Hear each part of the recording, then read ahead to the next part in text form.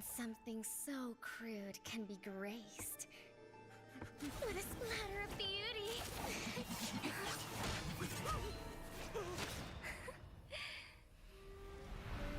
I'll get you out! You finally come to me, Hanabi-sama! This madness ends now!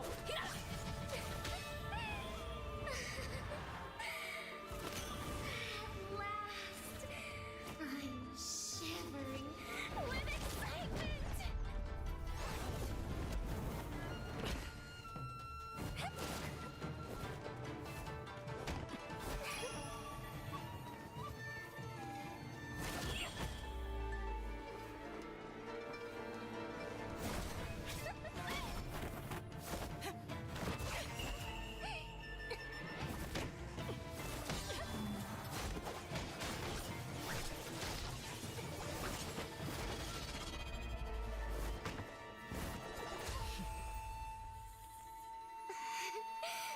Such killing intent. Does this mean Hanabi-sama finally understands Kirara?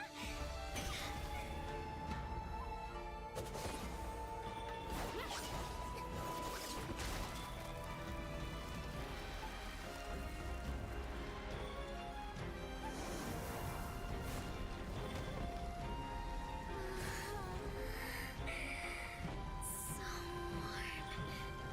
So beautiful. We can finally embrace eternity in hell. Just the two of us. Allow me to release your eternal bloom.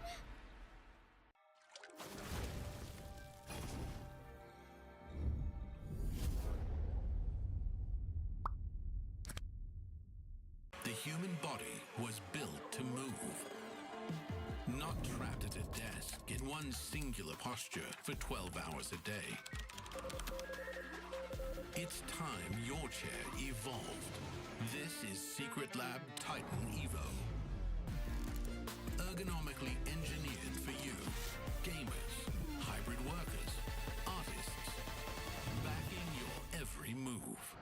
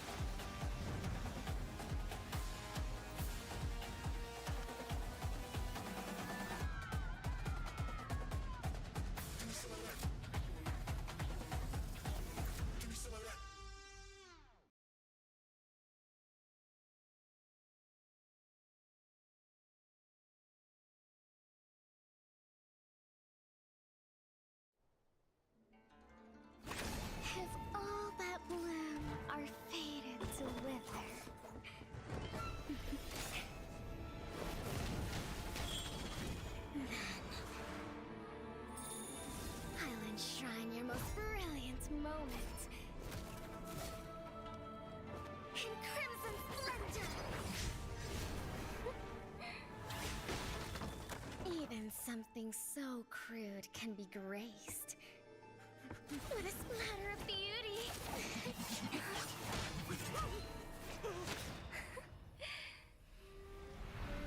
I'll get you out!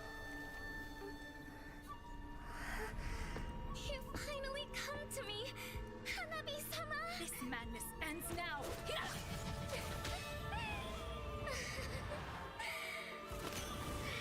last, I'm shivering with excitement!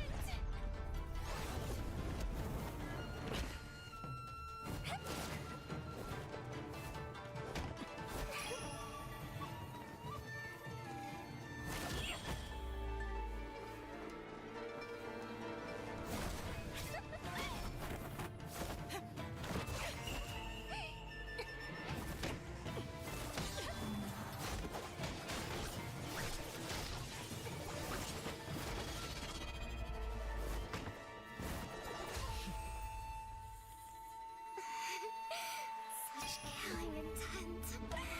Does this mean Hanabi-sama finally understands Kirara?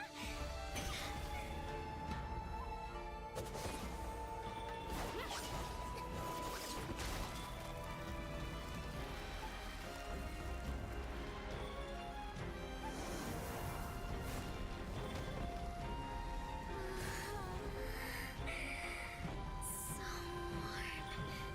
So beautiful. We can finally embrace eternity in hell. Just the two of us. Allow me to release your eternal bloom.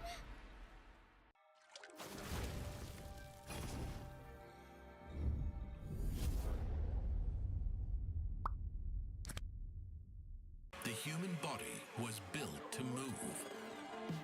Not trapped at a desk in one singular posture for 12 hours a day. It's time your chair evolved. This is Secret Lab Titan Evo. Ergonomically engineered for you, gamers, hybrid workers, artists, backing your every move.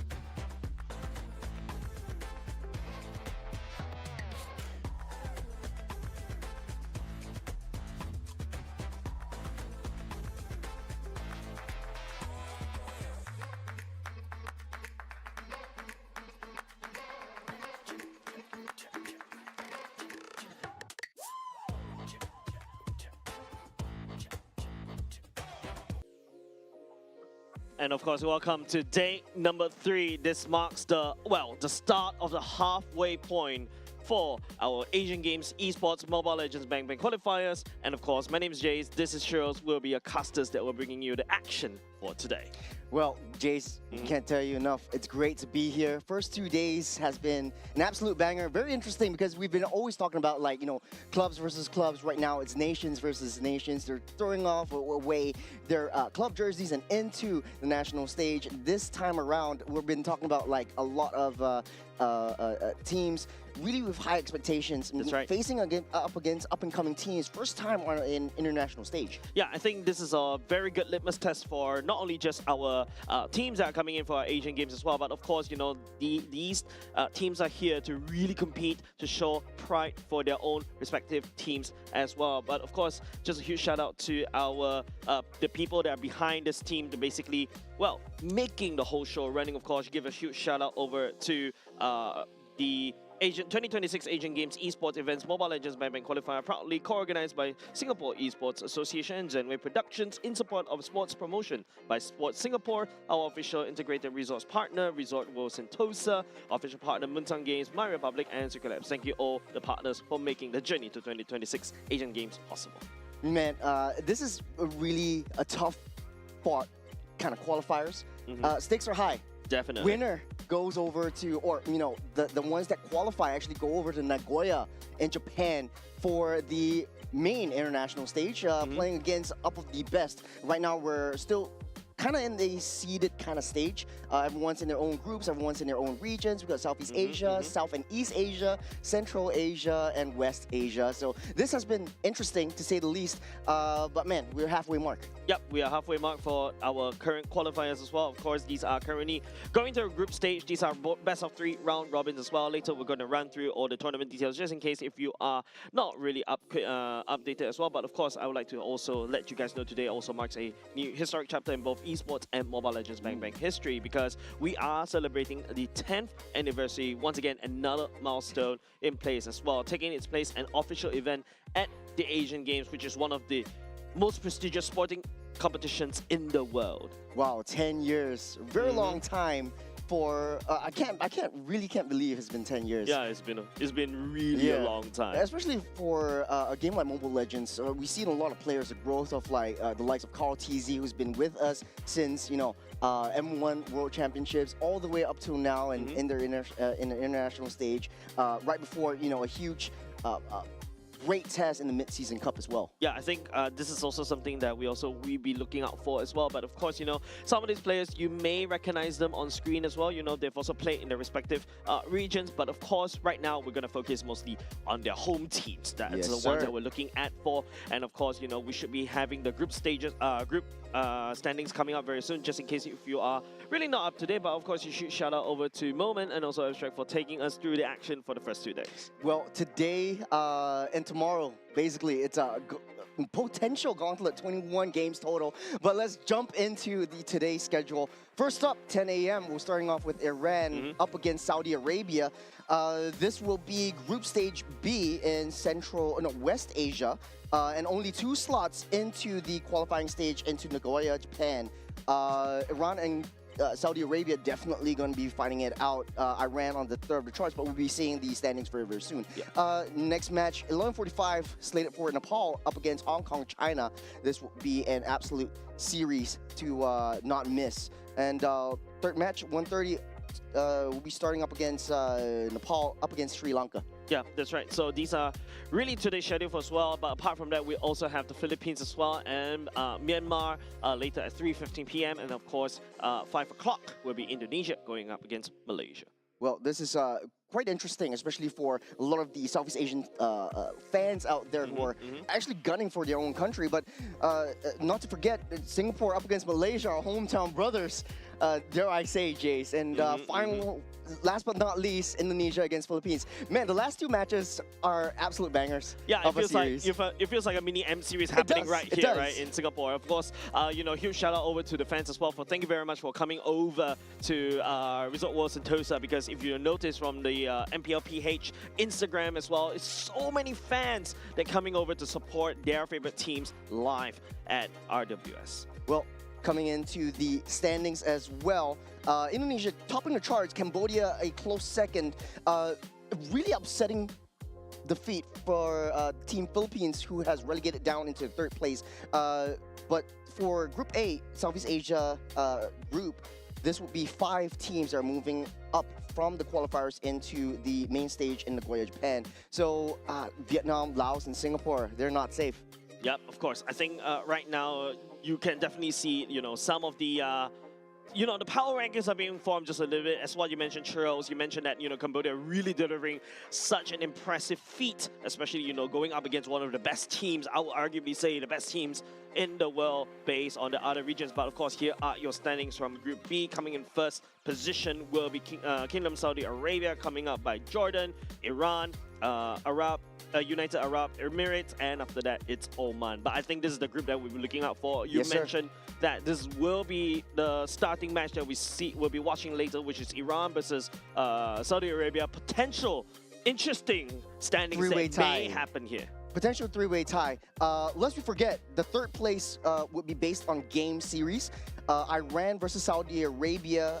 Statistics-wise, Saudi Arabia has won out Team Jordan, which put them up in first place. If Iran actually wins out Saudi Arabia, it will put them neck to neck and tied against Team Jordan. But then it's all down to head-to-head. I'm really glad I'm a commentator right here because I'm not one of the league ops, so I'll just leave it to the league ops to update what's the result that will happen if a potential upset if Iran deliver an upset against Saudi Arabia. But here are your standings from Group C.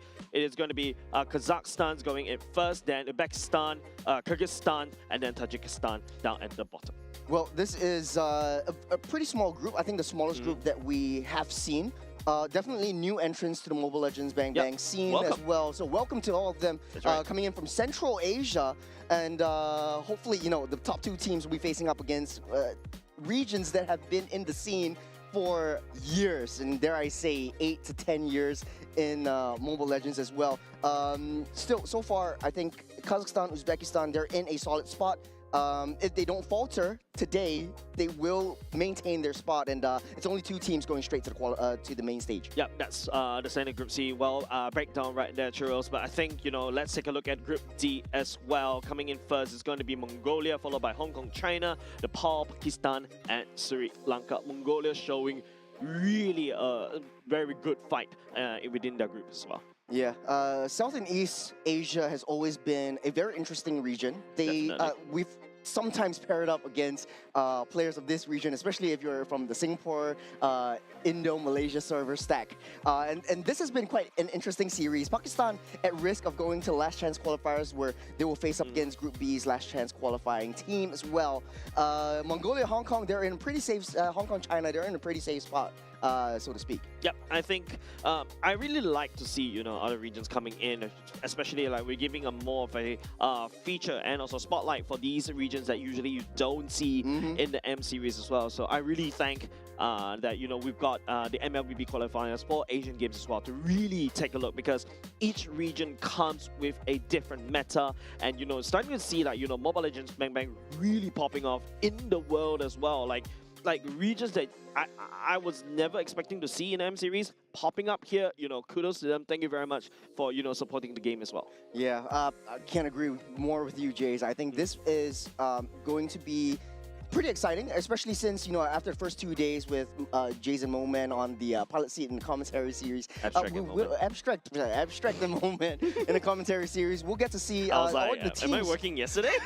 The teams actually get a little bit of intelligence of what other teams are actually trying to build against. But so far now, it's kind of in the same group. So Central Asia, we'll start off with Iran. We have Amir Raleigh in the gold lane, Ali taking charge of the roam, Poria in the mid lane, Mahdi in the jungle, and last but not least, Abu Fazl in the EXP. So this is actually a very solid lineup, very strong mechanically in each region, in each of their own roles. And like I said, Team Saudi Arabia has been actually on a win streak in 3 games, non-loss at all. Yeah, I think this is definitely, the third seed in the particular group going up against the first seed as well. And speaking about first seed, here you go on your screen from Team Saudi Arabia. Yes, Al Rashidi, Karaba, Al Karani, and then Al Sulaimani, and then Al Karni as well. And for the past 2 days, they really showed that they've really known,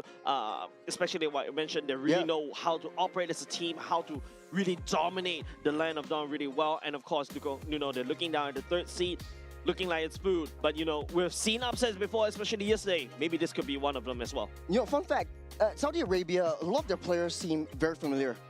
In actual fact, they were from, if I correctly remember, they're from Falcons. We're from the Falcons team. So in MSC 2025, they had a lot of success, in the group stages and even make it to the final, the playoffs. So this is actually one of those years that they come back in and really show themselves how much they've improved as a unit. I would say that this entire team lineup has not had many major changes. Very strong mechanically in their own lanes, in their own roles, topping the charts with 3-0 win streak so far. So up against Iran, definitely would be able to do pretty well statistically. Yep, I think statistic is something that we are looking at. I think based on what, not only just the fact that, we're only streaming the main stages, there's a lot of action that's happening at the sub stages as well. So it's also really difficult to grasp, right? There's a lot of things that probably goes untracked because you don't really have the VODs for it. So I think, you have shout out over to the coaches there to really have their work cut out for them. But it seems like we are going into the Expanding Rivers map for this first game. So this is very interesting. A lot of players love the Expanding Rivers. Once it hits the main objectives, you get a boost movement speed. It's like maybe ×2 at this point. By the way, Hirara, the new hero that has just been released in this new patch, is still not playable yet. So for all of those out there who are looking for those nice little builds, those new meta changes, we won't be able to see this yet. But, hey, in the main station Nagoya, that's where you want to be. So starting things off, we have Iran. Yeah, speaking about not being able to see Hirara, apart from that particular hero, we're also not going to be able to see the Yuzhong, the Phobias, the Baxia, and the Marcel in this particular game. Marcel received a lot of buff. I think, Abstract and also Moment, shout out to them once again, have been covering the patch to pieces as well. Also shout out to other regions as well, Lafel, Risk Preview as well. They're really solid in the breakdowns as well. And, these patches have been covered to rest, but I want to see really whether there's a bit of a evolution when it comes to the meta, because this is, like what I mentioned, a bit of a sneak peek over to the M series that's coming up in Paris. The Yuzhong has not seen a lot of bans, especially in the Southeast Asian regions, but in the Central Asia regions, I feel, in the West Asia regions, Yuzhong has been banned out because Valir has been on the rise. And in order to counter that, you use the Dragon, direct straight dive into the back line. Paquito and Benedetta also becoming EXP lane powerhouses. You got the macro gameplays coming online. Paquito just really hits like a truck when he hits his power spike in level 4. Yeah, obviously slightly nerfed just a little bit in terms of his clear speed and damage reduction, but its mobility still matters, right? Being able to rotate, being able to, just output so much damage in the early game. You pop off very quickly, but you fall off very easily in the later parts of the game. So Team Saudi Arabia looking to really dominate in the early game, but I love what I'm seeing from the side of Iran, right? Like Freya being right here, as the R1 pick, can easily go into gold lane if you're, the traditional back in the good old days kind of thing. Or you could also shift Freya into the EXP. We're seeing the uprising of a Kai as well, which is really good in this particular patch. Good solid jungle, good solid roam as well. It counters a lot of things that you don't want to do. Not only that, right? You have the heavy spin. If you're going for the Lord Dance, one heavy spin, you redirect everyone. Paquito is really at risk of Akai, especially in the mid to late stage of the game. Paquito is also going to be dominating the EXP lane, especially from that level 4 mark. But in the early game, it's all Freya's dominance. Yep, I think another thing to also, good response coming up from Team Saudi Arabia, right? You see the Akai, the first pick was the Valentina. The Gauntlet was really free for the side of Iran because Saudi Arabia banned away the Yuzhong. So now, if you were from the side of Saudi Arabia, they have to try to find a way to deal with this Gord. You need to try to find some form of dive. Iran banning away the Balman, which is also the up-and-coming flavor of the Mun. it's also one of the divey heroes, right? Yeah, and I think this is pretty smart from Iran. They noticed that Saudi Arabia actually has a lot of early game damage from Paquito and Valentina itself. They have the late game assurance in the form of Claude. Once you get that Balmon in, that's it. Basically objective lost, and Akai has to do the Lord's work in order to really mitigate that zone potential. So right now, it's really the roam as well as the jungle that Saudi Arabia has to try their best to pick up. A lot of the countries that actually try to pick up, or a lot of the nations actually try to pick up the Suyo first. I don't really see that in these two teams. Maybe Suyo may not be the way to go here if you're a side of Saudi Arabia, because don't forget, Iran can always change it up just a little bit, right? Akai go into roam, but this is a heavy lockdown warmer combo, right? You've got Akai to help you lock down somebody on a heavy spin, and after that you pack it with Gord at the same time. So this is something that they could potentially use. But Saudi Arabia do have their form of reaction and counter against what the Akai wants to do. The Valentina, to a certain extent. Just a Beyblade battle. Yeah, to a certain extent, the Claude as well, right? The Blazing Duet to jump into, to deny the Mystic Gush away from the God is also something that they can explore as well. Yeah, I like that. I like that analogy of Claude. Claude just needs a lot of time. That's just one straight way to play that Claude. The Balaric is actually banned out. We've seen that a lot in Southeast Asian regions where Balaric is sort of like a pocket pick as a soft counter to Claude. But also, maybe they're just doing their homework. They understand, like, hey, Balman is kind of like Saudi Arabia is kind of. But if you are for the side of Iran, right, you would be the one that is looking out for the Balaric, correct? Because you are facing against a Claude, right? So it's if based on what you're saying, that you're talking about how Balaric is really good against a Claude, but Iran banned it away.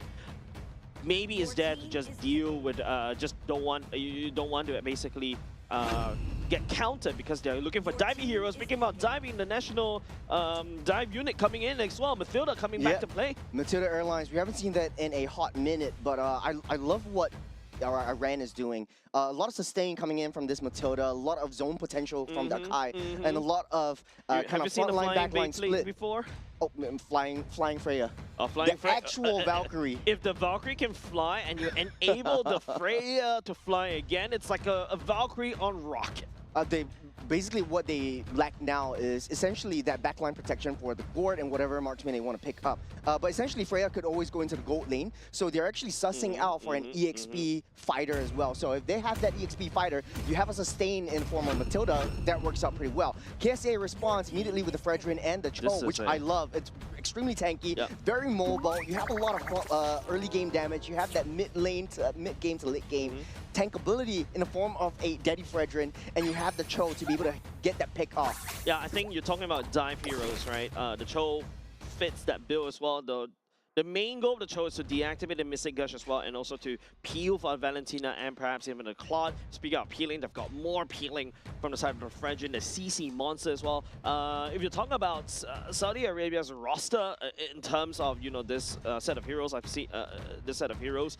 I feel like I've seen this roster over and over again back in the good old days. And speaking of which, it's going to be a Terizla coming on for the side of Iran. It confirms the Freya goes to the gold, Terizla into the XP, Akai into the jungle. I love how Iran basically keeps their cards up their sleeves and play it at the R5 moment. So what I'm seeing from Iran is basically that Terizla and Freya just pure zone out potential and trying to push back the back line.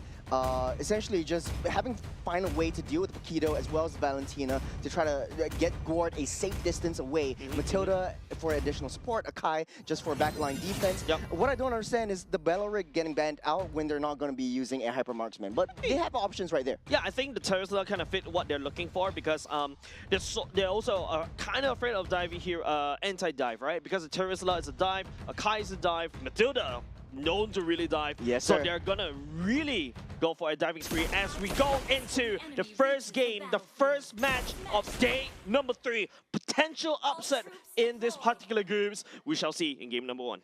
Game number 1 is afoot. A lot of win conditions for both sides. For Saudi Arabia, essentially buy time for Claude to power up in the late game and just become a monster. This is quite interesting for both these two teams. Starting off with the Lizard instead of the main colored buffs first, and trying their best to disrupt that mid lane. Look, the whole reason why you start to see teams really starting from the Lizard first is because, you know, the Lizard, especially if in the red Spawns side, earlier. spawns earlier. Not only just that, you also have the support of your gold laner who also have a lot of early game damage to basically quickly clear and then move on, right? So I think that's why you start to see a lot of teams start to adopt this ever since the recent patch. Oh, very interesting. It's one for the notes though. So, A lot. we'll be able to find it first blood. Give it over side, Al-Qurani. The Valentina is gonna snowball. Well, good pick off from Saudi Arabia, immediately finding that Matilda off balance and just taking them out. So no roam for now, but Matilda hasn't even used any of these core resources. If we take a look at the gold lane matchup, I think they understand, like, hey, Paquito is definitely going to hammer and dominate the lane up against this Freya. So putting her in the gold lane definitely creates that space that they need to be to push through. But Iran is definitely on a timer. You have so much early game push potential. If you don't have Matilda to have that roam in down to the gold lane to disrupt and try to cycle Claude from to infinity and beyond, that is going to be a problem in the mid to late stage of the game. Yep, Iran definitely looking to play around the bottom side of the map, whereas Saudi Arabia looking to play near top, right, because of Paquito. Really good start for the side of Saudi Arabia. You want the Valentina to start rolling.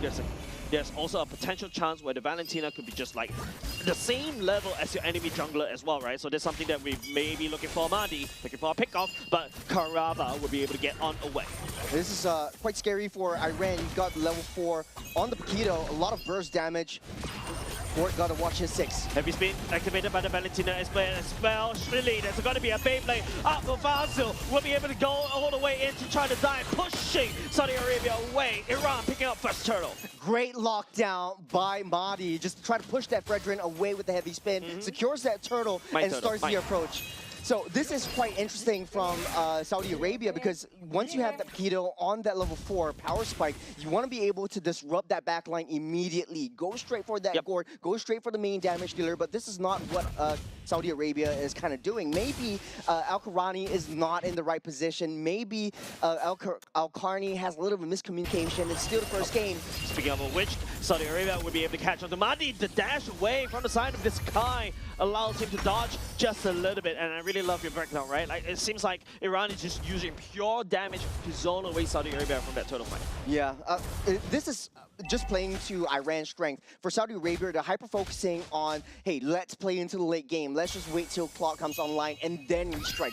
Very, very passive, very mature decision from their side. For Iran, though, it's a very brawl fight. Any pickup they can find, they try to take. Yeah, I think right now it's just like what you mentioned, right? Saudi Arabia, I don't think they'll be able to pick up the first turtle, especially when, you know, even though they've got Al-Qurani on this Valentina, but, you know, you've got solid level 4 power spike coming up for the side of Iran already. But I need to see a more aggressive Team Iran coming into this one, right? This is a roster that you're really on timer. Once your clocks start to come online with your 3 attack speed items, you're just gonna have a lot of trouble to deal with. You know, in the expanding rivers, the Matilda's picked up when you have the objectives, you have quick rotation speeds, but the mid lane rotation is not coming through because it is outclassed by Valentina as well as the Cho. You see, just one jump, one push, one concussive blast, the entire wave is down. So they're actually a bit slower in the clearing, and then therefore a little bit slower in the rotations. But speaking of rotations, you got 5 men down the turtle pit. Yeah, 5 men for the side of Iran is definitely going to be something that Saudi Arabia will have to look out for. Paquito on the top side of the map already, you know, just wave clearing. You can see Saudi Arabia just disengage. We're going to play all the way to the later part of the game, abuse the fact that Al-Qarni can wave clear, especially in this particular patch, and then move on. We try to inflict as much infrastructure damage at the start, then after that, you know, scale all the way to late game. Great call by Saudi Arabia to just give up that that turtle. You got Paquito up on that top side. Al-Qarni just keeping busy with the turret plating. On the bottom side, you have Mahdi already used up the heavy spin. Oh, that's a critical resources already committed by the side of Iran, right? Probably a misclick, I would say. But Al-Qarni trying to output some damage. Mahdi will get dodged as well. Karma kicking. The Kai as well. Poria will be pouring in damage as well. Al-Qarni comes in with a punch. The Matilda diving in at the same time. We'll be able to find Al-Somani as well. Picking him up. Al-Qarni goes all the way into the heavy spin. The turrets are jumping in as well. We'll be able to catch on the Karma instead. Double kill. Give it over side of the Matilda, but get slain by the side of Paquito. Great timing by Saudi Arabia, knowing that Mahdi doesn't have that heavy spin, straight away dies for that but that is all resources already utilized for Saudi Arabia. Hold on a second. Oh, a lot of Valkyrie dive already committed by the side of Amirali at the same time. Members on the side of Saudi Arabia chasing down this Freya. The Freya in a spot of bit trouble right here, but we'll be able to dodge all the way back out. Good escape from the bottom side, but then again, very good trade, good punish, good counter engage by Iran. The main problem for Saudi Arabia that I foresee in the late game will be that Matilda, you have a lot of chase potential, you have a lot of back out potential, you have a lot of sustain, and that's going to keep building. Once that photo is built up, once the Oracle is built up, it's going to be a very pesky Matilda, a very pesky airlines that you have to deal with. Yeah, but don't forget, you know, Kingdom Saudi Arabia, they do have a Fredrin, right? Someone like a bulwark that can just slow everybody down. Al-Qurani, once, you know, takes away the ultimate of Mahdi at the same time, you could just spin out of control and kind of disrupt the flow of Iran. And this is a time where Iran should shine. You know, they've already secured a second turtle. Maybe they're going to start popping up the third turtle. But if you notice how Al-Qarni is actually playing, top side already pushed down. Oh, great timing from Iran, just immediately gunning for that turtle. They know that Saudi Arabia doesn't want to risk that turtle take and want to seal up that 3 objective takes for their side. Even though they have that 3 objectives, they're still down in terms of economy and down in terms of kills. Saudi Arabia is still keeping to their metal, keeping to their MO. And still waiting for Claude to come online. You see a lot of fights happening on the top side of the map. The bottom side, Claude still free farming. Yeah, I think that's something that, you know, for the side of Saudi Arabia is banking on. Rashidi will be committing to the blazing duet. Mahdi coming in for the flank will be scouted out by Karba. Mirali jumps all the way in. Mahdi activated heavy spin, but to no avail as well. Karba will get caught, should fall across the wall, but it's going to be the Freya taking down bottom lane at the same time. Members from the side of Saudi Arabia pouring all the way in. Karba catching on to Mirali as well. No way for him to escape. Al-Qurani picks up the kill at the same time. Braces ready to commit the Al-Qurani coming in for the flank. Poria at the same time. Killing spree giving over the side of this Wakito, but there will be going to be a shutdown. Saudi Arabia running out of steam just a little bit. Has to back off as well. But don't forget, Iran, this is the time when they really truly shine. Ali dives onto the as well. The overextension in the first part of the game, Al-Shirati did a beautiful dance behind that turret, baited out the heavy spin, but Saudi Arabia a little bit too greedy. They thought they were ahead in terms of economy. They thought they had that damage with that Paquito underneath that turret, flickered in, tried to go for Poria, and Poria understood that the backline is going to be in shambles. I'm going to bait out that Paquito. Let's take a replay to see what happened. Look at where Al-Qurani is. You have the entire team fight all split up. They were actually winning it. They should have just backed off from there. The Mystic Gush comes out. Down goes Fredrin. Down goes the Valentina. And the rest is history. The counter engage from Iran is just on point in this game. Saudi Arabia, you know, Al-Rashidi using that blade wet wave clear already. He's in no position to fight, right? So that's why I'm actually really surprised Saudi Arabia was really forcing it. But Iran, you know, punishing him back. This is like what I mentioned. This is the time where they shine. This is they're in the priority right now as First Lord spawns at the top side of the map. Well, I guess for Saudi Arabia, this match is not as much of a stakes, but if Iran actually wins out the series, they're going to be tied 3-1 from Saudi Arabia, Jordan, and Iran. So this is going to be interesting how Saudi Arabia comes back and responds from this mid-game. Right now, it's really Claude's time to shine. It's a 9-minute mark, first Lord of the game. Iran is already in position. You got a bottom wave pushing in. Scouting out just a little bit, takes a bit of damage at the same time. Carney all the way up top. The Terizla will be able to screen as well. Mahdi looking for the heavy spin as well. The Lord still taken by the side of Iran. That is absolutely wonderful, and that's what they're looking for. Beautiful find from Mahdi. He knows that the Lord was going to go down. He went into the tri-bush. He needed to seek out where Al-Somadi is. The Fredrin was not able to play this game.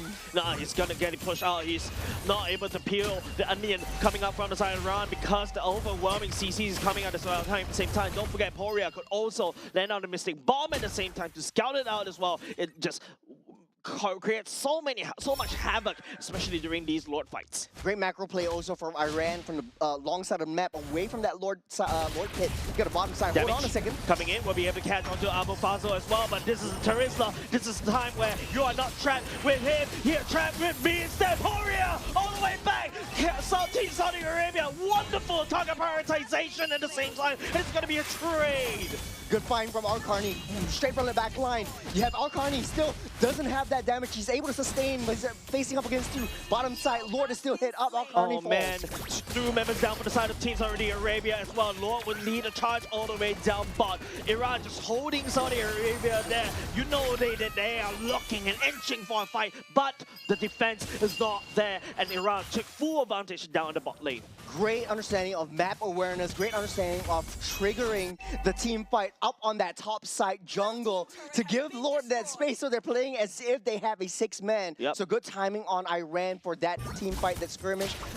Even though Gord went down, they were able to split that fight so much. Valkyrie would be able to dive, but Iran tried to dive the turret at the same time. Mahdi, you know, isolating Karna. There's no way for him to escape. There's going to be a top side taken down by the side of Freya, and also two members from the side of Saudi Arabia as well. Saudi Arabia's entire roster is starting to fall apart just because of this one Akai. And even though, you know, Mahdi doesn't have any kills, his main job is to let's just split everything up. But hold on back line. Jumping on the back line at the same time. Al-Rashidi trying to up with the damage. He's getting shredded by the side. The blazing duet coming up to Al-Rashidi to try to push Iran away. But three members from the side of Saudi Arabia already done. Iran is knocking on Kingdom Saudi Arabia's doors. Very good discipline. They took what they can and they're out of here. Ali with the save, with the guiding wind, pulling everyone back out. This is what Saudi Arabia has to deal with, especially They when hit it fast, they hit it hard. you have that front line. You have Claude trying to dive to the back line, but speaking of so, Claude in a little bit of a trouble. He's got a huge red cross on the back of his neck, and Iran is going to capitalize. A very good response from Saudi Arabia. Let's take a little replay. You got a heavy spin pushing everyone back. They're all staying as if a unit. Poria unable to be reached by Saudi Arabia, and that is going to be a huge problem. Yep. Once that laser comes up, everyone's going to melt. Iran starting to play the pick-off game already, right? Especially if we catch under the troll, nobody peels for the side of Saudi Arabia as well. There's no safety net for the side of Rashidi. Hey, that's good, right? I farm off from the troll. I am a 6k gold lead as well, and I've got a mid lane open against Kingdom Saudi Arabia as Iran works on the Lord. Good find. Iran starting things up. You don't have that top side open for Poria though, but he understands that macro play, the positioning, pushing it through. Oh! Looking for it, but still secure the Lord as well. And now it's going to be a full retreat for the side of Saudi Arabia as they concede the Lord over the side of Iran. In the macro game though, I think Saudi Arabia just putting Al Sharadi on side lane split push duty. You have a little bit of escape potential, but holy... His user BMI, he's went back.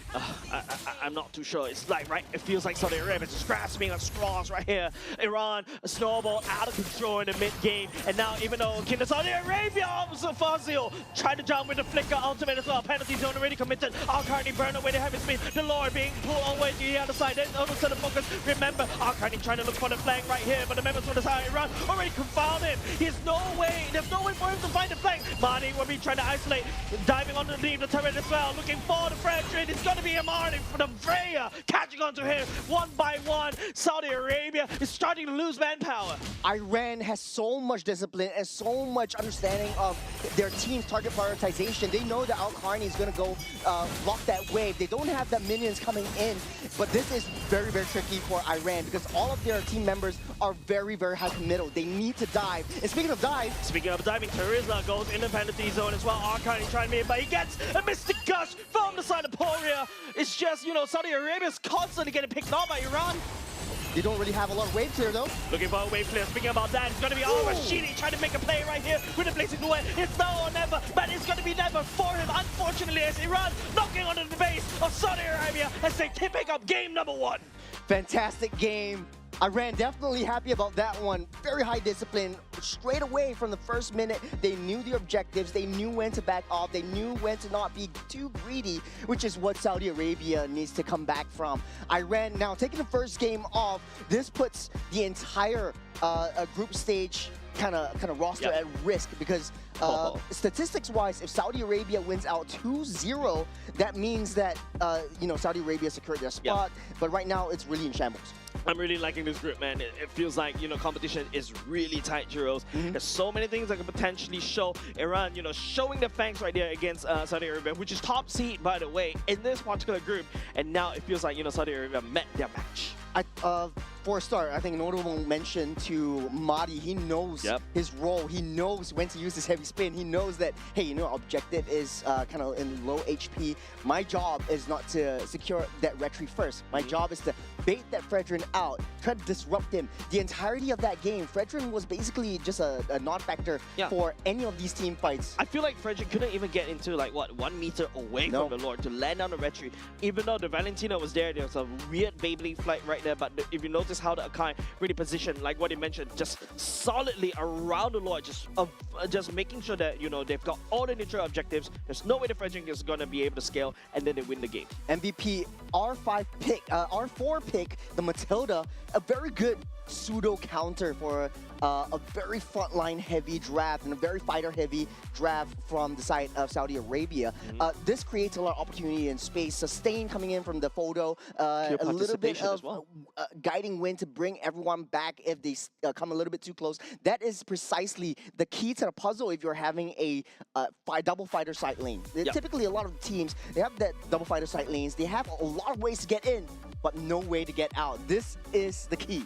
Yeah, definitely, right? There's so much dive, and I really like what I'm seeing from the side of Ali, right? Like, if you notice how he maneuver around the map just in case if Poria gets flanked by the side of Carney, as long as the Matilda is there, the Guiding Wind will be able to either pull Poria or pull, you know, Abofalzo all the way back to support Poria as well. Amirali is also outputting so much damage on this Freya, and it's a little bit too much for Saudi Arabia to handle as well. Even though we talk about, you know, how Paquito is really strong in this particular patch, if you're not able to find the burst onto anybody from side of Iran, especially when they rock a double fighter composition, yeah, that's it.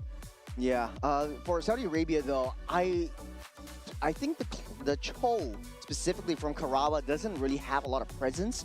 In the early game, I felt like what Saudi Arabia should have done is that they have the winning duo for mid lane clearance.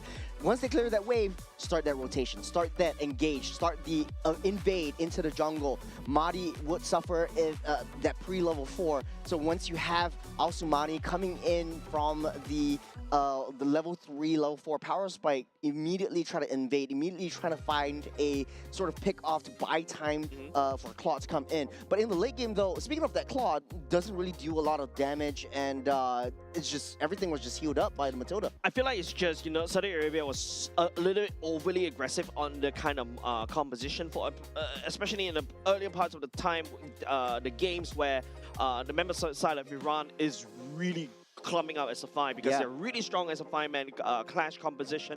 Then if you notice later parts again, they evolve into a pick comp. Once they pick one person at a time, there's nobody to peel for Al-Rashidi. Al-Rashidi has no choice but to jump into Blazing Duet, literally without any support at all.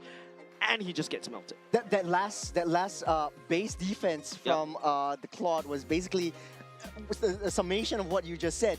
He needed a way to go in. He felt like he had a little bit of damage. He felt like the Holy Trinity came in, but albeit a little bit too late. I felt like Saudi Arabia, though, that tipping point where I knew they couldn't come back was basically from that bottom side. So it's, you know, the previous game aside, it's time to move forward. The second game, Flying Clouds, will be the environment of choice. And I think this is... I really like Flying Clouds. I get a lot of people get a lot of flack for Flying Clouds, but I do like the Flying Clouds. You know that, like, fun fact, Brawl also has that Flying Cloud. So immediately after you die, you get that item, you're flying back into position, and you're immediately coming in for the team fight. So hopefully we see a little bit of roster changes. Saudi Arabia will ban out the Freya. They know that that's going to be a huge problem.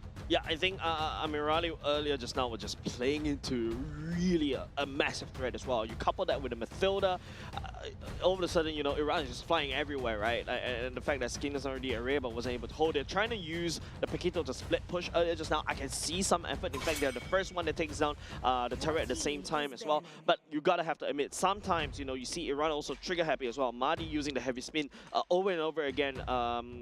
When there's nothing much happening as well, that's something that I think Iran has to fix. I'm going to call out that one. But apart from that, you know, Akai is so in meta right now. The ability to disrupt, the ability to just kind of push away, focus on neutral objectives, and you're golden. Especially with a meta roster of the likes of Paquito, the likes of Freya, the likes of phobias, use that heavy spin, you're able to disrupt big team fights, big jumps over onto your back line. You have that defensive capability that what a lot of teams are needing. Yeah. Right now, Paquito is still wide open. I feel like Saudi Arabia can just pick that up now that they know that they don't have to deal with Freya. Yeah, but then again, you know, okay, fine. Saudi Arabia will just have to try the Paquito again, right? Paquito is such a S++ tier pick right now. Don't really want to fall into the hands of your enemy, but of course, you know, Iran immediately picks up the Harith, picks up the Kai. The Harith counter is countered by the Kai as well, which is also counter picked away by Iran. Once again, Mahdi back into his panda. For the Harith, I do still like it quite a bit in this current meta because at least when you have the Zaman Force, you're able to reposition yourself, and the repo ability that Harith has is unparalleled. You match it up with a Kai, you push everyone away from the Zaman Force, you give your Harith that time and space, you empower him to do as much damage as possible. So I do like what Iran is cooking. Saudi Arabia needs to be able to respond not only to this Harith, but also to Abu Fazil. I feel like Abu Fazil is one of those EXP laners that are very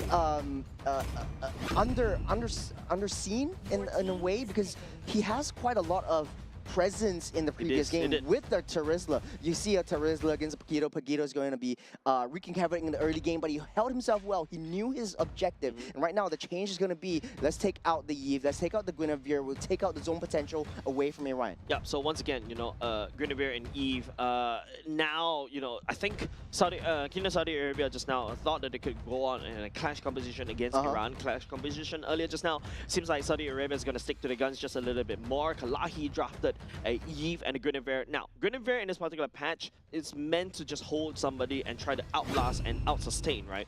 But now you've got it, they need to try to find ways to basically lock people inside the box. You're looking at, I would say, even the likes of a Minotaur also looks really strong for the side of Saudi Arabia.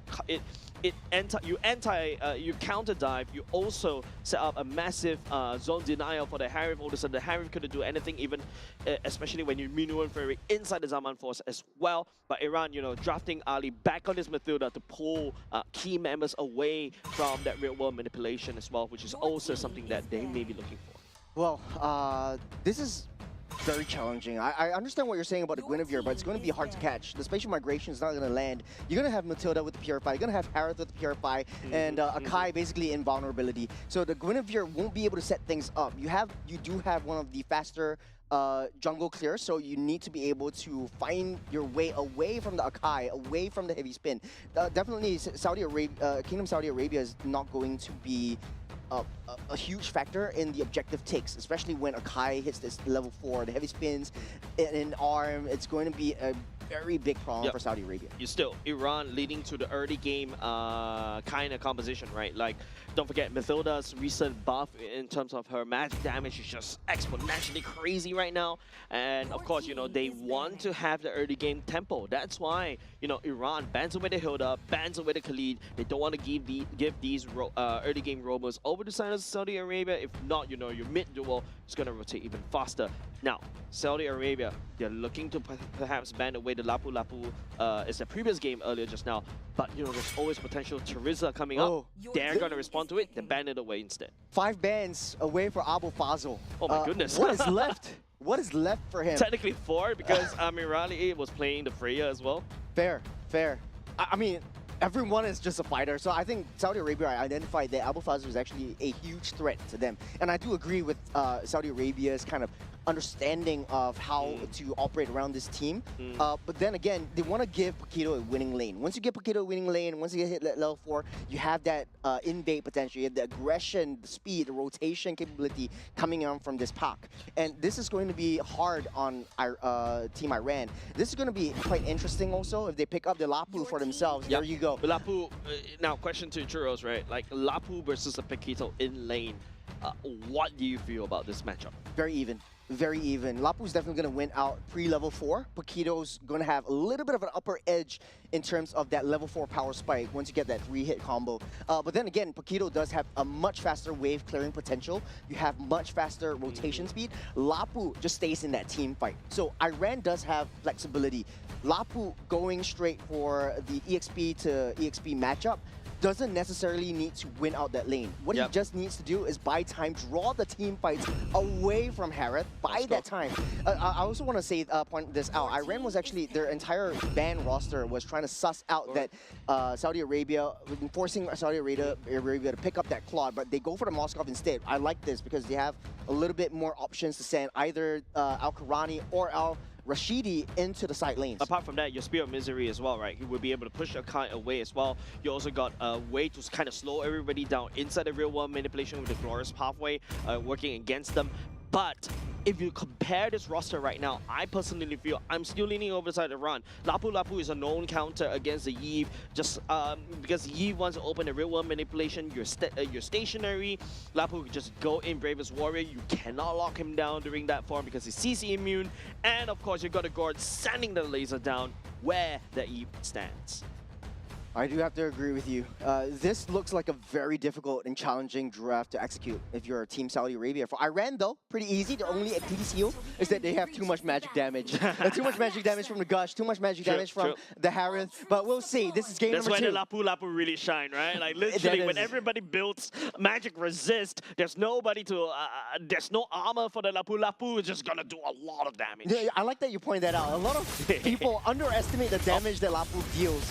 Interesting rotation coming out of Karaba. We'll be able to find Mahdi right there, down at the bot. But that's key information. Wave clear wise, especially in the first wave. Leaning over to Al-Karani for now because it's just wave clear with the board pistol very quickly.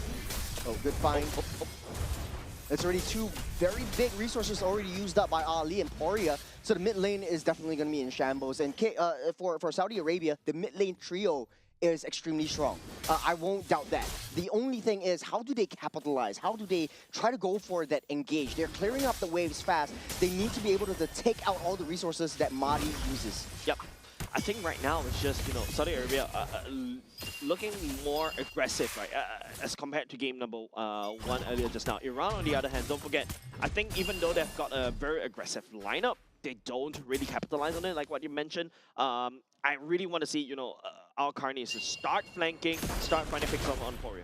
I just want to talk a little bit more about this Guinevere. Al-Somani actually got a lot of adjustments. He started off with the bear, or Tubby, or whatever it's called, and went straight into the river, got the Lethal Wanderer, got into the jungle of Iran, and tried to adjust to that. He knows that he doesn't need to take that buff earlier on because then he has that full 2-minute duration of just getting that buff in for the first objective of the game. Yeah, but now he's going to be slightly delayed over to the turtle fight, right? Since I remember from the side, Iran looking at Al-Karni for now, but it's going to be Mahdi on site. Full buff as well. Look at Al-Sulaiman, doesn't really have the orange. Karaba will lead the charge for now. Al-Karni fighting onto Ali as well. Ali has to run. Missing bomb will be able to lane. Mahdi does have the heavy spin, looking to activate right now on Q, but Al-Karni pick up first blood onto Ali. And now it's going to be Al-Sulaiman finding the turtle. And now Iran staying a little bit behind. The Spear of Destruction will be able to land onto Abu Fazl. A repeat, a bit of a revenge coming out from the side of Saudi Arabia. You know, Saudi Arabia is going to make us eat our words.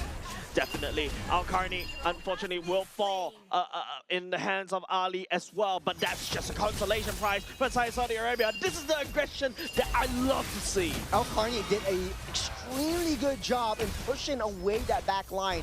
Poria was not in the picture. Ali was not in the picture. Mahdi was all left alone. He didn't have that heavy spin until the very end. And I was saying, hey, you know, Guinevere is going to be having a tough time trying to find that spatial migration, trying to land that stunt.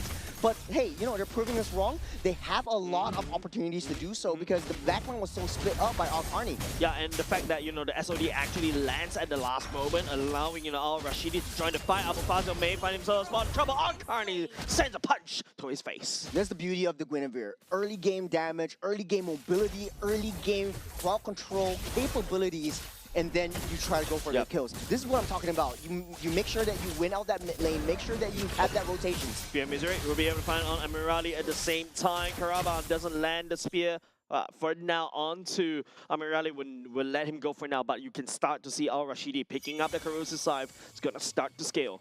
You know, I think I know what the problem is. Saudi Arabia is waking up right now. Maybe it's just a time difference, but hold on a second. I think it's a time difference, maybe, but Poria just landing down damage from afar. Al-Karani just landing down real-world manipulation. Ali will be the victim right there. Madi at the same time. Heavy spin already used. No way for him to escape. Give it a kill over the side of Saudi Arabia. Beautiful execution from Saudi Arabia, at least for the early game. Right now, they're up a 2K goal. And the aggression that we want to see, the capitalization, once you clear that wave, start that early rotation up to the top side, delay the farms, delay Madi from getting the heavy spin, or try to bait that out before any main objective takes. And this is the Saudi Arabia that we all know and love. Yep, looking at the replay, right? Like, it feels like, you know, Madi is just getting isolated. Man. Nobody from the side of Iran was able to support him, especially once Ali is down, getting bursted down by Al-Karni. All of a sudden, you know, the whole escape route is just getting cut off, especially how divey Iran is. And there's no way to escape, right? Rashidi catching onto Amirali as well. Members, whoa, my goodness, 4 members will be able to dive onto Amirali as well. No way for him to go. All King's horses and all King's men couldn't put Amirali back together again. But then again, that was such a great push from Saudi Arabia. This is what we want to see. A 4-man engage onto that gold lane. You leave that long side for Al-Karni to handle. And like I said, the Lapu Lapu's job isn't to take Al-Karni down. Al-Karni was just to keep at bay, right? Yep. At the same time, Madi once again getting catch out as well. Ali trying to send a guiding wind. Madi will be able to escape for now, but heavy spin already committed, especially for now. But there's still a long way to go for the third turtle to come out. What a great bait once again. Saudi Arabia really waking up this time around. Iran kind of seems like they're playing all over the place. Madi's playing his own game. Ali's not being the support that he needs to support to empower Madi from doing his job. Madi's going for these really questionable engages and invades into Saudi Arabia's jungle without any backline damage at all. Yeah, I think Abu Fazl wasn't able to rotate, right? The main reason why is because Al-Karni could easily start wave clearing, just pull out so much pressure on the EXP lane. And I think Iran really needs that Lapu Lapu, but the problem is Lapu Lapu losing 2 lives right there, right? Wasn't able to scale. And now, you know, also Laimani, especially at level 10, he's actually coming from the long side, the glorious pathway, looking very glorious from Saudi Arabia. Al-Karni punches the Lapu Lapu down. That's so much damage coming from Saudi Arabia. And the fun thing is, Saudi Arabia doesn't really have to worry about that late game because they still have that Moskov. The issue right now for Iran is that they've hit their limit, their pivot point. Like I said, they have a lot of magic damage. Magic damage works in the early to mid stages of the game. Right now, it's 6 minutes on the clock. The longer this game drags out, Saudi Arabia is going to take over control and take dominance over the entire game. Yeah, if you notice, like, Iran is just actually forfeiting the turtle already, giving over the side to Saudi Arabia already. They're going to have to concede that one. Amirali is not ready to fight. You also say that Abu Fazl also couldn't do the same as well. Ali is constantly getting bursted down, found by Al-Karni. Al-Karni is just using Ali to basically farm up to be a menace in the side lane, and now with 2 first-tier turrets already down on the top and bot for the side of Iran, they have to really rock up that defense. Speaking of defense, you have 2 members just babysitting this Harith as of now. He's just way too behind of Al-Shirati at this point. The problem is Saudi Arabia can just leave Moscow to his own devices. But hold on a second. Oh, Madi activates the heavy spin as well. We'll be able to allow Poret to try to pull the damage. Makana just run right into the damage with the glorious pathway. He doesn't really care. Al-Karni letting down a real wall manipulation. Al-Karni, Al-Rashidi jump all the way to the back line. Mid lane already. Just getting invaded by the side of Saudi Arabia. Amirali will be able to find Karma as well, but at what cost? Mid lane already cracked open by the side of Saudi Arabia. Great trade nonetheless, right? Oh! Finding the double kill at the same time. Members of the side of Iran did not have the map DLC. Will get bursted down, and now this opens up for Saudi Arabia to pick up another turret in the mid as well. Amirali trying to output the defense, but he's constantly getting bashed down by the side of Saudi Arabia. There's not an appeal for the side of Iran. Maybe the Abu Fazl will try to make a play right here with the bravest warrior, but Ali pulls him back. You're going too far, mate. From a great pickoff to a fantastic pickoff, from just Abu Fazl having 0-4-0, splitting up that team fights and giving Al-Shirati that space just to hammer and spear everyone down, Alpha doesn't do any damage to this Moskov at all. He can just dash out. The issue is, right now, not only do you have to face up against this Moskov in the later stages of the game, it's still 9 minutes, mind you, Al-Karni is coming online. Yeah. Just 2 strikes, that's the Oko onto your back line. Yeah, Al-Karni was just so far ahead earlier, just now isolate money at the same time, you know, wave clear even faster. That was a replay just for Al-Karni. We slow it down as well, man. That was just, if you're a Paquito main, that is juicy. I do like the way that, you know, Saudi Arabia is playing and rotating and zoning out in this particular game. Saudi Arabia is putting high loss in the front lines.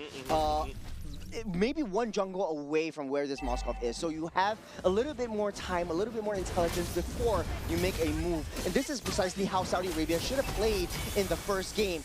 The issue was, in Iran's case, you have the Freya you have to deal with. So in the early game, you lose that out, that's going to be havoc. This will be the longest lead that Saudi Arabia has over this 2-game series. 10k gold. That is basically 3 BODs. They're compensating for game number 1. Overcompensating, if you ask me. At this point, right? 9-minute mark, your 10k gold lead. Karaba lands out the chart as well, so will be the Lord. Mid lane, there's going to be Alpha Fazo trying to make a play right here. We'll be going in, but he's actually getting caught by the real world manipulation. Mid lane base territory crack open by the side of Saudi Arabia. They're looking for more right there. Someone falls on the side of Mirali. Just used for base defense. Great zone up potential from Al-Karani. This is the Yve actually used to create that kill zone, and whenever anyone steps close or is bounded, stunned out by the perimeter, this conceal play though, they want to look for more.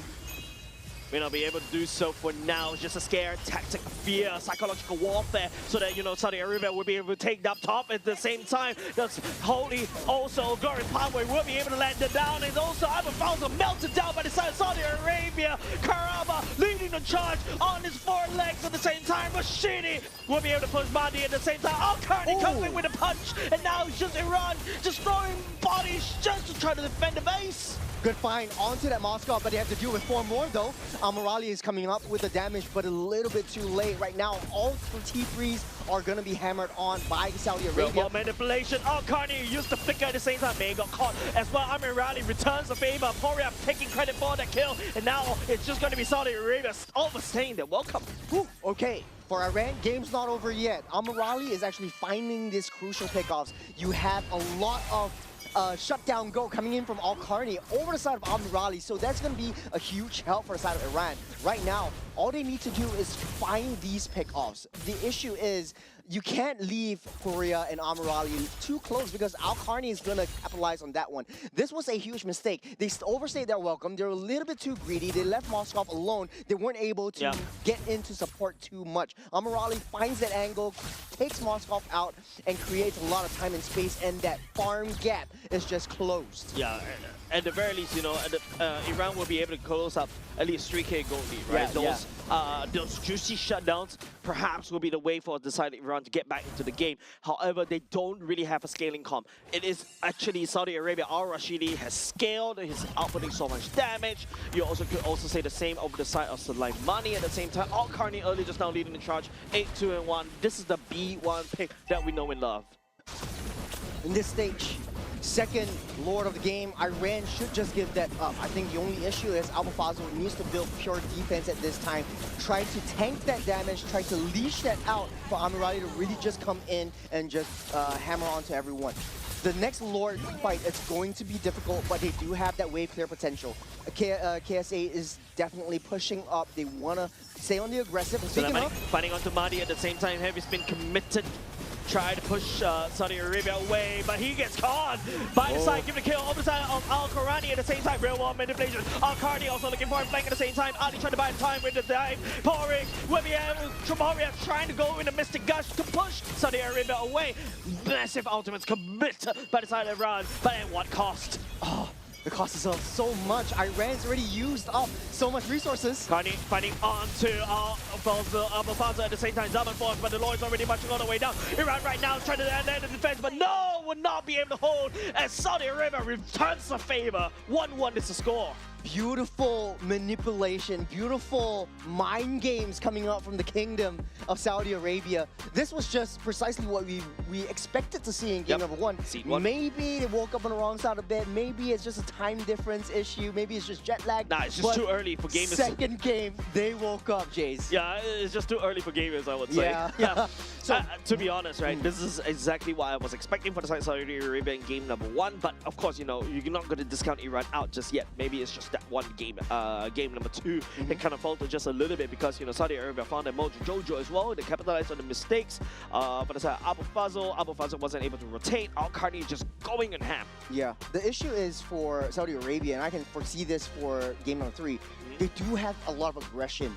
They do have a lot of that kind of camaraderie between their own teams. They all know where and how to rotate and target prioritize. Their biggest Achilles heel is that they're greedy. They're extremely greedy. They find, they see low health, they go. They're very bloodthirsty. Yep, I think bloodthirstiness is maybe the win. Sometimes you win with just being greedy, right? Yeah. Like, go all the way, you start hard invading, at the same time we talk about greediness. Yeah, definitely. Al-Qarni just setting up the tempo right from the get-go. Lapu Lapu wasn't able to rotate. MVP goes to him.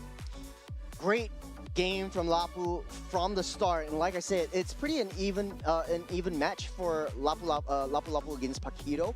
The thing he did great that excelled in this game was he pulled Lapu out of the base. He pulled Lapu out of a defense position, opened up that window opportunity for the Guinevere to just jump in and disrupt the Lapu. They know that, okay, maybe I can't catch on the Matilda. I can't really catch onto the Akai. I can't really commit fully into the Harith.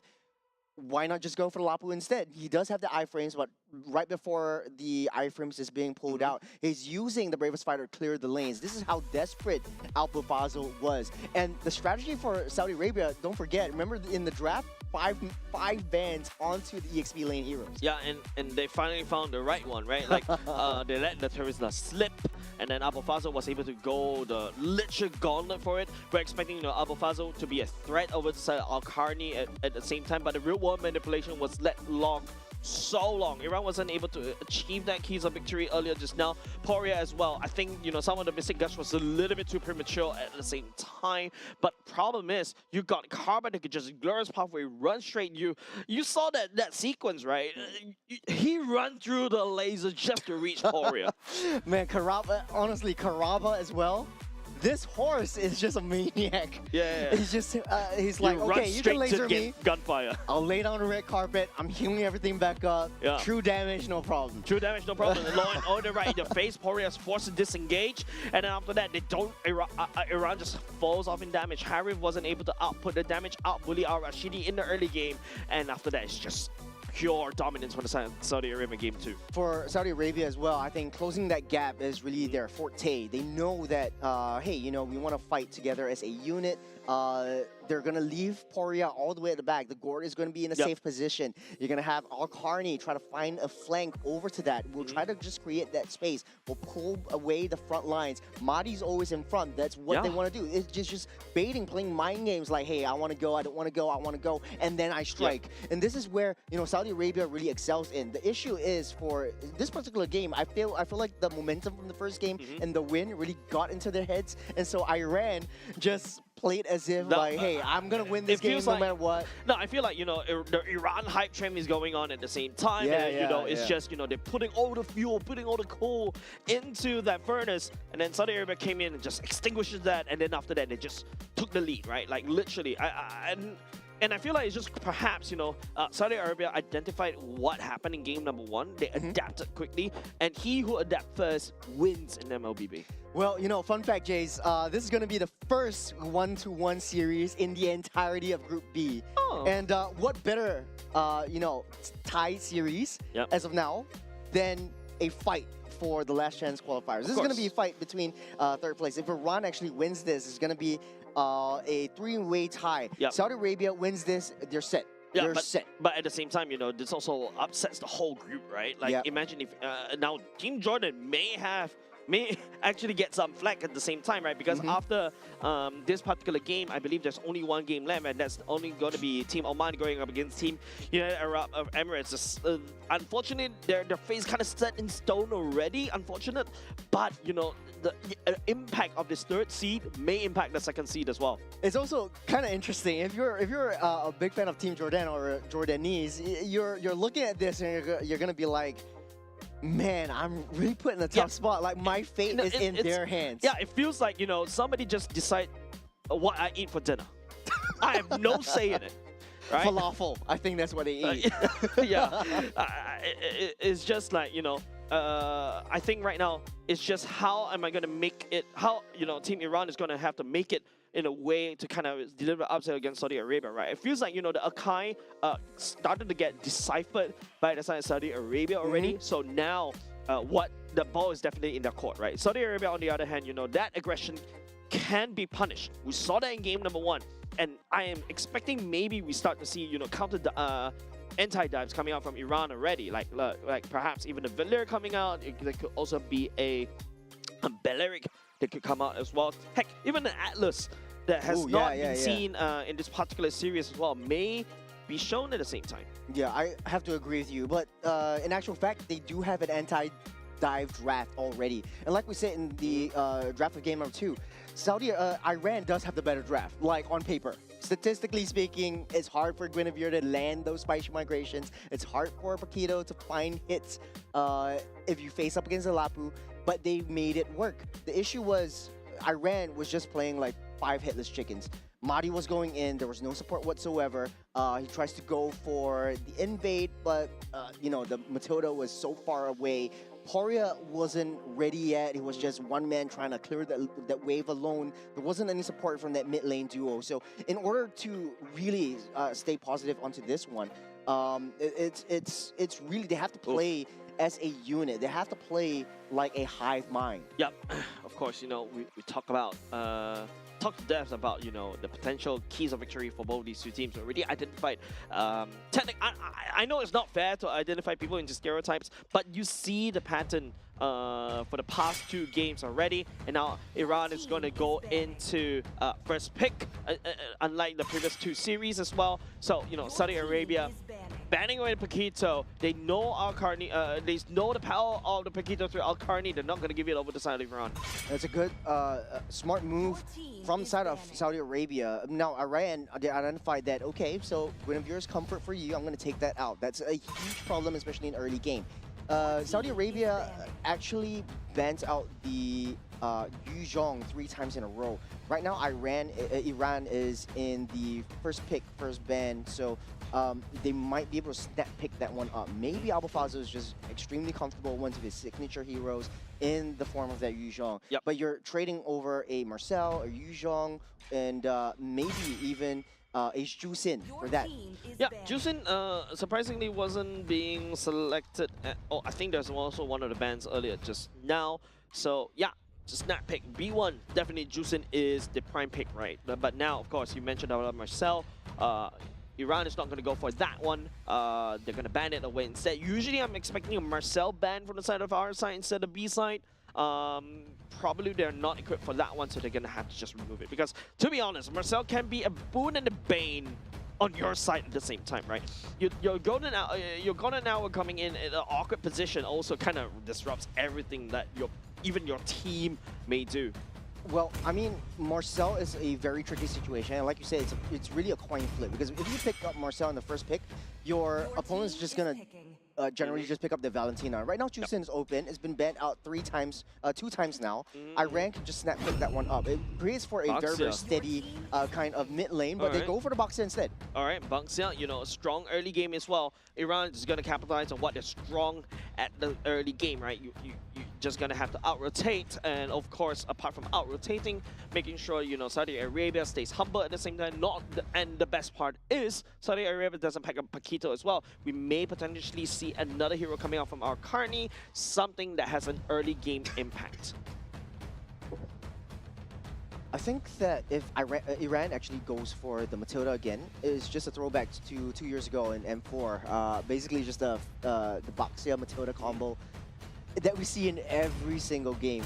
But then I think for Saudi Arabia, the ball's in their court. They have so much choices. They don't really have to face up against the Akai anymore. So right now, going back to basics, they're picking up what they picked up in the first game. Yeah, Harif was kind of interesting pick for the side of Saudi Arabia, but they're not going to go for that one. Eve, you know, real world manipulation. You can melt through Iran's basically their any of their roads, right? Any of their thick HP tanks are just gonna get melted away. Karba going in R1 pick on the Cho. I'm not a big fan of it. Cho is kind of iffy. It's a coin flippy kind of hero right now, right? It's either you do very good at the Cho or you're doing very bad at the Cho. I feel like at this juncture, it's a massive gamble that they're taking. Honestly, I think that in the first game his Cho was okay. It just didn't have a lot of presence because Akai was right there. It was countered hard by Akai. Cho jumps in, Akai heavy spin, and then he's just disrupted. Basically, yeah, it's just the first game draft that Saudi Arabia is playing. Yeah, just trading in the Valentina for the Eve. Yeah, and the fact is Akai is just completely forgotten, especially when, you know, of course, you know, Iran does have counter to this Akai, right? You've got a Valentina, you can match the Beyblade at the same time, but they're also susceptible to it, right? Harry is gonna get pushed out for the Zaman Force by this Akai as well. Fredrin also can do the same thing as what Akai does. You just jump all the way in the Zaman Force, you taunt everybody, make sure they stay inside the real world manipulation. That provides a secondary PO, and that's where, you know, this Cho doesn't look that shabby anymore. You got a secondary PO in the form of the Fredrin. Great adjustments from Saudi Arabia, though. I think with the Eve, and like you said, creating a zone and creating pick-up potential. So you have options you want to play around. For Iran, though, I think they're sussing out for a very difficult backline heavy dive composition coming in from Saudi Arabia, especially since, you know, the Terizla, the Arlot's being banned out as well. For Iran, the issue was I don't want to pick up the gourd because, you know, hey, if I pick up the gourd, then I have to watch my 6. There's too much magic damage. Right. And to be honest, right now, there's still too much magic damage, and Boxer is getting picked up right here. There's not enough damage really coming through. There's not a lot of options also for double side lane metas, unless you pick up a CC, which you want to risk. Correct. I was thinking Lapu Lapu was a great choice from the side of Iran, but of course, you know, they're gonna, unfortunately, they are the blue side right now. I feel like it's just Saudi Arabia just out-drafting Iran right here. The Lapu Lapu also protects the Eve at the same time and also counters the Valentina, who is definitely gonna be picking up the real world manipulation for himself at the same time. But this is a very strong early game centric kind of roster for the side of Iran, right? You've got the Harif that could pop off earlier at the same time, but Saudi Arabia not too shabby either. I feel like these 4 men walking around the map is also kind of scary. I feel like if Saudi Arabia closes it out with a Claude, I think it's good enough. I think they're just baiting out the Claude. I know that Saudi Arabia, they have not a lot of choices other than the Claude unless they want to go for something interesting, like an Ixia or something like that. But for Iran, they do have potential to pick up the Khalid, I was going to say, but they go for Sora and Atlas instead. Atlas is being very used up, not because of the Fatal Links, not because of the Ultimate. Ultimate is passive, man. Pretty easy to read. The passive is what hurts. The passive is you want to stick into your opponents, you're going to freeze them, and they're not going to know what hit them. So the Claude is being baited out, so precisely what Iran wanted to do at the start. Okay, Claude, I think I like what Iran has dropped it in the end. I was thinking earlier just now, they feel like, you know, Saudi Arabia are drafting them, but the Sora and Atlas coming in really clutch right here as a B4 and B5 pick, right? It not only just, you know, deals with the Eve, right? Now all of a sudden, if you go into the Thunder form of Sora, you ulti at the same time, the Eve has to get out. It's too much damage, right? And Abu Fazal on the Sora in the early game, especially once you hit level 4, you go up against Lapu Lapu. Yeah, you're gonna get bursted down. Yeah, actually double close stun. You got the Fatal Links into the Cloud form Sora. So that's even immediately double chain CCs coming in from Iran.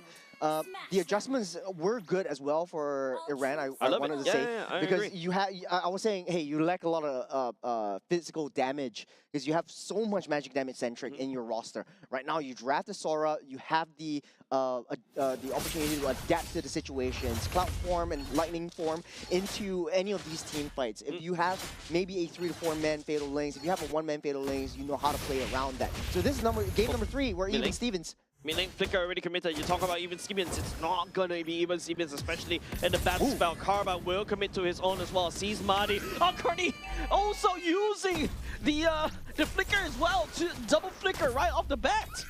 Unnecessary. Flicker goes on trees, I guess. Unnecessary, but I feel like I know what they're trying to do. I mean, it's not at a big loss. In the first sort of game, at least you do have a little bit more understanding and you don't risk anything. Oh, first blood, we missed it in mid lane. Of course, you know, don't forget, Cho in the early game technically acts like a fighter as well. You've got the concussive blast as well, providing so much burst damage. Yeah, Poria losing his life right there is not exactly ideal. As a Valentina, you're looking to really be at least 1 level ahead or 2 levels ahead of your enemy mid laner. And not only that, right? Your enemy mid laner is just playing mind games with you. It's just the emote, the crying emote, and you're gonna face that the entirety of the game. Yeah, yeah. And you have very, very fast wave clear as well. If I take a sip of water every time I hear that emote, I'm going to the toilet in the middle of the game. Honestly, that is just so tilting, especially if you're Iran, right? To make matters worse, Karaba does have the concussive blast.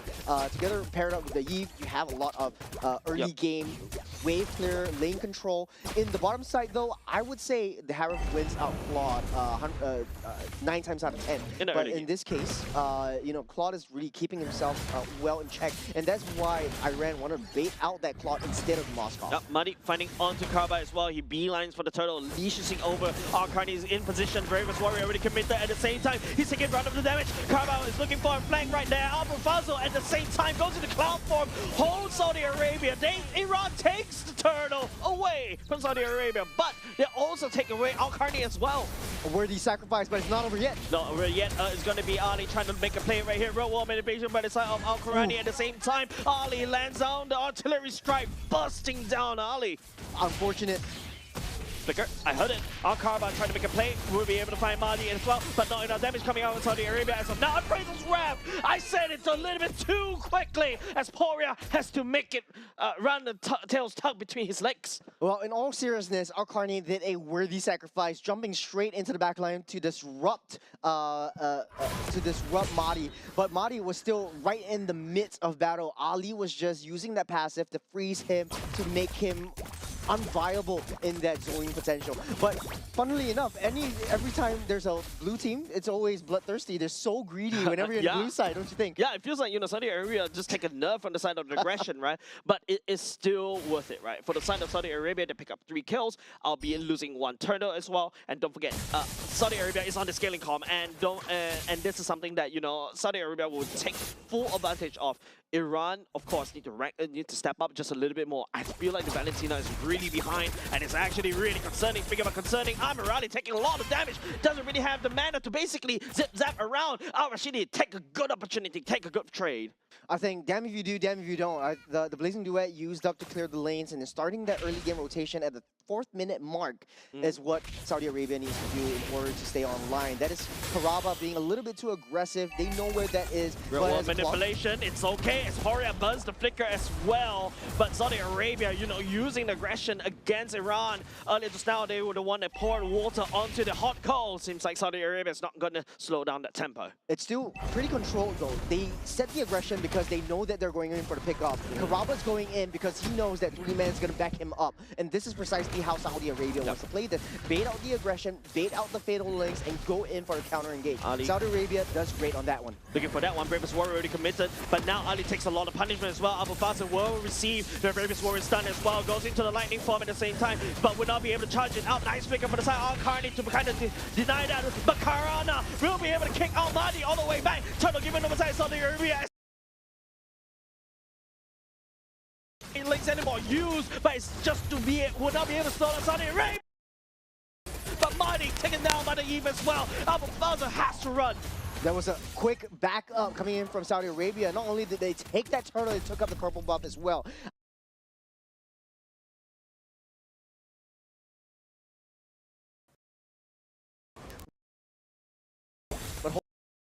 But I don't think there might be enough damage, and he will be safe and sound. He doesn't have to dap it out. And Karma is there, but Al-Rashidi is not in a good position to fight as well. Ali coming in to kind of peel for the side of Amirali, but Amirali is always caught with not enough mana to basically engage against Al-Rashidi earlier just now. Well, we're in for a pause, but I just want to say, during that turtle fight, I felt like Saudi Arabia, they knew what they were doing. Al-Karni trying to push out where this Atlas was going to be, trying to disrupt that Fatal Links, but the Turtle was only at half health. It could always be pulled out. The Fredrin was not in position. Mari was already backed off in that tri-bush. So even if he gave that intelligence, they still were holding on to all this ultimate. So I felt like in the subsequent objective takes, what Al-Carney should do, just wait out for the Fredrin to engage first before going in and disrupting. I feel like the Fredrin coming in first and baiting out all crucial ultimates, taunting before jumping in would be much better. Well, that's one strategy, but don't forget the Fredrin, the Suleimani earlier just now, right? He's the one that has the retribution. Yeah. If he goes down, if he gives Ali a pick off at the same time, I don't think that's a good idea. I'd rather we sacrifice the EXP lane. Sorry to all EXP laners out there. I'd rather sacrifice you as compared to the jungle, right? Well, thank you to all the junglers out there. Thank you to all the EXP laners out there. Your sacrifice is definitely greatly appreciated. I feel like, okay, maybe you have some sense there. Maybe jumping in first, baiting out the Fatal Links, baiting out the major ultimates, and pushing the passive away from the Atlas with the body split kind of approach would be what he was trying to do. The Fredrin was just holding on, trying to bait the rest of them out. Iran took that bait. They went out, took a step out of their comfort zone, and started the team fights. Mari was hitting a lot of the objectives. He's pretty consistent with the turtle retribution so far. But then again, I think for Saudi Arabia, they're just playing it very, very passively. As we go back into this game, I want to be able to see more of the controlled aggression coming in from Iran. They know, and they bait out all these hits. Al-Carney takes the full brunt of the side. Fazo does have the shield to continue, but they both these two EXP laners will disengage. I feel like Karaba is also one of a very interesting choke right here, right? The main goal is to basically knock out Mahdi earlier just now, and then after that kick, here's the instant replay you were talking about. Yeah, Al-Carney went in first. He doesn't have the ultimate anymore, and then they let that charge. So honestly though, not really a bad sacrifice, using that ultimate first just to bait out all the crucial resources away from Iran, especially the flickers, the damages, and the main blast. Jumping on to the Harrier at the same time. Rashidi not in good position, raising the way, will be able to activate. But Amirani actually zooming, zapping around. Al-Karani catches Amirani. Just one more stab on the side, so like Mani will be able to do the job. Amirani falls down box. I was going to say, a little bit too late, but then the box dropped and Saudi Arabia just turned things around. Underneath the turret they go though. Iran is definitely going to give this one up. Waited for the right time. I felt like Karaba knows how to get that hits, knows how to get that setup. And even the Fatal Links was used to disrupt Karaba, trying to pull Al-Sharadi in. But Al-Rashidi actually had that understanding of, hey, okay, let's pull back. Now Turtle Take is on, Ali is in the forefront. It feels like we've been here before. Al-Carney activated Barabbas Warrior at the exact same place. I feel like Money picking up the Turtle already at the same time, and now it's going to be Iran trying to make a play over here. But it's also going to be the Cloud Form. Will not be able to catch onto anybody, trying to make a play, trying to slow the main damage dealer from the side. Saudi Arabia down, but he goes down, unfortunately. 2 members down. Saudi Arabia takes 2, and also the Turtle together. Well, great pull away from Saudi Arabia. Al-Samani just focused in on the Turtle. Al-Karaba tried to disrupt Ali.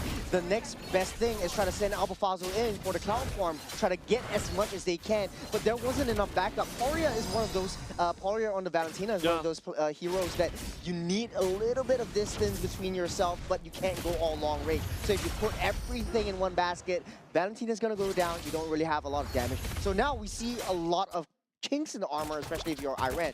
Your magic damage is not coming through, and your physical damage is way in the forefront. You're disrupting that the Atlas, and Abu Fazl is trying to stay 1 man at a time, but they're doing so well in trying to split up that fight. To be honest though, as much as I'm like you, I want to sacrifice the EXP laner, if it's between a choice of a roamer and EXP laner, I sacrifice the roamer first. I feel like we've got our priorities really right. right. We've got the chemistry in. Yeah, but at the same time, you know, don't forget, Fredrin in this current patch does a lot of damage. That Braces Wrath does a lot of burst. Karaba in a spot of trouble right here. Real world manipulation kind of just deny Iran for basically stepping forward as well. But hold on a second, because he play looking for a pick off right there. People say Saudi Arabia has to run away. Karaba will be the punching bag for the side of Iran at the same time. Finally, so many ultimates. He's taking it at the same time. Amirani trying to back out his own force, but Al-Rashidi coming in the back line will be able to find out Tamparia. The blazing away out with the damage at the same time, and now it's just going to be Iran losing a little bit of headstrong, just a little bit. The Cloud Form, but the Abu Fazl will fade as Saudi Arabia, also Lemani picking up a killing spree. Call an ambulance. But not for me. This was Iran just going for the counter engage and going in straight for like, hey, you know, Saudi Arabia's used up all the resources. Let's just jump in. We've got the fatal links. We've got the flicker. Let's try to make something work. But then again, out of nowhere, Al Samadi just came in with a five-man taunt. I told you, the Fredrin in this particular patch does a lot of damage. Nice block coming out of the side. Karaba trying to hold down the Lord for the side of Saudi Arabia. Members for the side of Iran. There's no way for them to get onto the Lord. Hey, I don't need a jungle. Give Rashidi the job. That's also the money. He has the damage. He has the mega kill as well.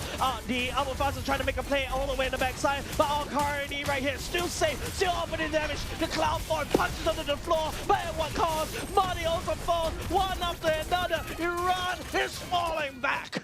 Iran is desperate. They are desperate for kills in the entirety of the game. 10-minute mark, 2 kills to their name, and it's just a dominant performance from Saudi Arabia so far. And like you said, he doesn't even need a retribution for that Lord. It's going to be dealt with by the Claude, and Al Sharadi is just going to BMI come in and join in the team fight. So why not just start things off first? I'll slow you down, the box drops, and then the rest is, as they say, is history. Iran was just, they were down in numbers, and they still went in. Iran literally just took a, I don't know, it just took a massive L right there, right? Everything that Iran is trying to really do right there to try to focus on the damage onto Sulaimani. But don't forget, this region has no threats. There's no natural predators for the side of Iran. Amirali, Poria, they can do damage to the region? I don't think so. Yep. First Lord dealt with, they're taking down the T3s mid side, opening up the jungle for Saudi Arabia. But then again, very consistent in the way that they are playing discipline. And the first all hand, they were very bloodthirsty. They want to go for kills. But for Iran, though, this game was just that didn't make sense to me. It was a bit of a lost cause if they just jumped in one after another. Abu Fazl actually did a really good platform kind of stun in the mid side, but there was not enough damage to follow up. Taunt will be able to land onto Amirali for now, takes the brunt of damage. Also, Malamani does have an Athena shield. And now he's just so confident because there's no one for the side of Iran who basically do the damage under the Fredge. And it's like that moment when you know that there's nobody from the side of Iran has the damage to deal with you. You could just step into the water and like literally walking, waiting around the swamp, knowing that you've got full knight's armor. The alligators will not be able to get to you. As much as Saudi Arabia is 10K gold lead once again for the second game in a row, Iran does have the roster and the composition to be able to mitigate these base rushes. You got a Fatal Links, you've got Abu Fazl's Cloud Form as well, and you've got Valentino who's able to box everyone in. So if Saudi Arabia makes a wrong move, goes in a little bit too greedy, that's the punish. I haven't seen Poria using the real-world manipulation, have I not, right? It's I feel like it's constantly getting deactivated way too early because there's so much damage in the form of Al-Qurani. And don't forget, if Lord Rashidi just jumps on the Poria with a Blazing Duet, there's no opportunity for Poria to basically use the real-world manipulation. I think it's also that, and added on to the fact that, like, hey, you know, this Yves is not showing himself on the map. Yeah, true. That's also a lot of punishment from the side of Al-Rashidi onto Abu Fazl. Once again, Saudi Arabia amping up a Lord right there. You just out Karaba just locking Iran all the way back in base. There's no way for them, and you know, buying a lot of time for Saudi Arabia just take this Lord for free. You know what I want to do right now? I think we should do a counter and a tally for how many times Al-Qarani actually emotes in one game. All that action per minute goes into that emote. We should do a counter, like the entirety of the Asian Game qualifiers. And right now, almost securing the spot into Nagoya, Japan. Not gonna lie. All the emotes in the game right now, that one is actually starting to annoy me. But that's the point. That is mind games for Iran. Mind games the against Iran, in the third and also the casters as well. Oh my goodness me. And they're feeling it. They're feeling it. I'm feeling it as well. Saudi Arabia, they know that they are moments away from securing their spot as the top 2 in Group B. You know, in this particular moment, I had a conceit play already, all the way through the emotes. Karani just landing down damage from the skies. Al-Rashidi landing an amazing duet, but hold on a second, a lot of damage coming out from the side of Fazl, but it's not enough as Saudi Arabia merges on against the sand, against Iran, the core, the base, undefended, as Saudi Arabia takes this match 2-1. What a game. 13 minutes on the clock, 13K goal lead. And to end it off, that's the emo. Looking at their faces, remember the first game when Iran actually Now took you the wish. cake around Saudi Arabia? They were just cheering, they were celebrating. Saudi Arabia, hey, it's just another day at the office. Therefore, for us. You know what we need in merchandising for the side of MLBB? Pray tell. No. What? Wait, yes, What? pray tell. Yeah, pray What? tell. Emote headbands. Emote headbands. Yeah, you put the headband on there and then you put the emote on top of your head. Or hat B-A-N. B-A-N-D. B-N-D. Yeah, headband. Oh, emote Yeah, headband. so basically you got an emote on top of your head and you give it to all karate. That Oh, emote like is a- just now every time I see that emote, I hear that emote, I remember Al Karani I right now think because Al he's got Karani- so much damage on that Eve. He's making it his own. I think it's a thing with like, you know, I remember Sans in Indonesia. He was the emote king in ID, and then right now in Saudi Arabia it's just Al Karani another just challenger emoting. appears. And I like that notion. It's like Yep. that foam finger for sports. But when it comes to esports, there's that hit crystal thing. So I love that. Congratulations once again to Saudi Arabia making their way, and I think it's clear to say solidifying their spot as the top seed in Group Stage B for West Asia. And Al Karani Churros, why am I- emoting but putting.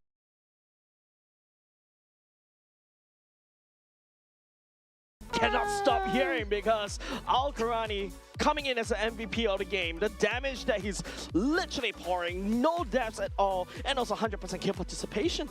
Yeah, enough said. I think this Yves knows how to play, especially around a composition like Valentina. You don't want to give that real manipulation to Valen at all. He just stays at the back. He doesn't show himself. He's just emoting to himself. He's just playing his own games in his own world. And at the end of the day, he does so much. 7-0 and 10 for this Yves. 100%. He's at every single queue participation and empowered by that Cho with the super fast wave clear and super fast rotation speed. I'm seeing Saudi Arabia as a huge threat in the global stages. Especially in Nagoya, right? Al Rashidi coming in, I really like how he plays this con. It's not meant to really also put, but of course, you know, the main damage coming out from the Claude is to deal the damage against Iran, right? Like especially on Poria. But there are certain times in certain sequences from the side of Al Rashidi is to use the Blazing Duet within the real world manipulation. Not only just the fact that he also pours the damage against Iran, he also protects Al Karani. All of a sudden, you know, Amir Raleigh, all of a sudden Poria, or as to a certain extent Abu Fazl, don't really dare to engage onto this Blazing Duet.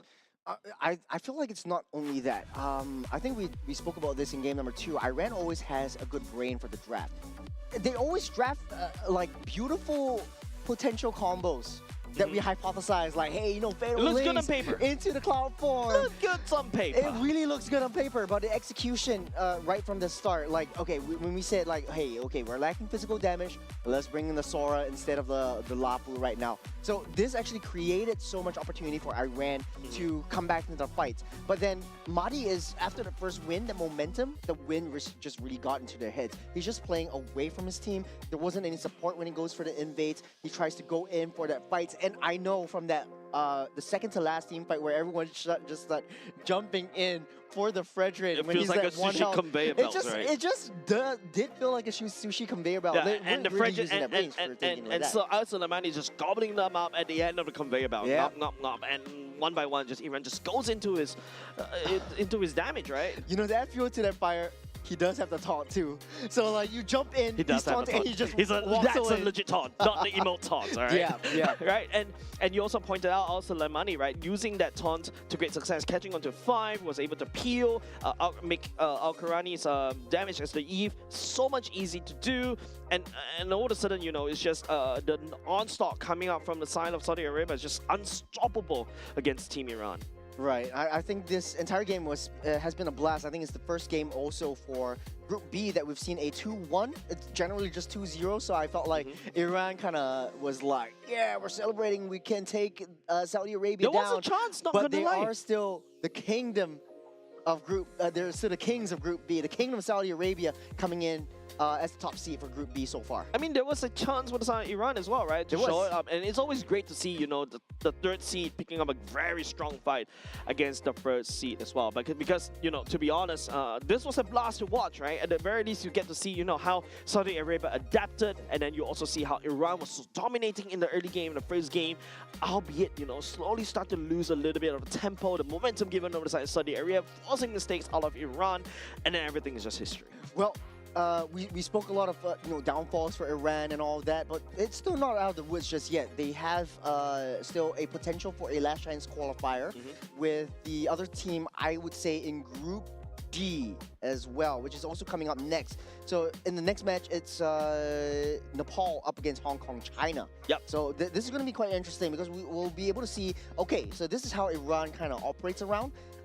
Against the top seed, they at the very least, they won out the first game. In Group D, though, where Nepal and Hong Kong, China actually stands, is still at the top 3. Yep. So the Kingdom of Saudi Arabia topping the charts 4-0. Yeah, to be honest, I personally feel this is kind of already set for the side of Group B. For the side of first seed, Kingdom of Saudi Arabia, followed by Jordan. Jordan is breathing a sigh of relief right now, right? Like, Yeah. imagine if Iran literally deliver a potential upset right then, that would be a little bit awkward. Yeah. But of course, commiseration for the side of Iran, they're still not too far. So Iran coming in third seed, they're technically qualifying for the last chance qualifying for tomorrow. But after that, of course, you've got Oman and also United Arab Emirates coming in fourth and fifth, respectively. Truth be told, though, I think if you are Jordan and you knew that Saudi Arabia won the second game and it tied the series, you knew that you're in a safe spot because Jordan actually took down Saudi Arabia. Yeah, all of a sudden it's like, Oh, no. Saudi Arabia took down Jordan, so you know that, okay, that's why I leave the standings to the officials Yeah. because it's really very hard to because there's so many factors right here, There right? is just so many It factors. feels like a Spider-Man meme Yeah, right there, yeah. right? If you- Especially if it's Iran 2-0. Oh, yeah, if Iran Especially if 2-0, it's a Iran 2-0. then it's just going to be a three-way tie. There's Exactly. going to be a So- three-way tie onto Saudi Arabia, Jordan, and Iran. But hey, enough of Group B. Congratulations for Saudi Arabia for sealing their spot in the top. Yeah, it's really great to be able to watch other regions. I'm gonna echo that over and over again. But of course, speaking about other regions coming up next after the short break will be Nepal and Hong Kong, China. Don't go away, ladies and gents. We'll be back after a very short break.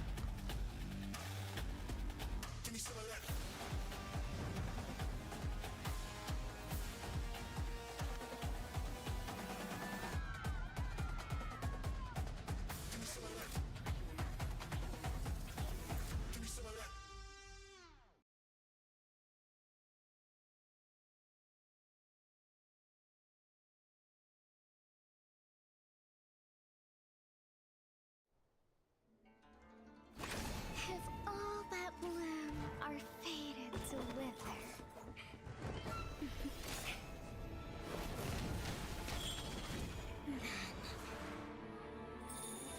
I'll enshrine your most brilliant moment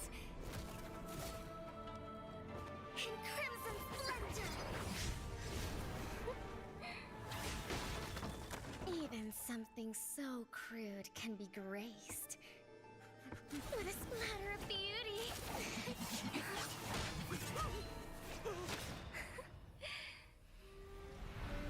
I'll get you out! You finally come to me, Hanabi-sama! This madness ends now. At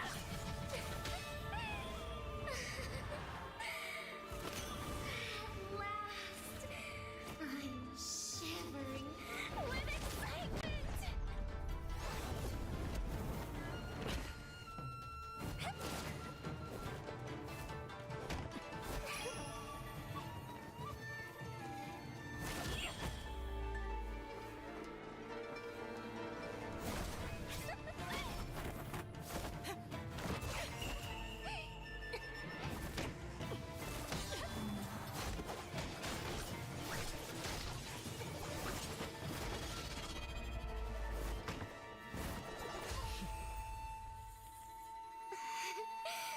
Such killing intent. Does this mean Hanabi-sama finally understands Kirara?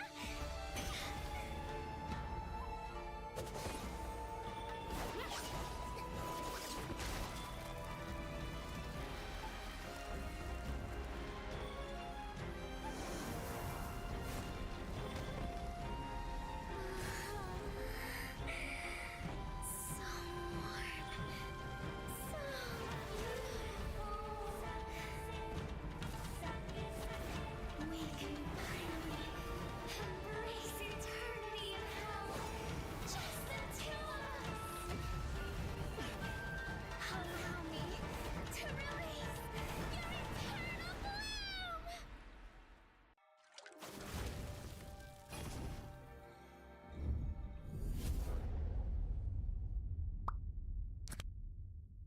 The human body was built to move, not trapped at a desk in one singular posture for 12 hours a day. It's time your chair evolved. This is Secret Lab Titan Evo. Ergonomically engineered for you, gamers, hybrid workers, artists, backing your every move.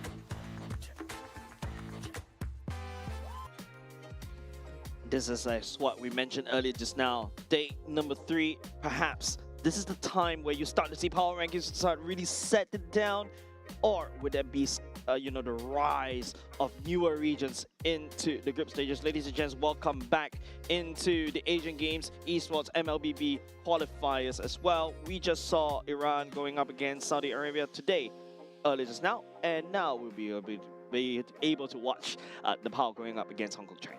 Yeah, this is quite interesting to say the least. Group D, being East Asia and South Asia, being combined into one region, has shown quite a bit of, here's and there's. There's not really any dominant teams. Hong Kong, China has played 3 games, 2 wins, 1 losses. Nepal has played 2 games apiece. Today, they are having a 2-game conflict. So, fighting up against Hong Kong, China in the first game definitely sets the pace for them going up against the next match against Sri Lanka as well. There's only one, common team that they have fought against, which is Pakistan. Nepal has taken 2-1. Win against Pakistan, Hong Kong with 2 zeros. But like we saying in Group B in the earlier game, that stats don't really tell the whole story as well. Yeah, I mean, this is the time where, you don't, even though you can start to say that, yes, there's some games being played as well, but the sample size is there. There's also a lot of external factors that you have to consider. If the fact that Iran was able to take out at least 1 game away from the Saudi Arabia being the 3rd seed going up against the 1st seed, hey, that is cool. But, I think we've been talking this to death, right? The fact that Cambodia took down Philippines, right? This is like the team liquid stack. Yes. Right? That's something that I feel like you couldn't count out these people as of yet, because right on the screen, that will be your contenders for this particular match from Nepal: Binay, Ankit, Lilim, Mitoya, and also Kishore. I think most of these players are pretty new to the international stage as well. Pretty interesting to see how they would draft, what kind of heroes are one of their signatures, or what are their hometown flavors they're bringing onto the scene as well. They did have 2 games on and off streams as well that they have played over the past 2 days. So it will be interesting to see what Hong Kong, China has done their homework on against Nepal.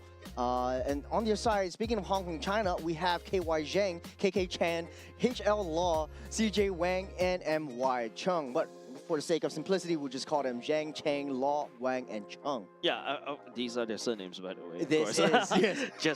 just take note as well. But of course, this is the 4th seed going up against the 2nd seed in their particular groups. Of course, with Hong Kong, China leading the charge as of now.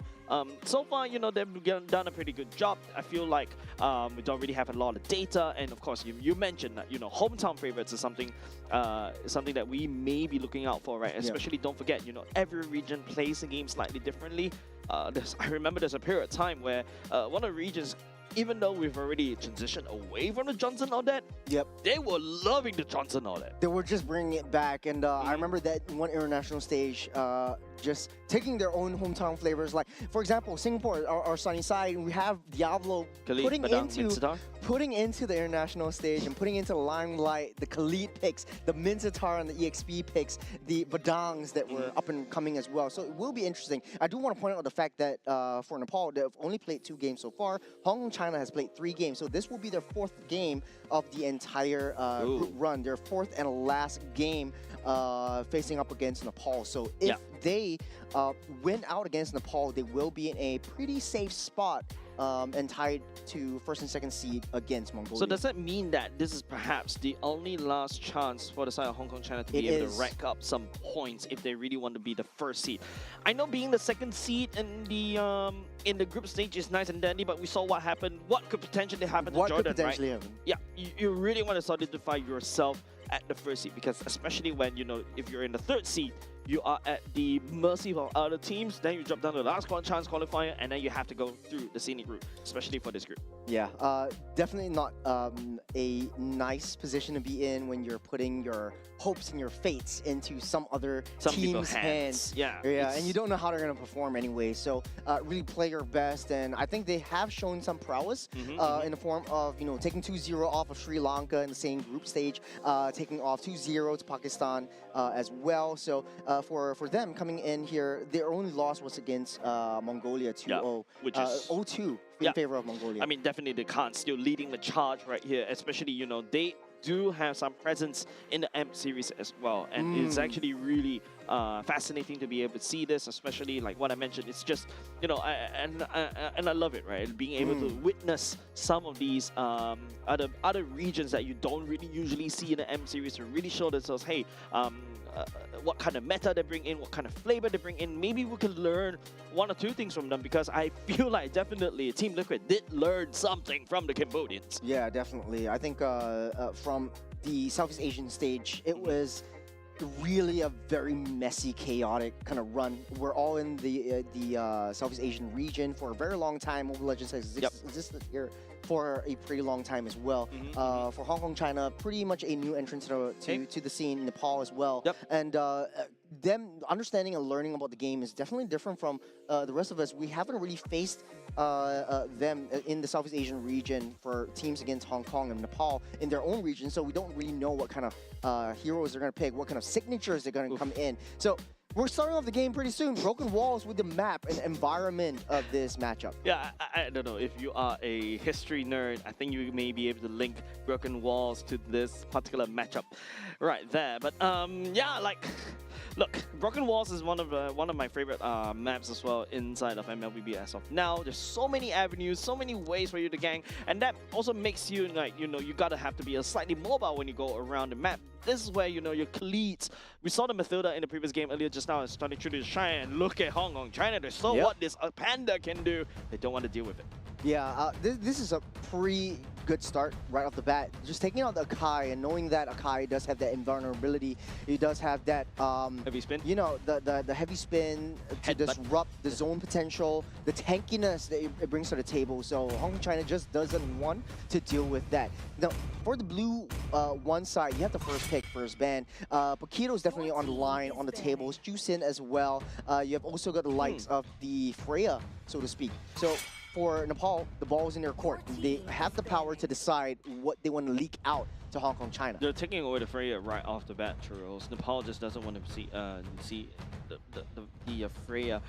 Albeit the Freya kind of fell off, in my opinion, in terms of the priority pick. I feel like the Freya is just so susceptible to so many CCs, right? One of the easy ways to deal with the Freya is either using the Phobias. Take note that she could dash all the time. You allow Phobias to just constantly jump and reset his cooldowns. Apart from that, there's also the Mincetar, technically speaking, a huge counter to the Freya. Akai at the same time. So unfortunately, luckily for both these two teams, they're not going to be able to see the Freya for now.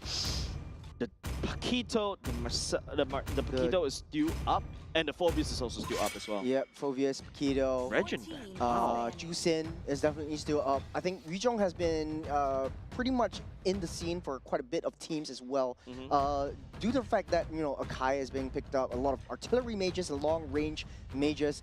The Yuzhong is being picked up as sort of like a gap closer, which a lot of teams really like and they appreciate in these kinds of long, drawn-out team fights. The ability to zone the backline out, the ability to push away the main damage dealers and to bait out their ultimates and to be able to sustain themselves. I think this meta is really a showcase of the fighters really coming in. Definitely, right? I feel like, of course, you know, if you take a look at the Mobile Legends Bang Bang game, especially when you go to hero selection, there's way too many fighters, right? Yeah. Everybody's a fighter, and the lines get to be really blurred between tank and the fighter as well, because technically speaking, a fighter also wants to sustain, also want to initiate as well. But if you notice from the side of Hong Kong, China, taking out all the tank junglers. All tank junglers already gone, and then after that, maybe they're gonna force assassins coming out. Yeah. Guinevere coming up from the side of Hong Kong, China, prioritize right off the bat. Nepal bans over the Hilda already, the Juicin, the Suyo perhaps coming in for the side of Nepal as well. Not only does Hong Kong, China have a plan, they have an idea, and I was really sussing out the Phobias. Maybe not, but Guinevere, we've seen how well it did on game 2 against Iran and Saudi Arabia. So bringing in the Guinevere this time around and taking out all the big threats that Nepal could potentially bring in. The tank junglers are gone, they're off the tables. They're baiting out the assassins. The Suyos need to come into fray. The Nolans need to come into fray. If you want to risk it, maybe you can throw a high loss into the jungle, but it's a very risky move. It's still one of the fastest after you know, Baxia to clear the jungle just because of the Ring of Punishment, but the Guinevere excels in that early game damage, the early game crowd controls. Nice pick actually coming out from the side of Nepal and also Hong Kong, China, right?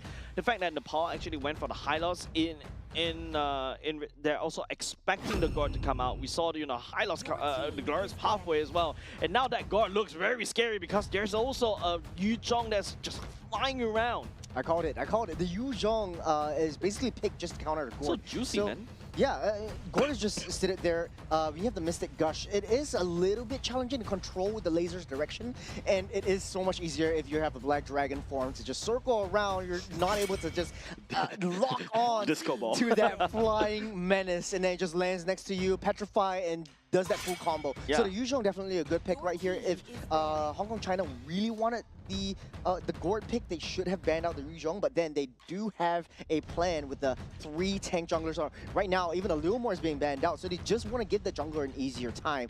Guinevere is going to excel in this. Dude, you have 4 junglers right They're now. going to invest 4 of the ban slots into banning out Nepal's jungle. And I think that's a statement coming out from inside Hong They Kong, know China, something right? we don't, Jace. Yeah, and the fact that Nepal is also going to ban away the Atlas, the Uranus going up next. They know that they don't really have the capabilities to deal with these very tanky heroes.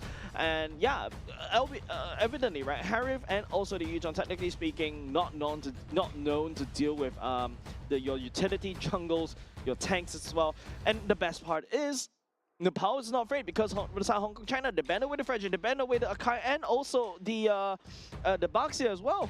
So the Yves is being banned out. At least they have a little bit more diversity this time around. So Nepal doesn't have that holy trinity of zone control, being the RWM, the Red Carpet, and the Zaman Forest coming in from Harith, Hylos, and the Yves. So right now, the ball is in their favor. We have seen farces here and there, still an artillery mage. Juicin is still on the table, though I'm not sure why they are not picking it right off the bat. And it does pretty well alongside the high loss with the concussive blast, with a little bit of heal potential, and you have that Red Carpet to increase that speed and chase capabilities. Yeah, I think Juicin definitely fits into the... Oh, I love this Belleric coming up from the side of Hong Kong, China. The Lapu Lapu as well. This is your anti-dive. And also, to a certain extent, there's also Disengage coming out from the Guinevere, right? With the Spatial Migration. There's also Lapu Lapu with the Bravest Warrior. I would say it's not too shabby in terms of a roster, but I feel like your main damage dealer in the form of Gord is already kind of counted, unless the Belleric, the anti-dive, activating the ultimate to lock everybody down for the side of Nepal, and then after that giving Gord and also the Guinevere a lot of opportunities for you to burst people down. I think that's okay. I feel like Hong Kong, China needs to play around this Bruno pick, especially in the gold lane. But then, here comes the Lilia as well. Secondary life, big bursty damage. You also got the Suyo to clean it up at the same time. Yeah, this is a very scary roster coming up from Nepal, not gonna lie. Yeah, honestly though, both teams really showing their flavors right off the table, right off the bats. In Southeast Asia, we're super used to Juicin being first our blue 1, red 1 pick. And right now, it's just the Lilia being picked up right here. Wave clearing potential, you do have a little bit more assistance with the high loss as well, and fast rotations, especially with the broken walls. You're just able to get from A to B using the hypotenuse instead of just really a straight cut into any directions. Hong Kong, China also bringing out...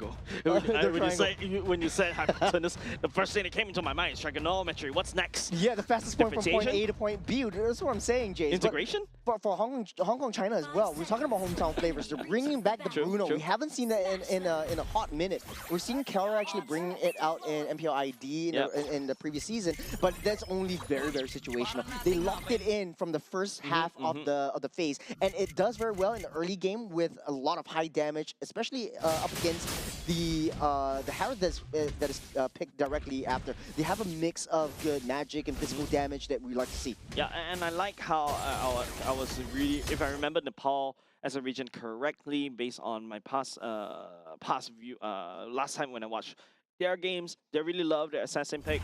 That's why I see Suyo coming in. And don't forget, Suyo is looking to snowball. And if you notice, Nepal is actually pathing very aggressively into Hong Kong, China's territory. Yeah, now with the new rotations and the new timings for the jungle, it really changes and switches things up. You're not going to open up, or you're going to be basically opening up your color buffs for your opponents to really dive in. And with a really tanky frontliner like the high loss right off the bat, it creates that opportunity and space for the early engage. You don't want the Guinevere to get that level 4 ASAP. Because once that Violet Requiem comes in, that's it. You're locked up, you're stunned up, you're jumping around like trampolines, and it's harder to take down. Take a look at the emblems right here. That's the fighter emblems for the Bruno. This is really interesting because we see a lot of fighter emblems really coming up. The sustain that it brings to the table, the additional lifesteal and spell vamp that it just really brings to his kit. Really excels in that. Yeah, especially when the Bruno, right? One of the key items is the Hearth Claws, and now it feels like you already have half the Hearth Claws because you picked up that fighter emblem, right? Being able to sustain in lane, being able to stay a lot earlier. You can duel as well, especially against Bine on this Harif as well. You do a lot of damage once you get that up and going. But I also need to point out, right? Lilim on this Lilia is also a very interesting pick. If you notice Hong Kong China's roster, really stationary, especially when they do the ultimates. That's where Lilim could just lay down bombs after bombs. And I feel I've seen this before with the side MPL Singapore. It's really a shake and bake.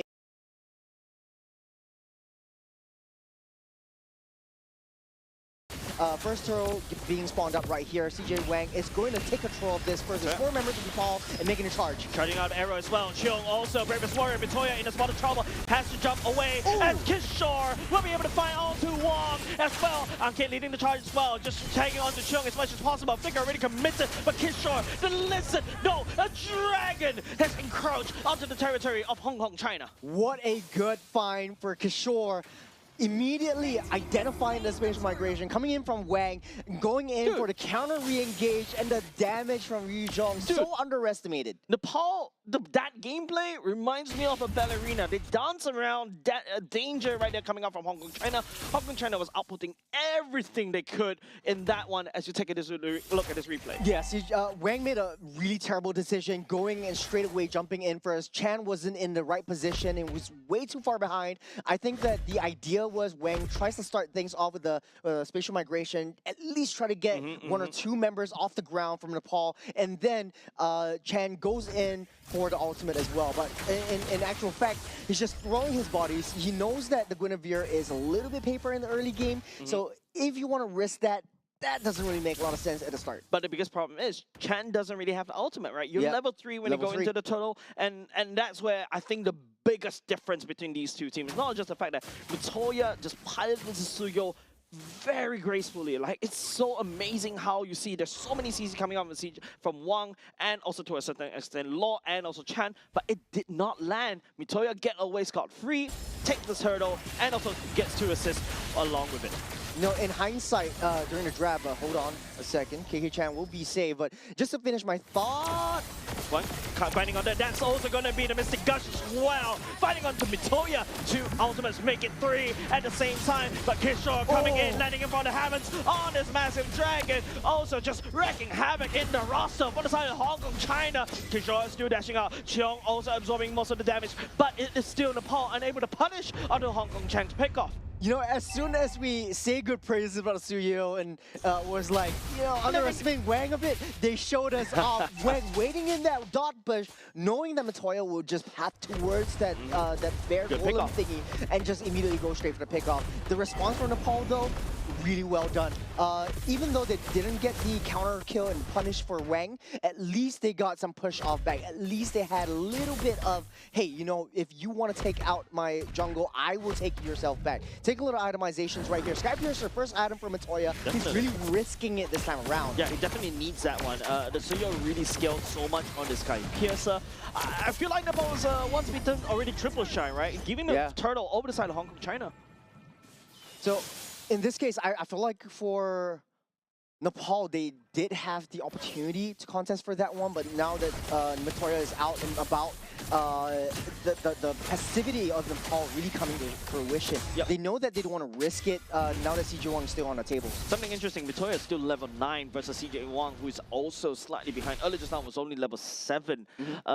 Even though they get, Hong Kong China secured that turtle, Nepal, technically speaking, just because of the jungle, they're still in the lead. The 3rd turtle still in the favor of, well, at the very least, Nepal still has that advantage. For Matoya, though, I think the Sky Piercer is just a means to an end. He does need a little bit more time to farm up, get at least a Hunter Strike, get at least, you know, maybe even a War X for a little bit more sustain before you go ham on any one of the other members, the loose members of Hong Kong, China. In this particular state, though, I feel like if you're just comparing apples and oranges, you're comparing the Assassins versus the Fighters. Assassins are definitely going to have a much earlier, better time. Big damage coming up from Binay on the Zaman Force, but you can see Zheng just instantly heals it back all the way back up using the Fighter Emblem. Not only Fire Emblem, he's got a Has Claws as And well. Has Claws as well, So yeah, that's right. Just one item away, just one, a couple of gold away from the Berserker's Fury. So that's going to be a huge power spike from that bottom gold lane. Yeah, Zheng is actually threatening onto Binay as well down bot. Members from the side of Hong Kong, China also starting to reinforce, looking for opportunity. Law just landing down the bombs will not be able to land, but if that land, that would be a dead Binay. Good pushback from Hong Kong, China. At least they secured that bottom side. Both teams are still hunkering down the bottom side for the gold laners. At least they want to make a 5-man play on that third turtle of the game. The early rotations already coming in from that top side down to the bottom, but Ankit is there for a little bit more reconnaissance, which I do like. Nepal does have the upper hand still. Still a bit. Oh, that's going to be a pick off. We'll be able to find the Kishori members for the side. Nepal just catching off guard, and now all of a sudden, Hong Kong, China is just leading guerrilla warfare against Nepal, and Nepal have to really start opening the map more diligently. Sneaky. For the Guinevere is just playing this fighter like an assassin. Definitely. Turtle already being set up right here for the side of Nepal, but they have to forfeit right here. China leading the charge as well. Just holding on to the ultimate. Will be able to activate it, but Mitoya will be able to steal that away. Here comes the Mystic Guts right here. We'll be able to target down onto Binay. The Zaman Force forfeited, but Hong Kong, China losing the turtle over the side of Nepal.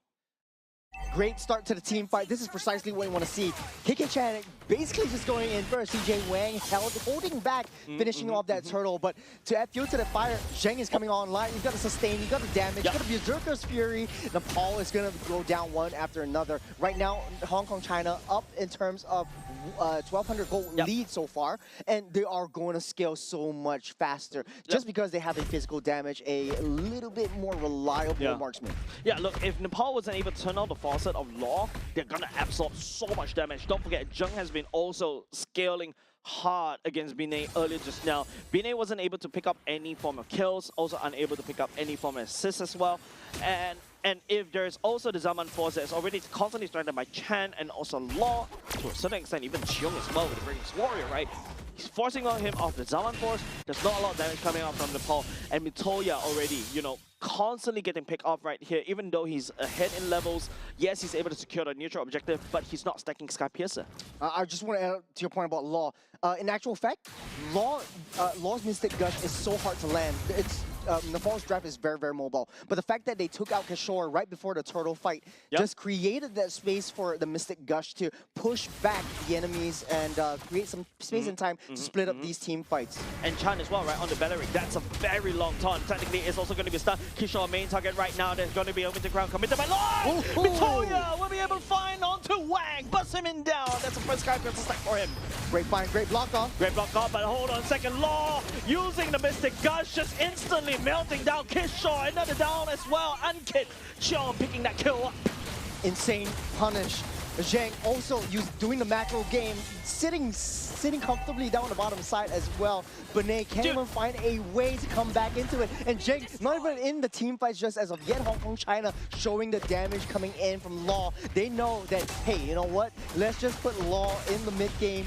The late game is all Zheng's show. Yeah, but dude, Churros, I don't understand from the side of Hong Kong, China, how is Law able to get away with amazing Mystic Gush when, you know, Nepal has so many tools to deal against Law as Wang picks up this Lord. Simple. Kishore already used up that the Black Dragon immediately right before that. Taking with even the Glory replay pathway as well. Yeah, Kishore, no ultimates. Law sitting comfortably right on that one. You got the taunt up, you got the stun, and there we go. The damage comes through. So Law's just sitting happily at the backside. You used to have so much damage and you don't have any disruption towards that gourd. Man, with friends like these, okay, sorry, You don't wrong, need enemies? wrong application of idioms, but hey, with friends like Hong Kong, China right here, Law, Gourd, it's such an easy gameplay, right? There's so many avenues that Hong Kong China was able to do. Mitoya in the spot of trouble right now as Wang and also Cheong. This is just a Naruto Sasuke fight right here. Oh, that was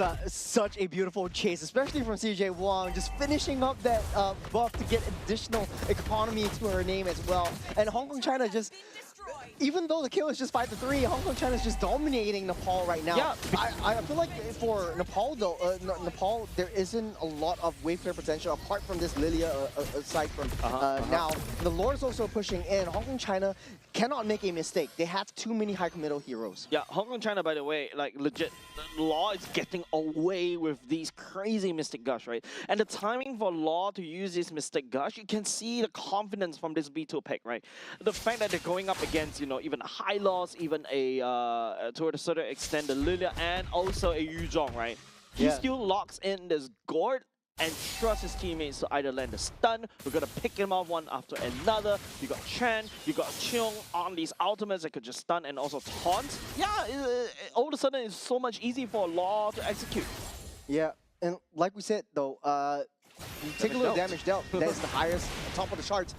Then again, I want to say that Hong Kong China has this kind of strategy where they don't like to fight as 5. They like to split up these team fights and go straight for the macro game.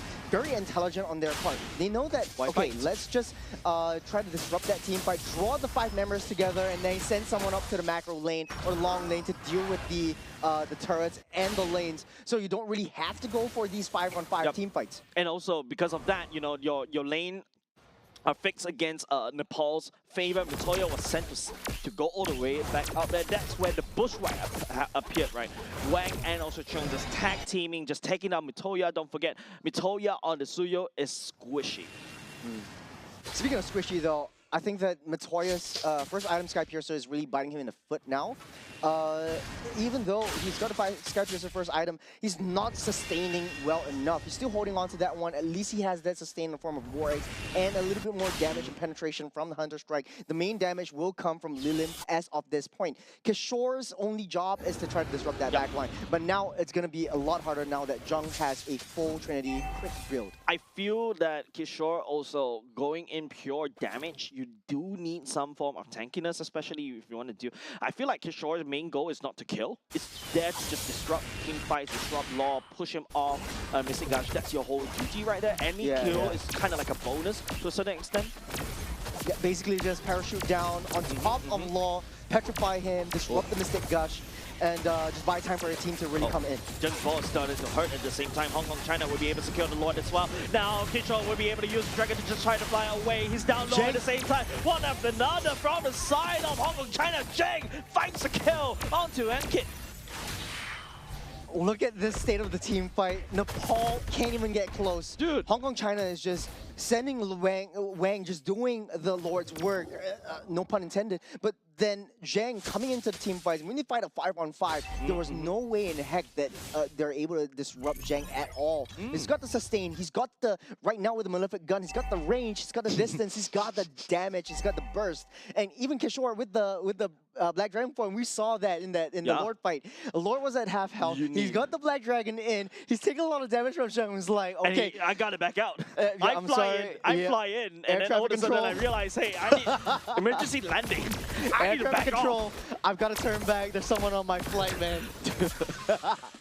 Man, it's not. I don't envy Nepal. This is a very tough team fight opportunity. Even though I was earlier leaning against Nepal because they do have the tools. I want to see them executing that one, but unfortunately, you know, Law.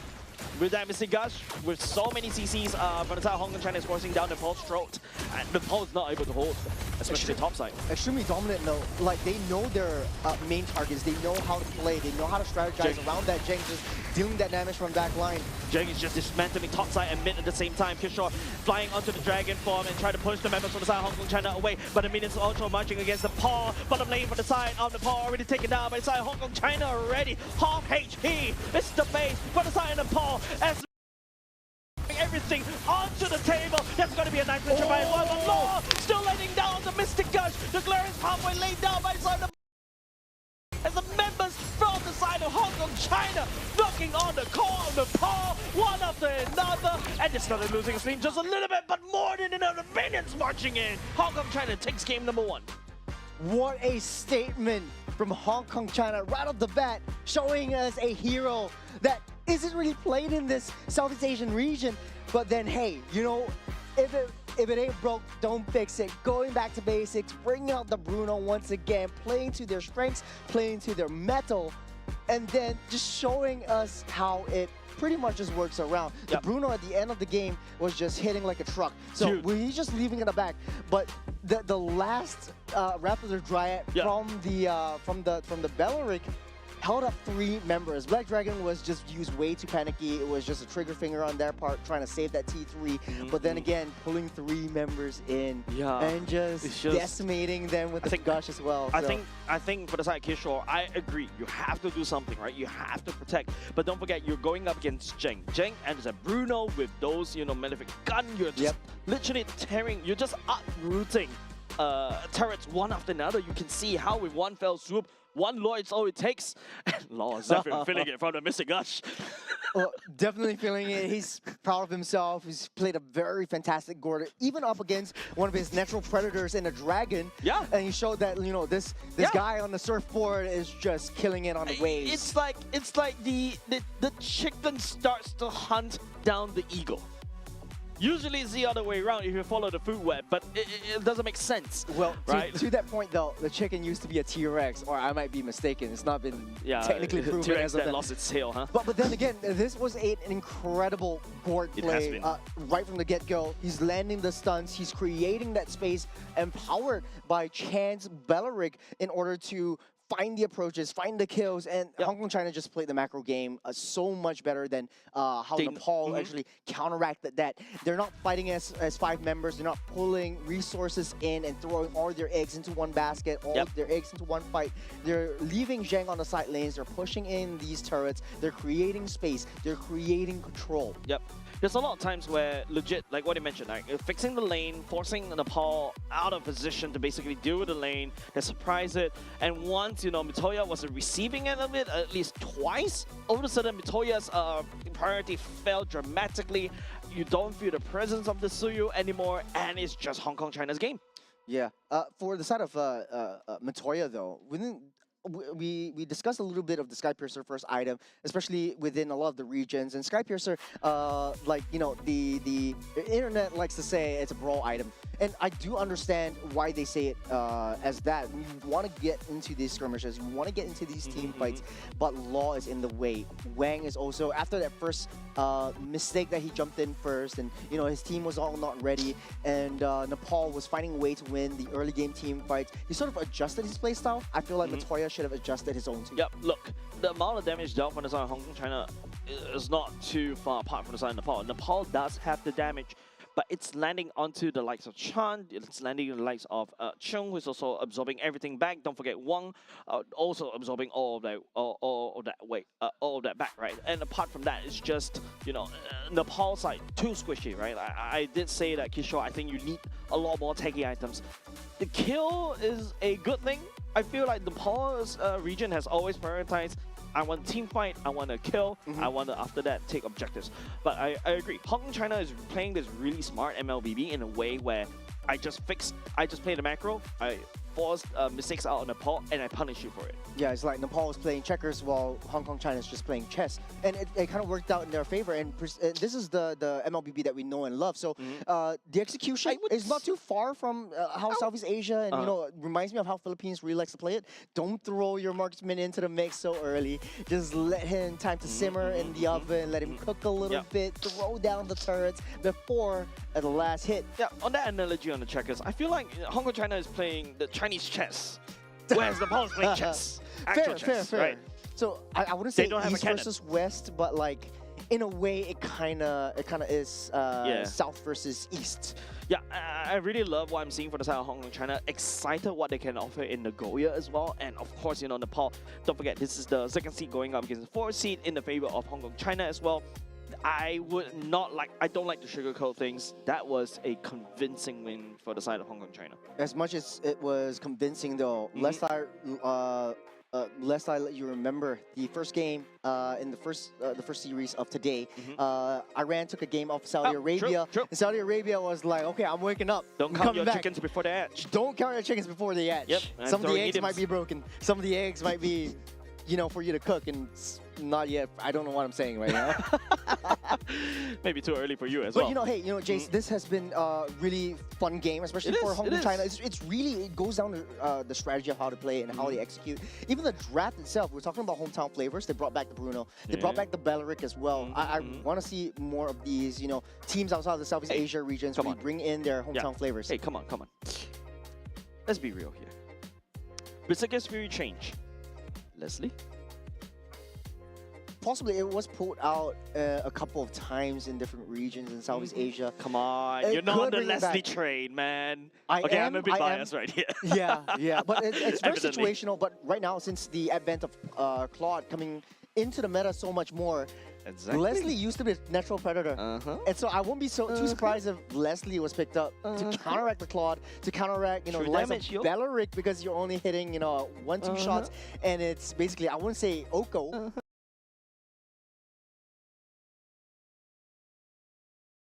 Moment, another fellow Leslie Enjoyer as well. Yeah, and it kind of matches what this roster, what the meta kind of needs, right? And once you start, Sky Pierce on the Leslie as well, and all of a sudden you I'm just trolling. Yeah. Could be a rank thing. Well, I mean, you said it, Jace. I want to see more of I this. want to see other. I want to see others. I Other want to heroes, see right? difference, and our wishes might be answered. Right now, Nepal in the blue, banning out the same heroes, but Hong Kong, China, Look, they're not playing the same thing twice. Unfortunately, not gonna lie, I'm a bit sick of looking at meta heroes. I want to see non-meta, How dare you. especially when it comes to the 2026 Asian Game Esports events, especially when you start to see other regions coming in and show, hey, you never know. Don't forget, Singapore showed off that, hey, the Khalid is really strong. Used till now as a role. And Guinevere's lived all the way until now. Shout out to Wise from all the way in the past, bringing that fighter jungler up, bringing the tank jungler into the meta. He was the one who coined it from the start, from his old teams, and then coming into the international stage, it's still been used until now. And right now, it's found so much viability. First pick going to be in the side of Nepal right now. Hong Kong, China banning out the junglers and don't want to risk giving the Guinevere over to Nepal. Paquito, Phovius, you mentioned also the Guinevere, Guinevere already banned as well. Juicin, we haven't seen Juicin in this particular day as well. Unfortunately, first pick Claude. Hey, is your just dreams so might be answered. Greedy. Your wishes might be answered, though. I was saying, like, Leslie? the conditions. Hong Kong trying to do it. Conditions for Claude. You want you someone know with it. You know early it. game and late game kind of potential to counteract that Claude. Come in with Blazing Duet, you two-shot Oko. That's basically how you want to play it. Typically, a lot of teams like to build the Harith. It's a very safe pick, but we haven't seen Harith perform so well, at least for the earlier parts of the 2 days. Yeah, Harith, I feel personally has Has fell been off. forced. It's such a forced hero. Yeah, I feel like that's the case as well. And at the same time, you only see like the professionals really playing the Harith like a crazy monster that zapping around, landing on the shields. It's almost nigh unkillable. But now Alice coming in for the mix for the side of Hong Kong, China to deal with it. And of course, the Gord's Law coming in for the side of Hong Kong, China as well. Law's Guard and Law's Gord's Law. Man, it's honestly a tongue twister, but I'd like to see him on that Gord once again. But this time around, it's not going to be Yu Zhong. It's going to be Paquito that he needs to face up against. So a little bit of a difference on how he plays. And not only that, you got Atlas as well. Yep, Atlas is a good way to also deny the area as well. You could dive onto the Gord, but at the same time, Atlas with the TOR also anti-dives at the same time. Paquito, of course, I'm surprised it's a B3 pick. Not even R2, by the way. Yeah, so coming in for the side of Kishore, Jung goes back into his Bruno. Oh, no more Leslie. Yeah, I was quite surprised. Honestly, I was quite surprised because the B3 Paquito picked up in Nepal. There is something that Hong Kong, China is definitely cooking up. Paquito in a lot of the regions that we've seen is super high priority. If it's open, just pick it up. Yep. But there might be something that they're teasing, that they're not saying, that they want to bring up. Because, you know, the Paquito does have a lot of rotation speed. They have a lot of early game and late game damage. Your backline is going to be in shambles. It's going to crumble. It's going to tear cracks into your shoulders. But the Alice with the TOR creates that open opportunity for team fights for you that maybe Hong Kong China wants to bring into the table. I like how Nepal is reacting to the Valeric. Earlier just now, if I remember correctly, it was Chen, right? Holding on to the Valeric. It's just counter dives, especially right now when Nepal is all about dive. I think Hong Kong China, there's something else that could just do that thing. Like what I mentioned earlier just now, there's also a potential Minotaur if you want to pull that back to do it. Or to a certain extent, Kufra, right? Like Kufra deals quite well against Paquito. You shut it down with the bouncing ball. And don't forget the Phobias is also wide open, but they've already selected an Alice in the EXP lane. The pop bans over the high loss. And Chen is definitely one of those heroes that, one of those players that you want to look out for. He has empowered Hong Kong China so much in the previous game, albeit a rough start in the early side. Yusun Shin getting picked up here, definitely a little bit more late game insurance. Don't you think? You don't really have a lot of tank ability. Alice definitely soaks a lot of damage, but you have to play your cards right. If Alice goes in straight away, you're soaking in that damage. You don't really have a lot of sustain. You're leaving that back line open. So right now what they're doing is, if Bruno goes down, I want to use Isun Shin as instead. Yeah, I think Isun Shin is still not too shabby either. Okay, this is gonna be a difficult game for the side of Hong Kong China. Harley, Nepal is gonna escalate so quickly with Harley, the Juicing Paquito and Atlas rotations as well. If Isun Shin makes one misstep, he's gonna get busted down, and you know, Isun Shin is basically Harley's food, right? So that's something that I feel like Hong Kong China need to play around. Hilda is a good choice. They need that tankiness, they need that hard invade as well. So yeah, now all of a sudden, you know, the Harley doesn't look as strong anymore if the Hilda is constantly invading against this Harley. On paper, I think Nepal does have a better draft. I mean, then again, they're meta creeping. There's basically just 5 meta heroes on the tables for them. And Hong Kong China is just playing their own game. Like, hey, you know, we do have our own signature, we do have our own flavor, and we want to show the world what we're made of. And I think that bring out that Hilda in the last pick definitely has a little bit more value in terms of opening up that map, giving a little bit more reconnaissance. It might be a sacrificial lamb since now you're gonna face up against the Atlas. But for Nepal though, the Harley, fantastic pick up against 2 marksmen. The Paquito, fantastic pickup against the 2 marksmen. Yeah, I mean, there's also a case where the EXP lane, especially with the Paquito, right, with the wave clear against the Alice, the Paquito does have the initiative to basically start rotating and start hard invading against Wang. So I feel like Hilda has definitely a lot of work to do, right? You at the same time, you gotta have to try to find to slow down Mitoya. At the same time, you also have to heal for Wang. And also at the same time, you know, there's so many things you do, but you're only just a Hilda. Yeah. And you're dealing with Bajusin as well, so you're gonna get picked up and tossed around like a ragdoll. We'll see the execution though. I think for Hilda, it's not too worried. Early game, at least until the 8-minute mark before the Lord spawns up, there will be some form of reconnaissance or active vision duty that the Hilda has to play.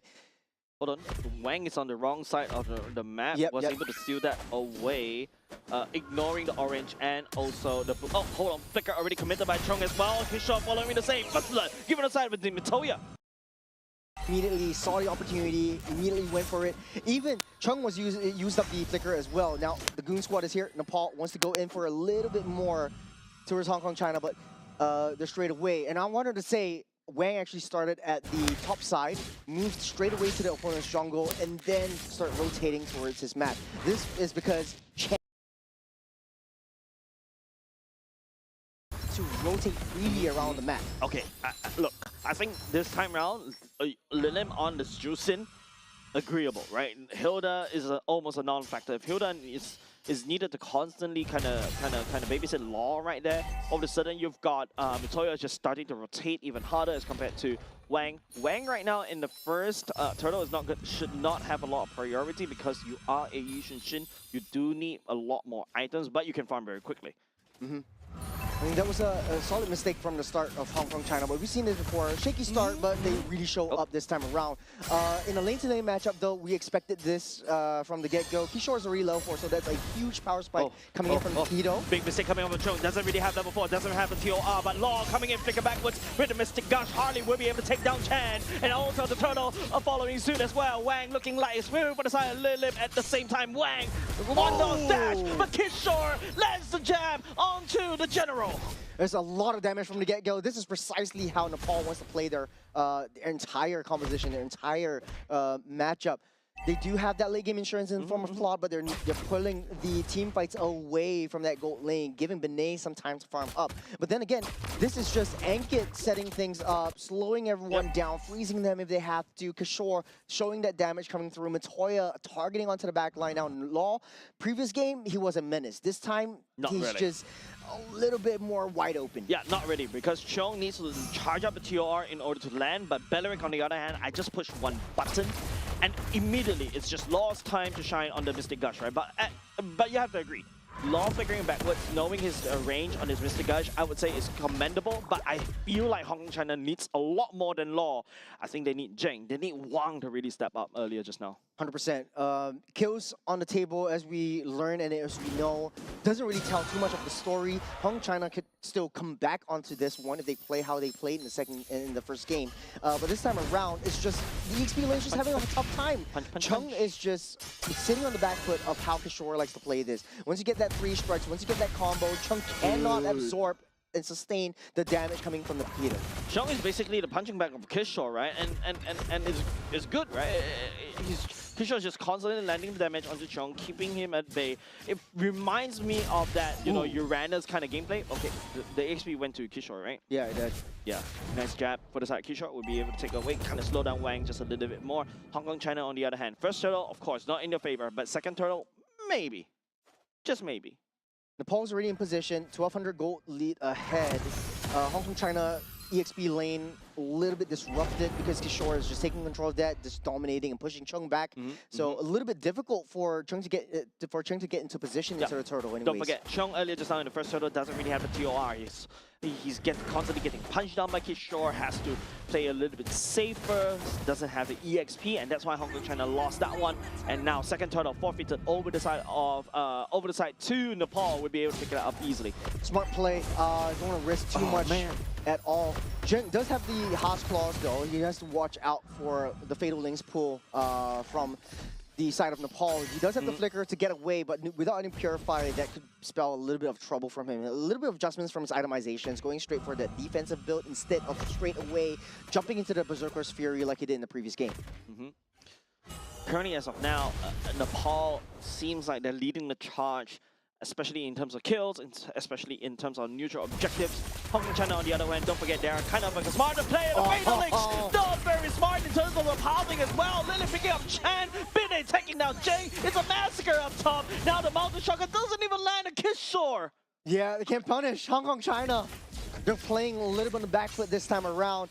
Nepal, Wang. like I said, everything that bad that could happen did happen. Oh, Law is wide and open. Might be able to get chased down. Matoya doesn't have the ulti. Yeah, not only just that, right? Wang needs that level 15 power spike as of now. That Yushin is a non-factor over the side of Nepal. Nepal is going to be able to take it and run away like it's good money. Yeah, but it should be a bit more passive. Don't chase, don't push too much if they want to play into the late game.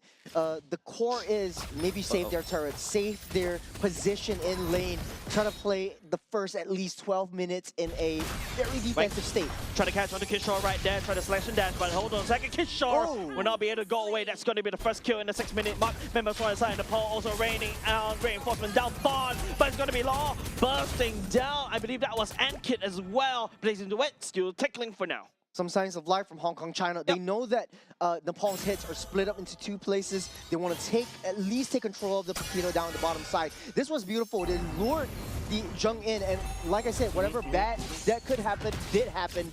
and it was just karma for coming in from Zheng, not taking the Purifier to get out of the Fatal Links and taking 2 members in from that top side really set things into motion. Hong Kong China do not have the woods yet though. At a core of 2,000 gold lead, at least they're coming back up ahead. I heard a flicker right there. Team Hong Kong China will be happy for that one, right? Ankit burning away the flicker from the side of Nepal, Team Nepal. Great, no flicker Fatal Links for the next 100 seconds. So that's something that they are more than happy to take away. I think in this stage, Hong Kong China doesn't really have to look for all these big team fights, don't have to look for these big kills, just focus on playing their own game, playing a little bit more passive than Zheng. Oh, Zheng's taking a lot of damage, and now with the Fatal Links coming out from the side of Ankit, we'll be able to find onto Chung. Chung down low, absorbing so much damage from the side of Nepal at the same time. Montoya stepping forward as well, looking for the Zheng. Chen coming in for the flank, but he's going to constantly get a pick up by the side of Lilith. Chen cannot find an entry point. It's very to their MO. They have 5 members down the bottom side. They're sending Fakita and learning from their mistakes of the previous game. Hey, we also need to play the macro game. Hong Kong China just not really caring too much about that team fights. There's not too much backup. They sacrifice Chung, but it's all scripted. Mountain Shocker already committed. That's going to be the body from the side. Ankit going away. Wang firing that Mountain Shocker, but unable to find any form of catch. Hong Kong China does have a bit of a pushed down bot. I think that's just the consolation prize. They'll get what they have. Honestly, the goal difference not too wide. Next major objective really coming up in 30 seconds. There's going to be a Lord take, and this is where the big fights will take place. Zheng is coming online with the damage, with the burst potential from himself. Chen finding onto Chen as well, the blazing duet. Also onto Bene, the flicker, also commit the pushing. Law and also one out of commission. Chen will be able to find Kishore though. Lilith find onto Law. 2 members from the side of Hong Kong China down, but that's going to be a trade for the side of Nepal. But Victoria has something else. Hold on second, Zheng. When we try to find the equalize, the flicker committed form. Lilith, Zheng also repeating the same, but the Sky Piazza catches onto him. Cheong, members from the side of Hong Kong China down, just Chen. Greedy on that last play. Zheng could have survived and just went back and just free farm on the side lanes. But to kick things off, Kishore Montoya immediately went towards Law. The Gord has to be taken out. That is the main objective. Take a look at the replay. Benet straight away. Wherever Wang is, wherever Law is, let's just make them a non-factor, push them away. Once the Mystic Gush is out of commission, that's it. It's free and easy for Nepal to free roam around. Yeah, it's a lot easier to sidestep a laser if you are Benet. Blazing Duet at the same time does a lot of damage in that circle, and Law this time around doesn't really have well, technically speaking, a TOR or a Bellerin ultimate to basically lock people down for the side of Nepal, and that's where Hong Kong China is finding a lot of trouble to land the damage from Law onto Nepal. From that lead cut that Hong Kong China has created for themselves, down to 400 gold lead, back again to almost 2,000 gold. That's not a good place for you to be in Fatal Links. Oh man, you're just free food over the side of Nepal. Lilith, another Sky Piazza stack as well. Benet taking a lot of damage from the side of Mountain Shocker, but Wang has to back off. Nepal still solid around the Lord Pit. The layering from Nepal is extremely strong. There needs to be a way to body block that. Chung is not the answer. He's not too thick as of now. Chen is just single target. When they want to build up against a sort of like a teamfight composition, you're sort of a anti-synergy between the TOR as well as the Hilda. Now, Hilda has already reached that tipping point where it's not really too much of a big factor because any one of the members could easily chase down Chan and make that Hilda pay and punish him for getting a little bit too close. Hong Kong China does have a little bit wave clear potential, so playing defensively, playing that passive game would be their way to win. I feel that's exactly what I was talking about, right? Chan on this Hilda, I need to see him starting to dominate in the early game. If not, this is exactly what's going to happen, right? I feel like what Hong Kong China can potentially play is using Chan's ultimate to combo against Thor.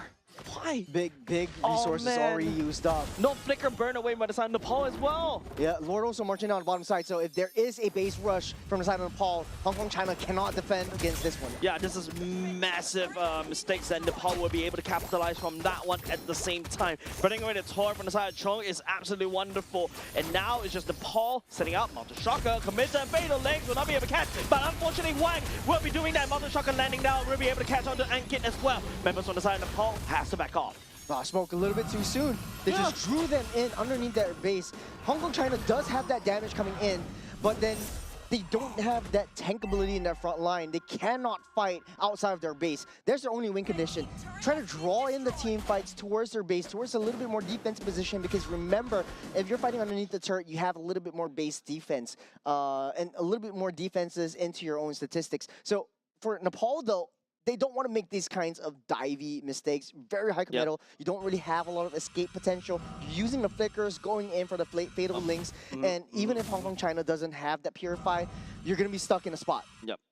Don't forget, Hong Kong China does have the double marksman kind of thing. If one mistake from the side of Nepal, two marksmen will be able to push turrets very quickly. That's a lot. Standing goal, there's only like, what, 5k gold lead in the favor of Nepal. Easily shut down if, you know, Hong Kong China starts tearing away turrets. I would agree to disagree. Matoya, Kishore, they are marksman killers. They're basically deployed there just to shut the marksman down as the assassin. So the backline is definitely in shambles. Chen and Chung needs to build pure defense. It does fatal links. Oh, another fatal links onto Chen. I feel like I've seen this before. Chen was able to absorb the deadly magic though. No, Chen at the very least still stays in the game for now as Hong Kong China sieges mid. Oh, they left the mid side wide open. So I think that's a mistake on Nepal's part. I felt like they should push and engage towards a team fight during that period instead of trying to force a fight onto Chen in the bottom side. On the trucker, does charge up, will be able to find onto Ankin. The fatal links, I think it kind of was channeling, but he gets busted down, and all of a sudden, the Lord swings over the side of Hong Kong China's favor. Oh, one misplay down to the bottom side river. And look at Chen pushing Lilim back. They can't even get close. Chen as well, and not a sinker. The place to duet. Wang will be able to secure the Lord for now. Never mind, we sacrifice the gold laner, but at the very least, we buy some time for the Lord. Kishore would be able to try to do the damage on the Chen, but members from the side of Nepal reinforcing, taking down Chen. Now with Nepal having that sizable lead, I felt like they should have just stayed in the upper side of that map, try to take control of the jungle, try to take all the resources away. Hong Kong China having free roam down to the bottom side and having Wang in that push, that's super questionable, look, Jace. Level 15 power spike, right? At the very least, you know, Wang... What? Exactly! Level 15 power spike usage in Churros. This is just crazy. This train. This is just crazy because Nepal had so much lead from the get-go, and suddenly Hong Kong China having free roam of the entire map. They're just everywhere. Wang was just sitting heavily on that bush, and he's just super comfortable. Even though Chen and Chung dies, now I take back my words, because now you don't really need a tank because you're sustaining and you're healing everything back up with the Assassin Emblem as well. Look, if you watch the NA league, region, right, he who should not be named is right there. He should not be named. But I mean, like, Wang is just gonna have just really work it out right now. The way that Hong Kong China is just slowly solving this Rubik's Cube. It may not be a speed cube, but it is working. You have to threat lightly, don't you? But it lands onto 3, and immediately Law unleashes the gush onto Mitoya. But hold on a second, Hong Kong China starting to lose stability just a little bit. 3 members from the side of the ball going down. But it's also going to be Kishore coming in for the flank at the same time. But Milim trying to land down the dream on the ball, delivers a triple kill. Extremely punishing play for Hong Kong China. I felt like Wang could have just got out. The Skypiercer stacks from Lilim is just too much. 9-0 and 5. That's 4 stacks and a half for Lilim with 0 kills on the board. Look, you don't ever just chase a juice in like that. But to kick things off, I felt like Chung, that was the best play of the game so far. There's a 3-man stun up, so much damage. Law identified that Matoya came in. Even though not for him, he flickered back and out of the way. That was Benet targeting onto Wang. They know that things are in session. Zhang with the ball. That was just a lucky strike onto a Claw when he just BMI'd back all the way. Look, Lilim does have the Crimson Beacon as well, right? Members on the side of Hong Kong China just follows. Don't forget, that Sky beside for the side Lilim should be maxed out right now. Okay, so for Hong Kong China, one thing they should do is never make the same mistake twice. I feel like they still have kind of free reign, quote unquote, over the entirety of that map. So if Nepal doesn't take control and understand and get the intelligence of where Hong Kong China is at all times, they're going to lose their lead. They're going to get turned around. Yeah, look, the lead was, what, 5k goalie in the favor on Nepal. Right now, it's starting to dwindle. That's exactly what I was talking about, right? 1.3k, you have double marksmen on the other side of Hong Kong China. They can rip apart structures. Hong Kong China has proven themselves very smart when it comes to these kind of gameplay. And now Nepal, this is going to be a very important lot. If they lose this one, Hong Kong China will strike. You have Paquito on the top side.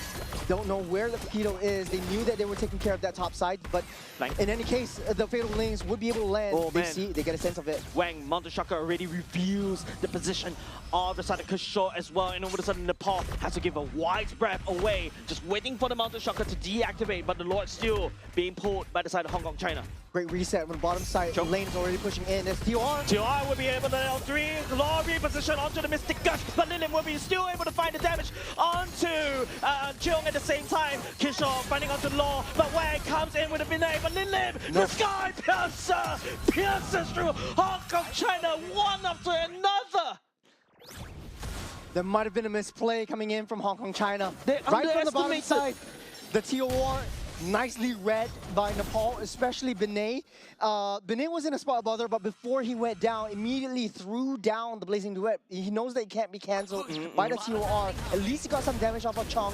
And now, you leave that Paquito wide open. That was a big mistake from Hong Kong, China's part. They were chasing the Kishore out of the way, but they totally forgot that the Paquito was on that side, found the flank onto Law. And even when the TOR was at, was laid down, Law was not in the right position. He had to utilize a flicker just to reach that gush. Look at where Law is right now. Kishore is right open, got that free kill, and then Fatal Links as a counter re-engage. That's something that I think Hong Kong, China cannot make the same mistake of. Very counter engageable. Yeah, and the fact that, you know, I really have to agree. Law needs to use the flicker to reposition to get land down. Away defensively. Defensively, but he's using it offensively. He has no choice. If he doesn't land down the damage from the side on the paw, he's Hong Kong, China is going to get cooked, right? But apart from that, I feel like Hong Kong, China is also starting to underestimate the power of the Sky Piercer Lilim. He is rocking, I believe, with 80s, with full stacks right now. That's going to be a full build for almost everyone. It's got a fleeting time as well for Ankit. Oh! There we go, bushwhack position. While, you know, Hong Kong, China plays this kind of bushwhack position, that's something that at the very least, a bit of a consolation prize. The Lord is still in the base. For the side of Hong Kong, China, 2 lanes open in the favor of Nepal as Nepal backs away. They lost Kishore. Great find onto the Paquito. This opens up a little bit of the map for Hong Kong, China to try to dive in. They don't really have to watch their 6 anymore because Paquito is out for at least another 20 seconds. Lord going to spawn up in 120, so that's going to be enough time for Kishore to come back. So a little bit more base defense. I feel like they do have the kit to defend against one more skirmish. Yep, I think this next Lord is going to be very important for both of these two teams. Hong Kong, China, almost finding on to Mitoya. Will be able to get away scot-free, but Wang burn off a little bit too much resources and almost his life. He's going to heal everything back up, but what a read from Wang. I feel like they should have known that the bush was occupied by the Harley, and that was a very risky play. I think they wanted to find out and wanted to take control of that man. Right now, Paquito's back into the picture. Hong Kong, China, down into the jungle. Very risky position they're in. As much as, you know, they're pushing both side lanes, this Paquito has free reign on that top side. Hong Kong, China has to play together as 5. They do have a team fight composition, very heavily reliant on Chung's landing of the TOR, Law following up with the Mystic Gush, but that opens up that vulnerability spot from the backside. Yep, look, we are already at 60k gold territory, right? Items, technically speaking, is about how you build them. It's not whether you have the items or not. And apart from that, it's also how you position yourself in these team fights. Now, Cheong's TOR has been critical for the past 2 team fights, but Lilim is just there. It's just so big. Don't forget, the Sky Piercer stack, I would say, is worth at least 2 to 3 items, especially when it's maxed. Jeng.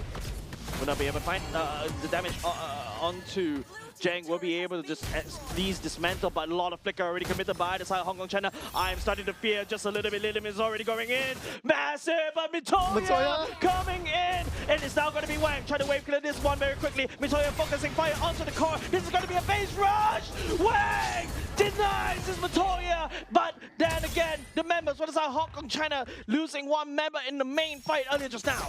Great defense. Hong Kong, China might be able to turn this around. They still have Zheng and Wang, but they're facing up against a 14-kill Lilim.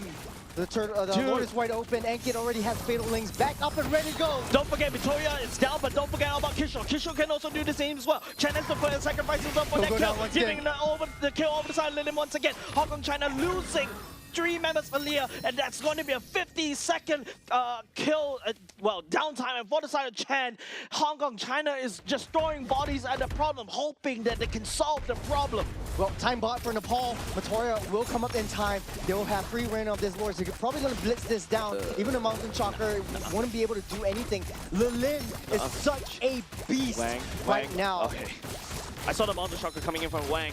No, he's not going to attempt it, right? That was the old Isushin that we were thinking of. No. Like, he could actually swoop in with the Mountain Shocker, try to steal the lord away, but he's too far. Kishore was a threat over the side of Hong Kong, China.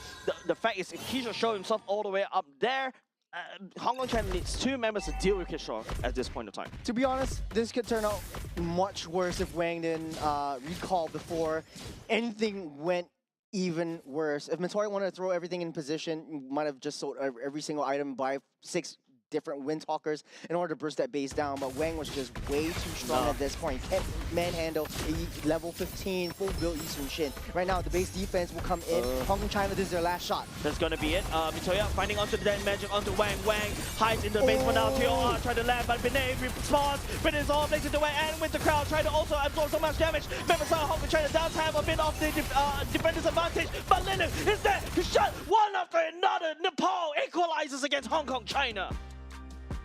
The first 2 games, an absolute banger. In the first game, Hong Kong, China was way too dominant. We all thought like, hey, Nepal had no shot. In the entirety of the first two days, it was generally 2-0s all across the board. This time around, Nepal really showing up, and they're such an even fight. It was a push and pull. There were some things definitely that Nepal could have improved on. They had such a lead. They should have just held on to lead, cycle Hong Kong, China at the very least, or take control of the jungle so that they don't prance around all willy-nilly anytime they want. A little bit of a counter engage from Nepal could have spelled disaster for Hong Kong, China. I mean, so a lot of learning points from that game. And look, it could go both ways, right? Yeah. There is a chance because Yisun Shin has farmed up, so it has already hit critical mass, and then all of a sudden you also have, you know, if members from the team Hong Kong, China starts picking up Nepal one after another, especially Mitoya, and also to a certain extent, you know, the TOR is coming in really clutch, but the Blaze New and Winter Crown one-more combo coming in for this Claude is working wonders, especially at the last fight. And don't forget the Skypiercer. Nepal had a beautiful draft. Lilim had a incredible game. And I was always sussing out, hey, you know, Jusin's open, why not pick it up? Last game, it wasn't picked up at all. Lilim, your MVP of the game, 17! 0-6. He's going diving. He's scubaing. Not only that, you have so much defense coming in from the Jusin as well. So hard to take down. I mean, and that's a lucky number, 88% participation as well. I mean, he's more than happy to just dive into these team fights, right? If you notice, his Crimson Beacon's on point, his Skypiercer that's max stack, he's scuba dancing all the way onto Team Hong Kong, China earlier just now because, man, he's just... Who fed him? Yeah, hard to reach, hard to take down. Yeah. He's healing everything back up. You got the slows, you got the Skypiercer. Once you reach a critical mass, basically you're just decimated and you're out of here. Look, can I interest you with this new item on the market? Skypiercer and max stacks, right? Man. You can see how Hong Kong China is trying to shut this Lilim down, but the Brace might come in clutch. The shields from the Crimson Beacon coming in clutch. Then they forgot about Binay, they forgot about Kishore, they forgot Mitoya. They also have Hansu. They're throwing it against Hong Kong China, and unfortunately, there was a bit of opportunity for the side of Hong Kong China to really bounce back, but Chan is just giving himself way too much over the side of Lilim. To be honest though, that one team fight at the bottom side where Wang was way too hyper greedy and tried to take down Lilim. I mean, I don't fault him. Lilim was like 1-2 hits away. Yeah.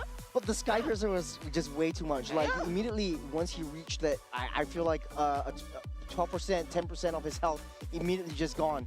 He didn't have any time to escape, didn't have any time to do that much damage to come even close. Lilim also got the ultimate on as well, so dealing constant damage, a lot of mobility coming in from the Jusin as well.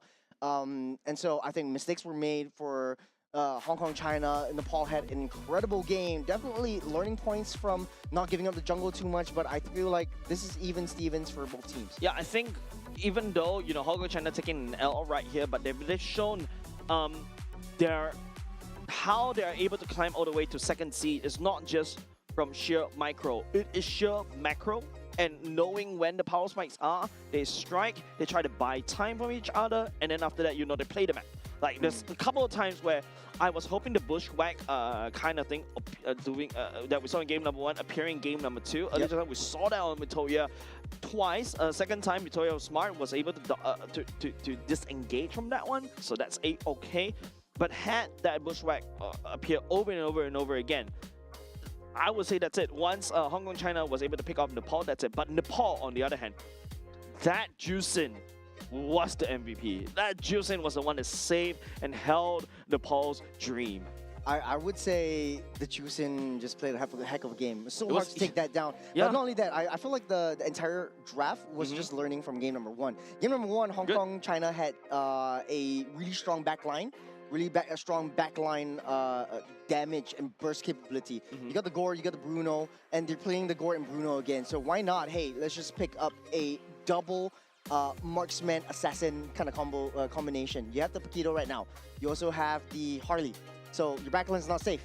It's much more, I would say, easier to execute than if you have a Yu Zhong in the picture, where you're flying in the sky and you're getting shot down by missiles from the ground, and you have to revert again. You're going in, you're dealing that damage, and then you're getting the heck out of there. So for Nepal, the meta creep this time around worked out well for them. I also feel like the Hilda pick was great on paper, I would say. The Hilda grid was great for the first at least 5 minutes of the game. Yeah, but that at least the first 5 minutes is where the Harley truly shines, right? You really need to find a way to slow down.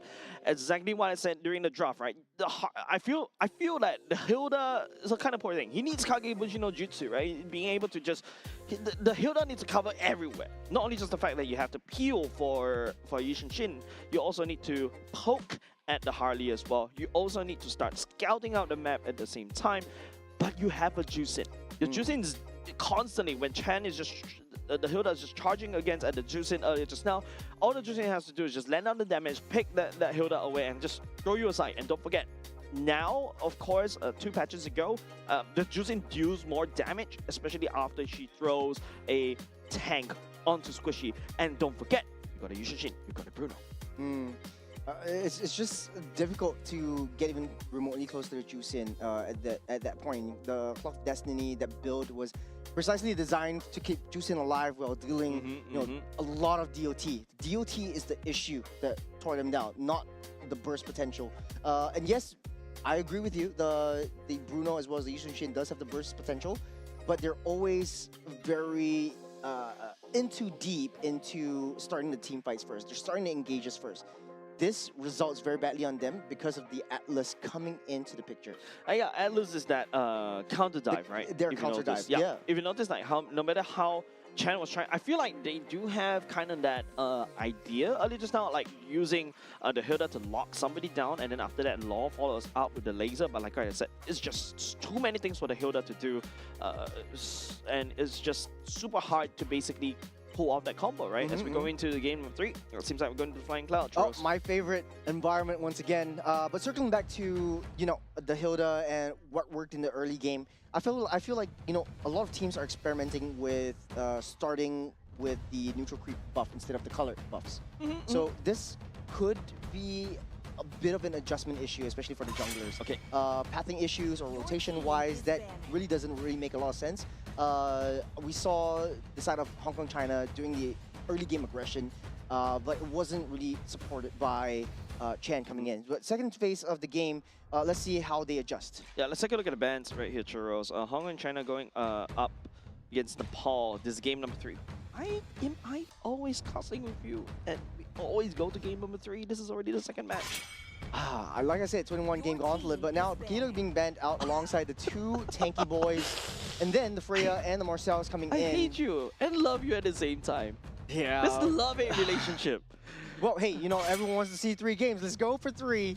Right now, I think Juicin is open. Hong Kong China, if they're smart, really want to pick that one up straight away. The Guinevere. Oh, yeah. Guinevere was wide open.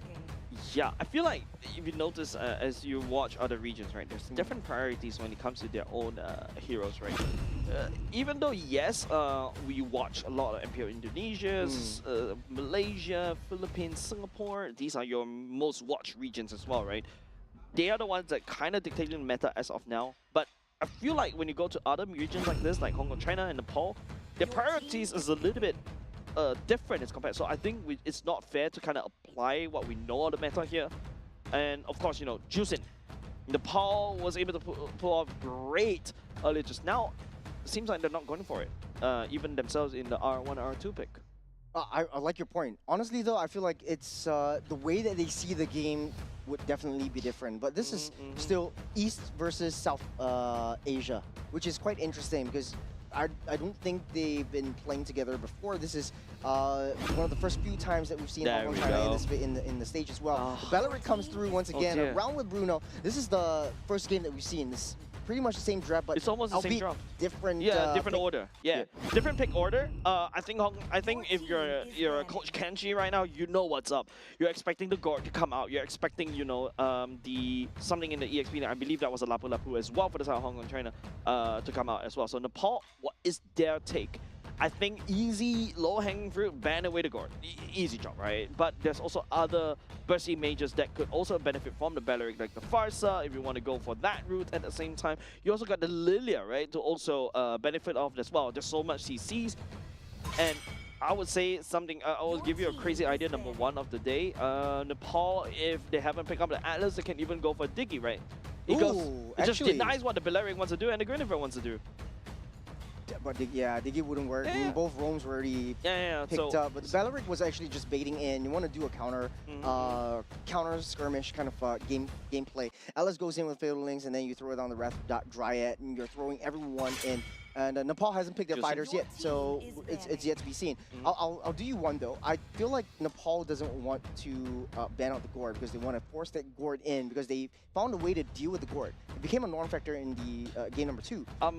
Yeah, but that's game number 2, right? With the Ishinchin and the Hilda. But this time around, Hong Kong China is packing the Guinevere and the Beleric as well. So this is when, you know, it enables the Gord a lot. I would say that Nepal, if they are kind of concerned, I think just ditch the Gord. We reset the board just a little bit and we go in fresh, right? Game mode 3 is when, you know, this is going to be very important. Don't forget, you know, Hong Kong China is currently leading in 2nd seed.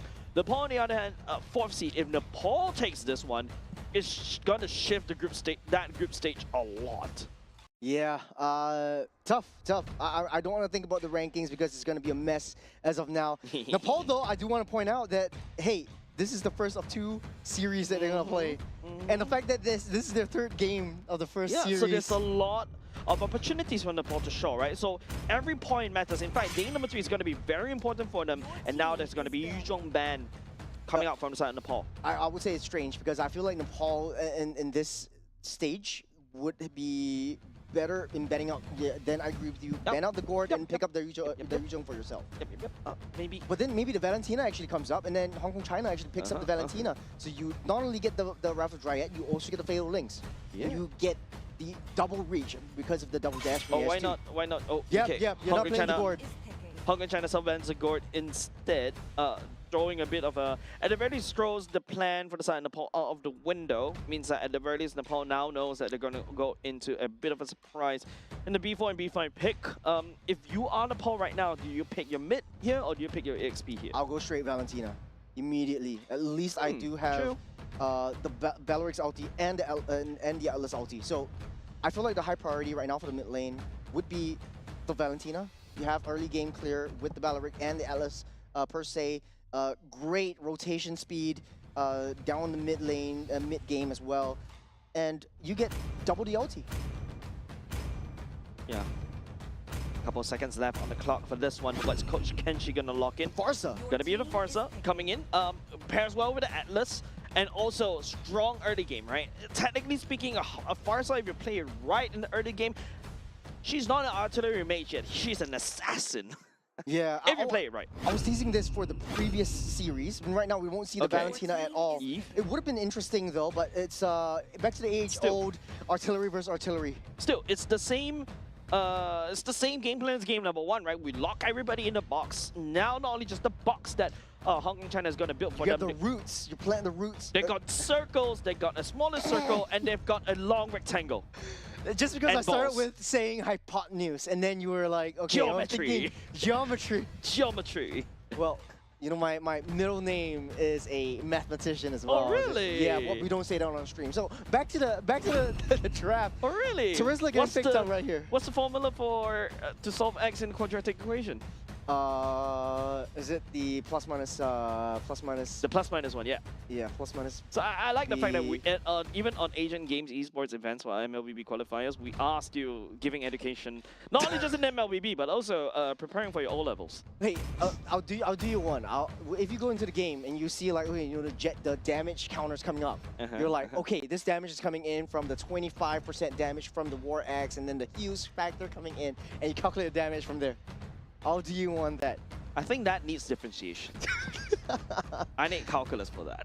But hey, you know, we're just gonna watch the game. We're gonna enjoy the last game, Yeah, and yeah. this potentially the Dude. last game for Hong Kong in Group D. Dude, we forgot to talk about Terizla. We were just so caught up. But now, you know, now on top of the fatal links, you got the penalty zone as well to lock somebody down. That is somebody who got locked down by the penalty zone and the fatal link is not gonna have a good day. You know, there's so many combos that both these teams can play out. So I'm going Yep, to take yep, the next 5 minutes just talking about that as well. We're starting off with, you know, Hong Kong, China. You got the Guinevere, you got the box, you've got the triangles, you've got the circles, you've got the hexagons, you got the polygons, Hexagon? and everything Wait. coming in. Where's the hexagon? Which let's see what I can throw it up with. But anyways, you know, to my point, you're setting things down. You're playing around a kill zone. This is Hong Kong's meta, Alright. Hong Kong's Yep. MO. Yep. For Nepal though, this is slightly different. You're going in with the fatal links. You're coming in with artillery strikes. You're following up with the penalty zone. So it's all circles for the side of Nepal, including Blazing Duet. Hey, even Ankit can have a band diagram of circles as well. Don't forget, once he goes into a perfect match, right? Landing the first skill as well slows down. There's a lot of wide range where it's getting free. Oh, hold on a second. Wang jumping on. Lilith will not. One tick will do the trick, but Hong Kong China doesn't find it. The burn won't find its mark. Lilim still up and alive for now. Very risky play though. They know that they're not around, so Lilim can just clear up, get a little bit of economy before heading back. So good call for Nepal, trying to suss out a little bit more information. But Hong Kong China's mid lane duo dealing so much damage just with one jump from CJ Wang. That is the power of the Guinevere. Yeah. I think, you know, Hong Kong China feels like they've kind of found their mojo again. Game number 2. Oh, Lord, Flicker. He's scared. A little bit panicky on desperate times. Call for desperate measures, man. You don't want to make any wrong moves at all. But Flicker like that, when there's no threats, just to get over the wall. Speaking of threats, though, you have the engage. A bit of engagement. Wang got caught, but that's just a spatial migration for now. Mitoya landing down that melee magic onto Wang for now. Healed up by Chan. Revitalized, committed by the time Hong Kong, China. Massive resources already committed, even before the first turtle fight. Very smart rotation and pathing from Hong Kong, China. They know that Chung needs to go down to the bottom side of the right side of the tri-bush to try to deny Kishore from coming in. Right now, Mitoya can't even get close to the objectives. I feel like with the current lineup that they have, Wang does have an easier time taking the turtle objectives. Mitoya is just going to give it up. The reason why Nepal wasn't able to take the or even challenge the objective is because Mitoya is already committed to the deadly magic. Lilim doesn't have level 4 as of yet because of that that burst, but real world manipulation. Hong Kong China does have the ultimate for himself, laying down onto Lilim. Force the wings by wings. Yeah, CJ Wang is just in the vicinity, but I don't think they want to commit to this one. Both marksmen on the fighter emblems. Oh, hold on a second. But There's a extra good find. committed, but at the same time, Wang jumping onto Ankit first blood, giving on the side of Law already on this Yves. There's law and order for this part.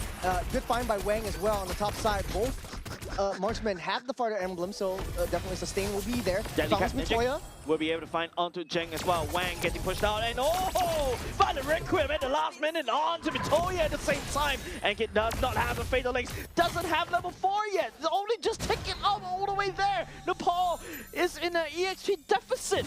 Good find, good chase, good damage, good punish. Onto Mitoya. Can't even get close. Now Zheng is in a tough spot. Okay, the Van Diagram will be able to catch onto the Fatal Links. Oh! Catch nothing but air. Nepal, that's not how you want to come back in game number 3. A little bit too desperate in this measures for Nepal though. Real world manipulation as well, just to zone, just to provide Zheng with even more gold energy. Bine doesn't have the blazing duet as well. BMI already committed just to get all the way back. Hong Kong, China, this is a dominant early game. Nepal is making a few massive... Oh, they know! No! Oh, Kishore! Oh, the bushwhack, it comes back. Beautiful find. Honestly though, Wang is just optimizing this farming so much. He's one level ahead of Mitoya, 2 kills ahead, but that doesn't really tell the whole story. Now they know Zheng doesn't have the flicker, he's trying to rush for it. I think they want to blitz it down. Bine already using the blazing duet to no avail. Right, Zheng is easily going to heal everything all the way back up. Hong Kong, China has solid control in the total priority. Mitoya is not even like a mile away. Forfeits that away. Nepal has no choice but to look to scale to late. But Lilim on his Farsa needs early game kills to be relevant. I do agree. Kishore though, again. Oh. Rivers Warrior already committed, but Cheong flickered. Good trade. Ooh. Lilim, oh, land down onto the damage as well. There's gonna be the ramp for the Dryad as well. Chen in a spot of trouble. 3 members tagging onto him, but Chen is taking so much damage, buying a lot of time for Law. Real world manipulation pushes Enkid away. There's 3 members up on the top side. Staying a little bit too long, Lilim. The Void Crystal's almost catching onto Lilim as well. Has to use wing by wings and the flicker just to get away. You know, in Southeast Asia, we usually say, oh, hey, what's this? What am I watching? It's just Brawl right here. You're finding any open window of opportunity to take someone down. They're going for it. Take a look at where Wang is at this point. Okay, Jack May took a little bit too much from the deadly magic. Chan going on the chase, but you can start to see the level deficit from the side of Nepal is starting to hurt them. Hong Kong, China also, you know, pushing down bot will be able to have an open lane against Nepal as we take a look at their items. Yeah, Wang is just sitting heavily down on the jungle side, just doing fishing, or should I say, just jumping in and catching the fish herself. Just because, you know, this is basically an assassin, assassin Guinevere. To be honest though, I think this entire game is just both these teams just opening and playing pickoff. There is not a lot of, you know, macro going on as of this point. Both these T1s are taken down, at least from the top side and bottom for both these teams.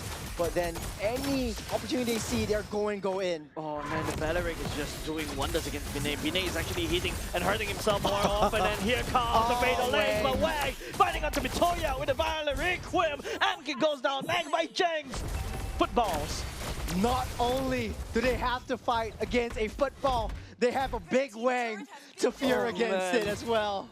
Man. Nepal did a very good showing in game number 2. I am not too sure where the momentum goes. And now Kishore flank getting cut off by Wang and Cheong.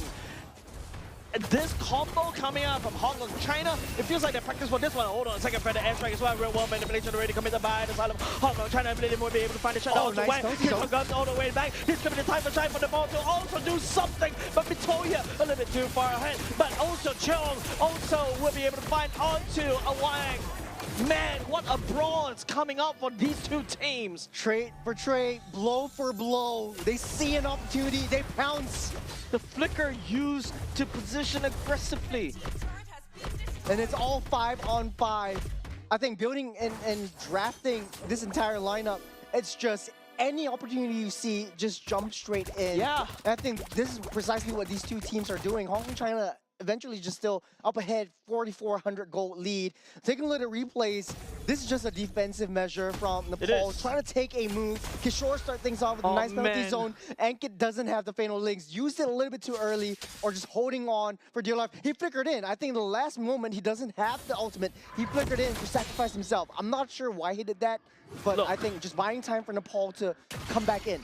Look, this Balearic pick is the one that's keeping Nepal humble. Bine couldn't afford to jump in with the Blazing Duet because of Chan that could just instantly create, and all of a sudden Bine is just hurting himself, right?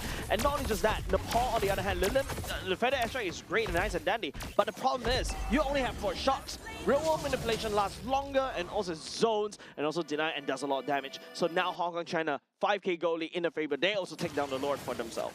Yeah, for Hong Kong, China, I still feel like they do have the upper hand in terms of the late game advantage. The setup potential from Nepal really just comes in from Ankit. Lilim does have adequate amounts of damage, but not as much as a full stack 17 kill kind of juice in with additional utility support. Lilim is just there for just pure burst. And it might not be enough in the uber late game because KK Chan is just right there. And it's a direct counter towards the Claude pick that Nepal has built upon themselves. It's gonna be tough. When I feel like the Beleric was the key pivot. That's why, you know, going in B3 pick, I believe also it's an R1 pick for the Claude. Immediately counted away. I think what Vinay could also try to do right now is to start harvest side lanes. That's the only way that you can do. And of course, one can just jump onto you and just bust you down as of now. It's still kind of greedy, right? You want to give adequate amount of farms to Lilin. That is the corrosion side being built up by Benet. Maybe having the full Holy Trinity. Hopefully we see the itemizations too. But the top side already, the Lord will be marching down. Nepal does have base defense capabilities for now. Dude, Mitoya is level 10.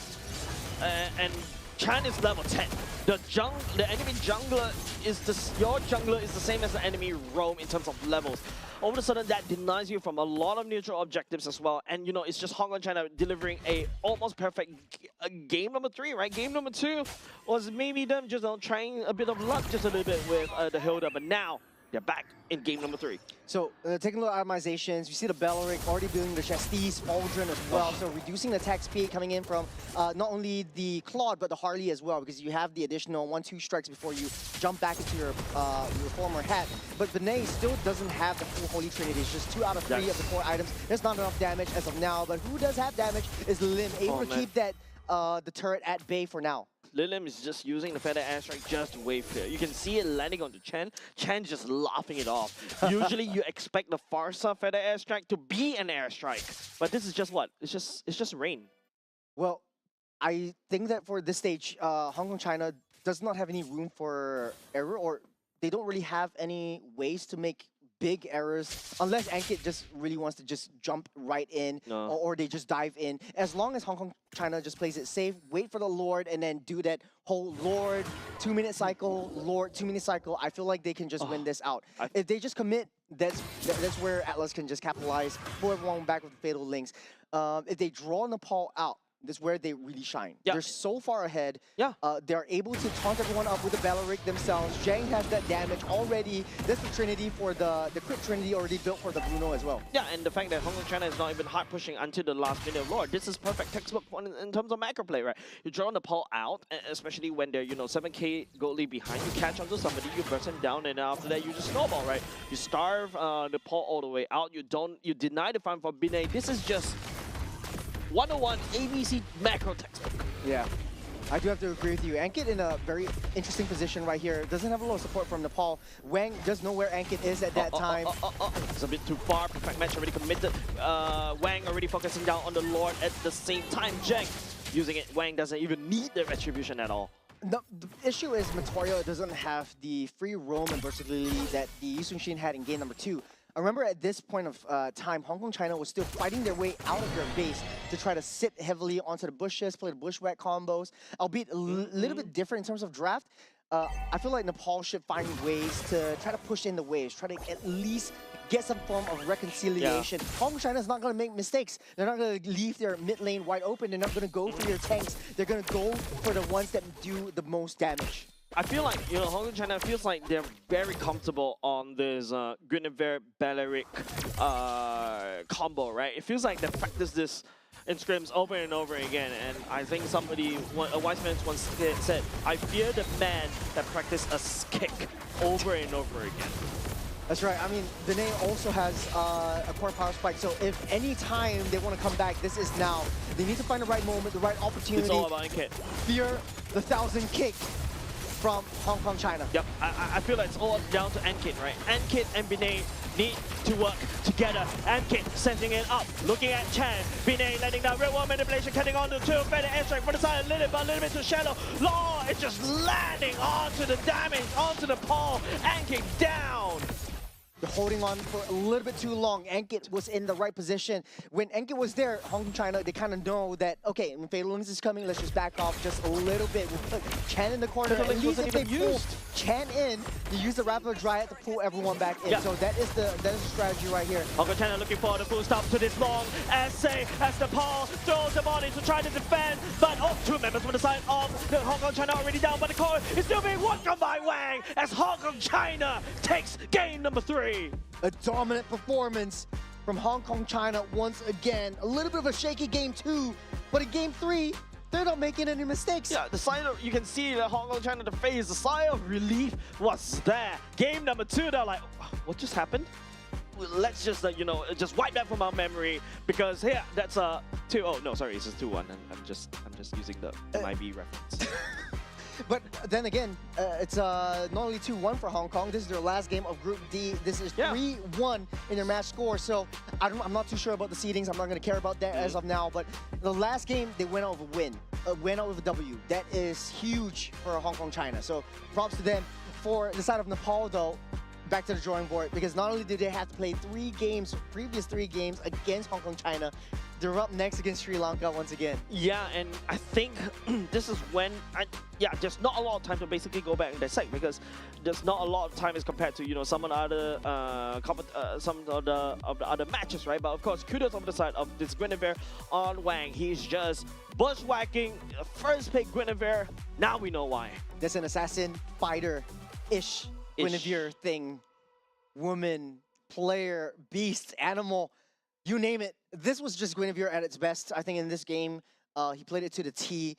Played well to the draft as well, with Bellerix pulling everyone in with the Raptor Dryad, just waiting for the right opportunity. He's going to places, and he has so much potential leading up into potentially Nagoya in the international stage as well. And hopefully we see how Hong Kong China really does around the rest of the world and the rest of the other groups. Yep, and that's it, right? For the side of Hong Kong China, they've already played with everybody in the... everybody. Yeah, they played with everybody in the group stage already, so their points are kind of locked.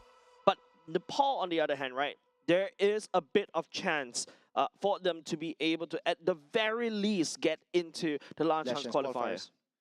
So right now, 1 win, 2 loss. If they get a 2-2 for Pakistan, will be a little bit difficult for that. But then again, honestly though, we'll just end off with this game as of now. Okay, so it's immediately updated right here, and then Hong Kong 3-1. Yeah. But I feel like if you are, not say unfortunately, but luckily I would say for the side of Hong Kong China, right, is that this is, I would say, the best roster. I feel like they've practiced on Wang on the Guinevere, Chen on the Beleric, Cheng on the Bruno. I feel like that's what, the 3-game Bruno? There's a 3-game Bruno. I feel like if it ain't broke, don't fix it. And like, this really goes down to their national motto. Fear not the man who practices 1,000 kicks. Yeah, definitely. Fear the man who practices one kick 1,000 times. And it's true to their metal. And I think that I'm really excited to see how Hong Kong China really does amongst the rest of the other international teams in the rest of the other groups. This is Group D though, and only facing up against the side of South Asia and East Asia. So, and they have shown a lot of discipline, a lot of improvement and adjustments throughout the rest of the series. And I'm very glad to see 3 games in the first 2 series of the day, especially for this one. It really goes to show, like, hey, they are. There have been a little bit more shakeups. There's not one team that really outperforms the other. There might be one dominant game for Hong Kong China, but then they make mistakes and the other team capitalizes and really takes control of that. So it's really close, and it's not only in Group D, but also in Group B that we saw in the earlier game as well. You know what? I feel like when I cast with you, it's just like did Mars infect you or something from MPL MY? Maybe. Huge shout out to Mars as well. Big fan.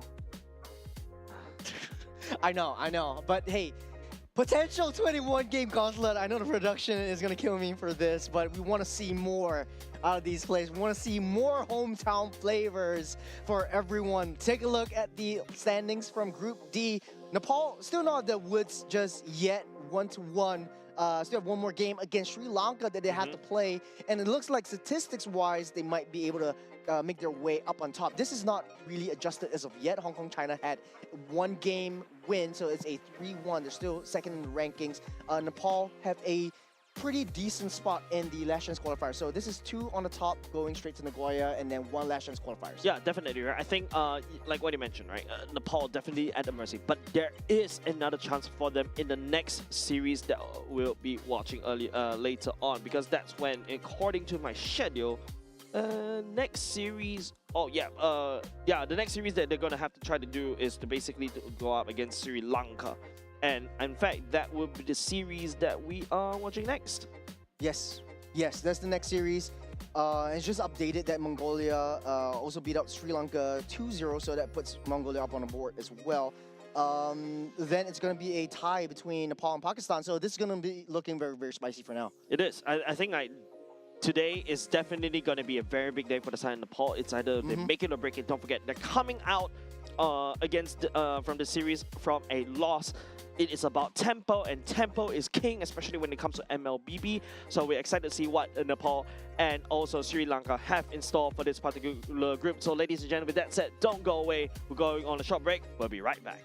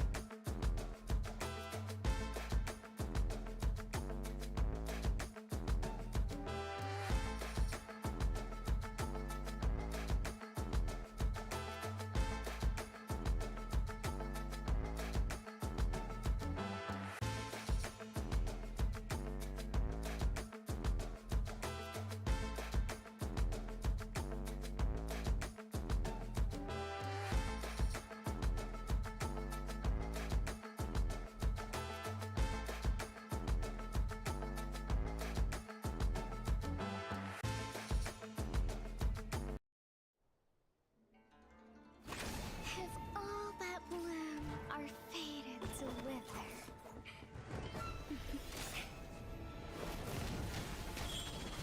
then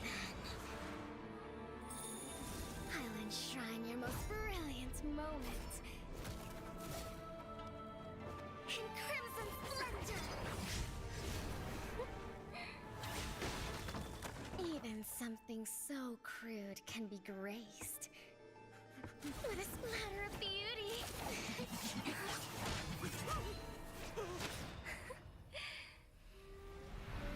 I'll get you out!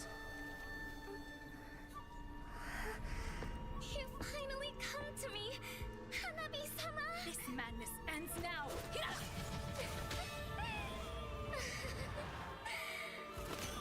At last, I'm shivering with excitement!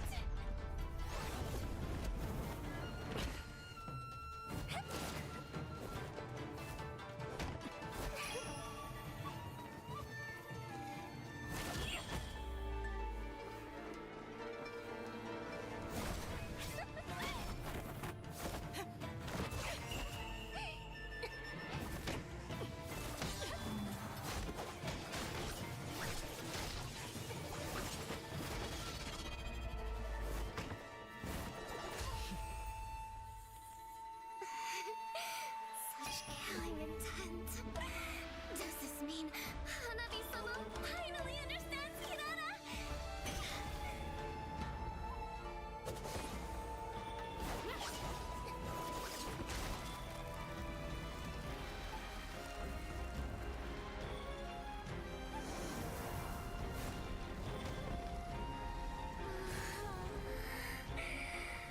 So warm. So beautiful. We can finally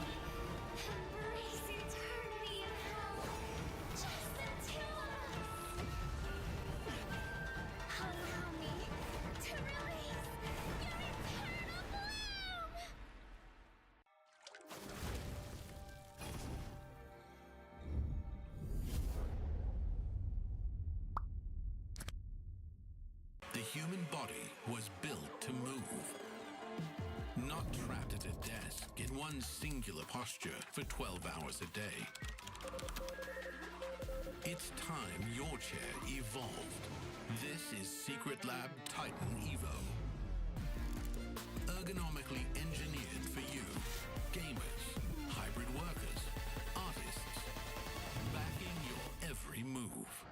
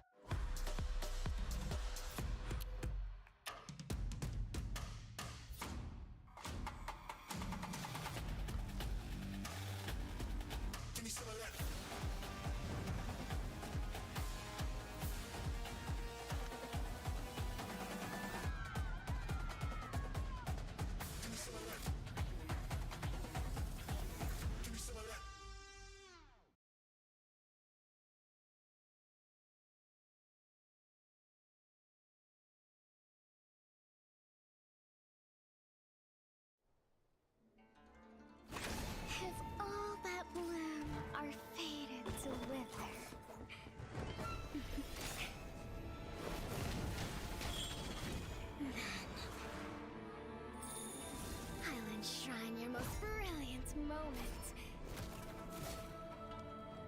In crimson splendor!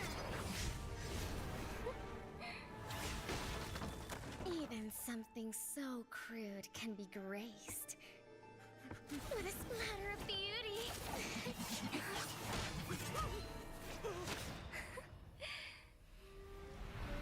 I'll get you out! You finally come to me, Hanabi-sama! This madness ends now.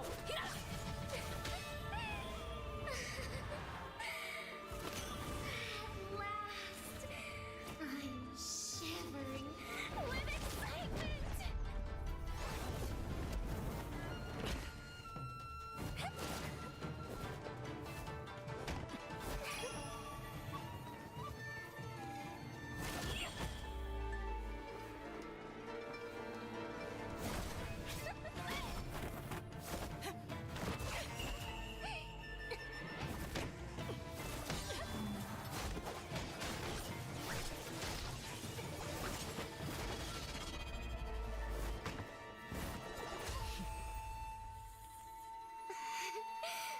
Such killing intent.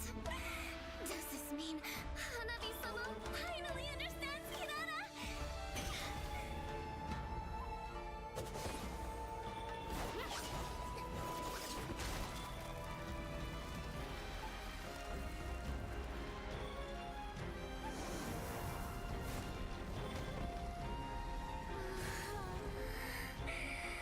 So warm. So beautiful. We can finally embrace eternity in hell. Just the two of us. Allow me to release your eternal bloom.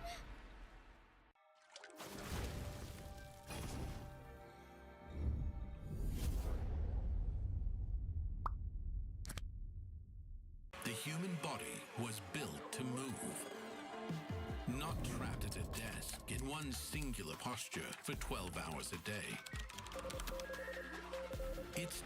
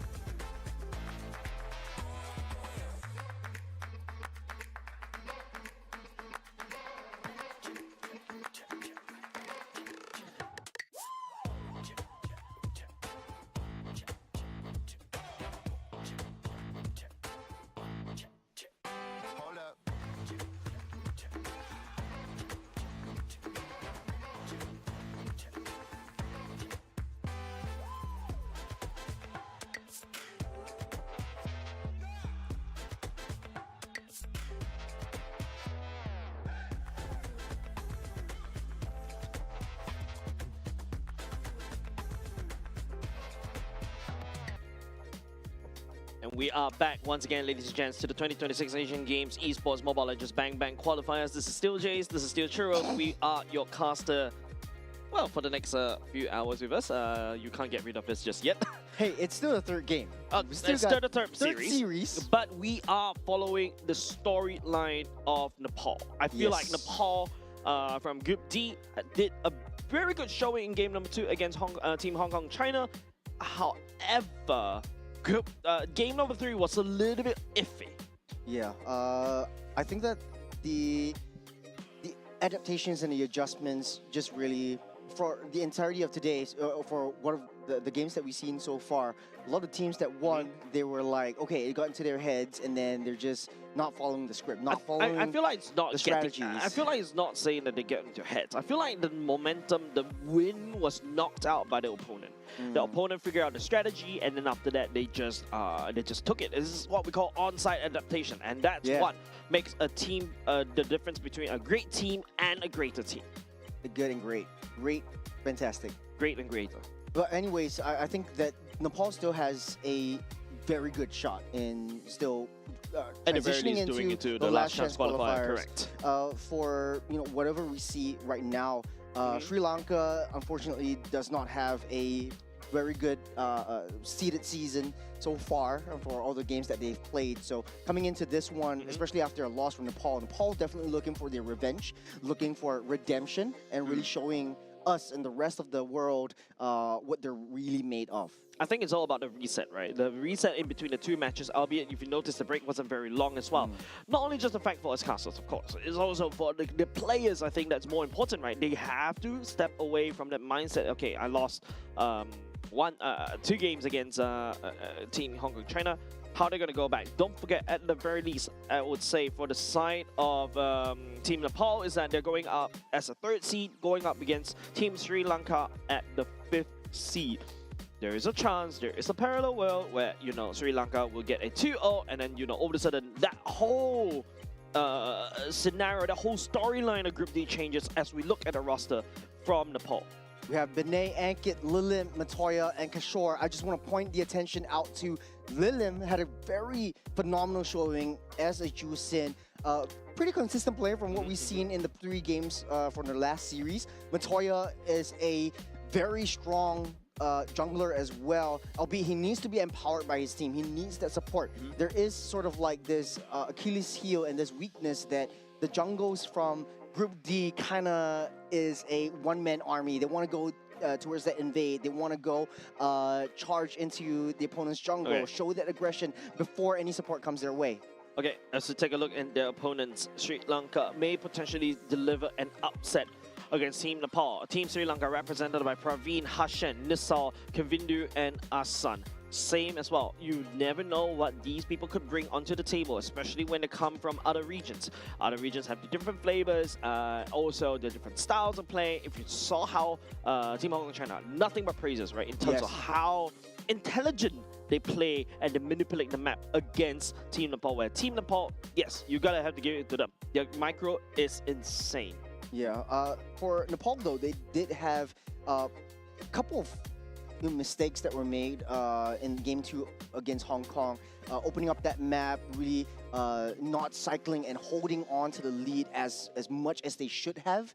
And you mean the lighter part of the sequence, in the lighter part of the sequence. And I think that in this game, it's really just for Nepal to really fix those mistakes, try to play their game to the T, go towards their strategy, put their heads together and just play together as a unit.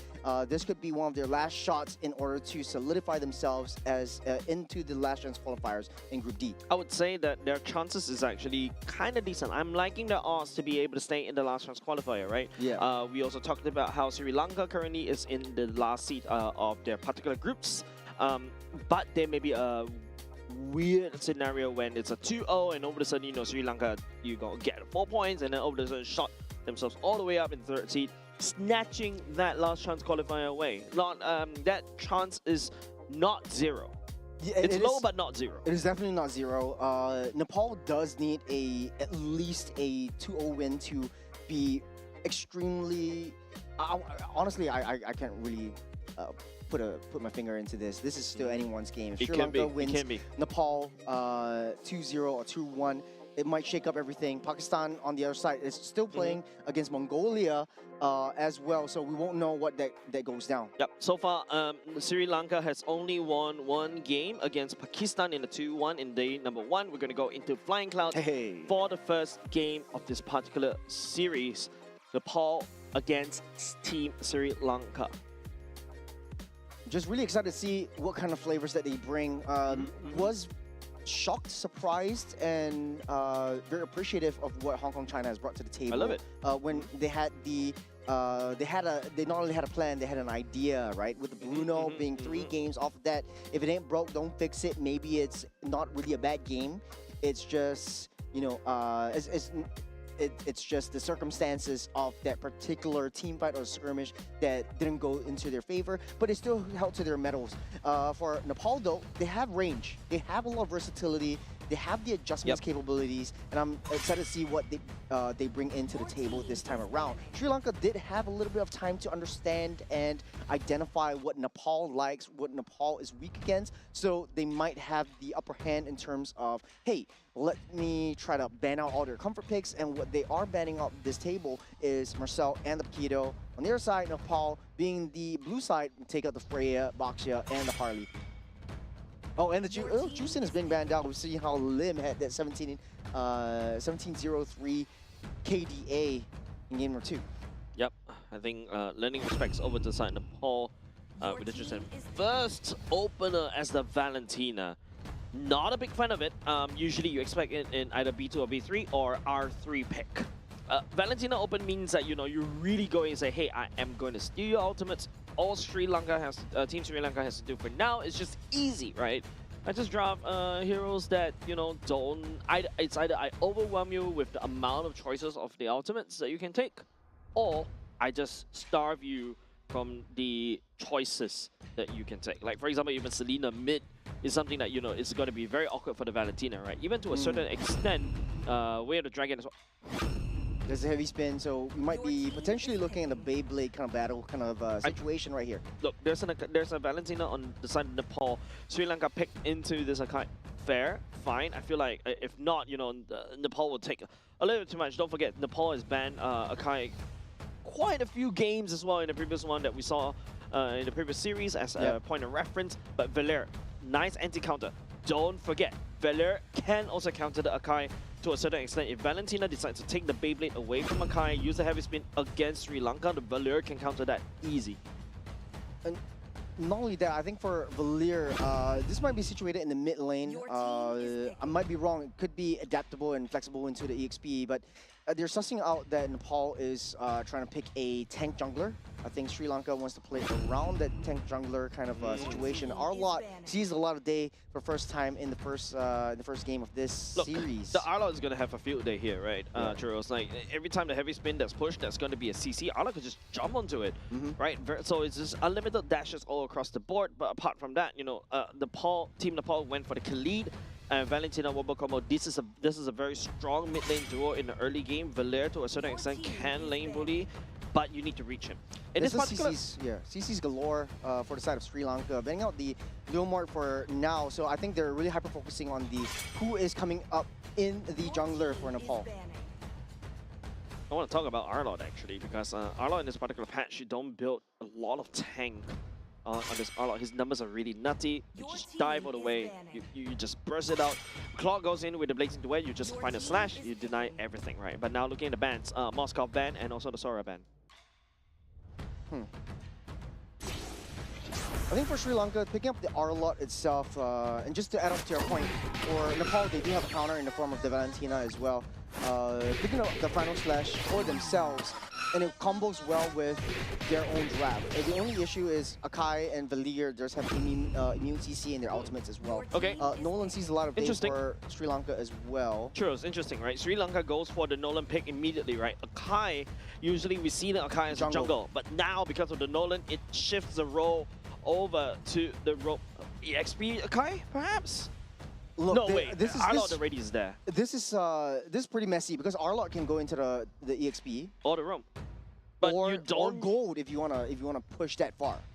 crazy idea number 2 today, eh? Yeah, he does have that damage and hold himself against the Claude well, but still pretty vulnerable. Akai could go into XP too. Yeah, and I mean the Phoebus is unbanned, unthreatened. You know, the Phoebus wide open. Arlott does a lot of dashes as well, so Phoebus is going to take advantage of that. And Nolan, to a certain extent, also a lot of dashes as well. Clint will be the last pick for the side of Sri Lanka. Lane bully against Claude. Now Team Sri Lanka at the very least needs to try to escalate into the mid game as quickly as possible.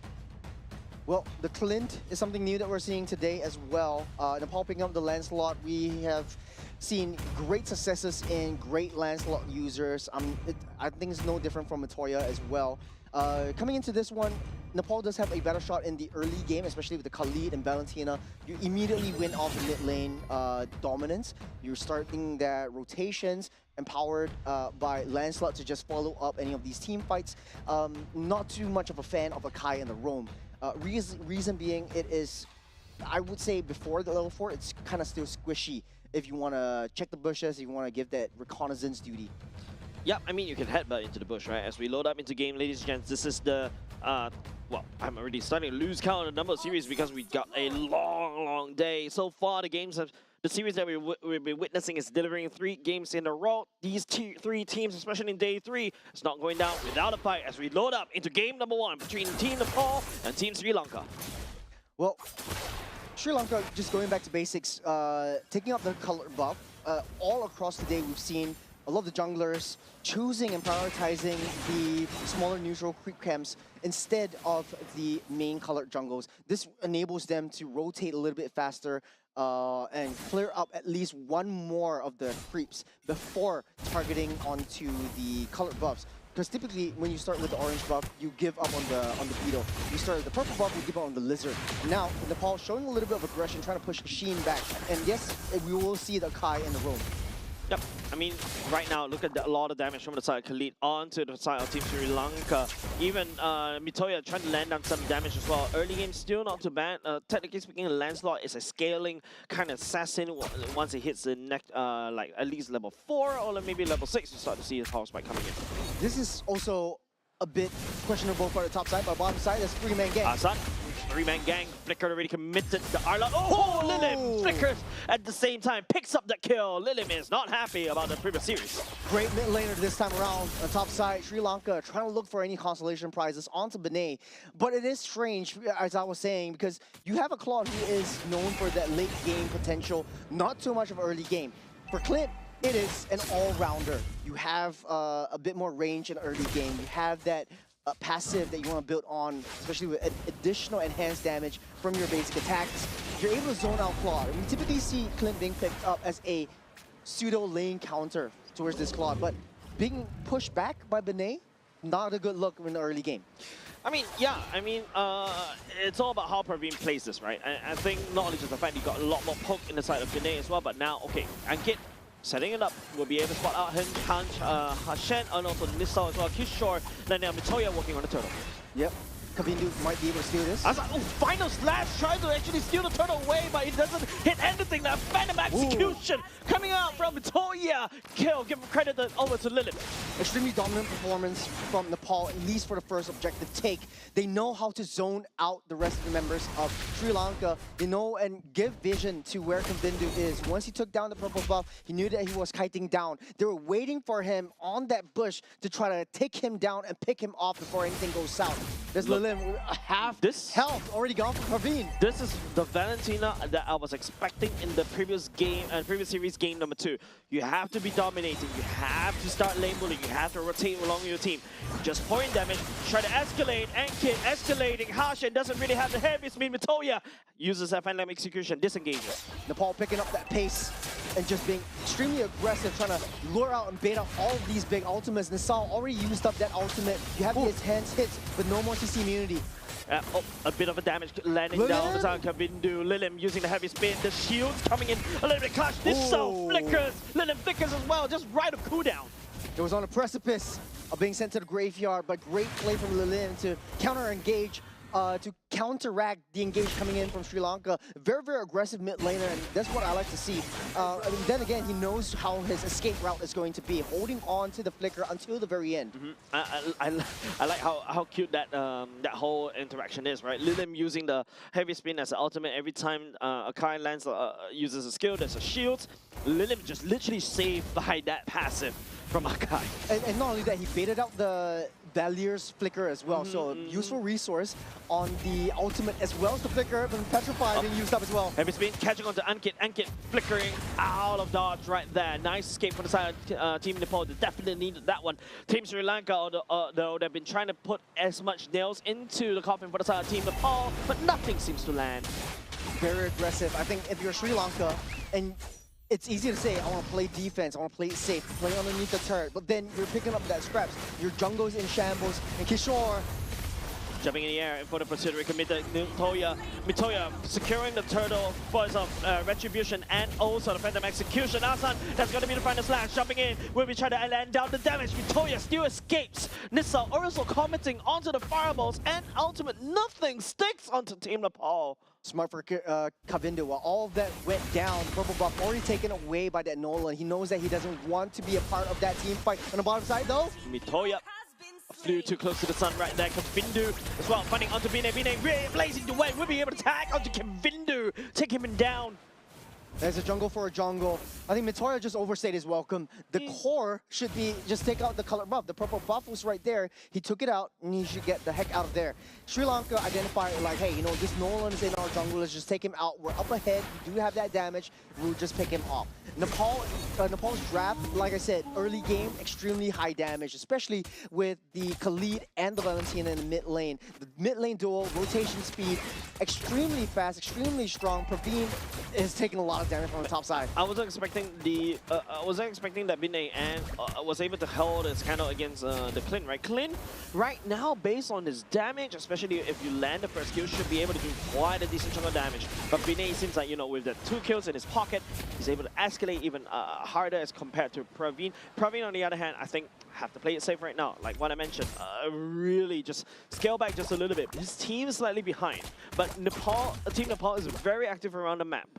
Yeah, and I think for Nepal, they did a very good job in trying to push the team fights towards the gold lane. Benet knows that, hey, I'm winning that lane. Let's go for more team fights, more ambushes on the top side to try to disrupt Praveen's farm. And as much as, like I said at the start, Clint is a very all-round gold laner right from the get-go, and it's basically used as a soft counter towards the Clint, towards the Claude in the earlier parts of the game. But now, being a Claude, being a late game marksman as well, but hold on a second right here. Big battle in a choke point. This is getting very dicey for both these two teams. Lilim is the one that steps up. Will be able to pick up onto Harshin, but Kishore all the way deep into enemy ground, but will be able to take down Kavindu along the way. San trying to make a play right here. Will be able to land down onto this. Mitoya goes into the Thorn Rose as well. Will be able to iframes out of it, but it is still 2 kills. Given over side Team Nepal as of now. Great call by Kishore. He started things off. They knew that they were coagulating around that purple lizard. And Kavindu was right there. That's a nice final slash to kick things off. Final slash, but lots of damage onto Lilim. Thorn Rose from the side of Mitoya. Harshin trying to look for a heavy spin, but doesn't really have the ultimate to pin Mitoya down. The power of Sri Lanka, though, is that they have a lot of CCs. You have the CCs coming in from Hashin. You have the CCs coming in from Nisal. You have the CCs coming in from Asan. Kavindu just throwing his body. Yeah. And it's just 0-3-0. It's very unlike and very unkempt for a jungler as well. Take a look at this one. The heavy spin was used to disrupt. First, trying to keep everyone away from Kavindu. Because Kavindu was trying to force his way into that lizard. In order to play a little bit more passively, learn how to give up these neutral creeps. Yeah, I think Team Sri Lanka is trying to find, like what you mentioned, they're scrounging for scraps, right? They're scrounging for any form of advantage that Team Nepal is trying to give. The Nolan is unable to scale. Praveen should. Okay, that's a decent chunk of damage, respectable amount. But Kavindu coming in, trying to look for a pickoff right here. Bidet still BMI all the way out. Hashin will be able to find Ankit though. It's going to be Praveen picking up that kill. That's exactly what you need to look for. But it is still Team Nepal taking our bot side turret. There is chinks in armor for Nepal. Very aggressive, but this is a controlled aggression. They identified that, hey, Sri Lanka is opening up that top side. Then this is the power of the Clint. You have a lot of enhanced damage from the Clint's passive itself. So if you want to play around that Clint, you have to body block him. You have to soak up and leash that damage before he comes through. Praveen just needs to stand safe. There is not a lot of heroes on the side of Nepal that could easily get into the back line to try to disrupt Praveen. Unless, Nagoya just dashes and weaves through. Yeah, Khalid Kishore is also known as a dive unit as well, can easily just knock out Praveen. But of course, you got Pio coming up from Team Sri Lanka, right? Hashin with the heavy spin, you also got this other can disengage. But it seems like, Mitoya finding assassination up top is there. But it feels like, Team Sri Lanka, even though they're stock packed with CC, but those CCs are not landing down onto Team Nepal. Speaking of which, Nepal is in a very good position to take this first low of the game. Sri Lanka cannot risk taking this one out. Hashin is at half health. If he goes in, immediately sacrifices himself for nothing. There is not much that Kavinu can do to get close. Standing around, the heavy spin from the side, Hashin a little bit too late. Trying to catch on the Ankit. Ankit will return the favor. There's going to be the Raging Sandstorm coming in from the side. The disengage from the side is the fear shearing torrent as well. But Matoya goes in. Oh, the Thorn Rose! And also the Phantom Execution! It misses! Oh my goodness, give it a kill over the side of Kavindo. It flew too close to the sun, but that was a beautiful play. If that would have landed, then Matoya would have just taken 2 members out. He was taking the kills off of Nasal, is able to dash out, buy some time for Thorn Rose, but the damage from the Valir itself was just way too much in mid lane though. They're trying to find a pickup onto Lilim on the top side. There's another backfight again. Oh man. Blazing Duet just does so much damage at this stage, especially if you're Praveen with and you do have the key items already, but dude, Binay already has the max stack. This is exactly what a healthy Claw needs. Yeah. I think at this point of time also, it is questionable that Praveen is left all alone. There's Hashin, there's a tank, taking the brunt of the damage from Binay. Yeah. Shows how far this Claude is away ahead of that Clint. And don't leave Clint alone. I feel like he has decent amount of damage. Just keep him at bay, save the heavy spin to protect Praveen. Don't go straight for the objectives. They know that they are way up behind Nepal. Asan couldn't do anything against Kishore, right? Like, look at Kishore, he's just way too close. Just ignoring, Final Smash come out, but the main action is happening right here. Binay busting out Kavindo. It is still going to be Unkick credited for the kill instead. Team Nepal cracked open mid. The Lord finally dealt with and down the bot side for the side Team Sri Lanka. I think Sri Lanka is just forcing their way to protect the objectives, throwing their bodies and the objectives in order to save their objectives, in a bet to save their objectives. So I think that this is the issue. Sri Lanka really needs to identify like, hey, let's just sacrifice this, let's just play in another way. They need to be more adaptable. I'm glad at the very least what we're seeing from side Team Nepal. It seems like they have managed to reset just a little bit. Here's the instant replay. Oh, against Nasa, I think this is just the mechanics coming in from Atoya. Kavindu just found that one. He had the ultimate ready, but unfortunately, I think the dash fell short of the escape. Now, Team Sri Lanka, base defense time, right? Nisal, technically speaking, with this fireballs, is able to wave clear very quickly. But if, Mitoya could do something like that, Kavindu! Where do you go? Where do you run from the Mitoya? Hasha pinning Mitoya all the way to the wall. Sri Lanka wasn't able to capitalize on that one. Man! That was an incredible find from Matoya. Kavindu was just left alone to his own devices. He's just way behind of what this Lancelot can do. He's also 1-5-1, so not a lot of anything at all. Yeah. No farms, no kills, and not a lot of support coming in from the team. I sympathize Team Sri Lanka right now, right? Your jungler is not able to contribute as well, especially when you're an assassin jungler. You can't even assassinate Binay, you can't assassinate Lilim, you're gonna get busted down. What do you do as a Nolan? Split push? Possible, but you have to deal with the Claw, or you have to deal with Natoya itself. Binay and Natoya is just drafted here in order to just push in the side waves. Even if you leave Ankit into the side, the long lanes, Kavindu can't even deal with the Khalid. Your jungle is basically the same level as Ankit, and he's 2 kills at 1 kill ahead. This is looking very dire for Team Sri Lanka. I'm not going to sugarcoat it. Team Nepal. Nice reset right there. Was able to get the mojo back. Don't forget Lilim, in the early game was able to, scale even faster as compared to Team Sri Lanka's mid lane though. But now it is all about this defense. Ashan is forced to build Athena shield against Lilim. Only Lilim. Yeah, that is a lot of heavy magic damage coming in from Valentina itself. Not only that, you have to deal with the ultimates coming in.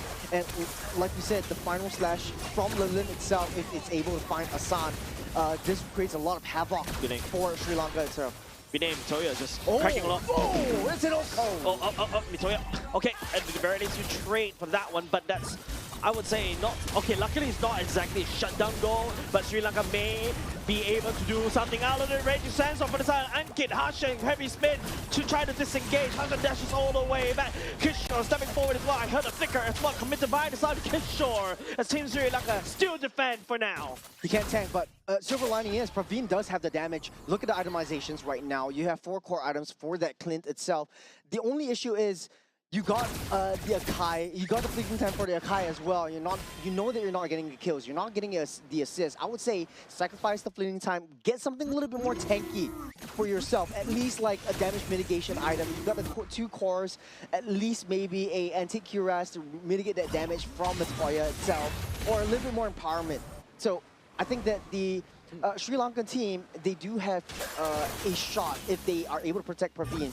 But it goes to show, Vinay's damage onto Yoshin itself, the tank of the team, it's just way too much damage for him to leash for enough time. Yeah, there's also a threat from Mitoya, like just literally dive on the Praveen. You can see the amount of damage of Thorn Rose is always already doing at this juncture. Don't forget, Mitoya is also secured VOD already, so that's a lot more burst damage that Team Sri Lanka needs to look out for. And now it's just, you know, Team Nepal slowing it down just a little bit. Having a bit of a meeting, spamming recall, showing, looking at each other's recall right there. Because there's nothing much to do, they're just hoping Sri Lanka step forward out just a little bit. They're just, at the very least, learning from what Team Hong Kong China did to them earlier just now.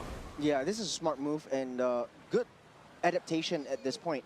They know that if Sri Lanka has, at any one point in time, stays in their base for too long and they keep pushing and try to drive them into their base, they might be able to turn things around. Praveen's damage is really starting to hurt, and Nepal knows this. If they draw them out, they would have a better shot. Matoya is able to find angles, able to find flanks. Kishore is able to kick things off within the jungles. There's not a lot of escape routes for Sri Lanka, so that's the best possible option for Nepal at this point. Yeah, even Team Sri Lanka, right? They're just focusing on base defense right now. Team Nepal is gonna have to, will be able to take this Lord scot-free. Kavindu, I don't think.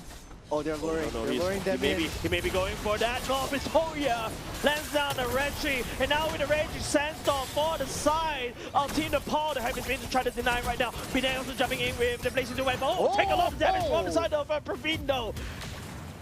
Still nobody down for the side of Team Sri Lanka as of now. I would say that is a good consolation prize for that at the very least for the side of Team Sri Lanka. That could have gone so much worse if you're a Sri Lankan fan. You're drawing out Hashin and you're drawing out Kavindu. You're using all your ultimates. The fracture was also utilized to get yourself the heck out of there. You know that, they baited out that Lord into an 1/8 of their health. They're not taking it down fully. They're trying to pull you into the kill zone, and you still took the bait. The only issue that I see was Praveen was not in position. If Praveen was right there and then, there could have been a little bit more damage done. We see how Praveen is able to handle the clock right now. Yeah, but let's hold on a second. Aslan trying to use the final slash as well. Ankit absorbing most of the damage. The Lord is already marching into the base of Team Sri Lanka. Binay all the way in the back line, trying to output the damage onto Harshan down. Headbutt already back. Mitoya on the other hand, also on the other side of the lane. Also, here comes the Blazing Duet! Going in, shredding Team Sri Lanka. Way to stand. Probably already down. Team Nepal just have to hit the core as the waves of minions marching in. Team Nepal takes game number 1 against Team Sri Lanka. A dominant performance in the first game for Nepal. A lot of adaptations, a lot of adjustments, and riding on the momentum of that loss. They don't want to show the world that, hey, that first loss against Hong Kong, China really puts us in a bad mood, and we're not just going to try our best. This is the adaptation that we're looking out for Nepal. For Sri Lanka, though, they really need to go back to the drawing board. A lot of mistakes, a lot of adjustments that's needed. Yeah, Team Nepal was able to capitalize on that one. It's all started with Lilim, right, the mid laner from the side of Team Nepal earlier just now, was able to find those early pickoffs and also those early game EXP. Then after that, snowball out of control. Then the whole attention was shifted from to the Lancelot, right? Was able to just do a good chunk of damage. Was trying to do a bit of a stunning right there, albeit still, but there is that fear that he was he's able to land onto Team Sri Lanka. Then the clock starts to shine. Yeah, to be honest though, I think Claude was doing a really good job. He was shining since minute 1. Especially for a late game hero, we don't see that as much. He was pushing in the lanes, he was dominating the lanes, and there wasn't a lot of support for Praveen. Because Victoria was doing a very good job with the Lancelot, trying to push the team fight away from that top side. There you go. While the entire side of Nepal was trying to fight into the gold lane, and Hashin didn't really babysit on top of Clint. He knows that Clint is able to have that damage and deal the damage onto Benet, but at the end of the day, just a lot of mechanical prowess from this gold laner. Again, with the Fighter Emblem and the Festival of Blood, this is a truly painful and sustainable tanky Claude. Yeah. The pseudo tankiness coming from his regen, right? From his DHS and also to a certain extent even Rose Gold Meteor as well. But you can start to see the damage racking up from Praveen. We needed to see that even early game, even packing the Assassin Emblem, trying to get as much of the armor penetration early on, trying to lane bully. I would say that, hey, if you're even greedy, especially you know that you're this lane bully, go for Master Assassin, right? Ditch the Mystery Shop, get the Master Assassin, you deny Binay from actually scaling all the way up, and now what? And then after that, you start to snowball alongside with the Nolan, alongside with the Arla. I feel like Team Sri Lanka did pack the necessary toolkit to be able to deal with Team Nepal, but Team Nepal, Lilim, glorious start already, you know, taking the ultimate from Hashen, making it very confusing. Kavindu couldn't do anything. Look, he has no choice but to look at two Beyblades fighting it out, wait for the heavy spin, and by the time the heavy spin expires, Kavindu may be a little bit too late to do anything. Yeah, well, there's a reason why the Valentina and the Khalid are in meta right now. These two duos in the mid lane, you clear up the mid lane very fast, and you take control of where you want to go in that map. For Sri Lanka, if you're Hashin, you have to play catch up. You're basically catching up to where Ankit wants to go. Lilim and Ankit could basically just split heads. Ankit could go down to the EXP side, Lilim could go up to the top side, and you have to play catch up. It's a little bit too slow for Valir in the mid lane to clear up that waves and join in to with Hashin for the mid lane dual roaming potential. But then that being said, because of that rotation speed from the mid lane duo from Nepal, this creates so much pressure for Kavindu.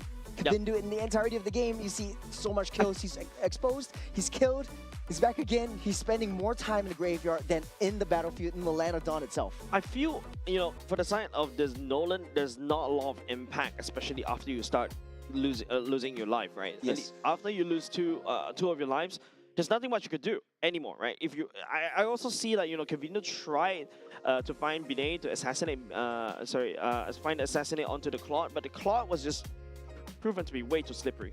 Yeah, there was silver lining though. I don't think it's all that bad for Sri Lanka.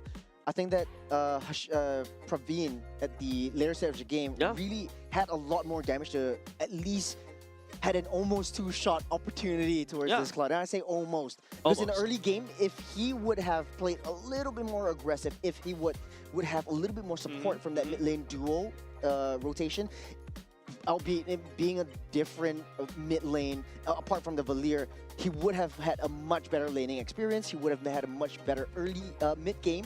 He would have shot up his power spike a bit faster. But I feel like it also could be a gold diff, right? I feel like the fact that, you know, the Claude, once you know that you see Clint use the first skill to kind of wave clear, that's when you just step in and try to poke. Right. I think that is just, one-on-one, literally gold lane things, right? And I think there is some support from the side of mid duo as well, but it is, of course, like what you mentioned, the Khalid and the Valentina rotated even faster as compared to Team Sri Lanka's mid duo, right?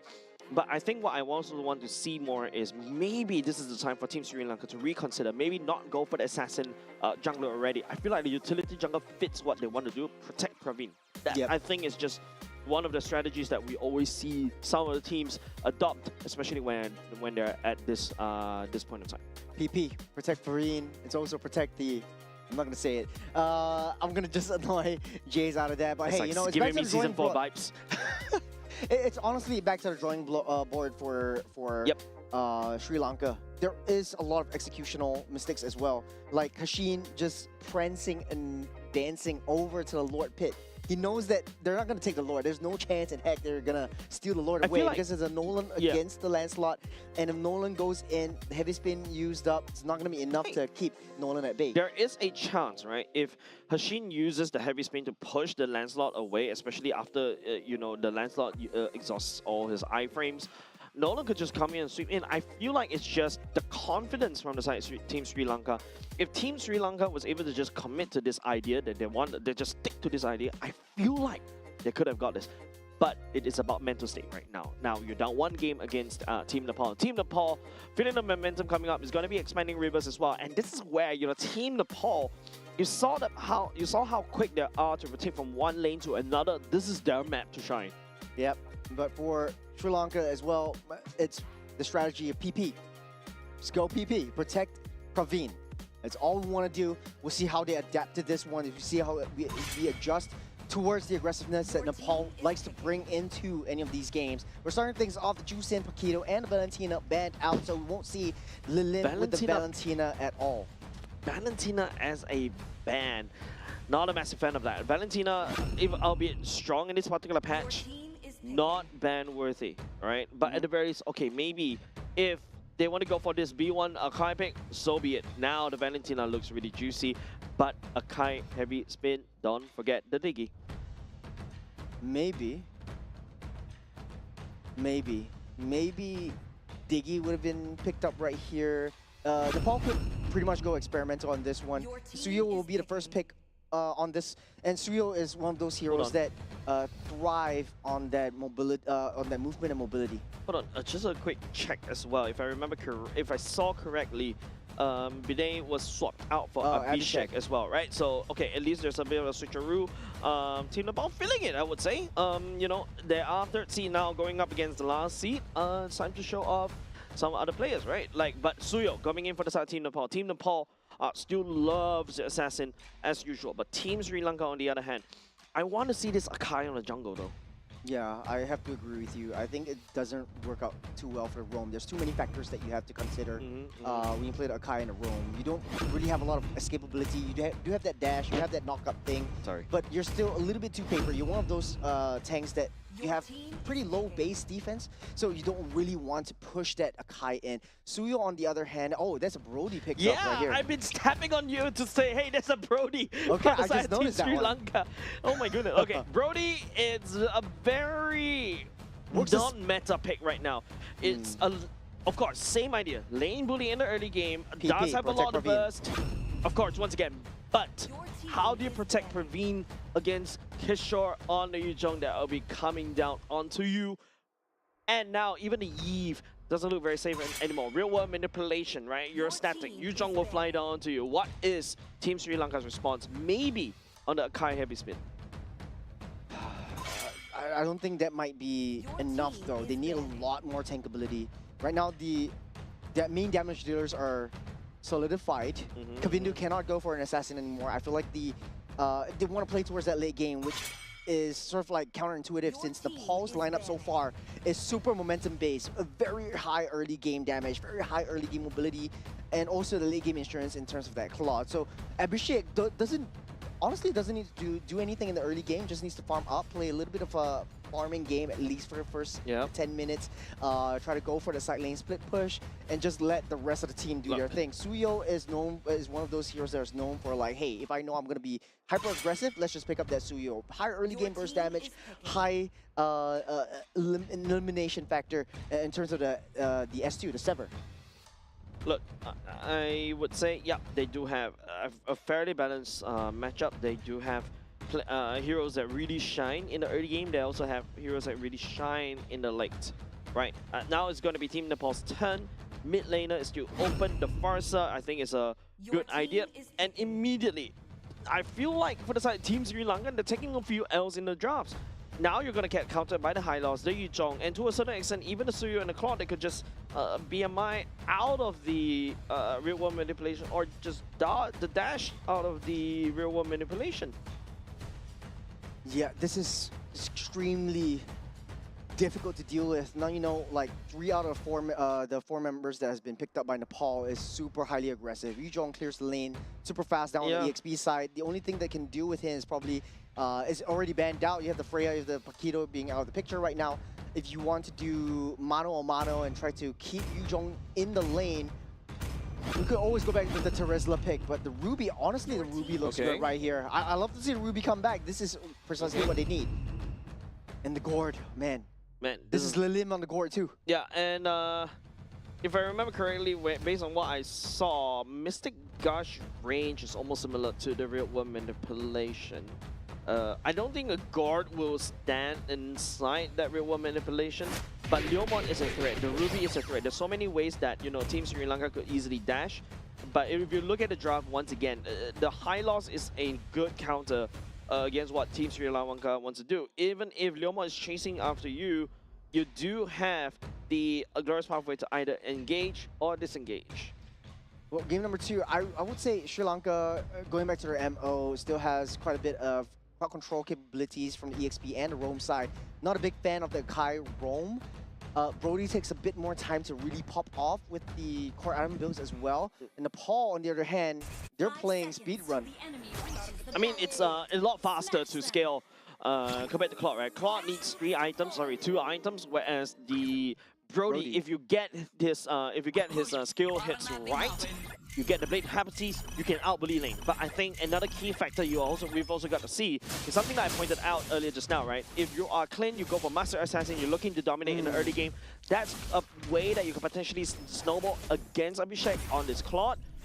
But yeah, we have to see based on how Team Sri Lanka executes this one. Praveen is facing up against a totally different gold laner right now. Maybe slightly different play style or behavior from Abhishek as compared to Benet, but hopefully we'll see Abhishek perform well down on the bottom side with the Claude. Like I said, you know, Kishore rotating pretty fast compared to Hassan, but when it comes to the late game potential, therein lies, Nepal taking a huge hit. Void Crystals landing onto Ankit. Hashin tries to slow the Mystic Bomb to disengage.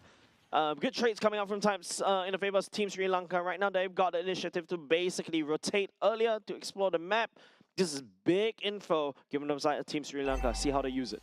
This is a pretty different Sri Lanka right off the first minute of the game. A bit more aggressive in the form of, hey, let's just dive into the jungle and let's dive together. And we talked about, hey, the mid lane duo is not rotating together. The change that they needed is right here. You got Akai who deals that damage, who has a little bit more enhanced power.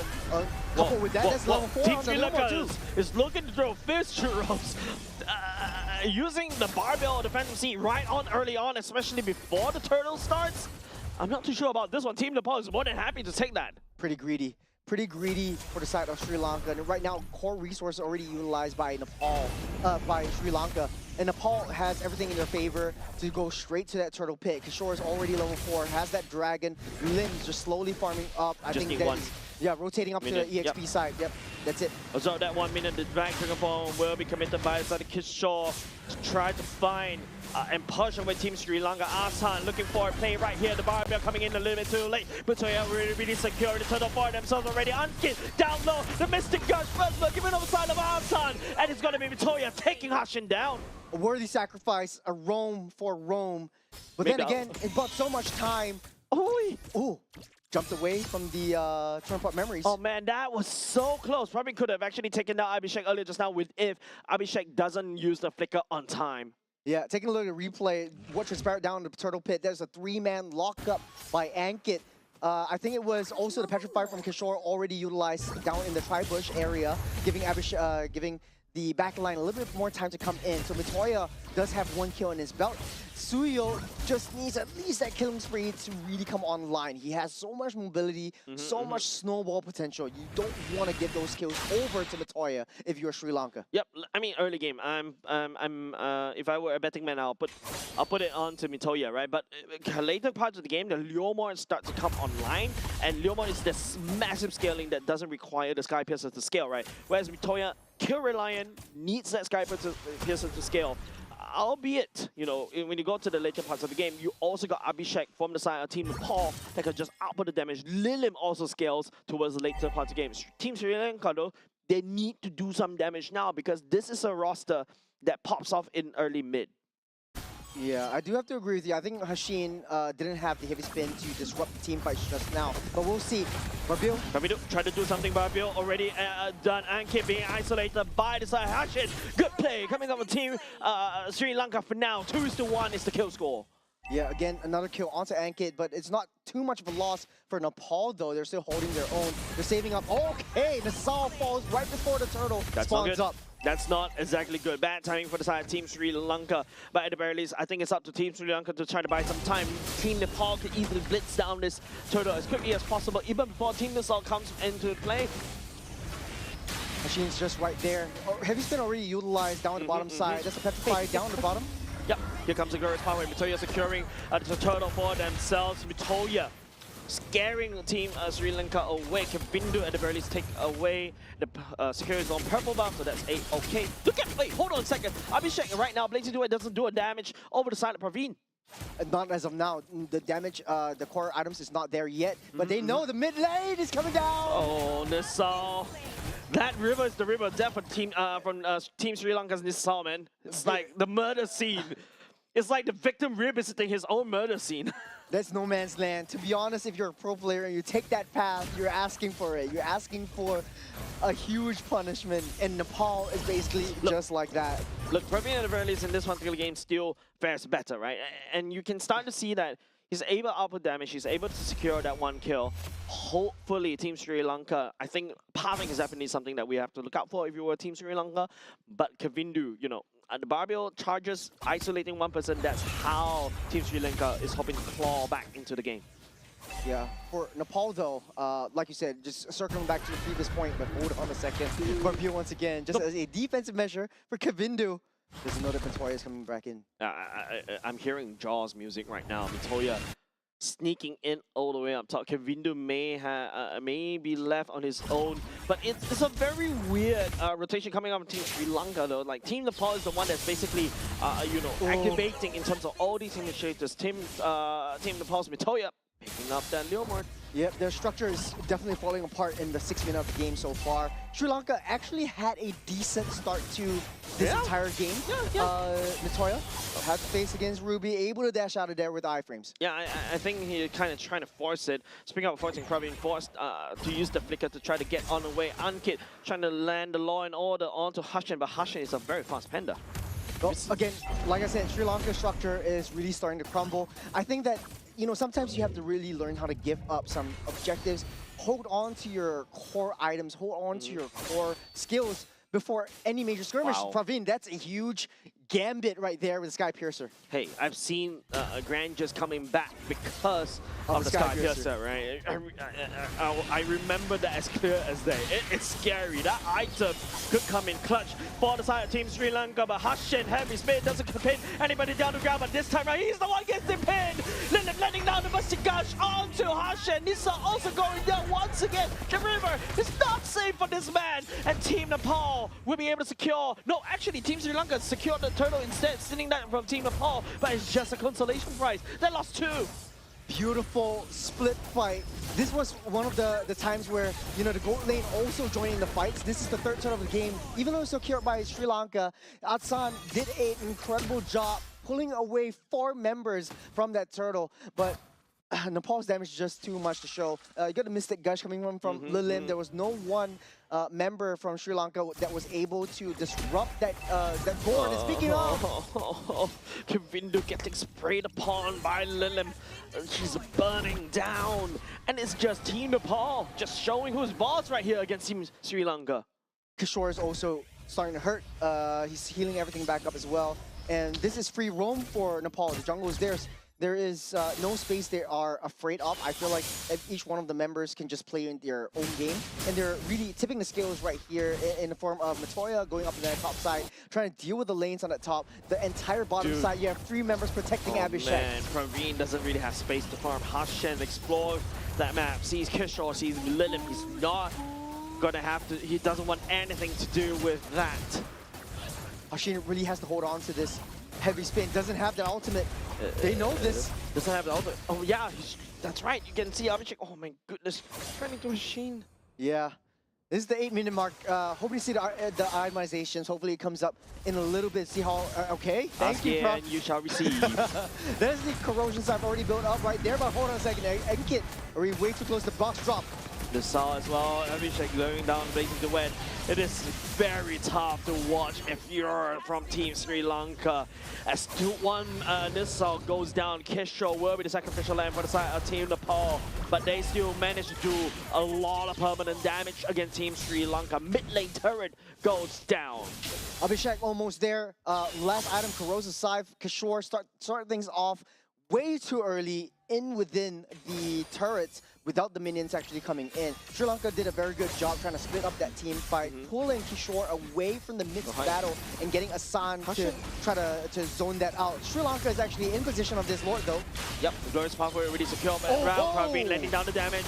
It is going to be, Kavindu stealing the Lord away, but at what cost? Mitoya picking up a double kill already, 2 members from the side, Team Sri Lanka already down. Mitoya leading the charge right here as Team Sri Lanka is more than happy to steal that Lord away from Team Nepal. Silver lining though, Nepal a little bit too bloodthirsty, but it's a wasted Lord. Not for Nepal though. They bought time though. Yeah, a lot of time bought, but the gold goes over to Nepal still. Even though they lost that Lord, the gold, the economy lead is still tipping high. Hashin, being a Kai as the roam, cannot soak in that much damage. Coming in from the gourd, the clawed, the Suyo is just disappeared in the just right like that. You talk about disappearing, speaking about which, it's going to be, Kavindu getting disappeared right there. Praveen has to back off as well. Nisal letting down the real world manipulation barely tickles Unkit just a little bit. Team Sri Lanka bought a bit of time, but who are you buying time for?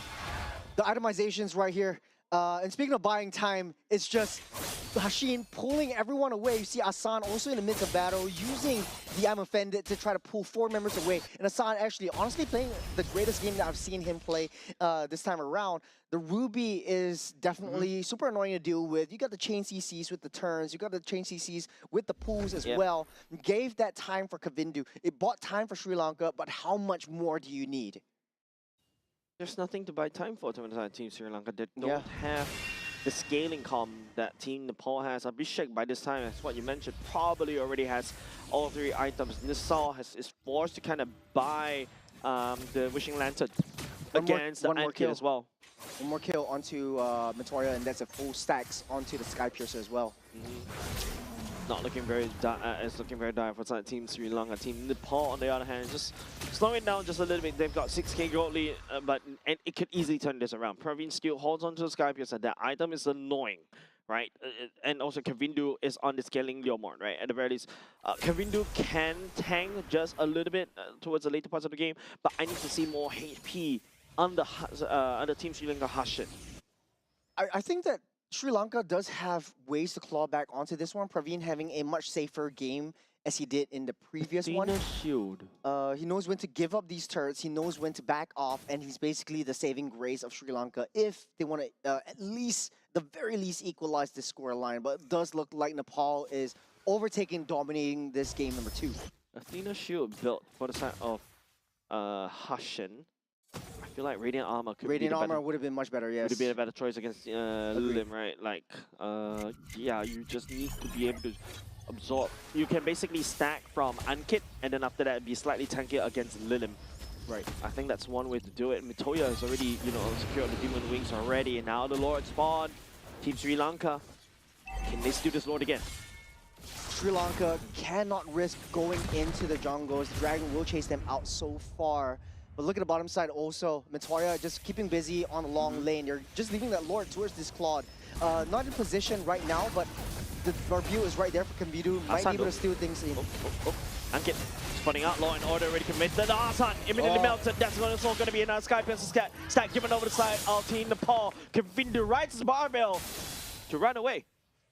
Solid bait from Nepal. Took down that Lord. Bottom side pushing in. Split up that team fight. Force a mistake from Sri Lanka. And the biggest mistake was Asan going in while they know that they cannot fight this now that their heads are split. And Nepal is very good in manipulating Sri Lanka's movements in this particular game.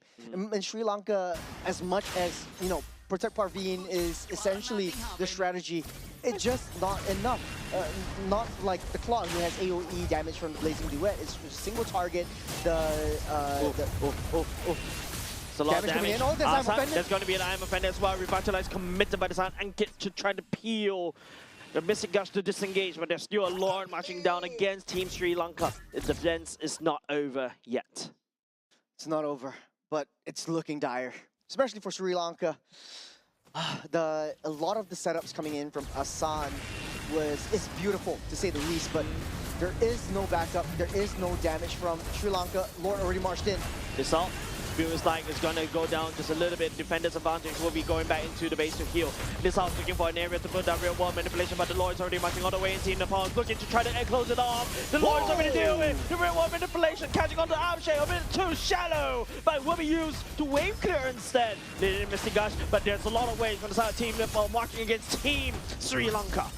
Ankit fell, but so does Asan. And Asan's playing that tank role. Hashin holding on to the heavy spin. A much better kind of execution from Hashin from now. But again, he's still taking so much more damage from Gord. And like you said, and just circling back to the Radiant Armor would have been a much better item, but there is no sort of like that solid burst. Praveen already utilized that flicker as well, so core resource already utilized. I saw that. Team Lilim trying to use the Mystic Gush onto the turret. I hope that actually works. Blazing Duet for the side of Abhishek as well. He has no fear for the side of Team Sri Lanka as well. He knows he's not able to do, but Asa's doing a lot of damage. There's going to be a shutdown against Team Nagoya, resetting the Sky Piercer. Oh.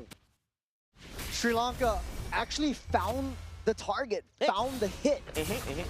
Matoyo goes down right now, so next at least 30 seconds, you don't have a Suyo around. But that creates some space for Sri Lanka to actually step out.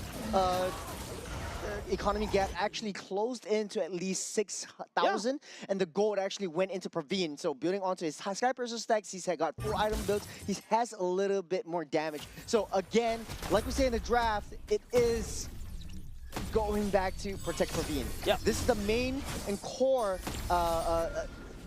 method that they need to do. Yeah, and this late game where Team Nepal kind of lost their cool just a little bit, we saw that in the previous series as well. I mean, Toyo was trying to make a play right there, trying to end the game, I agree, but at the very least, Team Nepal did open up 3 waves against Team Sri Lanka. Now, Missile is forced to kind of stay all the way back, and now, shit, this is not a place where you want to be. Heavy spin committed, trying to disengage. You don't spin on the way back there, shit. It can be the dice on the way in, and trying to make a play right here, trying to hopefully take the Lloyd instead of Red Shape. Victoria soon secures it. Kavindo goes down for the count. Hashin still standing, but not long as well. He dashes all the way back into Team Nepal as well. I saw what they wanted to do. They were risking it. The Mystic Gush might not be able to finish up Nasal, but it's Nasal against Nepal. Man, I'm so close to crashing out. Team Nepal is capitalizing on a mistake from the side of Team Sri Lanka as well. The Mystic Bomb lands onto the last member of the side. Team Sri Lanka as Team Nepal closes it up into 2. Oh, passion. A last-ditch play, a last-ditch effort. It's all out for Sri Lanka. Nepal takes it 2-0. And that last team fight, man, oh man, do I want to break it down. I understood what they were going to do, but there needs to come a point where enough is enough. Enough is enough. Stop. Enough is enough. There's something they call it in it's a fallacy. It's you know you put in too much, but you're already in too deep, and you don't want to. Sunk cost fallacy. That's right. That's the word I was looking for. Thank you. The heavy spin already utilized. You're taking so much damage, but like they're telling, okay, then like in my mind they're like telling themselves Asan was already in that tri bush. He's already in position. We can't let him review his position because we can't lose Ruby. And so he heavy spins and he circles back around and looking at your face like, oh man, this is golden. I feel like you're enjoying my face. I did. And then okay, so heavy spin all the way back, and I understand what they wanted to do, disrupt and try to pull the Suyo away from that Lord, but how much time do you want to buy with that Lord? I would say take that Lord in and protect your entire base. The Protect Parveen was out the window once they saw. I feel like it's just Team Sri Lanka just, you know what, might as well try stealing the Lord again. If if it works the first time, we try it another time, right? That is exactly my face when the Kai circled back. But Matoya was like, okay, I get pulled back, no problem at all. I'm still gonna get this Lord. I'm gonna take down your Lumort. I'm gonna take down your Ruby. I'm gonna take this game. And an excellent game. MVP goes into Matoya. 12 kills, 1-1. That's an assist. That's a lot of damage. And like I said, heavy snowball potential created so much momentum, created so much space. And the opposite of my favorite number for the kill participation is everywhere on this map. The other way around. The other way around. Yeah. That's why I said the opposite. Uh-huh. But Jace, this is my 76, face. right. This is exactly my face when I saw what transpired down the last Dude, fight. okay, I think they have idea. There is an idea, all right? There is idea, but it did not work out because, you know, Team Nepal, there's so many damage right there. You got Gord also with the missing bomb. You also got a way from Ankit to basically slow down that pursuit as well with the Glorious Pathway to slow you down. Kavindu, I think he has no choice but to really commit to that. If he has to try to do something, at least there is one chance, right? Like, you know, Mom Spaghetti knees weak, you know? Yeah. But I felt like it could have gone a lot better if Asan went first. Kavindu was just way too trigger happy. He was way too panicky. I felt like there comes a point of time where the shot clock has to go down. And for him, it was 5 seconds earlier than when Ruby actually came in. Hopefully we'll see that in the replay later on at the end of this game. But it was just a very mismatched kind of Sri Lanka from a start. But, you know, enough about Sri Lanka. Let's talk about Nepal. Knowing that, you know, hey, Praveen is having a good game so far, and they know what needs to be done. They left that bottom side alone. Even with the roster change from Benet to Abhishek, it played out pretty much what we expected as if game number 1. Yeah, and you know, I'm okay. Okay, I'm happy for Team Nepal, right? This is a better showing, but it's starting to. I mean, especially if you're going into the last chance qualifier, right? I think that's something that you also need to take note of. Team Nepal, when it goes to later parts of the game, it feels like they're kind of not synchronized, right? I feel like there's something different, so I hope that's something that they will be able to fix going to the last chance qualifier for them. But of course, you know, this kind of solidifies the positioning for the side of the group stages for Group D already. But of course, you know, there's a lot more games that we'll be able to watch for today at the very least. Yeah, kudos to Nepal once again. A pretty strong position as of now. So far, 2 wins, 2 losses. And this is basically their last day of play-ins as well. So Sri Lanka, this is also their last match. Coming in at the 5th seed in Group D. There is a lot of adaptations and learning that they need to do. Taking a look at the actual standings right now. Still, Mongolia topping the charts 4-0, winning out every single one of the match, and previously playing against Pakistan as well off stream. So it was quite of a tricky slope because Nepal and Sri Lanka was playing against Mongolia and Pakistan. It could go both ways if Pakistan would have won Mongolia, and then there is a 2-way tie for the last chance qualifiers. But Nepal really proved themselves. They deserve to be in that LC last chance qualifiers. Yeah, I think they definitely step up, right? I think the only game for this particular group is just the game between Team Mongolia against Team Pakistan. But I feel like that thing is kind of set in stone, right? Even if Team Pakistan will be able to win a solid 2-0 against Mongolia, you don't really have enough points to basically knock out Team Nepal from the LCQ. No, based on the standings itself, 4 games to be played, Mongolia already won Pakistan, so it solidifies their spot. So it's pretty much of a guarantee right there. Yeah, so that's also something that we also need to take note as well. But of course, you know, lots of games happening. It is also good to see, you know, at the very least, we get to watch 2 games of Group D in a row. So I'm excited what's to come next. We're going back into something more of a familiar territory for the side of Group A. Coming up next is going to be Team Philippines going up against Team Myanmar. So this is, at the very least, we get to see Team Liquid. You like that, don't you? A little bit of a course. roster The shakeup as GOAT. well. I heard when we talked about this Yeah. during the short break that we had earlier on. Yeah, I think I saw Team MPLPH did make an announcement. They switched Kara back in, but hey, you know, Ooh. Team Philippines is backed by the 3 of the biggest coaches in MLBB history as well. But with that said, ladies and gents, don't go away. And also hi to those people who are queuing in because, you know, the next game is going to be spicy. We're going to go back into Group A, the match between Team Philippines going up against Team Myanmar coming up next. Time your chair evolved. This is Secret Lab Titan Evo.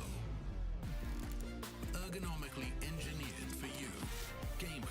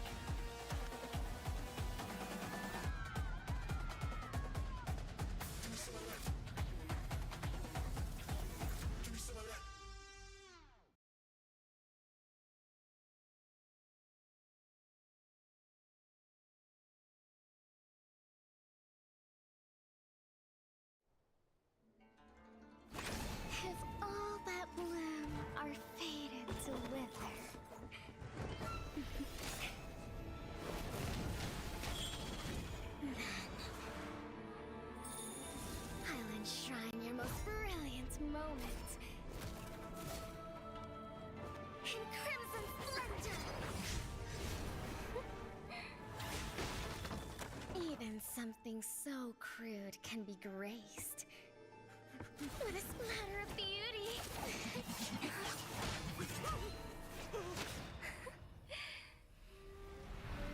I'll get you out! You finally come to me, Hanabi-sama! This madness ends now!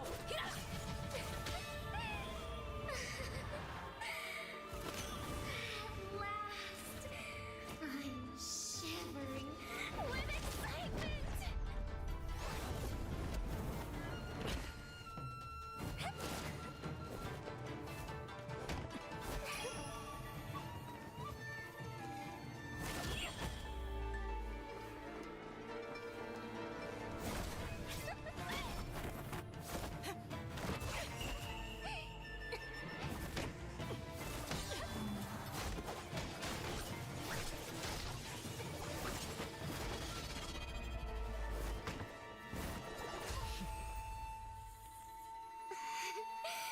Such killing intent. Does this mean Hanabi-sama finally understands Kirara?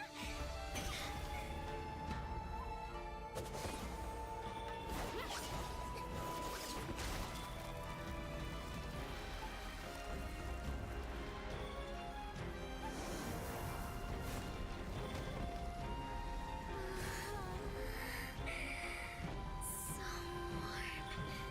So beautiful.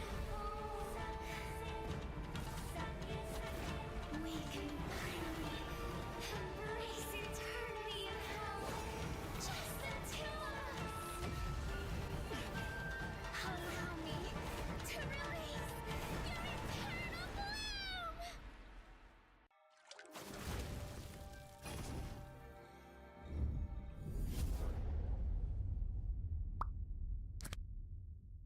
The human body was built to move.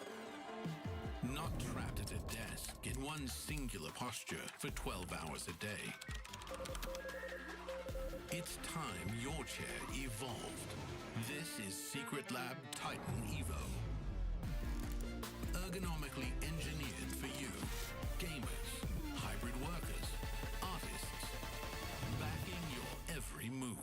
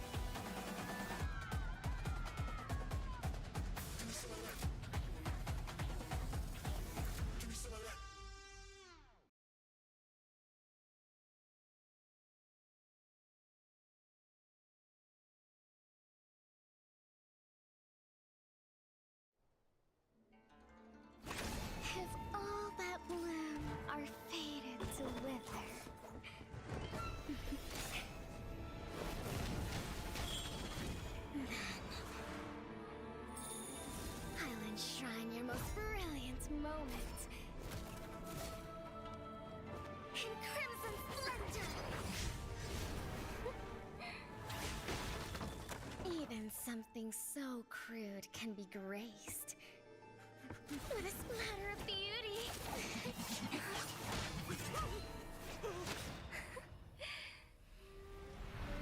I'll get you out! You finally come to me, Hanabi-sama! This madness ends now!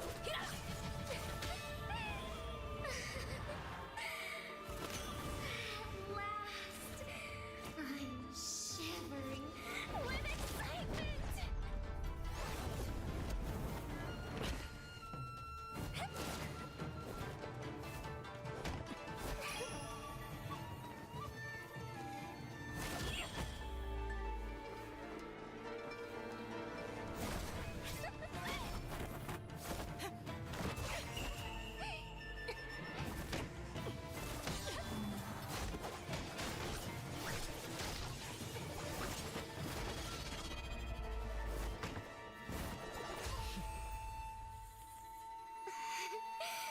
Such killing intent.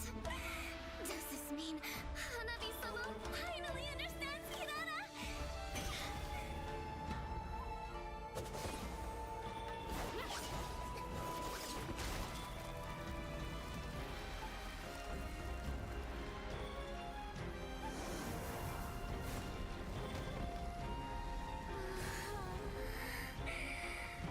So warm. So beautiful. We can finally embrace eternity in hell. Just the two of us. Allow me to release your eternal bloom.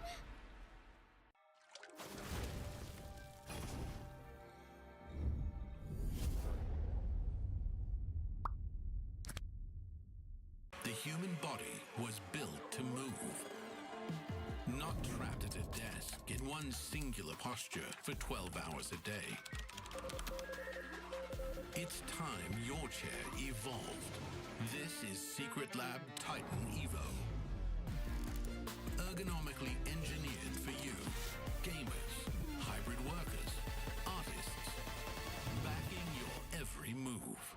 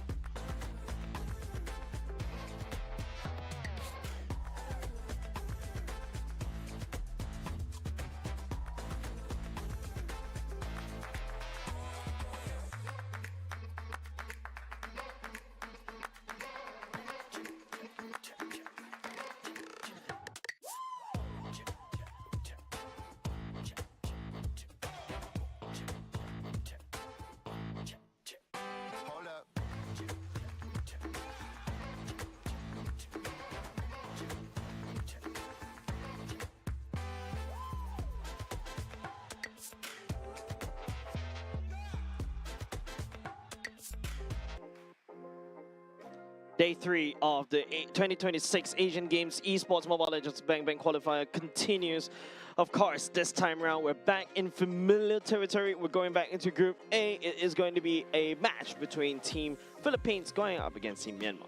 Always comfortable being back in Southeast Asia. Yes, definitely. We've seen them grow since, all the way back when Mobile Legends just started. We've been one of the first couple of regions in the scenes, and Philippines undoubtedly crowned one of the, if not the best regions, multiple international accolades, and everyone's always saying like, hey, without a Filipino import, you can't win, and yada, yada, yada. And we will see that this team will, it goes to show that this team has a lot of high expectations. That's not to say that they're not invincible. Yeah, I mean, the fact is, don't be surprised if I stop calling their government names. I start calling them by their actual ideas. Because, this is the Team Liquid that we've know and love. We talked about they're solid in their own region, and now they're here going up against Myanmar. But of course, we have to also talk about, if you guys missed out that game yesterday, yesterday, right? That wound from Cambodia can be quite strong, but hopefully they're able to kind of tighten them up just a little bit. It's just another fluke, maybe it's just another day in the office, because don't forget, this is Team Philippines. Yeah, I mean, on the other side of the table though, Myanmar having a pretty strong showing. So far, still 1-1, 1-1, 1 loss. We'll be playing 2 games today and then another 2 games tomorrow. So this will be a pretty long run for them. Group A is the gauntlet of death anyways. You see all the Southeast Asian regions, right from the heart of Southeast Asia down the equatorial regions, over to the Mekong regions, we're all lumped together in the same group. They're playing a huge gauntlet of basically 7 games for every single one. Yep, this allows us to also take this opportunity to just give you a quick report on the standings from Group A. Of course, leading the chart currently is at 6 points, Team Indonesia, followed by Cambodia, Philippines, Myanmar, Malaysia, Vietnam, Laos, and Singapore, all the way down at the bottom. But hey, you know what? This is just like what we mentioned, the group of death. I would say this is where top 5 will be going into qualify into Nagoya. Yeah, this is really exciting, especially to cast a game from 2 teams that have shown international prowess. And if it takes me back to all the way back to M1, you have Bren versus can't remember the Myanmar team's name, but this is pretty much it. You have the Myanmar up against Philippines once again. Really shows a lot of growth amongst these 2 regions. And back in the day, Myanmar has been on the limelight for one of the best teams out there as well. Yeah, but of course, this is a very exciting team as well. This is a very exciting match as well, because not only just the fact that, hey, I was just walking outside, the queue was super long because they're all queuing up to watch Team Philippines, represented by Vienna, De La Cruz, Papico, Nepomuceno, and also Vinuya. I almost call him Kalkizi. Oh my goodness. I feel you. You know them. You love them. You draft around them. You're banning out all their core heroes. And, this is the team to look out for. High expectations. A lot of eyes are on them, not only here in sunny Singapore, down in Resorts World Sentosa, but all over the world in the Asian Games. Yeah, but also shout out to some of the fans that are also coming in, watching both these 2 teams. On the other side of the aisle, representing Myanmar, Shine, Lin Aung, Kao Tu Ya, Myo Mint, Han Tu Sui, and Hien Hit Tu as well. These teams, like what you mentioned, right? Legit, like, you want to go all the way to the back in the M1 days. I go back to the M4 days where we start to see the real rise of this, the Team Philippines stack right here. But of course, these team going in, not too shabby either. They won against Team Malaysia 2-1 just a couple of days ago as well. Now looking to prove themselves. This is the litmus test. Everyone wants a piece of Team Philippines, and not too sure whether this team will be able to deliver that. There is a saying, when there's something to prove, you are going all out. Definitely. And then for Teams Philippines, when you've tasted the top, you know that you're up in the top.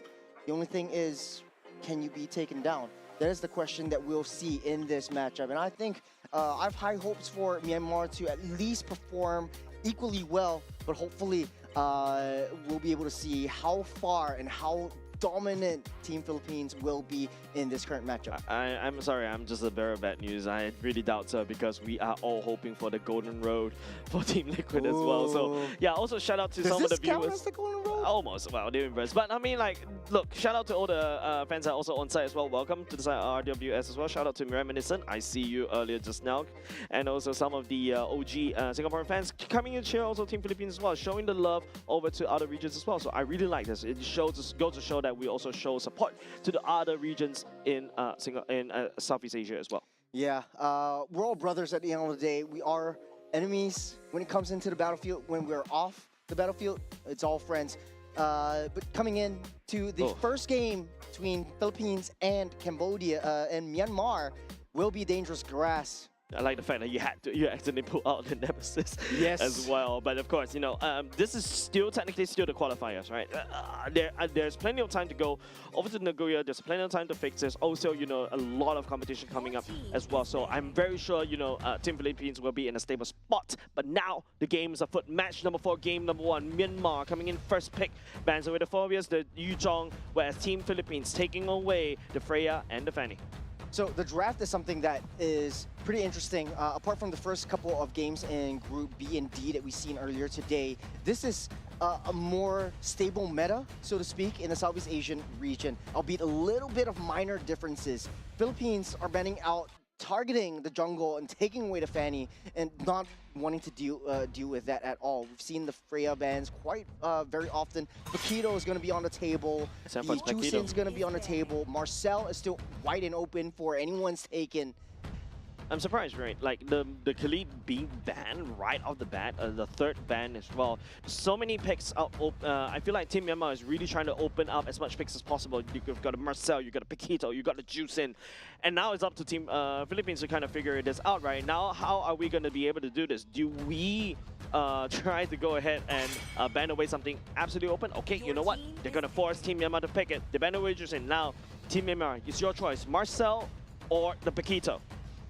Marcel would be a more counterable target. At least you pick up Marcel, typically a lot of teams like to pick up the Valentina, so you don't get trapped into the golden hour as well. Paquito would be one of the best bets, but facing up against Venuya, who is crowned one of the best, if not the best XP laners from all around the world. Ooh, going back wow. to basics with Arlott and then Machino with the Akai. Yeah, new flavor of the month, right? Akai coming back into the meta. Mostly in the jungle as of now because of your jungle dance is so strong. Using the heavy spin, you'll be able to push somebody away and then land the retribution yourself. Valentina is wide open for the side of Myanmar to pick. But, you know, Sanford is on this Arlott. Arlott versus Paquito in lane. Any thoughts? I do like it. This is the combo that we spoke about earlier. A lot of crowd controls, a lot of lockdowns. Arlott can just free dash around, and there is the connection from the Team Liquid. I mean, 4 out of 5, or basically all 5 members are from Team Liquid. We just have to remember. We have to remember, and you stop calling him Sanford. He's Venuya from now. In any case, though, I want to just talk a little bit more about Team Philippines. Individually, they are extremely mechanically gifted players.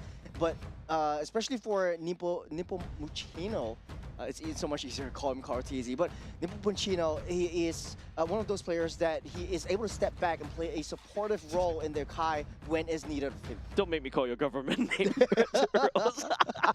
as well. But okay, Team Philippines on the other hand, you know, they solidified the draft with a carry. Carry is great. Again, it's Baxia, good wave clear. Also pop off in the latest part of the game. Can scale against the Claude. But now the Claude coming in for the side of Team Myanmar. I feel like, ooh, Hellkurt ban. Something is up. Yeah, Hellkurt is definitely one of those heroes that are a bit underutilized as of this current meta. We don't see it quite often, but I think it is sort of like a way for Philippines to really understand that, hey, I want my gold lane to have that free farm without fear or regret of stepping a little bit out of line to be able to get that additional gold that we need to be able to scale as fast as we can. So taking that out is also an ode of respect to maybe Myanmar has played a Hellkurt previously in previous matches. They had 2 days of intellect and research to be done on both these two teams, and I'm pretty sure Coach Alvarado definitely knows what he's doing as well. Yep. Seems like both sides are trying to thin out that roam pull right here. Nope, they're gonna start bending away the Eve. Valentina's still wide open for both sides to take. Seems like, you know, it's more for the side of Team Myanmar to pick up the Valentina as well. Clear ban away. Team Myanmar locks down at least like, what, 3 roamers around targeting onto... I almost called him JP. Oh my goodness. Do you think it might be possible, though, for Nipo Muceno to pull out the assassins that we all know and love from him, and then you throw a Kai into the hands of De La Cruz? Okay, stop. If not, I'm gonna start calling you, and I'm gonna dox you right here on stream. But okay, Gord being selected by the side of Team Philippines as of now. Now is, I think, on side of Team Myanmar, right? Like, look, the Valentina is, I think, feel like it's a low-hanging fruit. But I feel like Team Philippines probably prepped for that one. The Marcel get leaked out all the way here, but instead of going for the Valentina, they opted for the Lilia instead, Churros. There was a very intelligent draft from Myanmar. They know that Valentina is off the tables. Marcel is getting picked up right here. Unless they want to risk it and go for Valentina in the jungle, which they will not. De La Cruz will pick up the Matilda for himself. We've seen the Matilda and the Kai paired up very well nowadays. Combo with the R-Law, there's a lot of CCs galore for the side of Team Philippines. On the side of Myanmar, though, this is a tricky situation because you have quite a bit of dive-heavy heroes like the Boxia, the Paquitos. When you throw that Golden Hour on, that is the risk that you need to take.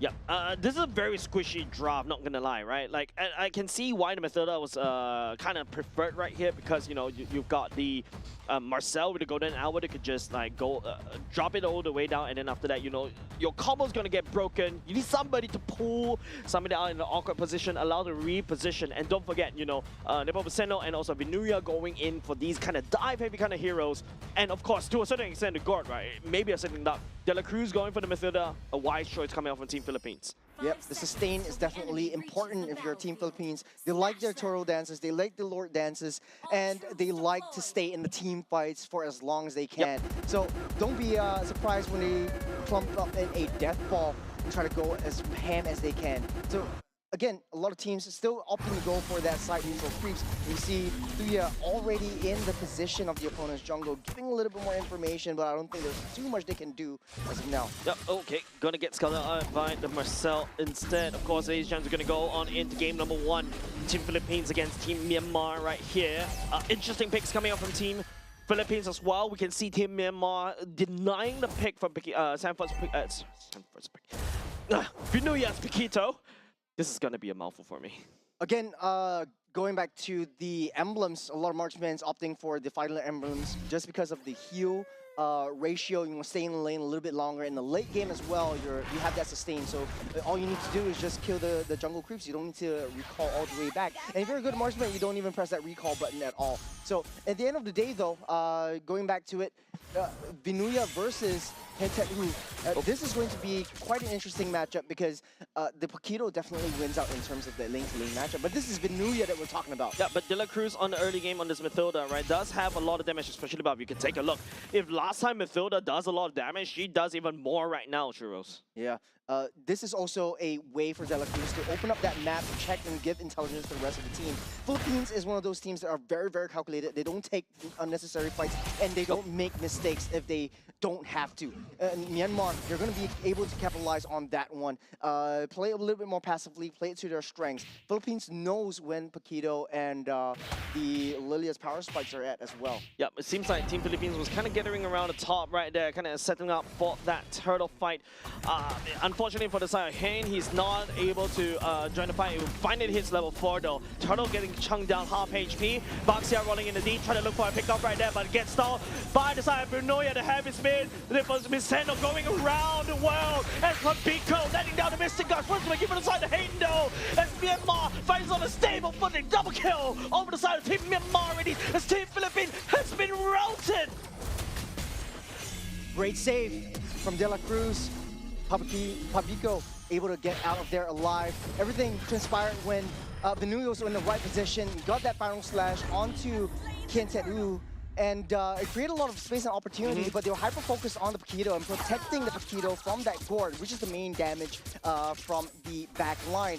Kyotuya was the main guy that was in the back line, just being such an annoyance. to be able to split up that team fight. So great start from Myanmar. We'll be able to take a look at the replays and able to draw out all these team fights from there. Baxia was the first one to be in the midst of battle, and with that, just took down one hit at a time. Yeah, I feel like unfortunately Papico was just a sitting duck, right? And Mathilda was forced to kind of use the Guiding Wind to pull. The threat coming out from Hayne is just way too much for Team Philippines to handle. They have to back off. You can see the Mystic Gush was really just turned off very quickly. And this is exactly what I want to see, right? Teams knowing how to deal with the Gord. Finding a way to kind of flank to basically slow down. But hold on a second, call. Engaging. Guiding Wind being so annoying. De La Cruz coming in clutch. Yeah, there's just one way to sum up Marcel. On the bottom side, Viana takes a bunch of damage though. Even the Turtles Poisson's already used by the side of Han. We'll back away for now. De La Cruz already there for backup. They know that something's going to go down on the bottom side. Once that top side is all cleared up, they might be able to find a way to push up that team fights away from that gold lane, give Biana a much better time in the farming lane. On a main lane matchup though, this carry should have a decent time up against Claw. They do have that late game insurance. At the same time, Corrosive Scythe already built up. They opt to go less for the boots and immediately jump straight for the core. I feel like going to the later parts of the game, both teams does have the comms to scale. But in terms of tankiness, right, if you look at how Vinuya is already building, skipping the boots like what you mentioned, and also going for a lot more damagey items, right? And this is the kind of the new Arlot. You really have a lot of damage, and you hope to try to dive all the way to the back line, burst down, shine, and then just rotate. I think big threat would also be coming in from Marcel as well. Oh, seems like Papico landing down Missing Gush will not be able to hand. I think that's a bit too shallow for the side Team Philippines. Now the turtle will be reset. Team Myanmar letting it go though. No flicker, no Mystic Gush. They're going to try to reset, try to play around this turtle, try to draw this out before committing anymore. Myanmar still has everything in their arsenal. They could go for a deep strike down the flank, find out Gord, find where Gord is, and basically just take it out. This is not a very comfortable position for the Silent Team Philippines, I have to say. De La Cruz getting caught right here. Here comes the Mathilda Airlines already committed. Find a slash coming up on the side of Vinuya, catching onto Han. But the turtle still in the possession for the Silent Team Myanmar. They're still tanking every single thing. They're still staying in strong. Oh, whoa, hold on. Nepomuceno finding the steal away. That turtle, I was actually already dismissing it. It should be going for Team Myanmar. However, it is sneaky Nepomuceno finding it. Yeah, everyone was just way too hyper-focused on Papico. That Nepomuceno was able to just sit comfortably down that turtle pit. Able to get that orange buff and get out of the way. Matilda Airlines to your service. Wait, hold on a second. Yeah, that was the orange buff already. This Nepomuceno is literally being a thief in the dark right here, stealing everything from the side of Myanmar as well. Okay, De La Cruz getting frozen up just a little bit. Here comes the blazing duet from the side of Shine. Vienna activating the ultimate as well, trying to duke it out, but it's gonna be the gold lane as both the touch and go. That's going to be a lot of damage down the bottom side. The flicker already used up top from Vinuya, but that was a very smart play from Team Philippines. They know how to play that map. They know how to play the macro game. Now, team fight coming out of the top side. Nepomuceno heavy spin already committed, trying to pin Mia all the way into the wall, but that is, I would say, not the main target, but it seems like Vinuya's only so much damage to find a slash. Reposition, Nepomuceno picking up the kill, giving over the side to Team Philippines. Smart final slash coming in from Vinuya to be able to secure the first kill for Team Philippines.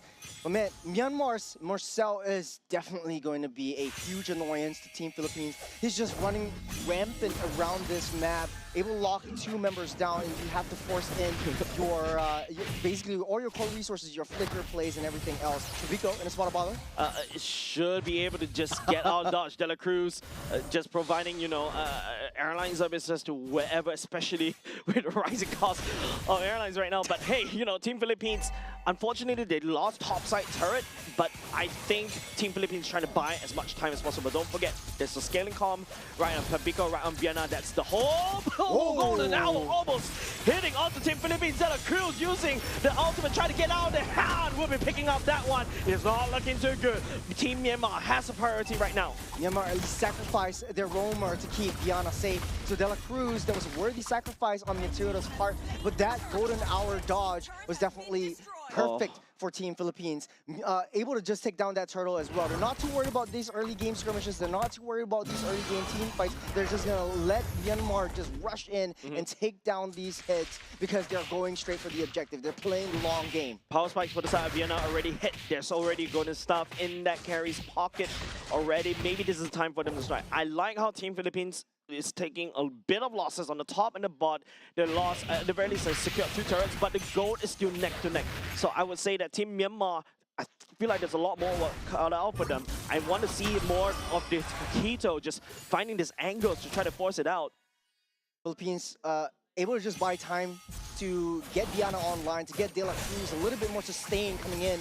And this is the babysitting that we like to see. De La Cruz and Diana just sitting heavily together and very comfortable, just free farming every single one of those creeps, every single one of the resources just funneling into Diana. Once that carry comes online, Myanmar with basically a full dive potential lineup, it needs to be able to commit down into Philippines' throats. I agree. The priority for the Baxia and also the Paquito is starting to fall very, very soon, right? Especially when Team Philippines is just doing stuff like this. Nepo Viceno is just showing himself out right in the face of Team Myanmar's jungle. He's not afraid. He's an Akai. Nobody for the side. Team Myanmar is there to burst except for Shine, and Shine needs to farm all the way down bot. And now, maybe because Team Myanmar has already unlocked Shine, maybe there's a way for them to start using him in massive team fights. Yeah. In the mid stage of the game, though, Myanmar kind of seems like they are trying to force over the side lanes, try to push it in. If they want to play macro, Myanmar is going to play macro back. And Team Philippines, it's sort of like Nimpo is just sitting in their opponent's jungle, taking all the resources that they hold dear, and no one is committing into the team fight that Akai has. This is the passiveness that we know and love from the Southeast Asian teams. And both of these teams, they know and they respect each other. They've seen each other play for a very long time as well. Yeah, I mean, you don't really need to force it, right? Because Viceno, the hold on second call, trying to make a play right there. Will not be able to find anything, though. You can see how Team Philippines is super disciplined about that one because the Lord is up. They're looking for a play, but there's a lot of things that, Team Philippines had got to do. Top side defend at the same time. There's also another lane open at the same time. And it feels like, Team Myanmar is the one dominating most of the river parts as well, especially the positioning from Call. Yeah, as much as Claude is just 200 gold ahead, but hold on a second, that's an hour. Already tried to buy some time, just a little bit heavy spin. It's going to be Han securing the Lord instead. Members on the side of Team Philippines trying to fight onto the punish. Vienna tags onto Kyo. They'll be going down, but final slash from the side of Nagoya stalls the escape from Team Myanmar as they will pay the price of this Lord. 2 members going down for the side of Team Myanmar. The sustain also coming in from De La Cruz. As long as Matilda's in these team fight, there is not much that Myanmar can do to break through to their defenses, and they're protecting their back line super efficiently, super effectively. Nimpo Macheno, even though he started off with that Lord, he knows that the back line, he knows that Papico is getting assaulted on, he knows that Diana is in a spot of bother. He ditches that Lord, goes straight to that team fight. He's protecting his team to infinity and beyond. Taking a look at the replays, using the heavy spin to try to push everyone back, protecting the back line so effectively. Diana just free hitting and just getting the auto attacks on, and Venuya. Enough said about this guy, man. How do you do that? Like flicker, final slash, right underneath the enemy's turret and still get 2 kills, right? This is just pure discipline. I would say pure micro coming off from Team Philippines. That is really crazy. But then this problem is still here. Team Myanmar does have super minions, was able to crack open mid. Crack open top. Team Philippines, on the other hand, that mid looks really weak. Myanmar could just go over there, burst it down very quickly. But Team Myanmar is on a timer. They saw the power, the damage coming on Team Philippines, and they know it. That's a 5-man. 5-man for the moment, try to buy some time. There we go. Crack open mid. Okay, smart move, very passive, very defensive from Myanmar, and also very disciplined. And they know that their draft is definitely not going to be able to take down a 5-on-5. So they're sending the Paquito down the bottom side. They're sending the Claude up to the top side to be able to push down those lanes, creating that space. They don't really need to fight a full-on team fight and just fight around the objectives when they do so. Baxia try to crash in. Oh, Nebuchadnezzar taking a lot of damage though. Heavy spin already committed. Venuya, 3-man final slash, but would be a little bit not. Papico landing down onto the Mystic Gush. Doesn't hit anybody though. Myanmar gets away scot-free. They just need a little bit more time. Right now, at this stage, Carry and Claw definitely has a lot of damage when it comes in. So both teams are actively trying to avoid team fights at all costs. What they can do is try to go for pickoffs. Venuya has been phenomenal with the Final Slashes, finding not one, but at least 3 members on the side of Myanmar. And all they can do is just, at this point in time, try to split push. They're winning the macro game. They've got at least 5 turrets off of Team Philippines, able to crack down that base and wait for the Lord again. So pretty much back to basics on this one. Yeah, right now, you know, Team Myanmar, even Shine has already secured the Winter Crown already. Viana has responded with the Wind of Nature. Right now, I would say those are your gold laners already activated. This is the late game territory that we're talking about right now. Team Myanmar, I feel like, you know, ever since the first 2 kills earlier just now by the side of this Paquito from the side of Team Myanmar, nothing has been done so far trying to fix the wave over to the other side. Paquito's left all alone. You always see a 3-2 split from Philippines, which works very well for Viana. You don't want to risk too much getting your marksmen taken down and opening the floodgates for Myanmar to come in for the approach. Remember Seno, here comes the golden hour, buy some time, and the laser still not activated. Han securing the Lord instead, and then Seno pinning members on the ground. Pinoya joining the fray at the same time, trying to dive all the way back in. The members on the side of Team Philippines coming for the flank. 2 members on the side of Team Myanmar already out. Same could be said on the side of Team Philippines as well. But Team Philippines, they found the critical mark. Vienna, there's going to be a shutdown, a double kill. Wait, a triple, a wipeout for the side of Team Myanmar. Philippines started off strong. Even though they were trapped on the golden hour, it was a little bit too fast, too soon. Nippo Machado wasn't able to get that Lord, but able to buy that time with the heavy spin. Vinuya coming in with the support. Viana and De La Cruz all the way from that top side, flying down with the airlines to clear up Myanmar. The Lord Marshall on that top side. They need to be able to go back. That's the recall. Yeah, that's not enough time for the side of Team Philippines, but at the very least, the cracked open bot. It is crazy, not gonna lie, that Team Myanmar was the one to secure 2 Lords, but it seems like Team Myanmar wasn't able to capitalize on these objectives. Myanmar really desperately has to play the macro game. Take a look at this replay. We see, okay, you took the Lord, I'm going to take your heads. You lock down with a heavy spin. You get the Matilda Airlines coming in with Viana, having a VIP slot, a VIP for a first wipeout of the game so far. First class ticket, I would say. Literally boarded that airline, landing the fight. It's like as if this carry has an SOD himself, right? Yeah. Like using De La Cruz as the guiding wind to just rotate quickly, defend, and then after that, just hyper rotations coming out from Team Philippines. You're basically playing a carry with an angel seated around you and nested around you. So you have an extra dash, you have an extra escape, you have an extra mobility coming in, and you're just hyper farming the entirety of probably the rest of the game. And from now, it was even in terms of economy, but at this point in time, Philippines are tipping the scales. Yep, if you talk about even economy, but don't forget, you've got the Paquito and the Baksa. These 2 are already starting to lose a lot more priority. You're looking at Team Myanmar. Hopefully, the Claw was able to do a lot of damage. Is Myo on this Lilia was well, okay. Vicar already that was a jump. Luckily, was able to just BMI all the way out to safety. But you can start to see the damage right now. The Ice Cream 1 from the side of Pipico. Those movement speed is gonna be a problem. Taking a look at itemizations, looks like Viana is online, ready to go. That's a full item build. Might be able to sell that boot for an additional item slot. So is Claw. So these are the 2 main heroes that I'm looking out for in terms of damage output. The fact of the matter is, when we talked about Marcel, we talked about also the risk factor that comes into play.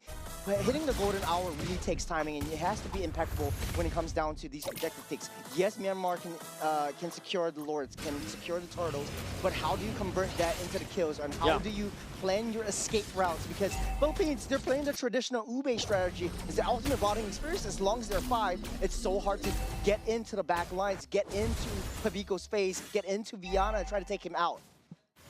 Right now, I feel like Team Philippines is just looking for an excuse to just dive onto Myanmar, right? Myanmar feels like they've always burn off all their utilities just to try to secure the Lord, try to prevent Team Philippines to take the Lord. But you see how Team Philippines come back in with a punch. twice in a row we saw that, you know, Team Philippines made Myanmar's Lord take down costly.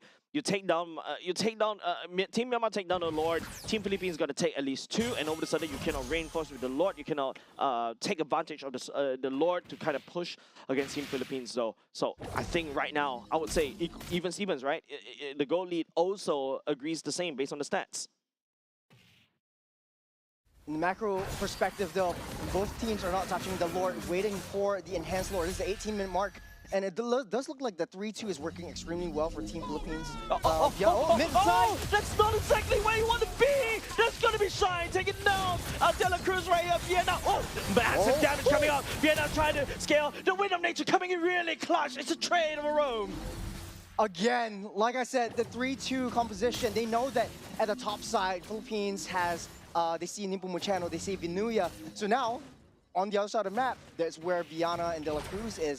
They've identified that, trying to take that out as the final slash. Oh man, there's no way for him to get on away. That's going to be the laser committed. Nepomuceno picking up that kill as well. And now 2 members down. It's going to be Team Myanmar trying to make a play right here. But there's 4 members from the side of Team Philippines still locking down the Lord. Mio trying to land down the bomb, trying to zone, but he's going to run out of steam very quickly. Team Philippines looking to blitz this Lord down. Beautiful target prioritization, just taking one at a time. This Vinuya. All the way in the back line, he's taking a lot of damage onto by the Shine, but he's hopefully trying to buy some more time. Vienna is outputting a lot of damage for Bingo. That laser coming out, resetting Mio, but it's going to be blazing away. Vienna secures the Lord instead for the side of Team Philippines. What a play by Team Philippines, just baiting out that Claude away. And Vinuya just starting things off. Yes, that Claude hurts. Yes, Vinuya is in a spot of bother. He's able to always find a way out. So Philippines, they are 2 steps ahead. He knows how to engage. He knows what time to engage, and he knows their way out. Nepomuceno is left all alone. Heavy spin already utilized just to get back to safety. And all this time, just because of Viana and De La Cruz earlier on, down the bottom side, pushing in the waves, you have a fat wave with the enhanced and involved Lord marching down the bottom side, so Myanmar has a lot cut out for them. Yeah, like literally, this is exactly what I was talking about, right? Your early game priority is already gone. If Myanmar wasn't able to get a lot more, I would say, infrastructure damage against Team Philippines, they're gonna hurt a lot. And now because of that 2 Lord fights earlier just now before this one, they lost a lot of members and they're unable to capitalize on more Lord. This may be a bit too late. And now as Team Philippines just marches in to the base of Team Myanmar. Laser coming out, that's going to be the golden moment as well. Call as well, trying to snap pictures at the same time. Maybe side Team Myanmar trying to defend, but the Lord is a little bit too much. But the side of Team Philippines, the damage overwhelming. Team Philippines take game number 1 against Team Myanmar. What a play, all the way to the very end. Team Philippines, they calculated every single step that Myanmar was going to take. You want to take down and destroy my turrets? So be it. You want to take down my gold laner on the bottom side? We're going to take down your top. Legit. It's always a trade. They're looking for trades. They're looking for these comebacks from that late game. They know they're in conditions, especially in the late stage of the game. And like I said from the start, with Matilda with the carry, after that 5-6 minute mark, you're going to be playing as a pair. And wherever this carry wants to go, this Matilda is going to empower this carry. So you can't really take this carry down. Myanmar had a silver lining though. At the mid stage of the game, they almost found where carry was. But immediately, just like that, against the Marcel and just popping his head, it was just beautiful play from Viana. Yeah, I agree. Like the trades coming out from the side of Team Philippines was great. Like, yes, it feels like the Lord is just there to bait Team Myanmar to just burn up as much resources as possible. But then again, they trusted in Viana and they trusted in De La Cruz. Nepomuceno is there to basically find those pin Vinuya coming in. This Arlott is crazy setting up these kills. And that's a power Arlott, right? Those repositioning may be really costly against Team Myanmar. And there you go, Vinuya, the MVP. A lot of reasons why he's the MVP. For one, KDA prowess, check. Kill participation is everywhere on that map, check. He's able to protect, he's able to provide for the rest of his team, check. But also, the final slashes were just beautiful. Yeah, it just forces in Team Myanmar into, you know, fights that they are not really ready to handshake, right? And that's the power of the Arlott. Team Philippines find a place and time to handshake these team fights, even as long as, you know, Team Philippines managed to equalize the goal lead. That means that, you know, they're both in terms of items, they're both equal. But don't forget, Team Philippines pack a better scaling comp as compared to Team Myanmar. I do have to agree 100% on that one. They know that in the early game, if they risk fighting it, they would go down in terms of like that cycling advantage that Myanmar has over them. And so Myanmar, they were on a timer, and they knew they were on a timer. they They were trying to speed run that one, especially with Kyotuya, with the Marcel going straight in, trying to find intelligence for what the rest of the team is. But he can't go alone in the late game. There was quite a bit of a good strategy in terms of splitting the heads of the Claude in the top, in the long lanes. If you have the Claude up there, then you wait and you show your Paquito down the bottom side. So you're tipping the scales quite a bit. Philippines understands that. So they turn this team fight heavy composition into a 3-2 type of composition where you also have some alleviation pressure from that side waves with the carry instead.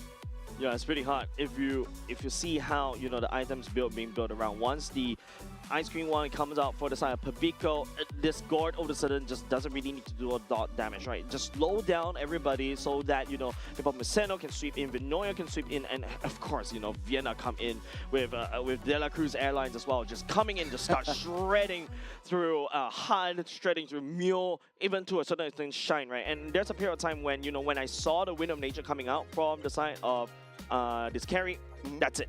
The claw is going to be a little bit useless, so it's got a lot more pressure onto Mio on this leader to output the damage. But Mio cannot get close, because if Mio gets close, he's going to eat a lot of Mystic Gush. Yeah, I like that you pointed out as well, because the Blazing Duet that the Claude was actually trying to push onto Team Philippines was pretty much individual. He's always trying to find solo opportunities to clear everything out. Less the last Lord fight of the game. He was trying to find an opportunity, throw in the Blazing Duet, and yes, the Claude had a pretty decent game this time around. It wasn't like he was, you know, throwing his own body for no reason. He was able to plan his escape route, but the team itself didn't have a lot of AoE crowd control for them to fight against a traditionally team fight heavy Ube strategy. And I feel like Team Myanmar tried to do it.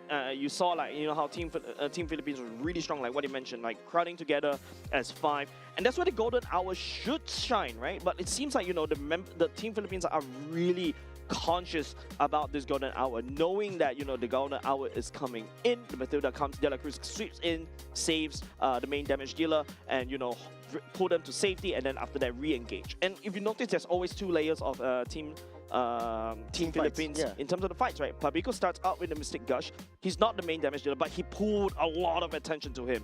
And then Team Myanmar tunnel vision onto him, tried to land the golden hour, tried to land the stun, but to no avail. You got a lot of options for Team Philippines. You can always go in with Nepomuceno first with a heavy spin. If that doesn't work, then Vanuya comes in with the final slash, and then the Mystic Gush comes in. Mystic Gush is also kind of used as a way to deter any of these team fights, especially in the crucial moments of these objective days. And that's how Philippines likes to play around this Lord Dance. So incidentally, the first 2 Lord fights were taken by Myanmar. But for Team Philippines, they're not too worried about that. They're going for the hits. They're going for the main kills. They're always looking for these traits. And I want to express this. This is just clinical, methodical, and extremely strategic play style coming from Team Philippines that we all know and love. Yeah, and this is where, you know, you really get to witness like the high-level gameplays that, you know, these, especially in this group, right? These group are, you know, known in their regions as well to be really particularly strong, especially when you talk about the M series as well. But if you notice how oh my goodness, I keep saying Team Liquid because every time I see them, it's Liquid in my head. Team Philippines, right? Like the way that they really punish the overextension to try to secure these neutral objectives. Whenever you take somebody, they try to take something else. If it's a kill, it's on the other side. You know, it's gonna be the Vienna with De La Cruz just roaming around, just clearing the minions, and also there's a solid push on the other side. There's also like they're very different. You can see the identity, the DNA that they have is like, I can lose the Lord, it's fine. Yes. I will punish you for taking my Lord though. Yeah, it's really night and day from the previous games that we saw. It's like if they know that they can't go for the Lord, they rather just not risk it and go for trades elsewhere. The turrets are taking down, Correct. they're taking down heads instead. And at the end of the day, Claude as well as Paquito wasn't able to do anything much if they want to play around the macro game, which Yep. is what their roster is entirely built for. Yep, super excited gameplay so far between these two teams. And with that said, we're going to go on a very short break. Game number 2 between these two teams are coming up next.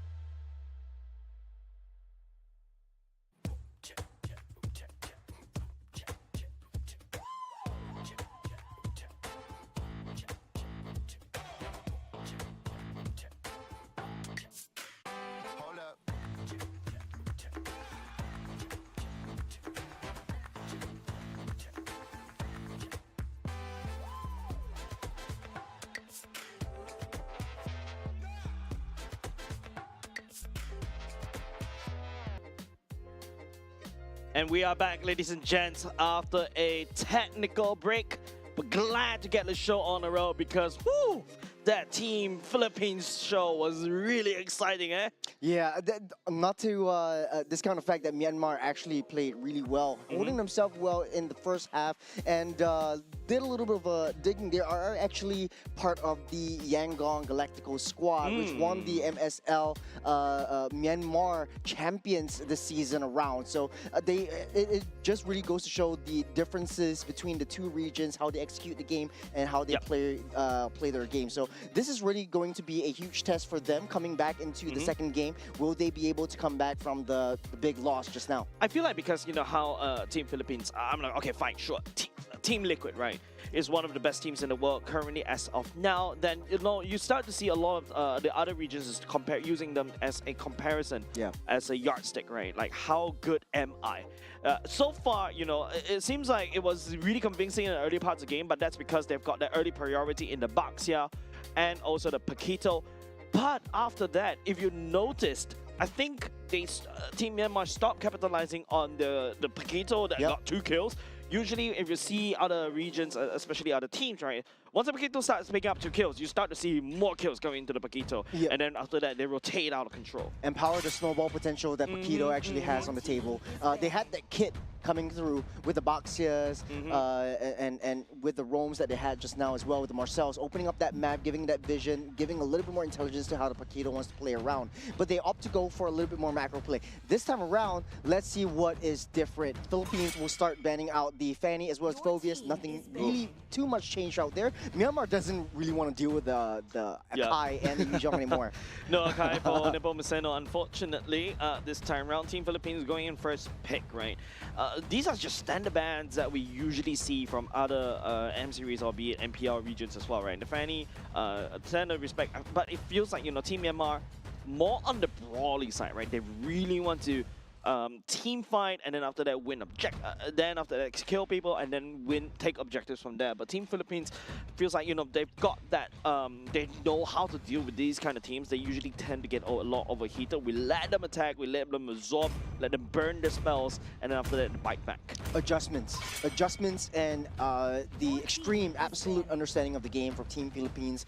They know how to bounce back from, you know, early game kills, early game mistakes that they've made, and they bounce back hard. And which is the first-hand experience for Myanmar coming into the second game. How do we disrupt and how do we break Team Philippines apart? And knowing now that, you know, for a start, first game, Philippines likes to play the Ube strategy, wants to go for a more team fight strategy. And they can adapt to the situation, knowing that, hey, I'm going to be sending my Paquito down on the bottom side. I'm going to be sending Claude. They adapt with sending Carry on their own. Hold on, it seems like, you know, Myanmar is really, Team Myanmar actually banning away the Mathilda as well, which De La Cruz is the one that you mentioned, is really given Team Myanmar a lot of problems in the early parts of the game, and now...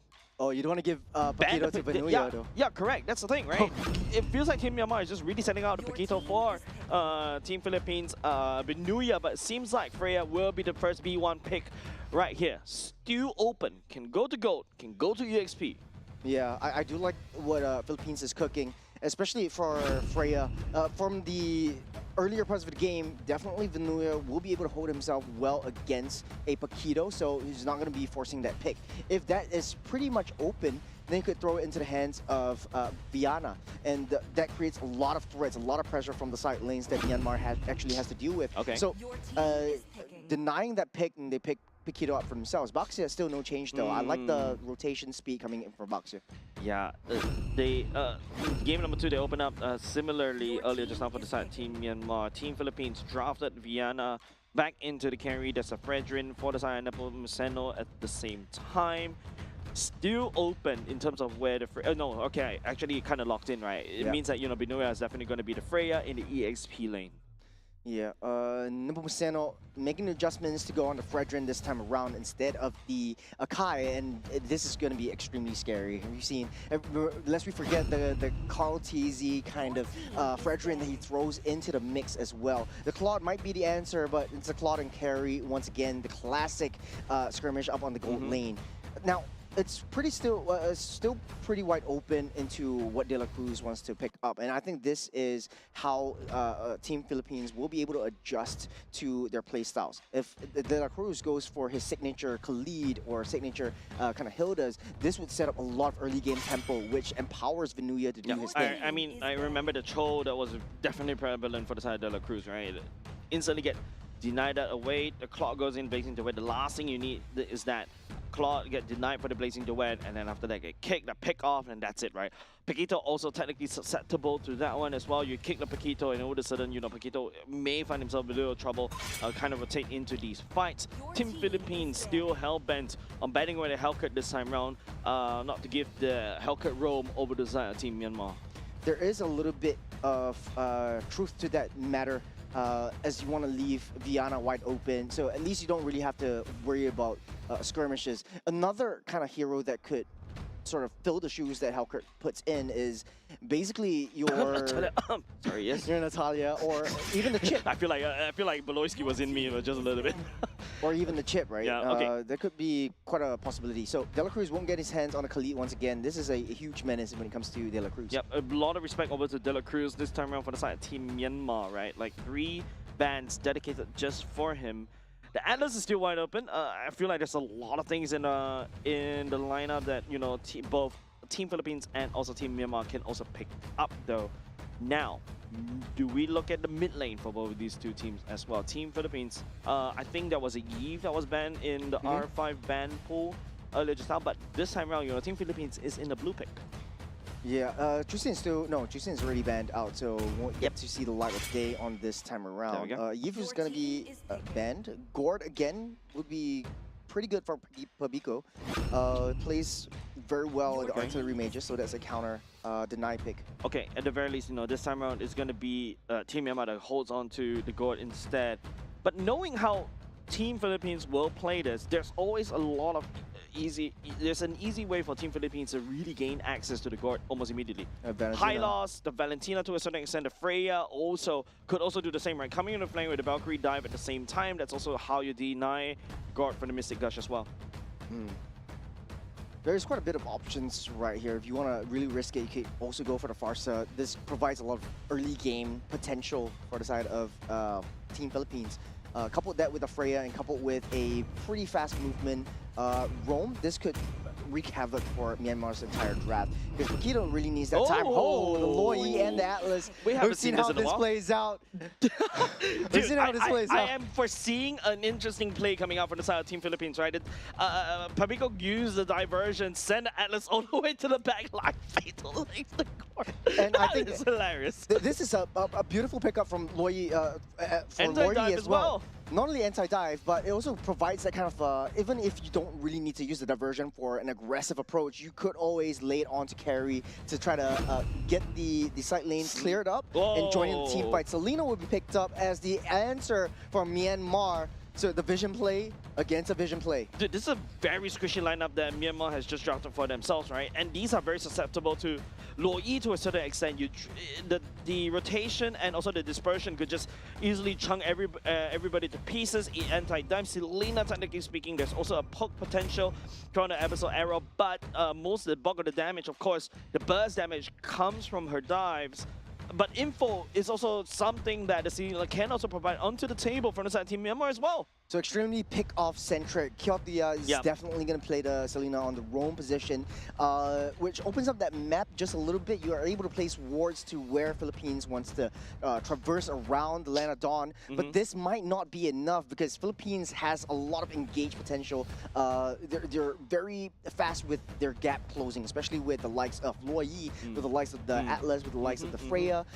Closes that gap and provides the additional support that they have for the carry to just deal that damage from the back line. I like how you break it down earlier just now, right? Like, there's so many avenues for the Team Philippines to engage. You can engage with the Fredrin, you can engage with the Atlas, you can also engage with the Freya to a certain extent. Whereas Team Myanmar, the Baxia knock into somebody, I think that's just about it. And then after that, follow a Selena, Arrow, or even a Mystic Bomb.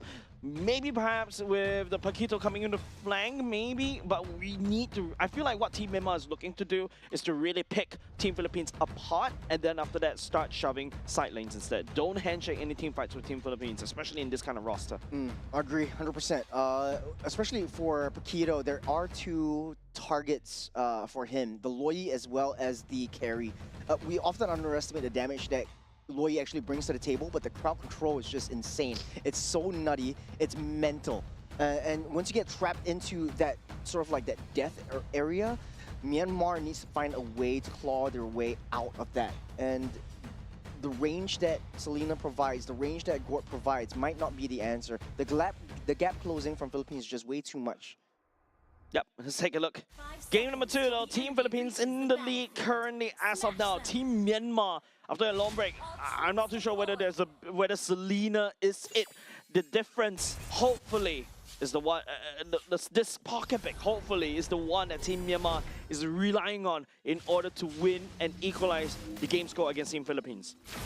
So they're sacrificing a extremely tanky front line, not a lot of crowd controls to set things up for themselves, but I think Myanmar, judging from how they play, the Nagoya are already starting to proxy that wave, which is pretty good. So getting that turret plating and getting the heck out of there, starting that early game rotation and speeding up that farm, that's the optimization that Nagoya has on this Freya. Yeah, I like the confidence coming out of Nagoya though, but of course, you know, Nagoya Freya in level 1 is already ready to go.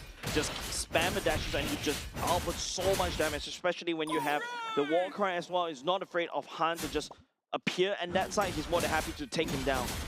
Pre-level 4, Freya does have the upper hand. In the mid lane, Pick off coming up from the side of Team Myanmar already. I bet that's your typical, you know, Selena arrow that that landed onto, I believe that was Pabico. Unfortunate for Team Philippines for now, but it's still early game. Another one stun. Oh wow. My goodness! Team Philippines, Magnet to Absolute arrows for Cure by Cure. What a find. That was 1 assist and 1 kill for the Selena right off the bat. This is the minute and 30. The pocket pick for Selena actually working out well.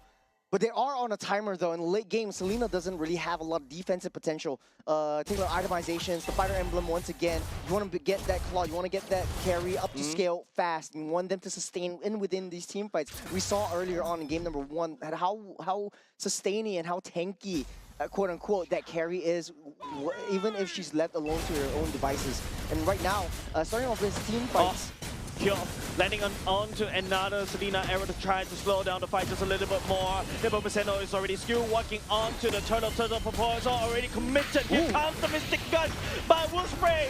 Vinuya goes down for the count. Nippo will be able to take down not only the turtle, but his counterpart from Team Myanmar. Well, the idea was there for Vinuya. Great start in trying to disrupt and push the Boxia back. Found the Boxia, immediately tried to hammer onto that Boxia, but hold on a second, mid-side. No way for him to run. The stuns coming out from Kyo, and also just so many damage poured into him at the same time for the side of Team Myanmar. Team Philippines, on the other hand, this is not a very great start for now. Well, they have a plan, and it's playing into the long game once again. I think it's more of fighting around that team fights. But that being said, I feel like Selena is definitely a very sneaky target for them. The Mystic Gush eventually comes out, targeting onto Vinuya, but a good job in trying to secure that first objective. For Team Philippines, though, it's the same MO as in the first game. Secure the objective, secure the turtles, let's look for trades elsewhere. We don't care about the fights, we don't care about the leads that they have, at least for the first early to mid stages of the game. What we want to do is try to fight around the objectives. They know their power spikes, and they know how De La Cruz likes to set things up. Pabico hasn't come online with the diversions as of yet, but he is being punished for, you know, for the later stages of the game. Speaking of which, my goodness. Another death for the side of Pabico as well. Fatal Links coming up from the side of Team Philippines, trying to slow it down. Myanmar, Myo Mien going down at the same time. And you can see Nippo is not happy. You take down Pabico 3 times. Will not be able to find Selena though. This is very unlike the Loi. Typically, Pabico has a absolutely phenomenal kind of positioning when it comes down to team fights, when it comes down to, you know, your rotations. But I think the Selena was picked up by Myanmar because they identify where Pabico will be at, what kind of bushes he likes to sit at, what kind of areas he's at. And with that added kind of like vision play that it gives with the arrows, you don't have to hit it, you just have to be around the vicinity. I think that's a problem with, right? Like the fact that your games are just being analyzed all over across the world because you are the gold standard. Team Myanmar is taking a leave out of that one. A lot of damage landed onto Paquito for now. De La Cruz looking for a target for the Fatal Links. Perfect match already denied. Binoya dodge around there. Kyo will not be able to find it. Here comes the Mystic Gush as well. Binoya grunts all the way in. Will be able to find onto the goal. The turtle still secured by the side of Han. De La Cruz bring out a hand at the same time. Members of Team Philippines working on it, but Han does have a lot more damage, especially in the box here. 2 members down just for this particular fight. That's the version will be safe getting out of there. That fight specifically just targeting onto the Boxia wasn't the right move for Team Philippines. I think they know what to go for. It's just the distance between themselves and Gord and the Selena throwing that arrows and getting that stun up. Taking a look at the replays, it's just in the middle of the Mystic Gush, which created so much space for Team Myanmar to actually get even remotely close to the turtle and take that out. Yeah, and even the rotations activated early on by Shine all the way up to the mid lane, catching on to Vinuya earlier just now, right? I think Vinuya's gameplay was correct. Tried to target down onto Mio, tried to deny, but another arrow coming out from the side of Kyo. Man, he's landing these very crazily. Yeah, and he's all over the map. It's super slippery. They needed to give up that T1. And to that respect, though, Paquito's just getting out of harm's way super fast. Kratos Wrath committed very early on, trying to out Nebo Museno as well. Mio letting out Mystic Gush. Vinuya trying to dodge. We'll be able to find out Mio. That's a standing guard kill given aside Team Philippines. Smart play by Vinuya. The mechanics is just impeccable. He knows that he's down low. He knows that he does have a little bit of sustain if he hits the creeps. They're saving the Beetle for this Freya, and then he's going back for the counter re-engage. So for Team Philippines, it's just a matter of time before they really come up online. But for Myanmar, the challenge now is to hold on so crucially to this lead. Yeah, this is the awkward mid stage for the side of Team Myanmar, right? Earlier just now in game number 1, you notice that they're not also very confident and comfortable in capitalizing onto the leads. They are able to secure themselves in the early game. They were a little bit too passive, allowing Team Philippines to really take a little bit too much. As long as, you know, Team Philippines manage a bit of a goal lead that's around, I would say, less than 3K, I think, you know, Team Philippines could easily turn this around, but Team Myanmar, I need to see more coming out from them in order to basically capitalize on this lead. Well, we talk about gap closing. Turtle at a quarter. Nebo Museno taking that turtle into his hands. Easy pickings from the side of Team Philippines as well. Wait, hold on. Is that a diversion? Oh, the wait. I'm not too sure. There's on the top side. The concealed play, and Pabinko returning the favor against Team Myanmar. And now it is Team Philippines striking back. I thought the diversion was going to go back to the base, Same. but it went into the mid lane top bush. And they concealed in, Yeah. got that Fatal Links, and Myanmar definitely was not expecting that one. Yeah, definitely. And this is the time where Team Myanmar may caught. Oh god, just a little bit. Pabinko pick up and they kill it as well. Nebo Museno letting on the precious right onto hands. 2 members down by the side, Team Myanmar and Team Philippines equalizing the kill score. Well, Pabinko having that early 3 deaths, definitely not happy about that one. This is the response. He redeemed himself. Pabinko redeemed himself already. Biting off a little bit more that they can chew, not understanding where they're coming from. Pabinko is changing his face down in the midst of battle. Take a look at replay. We see the chase coming in down the mid side. And you have Diana joining in the team fight, so that's an added damage boost from that carry alone. Dude, the Fatal Links one more combo right into the low E dispersion is just so painful, right? It's just, you know, burst damage for days. There's no way to run because you're really getting hooked in by the side of De La Cruz at the same time. And now Kyo, those linear arrows, you gotta have to land them even more better, especially going to the later parts of the game. You really need to find the damage onto Pabinko. If not, Team Philippines would take you and run with it. For Selena, like I said, it's very risky. It's still on a timer. If they cannot sort of like defend the T2 engage from Philippines and they lose their turrets and Fatal Links once again, Purify. But the Purify though, that's okay. Here comes another arrow coming out from the side of Kyo. But Nebo Museno is just taking a lot of resources away from the side of Team Myanmar right now. He actually eats most of the laser as well. Vinuya coming in, trying to zone. Nebo Museno still alive. Vietnam taking down him. And Vinuya on the chase, on the Kyo. Vietnam picking up a double kill at the same time. Beautiful find Nepomuceno was just right there baiting out the Mystic Gush. He soaked in all of that damage and he threw down the Appraiser's Wrap. That's the damage that we're looking for. I thought it was over for Team Philippines. The blue health bars were basically just turning yellow and into the red, and this was just impeccable layering of all of these team fights. Right now, again, back to my point, Kyotuya with the Selena is definitely on a timer. Take a look at the damage. Look at where all the yellow were hit. And then the Fatal Links pulled everyone into the picture, into the face of Nepomuceno, the GOAT. Man, the Mystic Gush was just a Mystic Tickle coming out from inside Mule at that point. Nepomuceno somehow was able to tank through all of that damage coming out from Mule. Mule on this Gorge is supposed to be able to shred through tanks, but it seems like without a Claude and also Shine earlier just now getting zoned out, wasn't able to output the damage at all. And all of a sudden, Team Myanmar, you know, if your God can't do damage already, you trust the Selena to do damage against Fredrin? Yeah, like I said, don't count Philippines out just as of yet. They might have been shaky in the start, but it's always their MO. They're playing to their strengths. Right now, Viana is inside every single team fight that they're going for. They're not taking the risk. They're not going in straight. But speaking of which, that's a concealed play. Might be able to find a body. Nope. I think the concealed play is more for psychological warfare, just to prevent Team Myanmar from stepping up. But this is also where it gets really scary for the side of Team Philippines, right? Like, there's a lot of pokes coming out from Kyo and also to a certain extent Mule at the same time. So if Team Philippines were to just dilly-dally like that earlier just now, De La Cruz eats a arrow as well. You can start to see some of the damage also being poured onto the side of Vienna as well. Man, these arrows are annoying. Yeah, but it's better him than everyone else on the team because he's the main setter. He's basically the baiter of the team. Taking a look at itemizations right now, there's the Trolley Trinity built up for both of these marksmen. And I like the build, the defensive build coming in from both these two tanks from the side of Philippines. You got the Radiant Armor immediately first. You know, hey, Sri Lanka got to take notes on that one as well. And Vinuya, sorry, is basically on fire at this point. They're splitting their hits. They're not playing that 3-2 composition. Vinuya is down the bottom side, trying to push that wave in. And like I say, right from the draft, Selena is a very risky play because now, when you're back on that defense, there's not much that Selena can do.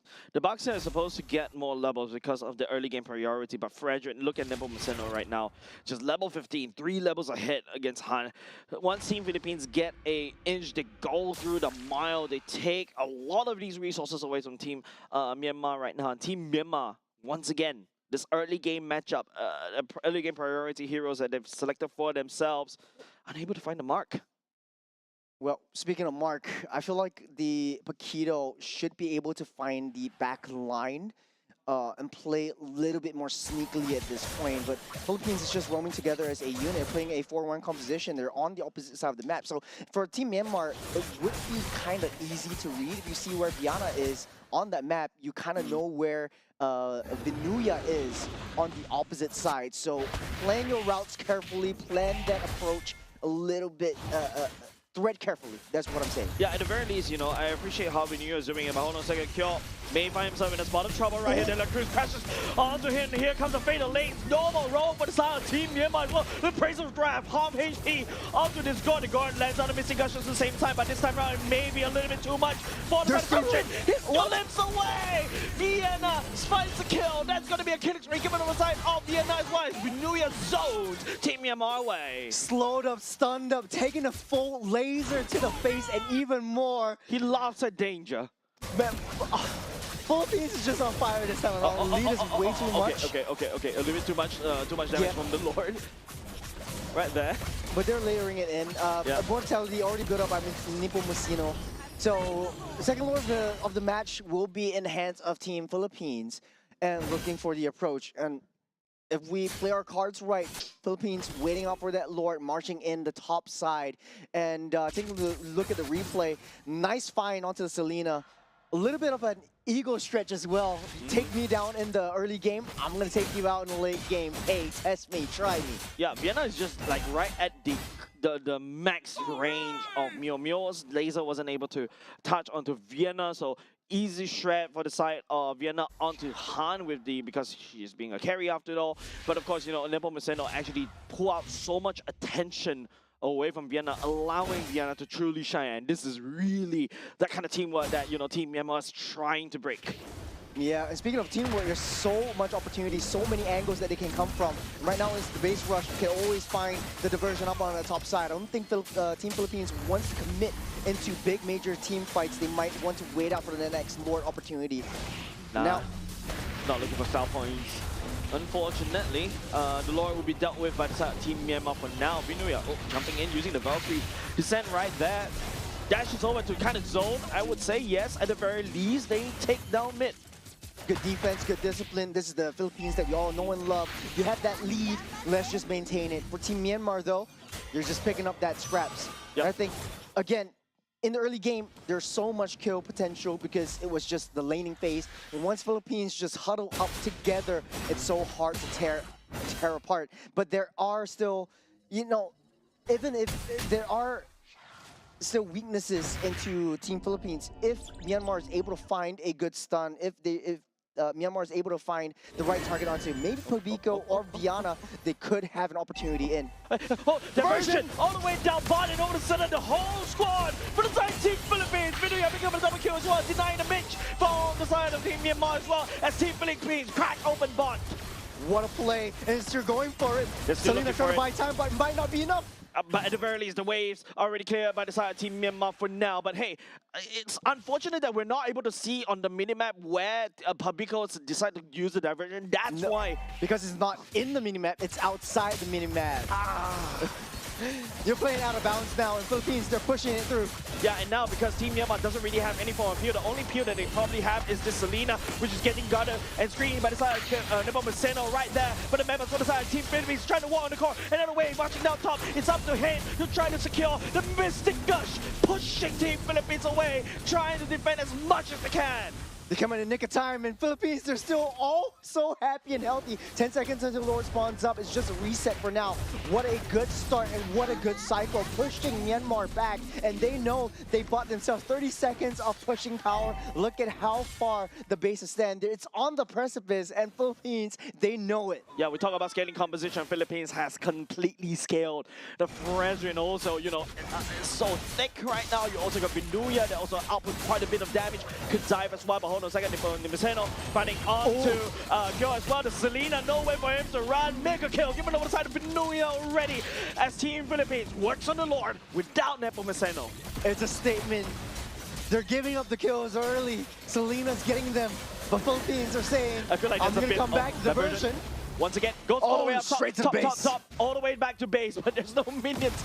This is annoying to see Pabico just instantly sense everybody. And Team Myanmar, even if they see the diversion, they're not ready for it. Yeah, Philippines is just intimidating all of them as the Picklings onto the potato. This 5-man collapse. Oh man, it's so tough to watch if you aren't from the side of Team Myanmar as well. One after another, Team Philippines find a pick off, especially at this critical stage. 30 seconds from full strength. The ball of blue coming in. Mystic Gush already laid down. Mystic is laying down at the same time. Vinuya also hack a sense onto Han at the same time. Dela Cruz already has to disengage just a little bit. Cure running for the hills at the same time. Francis Ryan barely hits. He tried to pull the Lord all the way to the other side. As Vinuya with a bunch of meters trying to work on the core instead, but that's gonna be shut down. But more than enough, as Team Philippines closes up in the 2-0 series. Shaky start, beautiful finish, and like we said, Team Philippines, they are artists. Painting it on a canvas. You don't know what's really gonna show up, but until the end, you're just in awe of what they're able to accomplish. Once again, showing us the dominance they have in the Southeast Asian stage. It's just literally showcasing the gold standard, literally, right? Like, they're on the way to the gold realm, rooting for them, especially in the M series as well. But dude, you can see how, even Pabico getting taken down 3 times in the early game, they're still unfazed. They know the power spike. As long as you don't give too much in the early game, you don't allow to have, like, in the early game, 5k gold lead, okay, fine, that's over.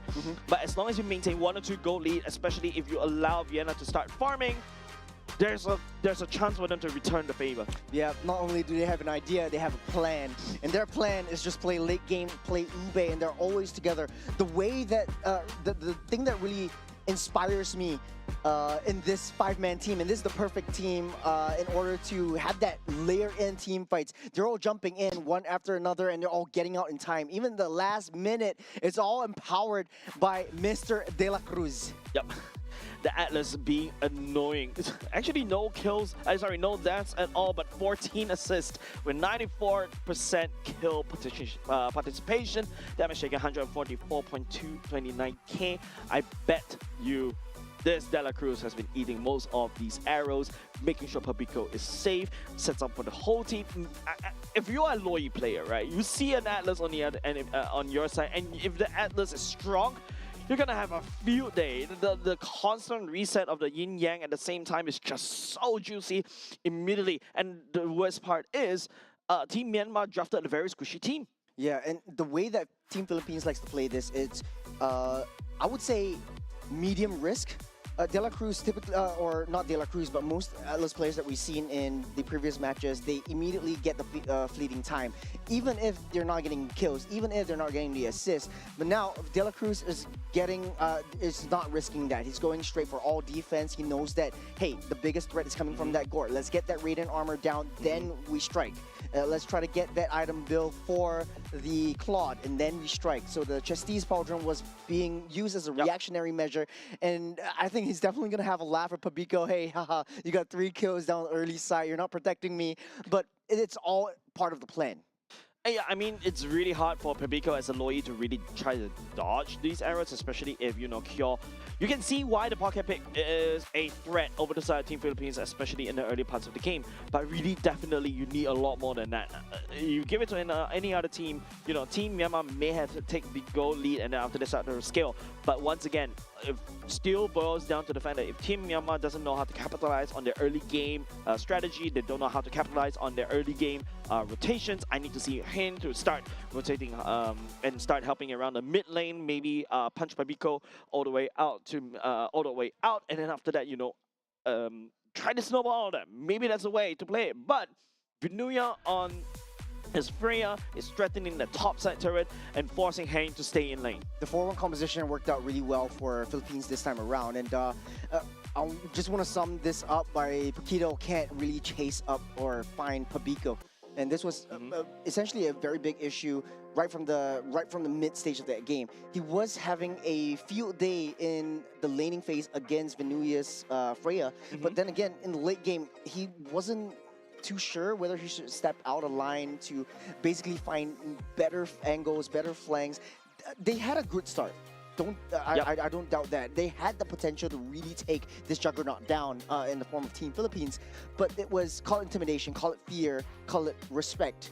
But Philippines really knew their power spikes. They really knew their timings. And this is what really sets, like you said, good from great. This is the greater to almost perfect.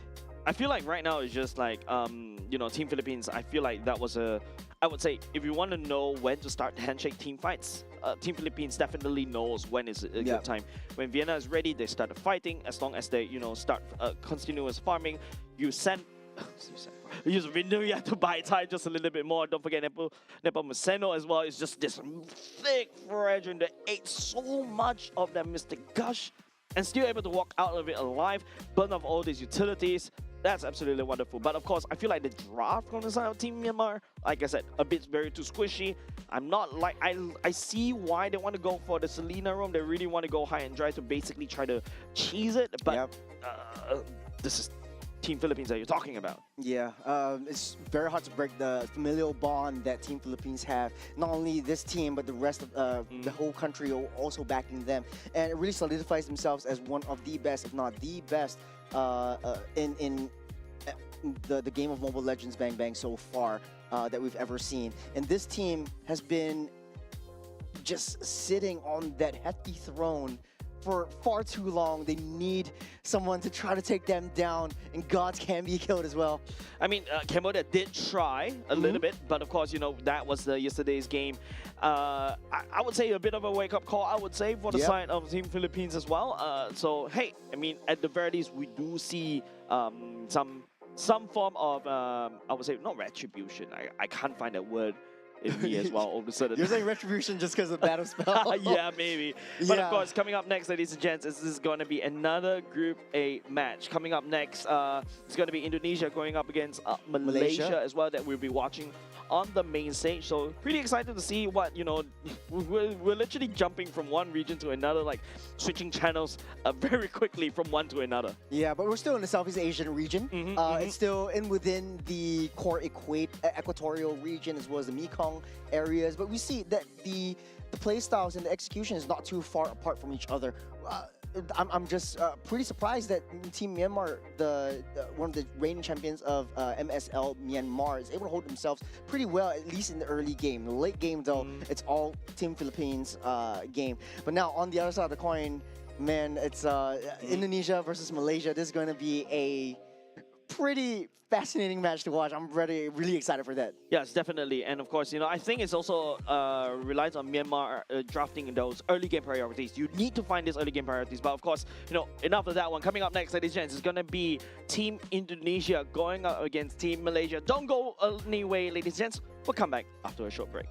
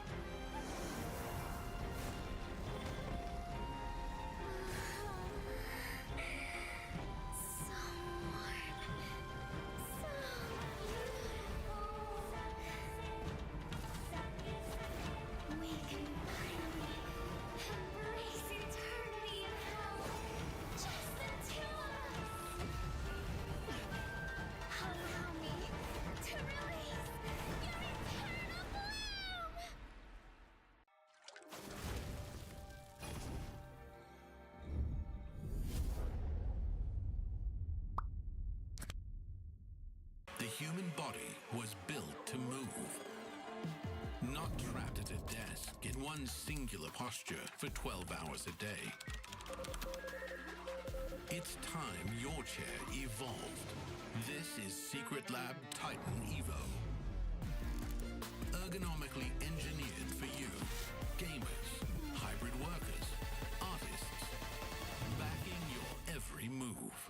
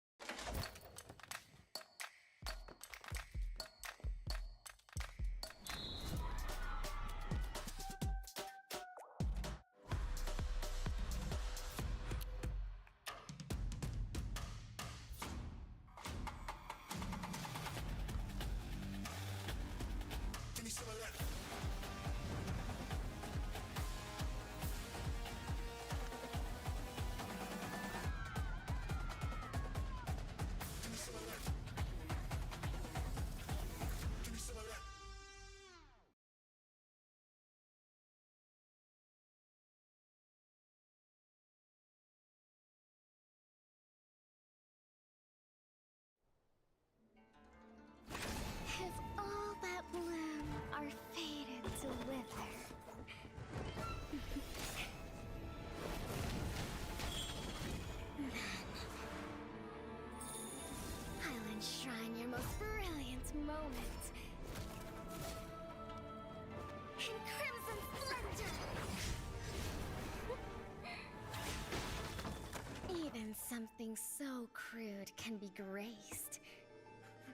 with a splatter of beauty.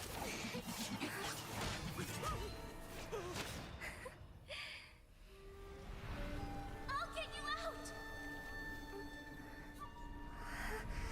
You finally come to me, Hanabi-sama! This madness ends now! At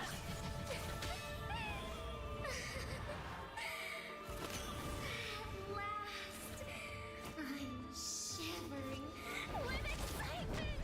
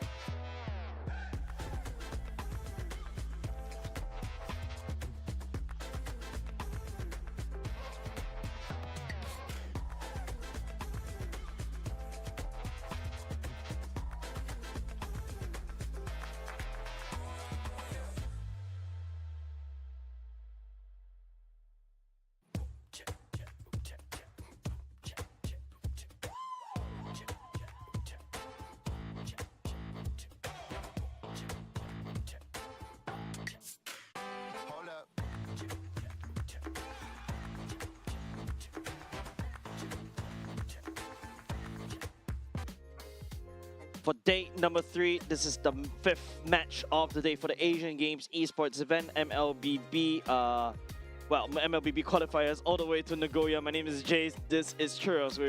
We have been your casters for the past... I cannot quick math. 4 I cannot series. quick math, 7 hours. But hey, it's been fun, right? At the very least, we get to bear witness to some of the interesting matchups and interesting picks. We also start to see, some of the play styles from other regions as well. I think that's the best part of it. I love cultural exchanges. When I go overseas, the first thing I do is like, show me your best foods and want to try it. Yeah, I have to agree with you. This has been a blast, especially for today. We have quite a bit of, the first 2 series of today was from Group B, Group D, from Central and East South Asia. This was quite an interesting experience where we saw the likes of Hong Kong, China bring it up. But now it's back to the sibling rivalry, quote unquote, the big 3 gauntlet of MLBB in the scene right now. We have our Indonesian brethren as well as our Malaysian brothers from across the borders. Yep, of course, as we, during the break, Churros and I actually went out to take a look at the crowd as well. There are a lot of people queuing. I was also I wasn't expecting that one, right? Speaking of which, here are your standings from Group A. Currently in the charge, Cambodia, solid 6 points as of now. Indonesia, solid 6 points as of now. Team Philippines, 5 points. Team Malaysia, -1, -1. Myanmar, -2. Vietnam, -2. Laos, -4. Singapore, -8. So what we can tell from this is Indonesia is in a pretty good spot as of this point. But for Malaysia, Myanmar, and Vietnam, they're pretty neck and neck. So there's only 5 slots to Nagoya for the international round. But this time around, it's really Malaysia's time to shine. We have a lot of, like you said, we went outside during the break. We saw so many of our Malaysian friends and so many of our Indonesian friends coming. It's sort of like, quote unquote, a little bit of a home turf advantage for Malaysia. Malaysia, Singapore, it's kind of same but different. I think you really sure you want to say that in front of me? Hey, okay, I used to be Malaysian too. And then I rebelled against the country and came to... No, I'm just kidding. Okay, you know what?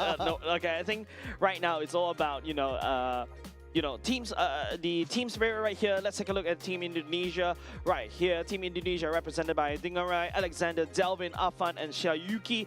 By the way, this is the stack that did quite decent in the M7. This is your alter ego stack, albeit MPL Indonesia did not make it into the playoffs though. Yeah, but that's okay. This is a new time to shine, and like we like to say, it's always redemption in Asian game qualifiers. You're throwing away your club jerseys and you're donning the national jerseys. This is not your club pride anymore. This is your national pride. Yep. And on the other side of the table, we have our brother from another mother.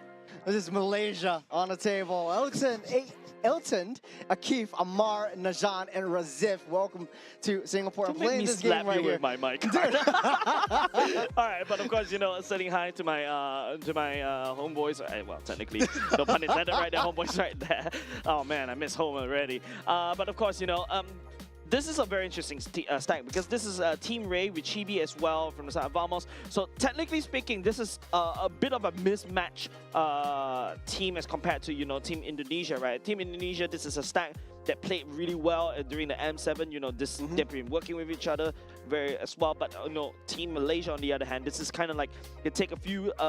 Take a few people from each team and then they form this dream team from Team Malaysia. Well, honestly, for both sides, they have their pros and cons. When you play together as a team for very, very long, you build that chemistry. But then again, we've seen it in other sports all around the world. You're taking the best players from each of the other different squads in your region and throwing them together as an all-star team that really speaks volume to them. So haven't really performed well in the other matches that they had so far. 1 win, 2 losses so far. Indonesia, Malaysia hasn't played a single game, only 1 game against the same country, which is Laos. Both of them won 2-0. So not a lot of statistics to really decide, like, hey, which is the better team. So we're pretty even on this front. Yeah, but of course, I am on the well, of course, Team Malaysia, right? Bigatron and also Team Vamos, right? And also Team Ray. That's where their home clubs are. But of course, this is the time where I really want to see how they can gel together in terms of the chemistry, how they can be able to work each other. They were kind of rivals back in their own region, but now they're here. They're representing Malaysia, Satu Malaysia. how are they going to have to deal with against, don't forget, this is a stack that second place M7, by the way. Yeah, but M7 is a couple months ago. We've been through a couple Meta patches, changes, maybe yep. changes, maybe a little bit of a chemistry shifts between each of these teams. And I think that for both teams, we're coming in with a clean slate.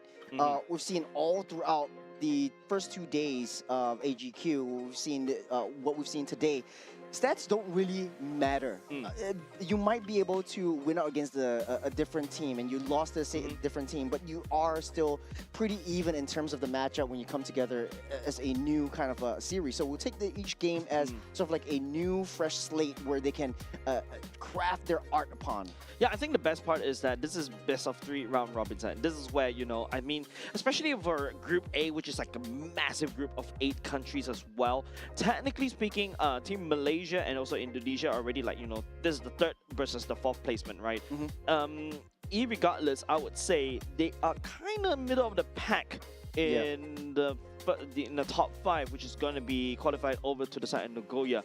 But of course, I feel like sometimes you also have to take a look like, hey, is this a time where you start to experiment just a little bit? Is this a time where you really put your best foot forward in order to win that, win the top seed perhaps in a particular group? Well, it's deja vu once again as we go back to Flying Clouds for the first game between Indonesia and Malaysia. And looking forward to see what kind of flavors they'll bring out in each of these regions.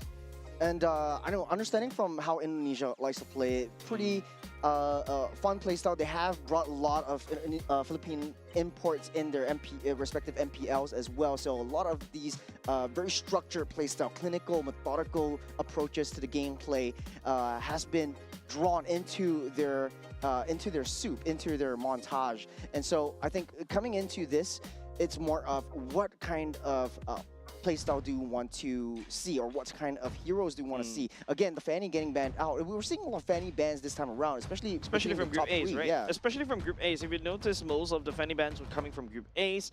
But I like what Indonesia is cooking up right here. Oh man, Paquito ban, Harley ban. It feels like both of these 2 teams, they know that they are kind of forced to kind of clash very quickly, very early on to try to get a bit of a early game priority. Yeah, I think both teams may share a little bit of a similar playstyle later on, so expect a lot of clash all across the map, especially along the river. You said it best. Hopefully, calculated clashes, calculated skirmishes.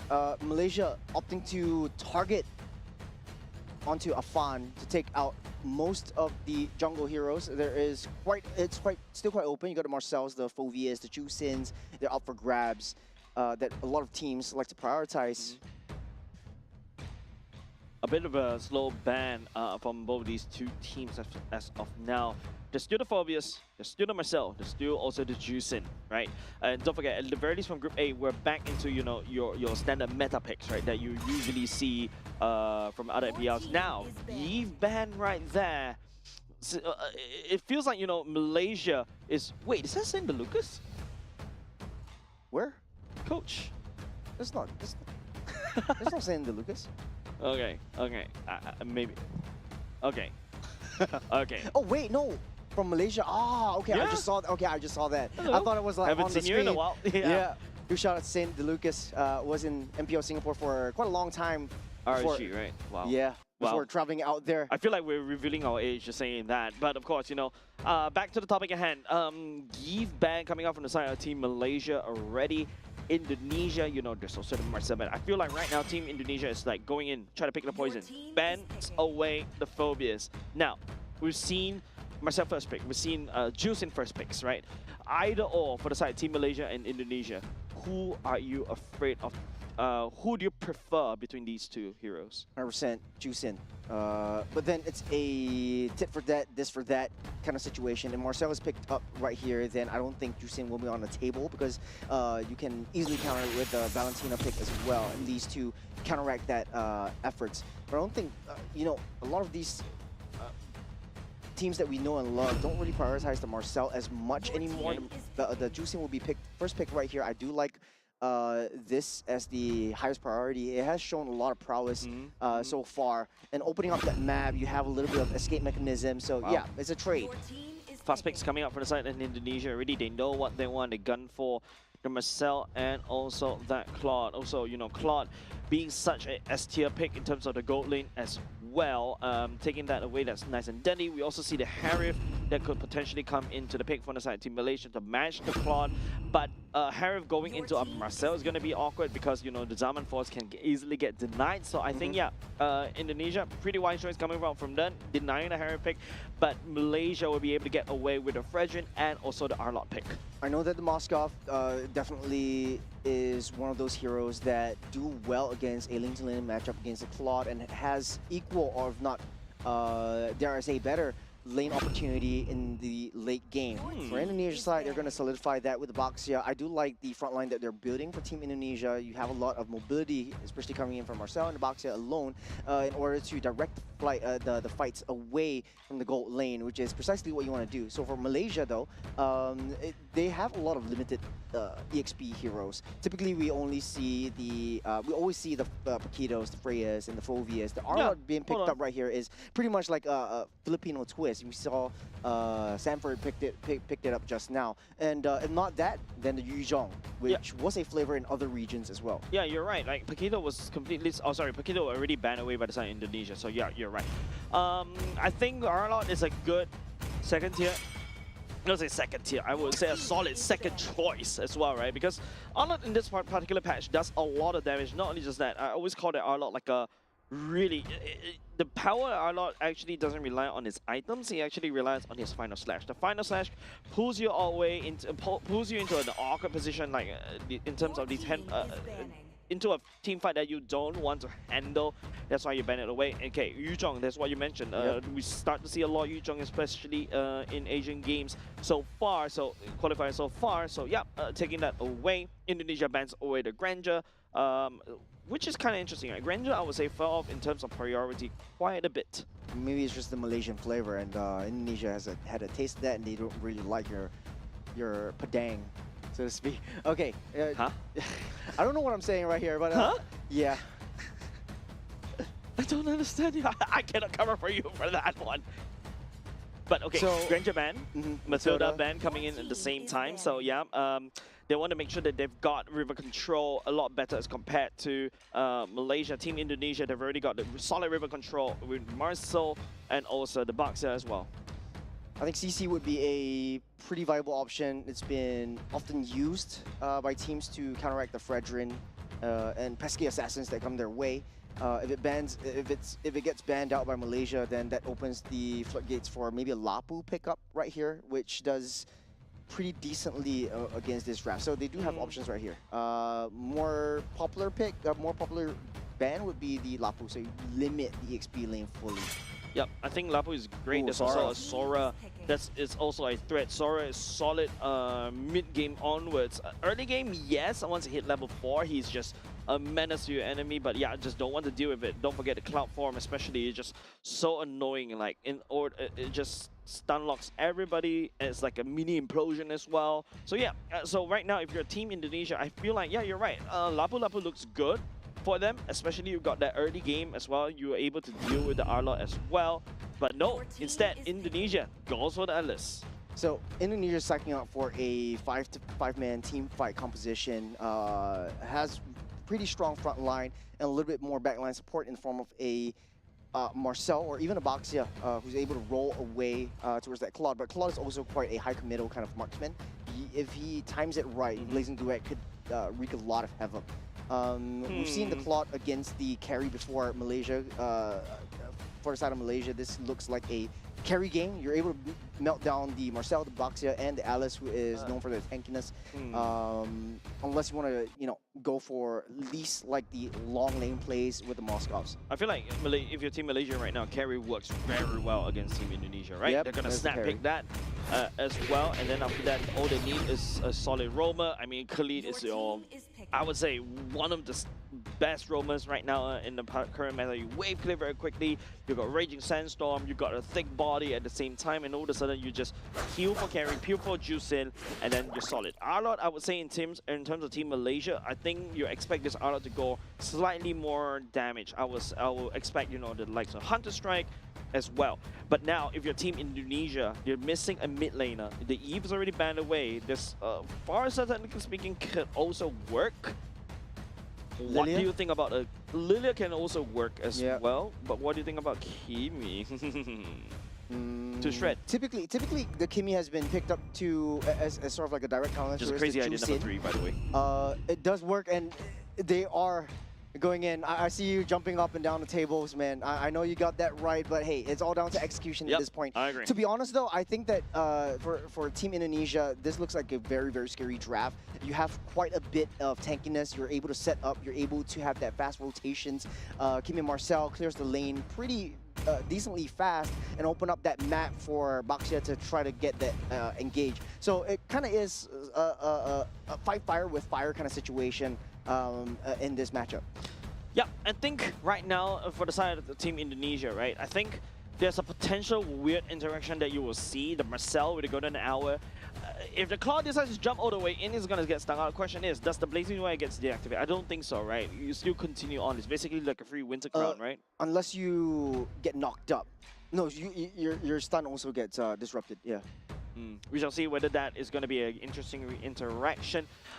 We shall see as we load up into game number 1 between Team Malaysia and Team Indonesia, though. I am currently leaning over to, of course, Team Malaysia.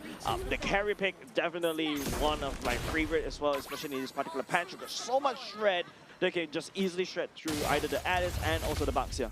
I like the fact that when starting off in the neutral creep camps, you're having that leash from both of your sides, and Frederick needs it a lot more than Baxia. Baxia being one of the fastest tank junglers around, creates that opportunity for you to clear it fast, rotate in, and get that early level 4, and then it looks like it's pathing towards that top side, opening up that space towards the turtle pit, which is precisely what Indonesia wants to do. Draw the attention away from the gold lane right from the start. Man, Marcel runs really fast in his patch as well, and not only just that, now it also applies a slow instead of a frozen moment for skill. So a bit of nerf, but at the very least, the golden hour is getting rework. Oh, lots of damage coming off and Delvin already onto Akif. Nazhan will not be able to catch anything for now, but still, hey, okay. Yeah, the Khalid is one of those heroes that you want to put him in a position where he's always engaging, always finding intelligence, and always giving vision to where everything is at. It provides that space for your gold lane to, hey, the Khalid has his eyes on Afan, and I don't need to push in too deep. We saw just now that the carry is pushing the lanes and having that strong lane advantage up against this Claw. Down immediately at the turret, though. They can already burn for both these two mid laners as well. I keep taking a lot of punishment from the side of Delvin. Will be able to heal all the way back. Afan also. Totem Poseidon's already used. Right now the bat right there, even before the turtle fight. Risky play. We know that Akif was down low, doesn't have the flicker, but forcing out the flicker from Amar, that is crucial, especially for this first turtle fight that's popping up. Now, we're getting that recall. Afan needs to take some time to come down towards that turtle pit, but it should be an even game as 3-on-3 fight will ensue. Yep. To the fight, like what you mentioned, ensued. Nazhan controlling onto that. Afan's looking for the crash. Here comes the ultimate from the Kimi. Nazhan still securing the turtle as well. The praise is right. First blood given aside. Akif. Afan will be able to take down Nazhan as well. As Delvin just free hitting from behind. Razif trying to make a play right here. Will not be able to find Afan nor Shoryuki. As Razif just dives all the way in. Final to Delvin. Delvin also burned a flicker. What a clash around the what a clash around the turtle. It was extremely messy, but what transpired there was starting things off with the traction pulse. So Delvin actually pulled the trigger on the traction pulse to pull in Nazhan. Nazhan had that one frame of opportunity to take that turtle down with the retribution, which he did, but then they pushed in the fight a little bit too long. Yep. Razif came in a little bit later than I would expect, throws in the final slash, created that opportunity for Malaysia to just really gun it down. But I felt like this is, like we expected, extremely brawly, extremely skirmishy. They want to cycle both their members, and precisely how Malaysia likes to play. I think right now it's just most like, well, it's a stalemate, right? So far, 3 minutes in, you don't really see any of these two teams to have a bit of an advantage, right? I would say a lot more pressure on the, hold on a second, thing, right? Blazing Duet will be able to heal all the way up, back up. He's safe for now, but Alexander coming in with the golden moment will be able to stun out Akeem. Second skill to try to buy time, but not enough because Afan will be burning him to the ground. Alexander, good throw on the golden hour. I felt like Elton had that damage to take Dingarai down, but I think it's a little bit too early. The photographer, man, in Team Indonesia upping the tempo as well. All of a sudden, Team Malaysia, they're playing from behind. Not happy about that first turtle skirmish. They're going in aggressive, diving into that top side, which is what Malaysia wants to actively prevent. Razif down on the bottom side, a little bit of a 1v1 action, but Malaysia needs to find a way to break past from this. They are down in terms of those kills, in terms of at least 1,000 gold economy, but they need to be able to play a little bit more passively. Don't try to force these team fights if they know that they can. Amar, we'll be able to walk out of fun. Oh, I feel like we've seen this before. Sharingan dives all the way into already committed. Blazing the way coming over to the right as well. Also jumping over the wall. El Tono right here trying to spin for the win, but he's a little bit too late because the main fight is being controlled by Amar. But he's going down. Dingarai outputting the damage. It's not enough for the side team Malaysia. It's Indonesia just overwhelming a triple kill over the side of this card already. Beautiful start to the fight with the TOR from Shauki.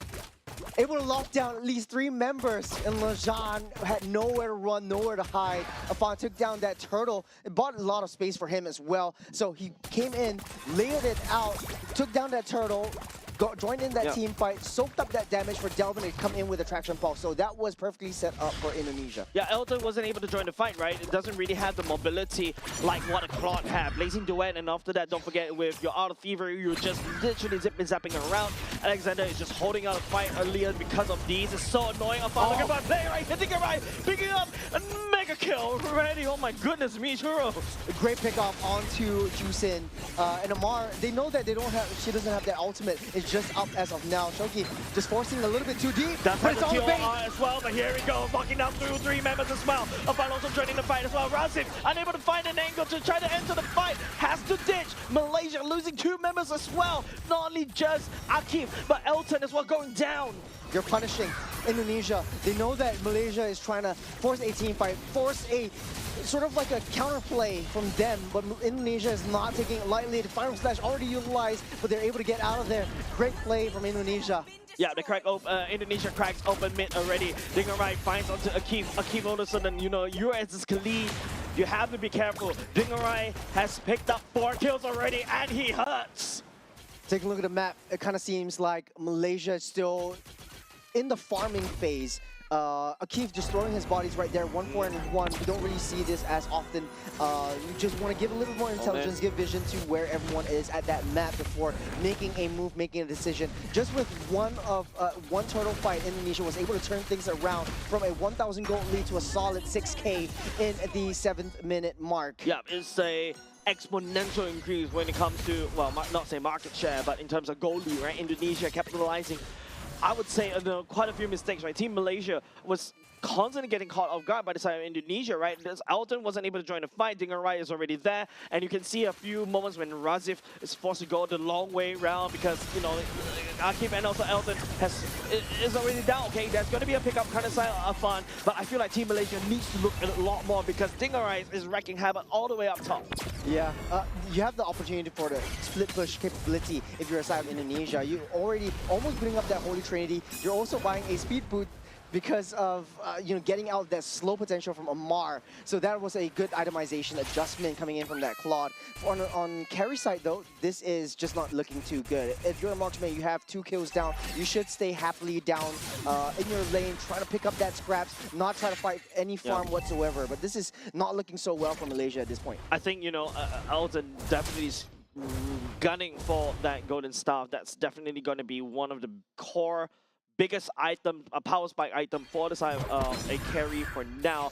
But Xiaoyuki, you know, I felt like this Alice has been left unchecked and was able to just, you know, absorb so much of this gold and also be very tanky. Even though they drop a carry, I feel like it's not enough. Oh, Alexander.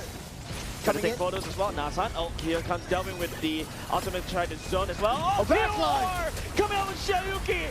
Also the raging sand from Kanazawa. Keep up to his death. Dingarai taking out Razif. aggressive. Delvin also taking out a keep as well. And once again, Elton gets caught off guard. Flicker at the same time. Elton gets frozen, allowing Indonesia to reposition Dingarai. Once again, he is on a roll. This Marcel is just so sneaky, so annoying. He's just running past you. He's going straight for the target. He found the main guy. He found Resif, and he knew that he wanted to disrupt that main team fight. Amar was right in the corner, and it's just, hey, you're just in there. The fire slash already used up as well. Okay, Akif is trying to go for it, but Dingarai so far ahead. Nobody from the side of Team Malaysia was able to support Akif. Very, very greedy coming from Akif. 1-6-1 on this Khalid, and Indonesia is just pushing it through. Take a look at this one on the back line. Shauki with the TOR, just locking down 3 members, and looking at how Marcel or Alexander actually plays this, his ultimate. He holds it on, and he knows that he doesn't want to use it unless he wants to secure that kill. The Golden Hour is used to save Afan, but not only that, lock down Elton. There's so many CCs, right, that Team Indonesia are literally throwing at Team Malaysia. Team Malaysia is the one that constantly getting caught off guard. Not only just the fact that you also have a TR to worry about, you also have the Delvin's ultimate that you have to worry about, the Golden Hour from an Alexander you have to worry about. There's so many things that Team Malaysia, I feel like they're getting pulled apart. Speaking of which, it's all back to that defense. And in one point of time, I think that how you want to layer this in is Delvin goes in with a non-committal traction pulse. If you get one good, then the rest of Indonesia can just follow up. They're so far ahead, 12,000 gold lead. Lord marching down that top side. If Indonesia wants to commit into a base rush, wait for the Lord to charge in and then dive. 10 minutes in, we're already at 12k gold lead, and now with the Stallion Pulse coming in, Armor goes into Crimson Beacon as well. Afan doesn't really care, he dives all the way back in. Speaking about diving, Xiaoki, TOR, and Dingarai unleashes the blazing duet. Here comes the Golden Hour as well, for good measure, getting stunned. Members inside Team Malaysia couldn't know it's Team Indonesia. Knocking their core, but a minute is coming in. Nobody from inside Team Malaysia is dead to the best. Team Indonesia picks up game number 1. What a beautiful finish to a game that had, again, a little bit of a blurry start for Team Indonesia. They were trading blows, they were going for brawls, they were going for fights, but then again, Indonesia held themselves back and said, hey, we don't need to take this fights. Malaysia's coming to us. We'll just counter re-engage every single time. And the way that Alexander played this Marcel was extremely beautiful. Using Golden Hour to set things up and using the Traction Pulse as a sort of like a teaser. Like if I catch anyone, good, great. We'll get the team to follow up. If not, we'll just wait for Marcel to come in with a little bit of an extra oomph.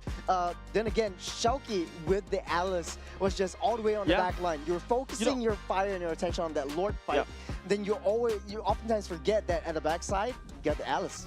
You know, Jeros, have you tried catching small fish before at the at the drain?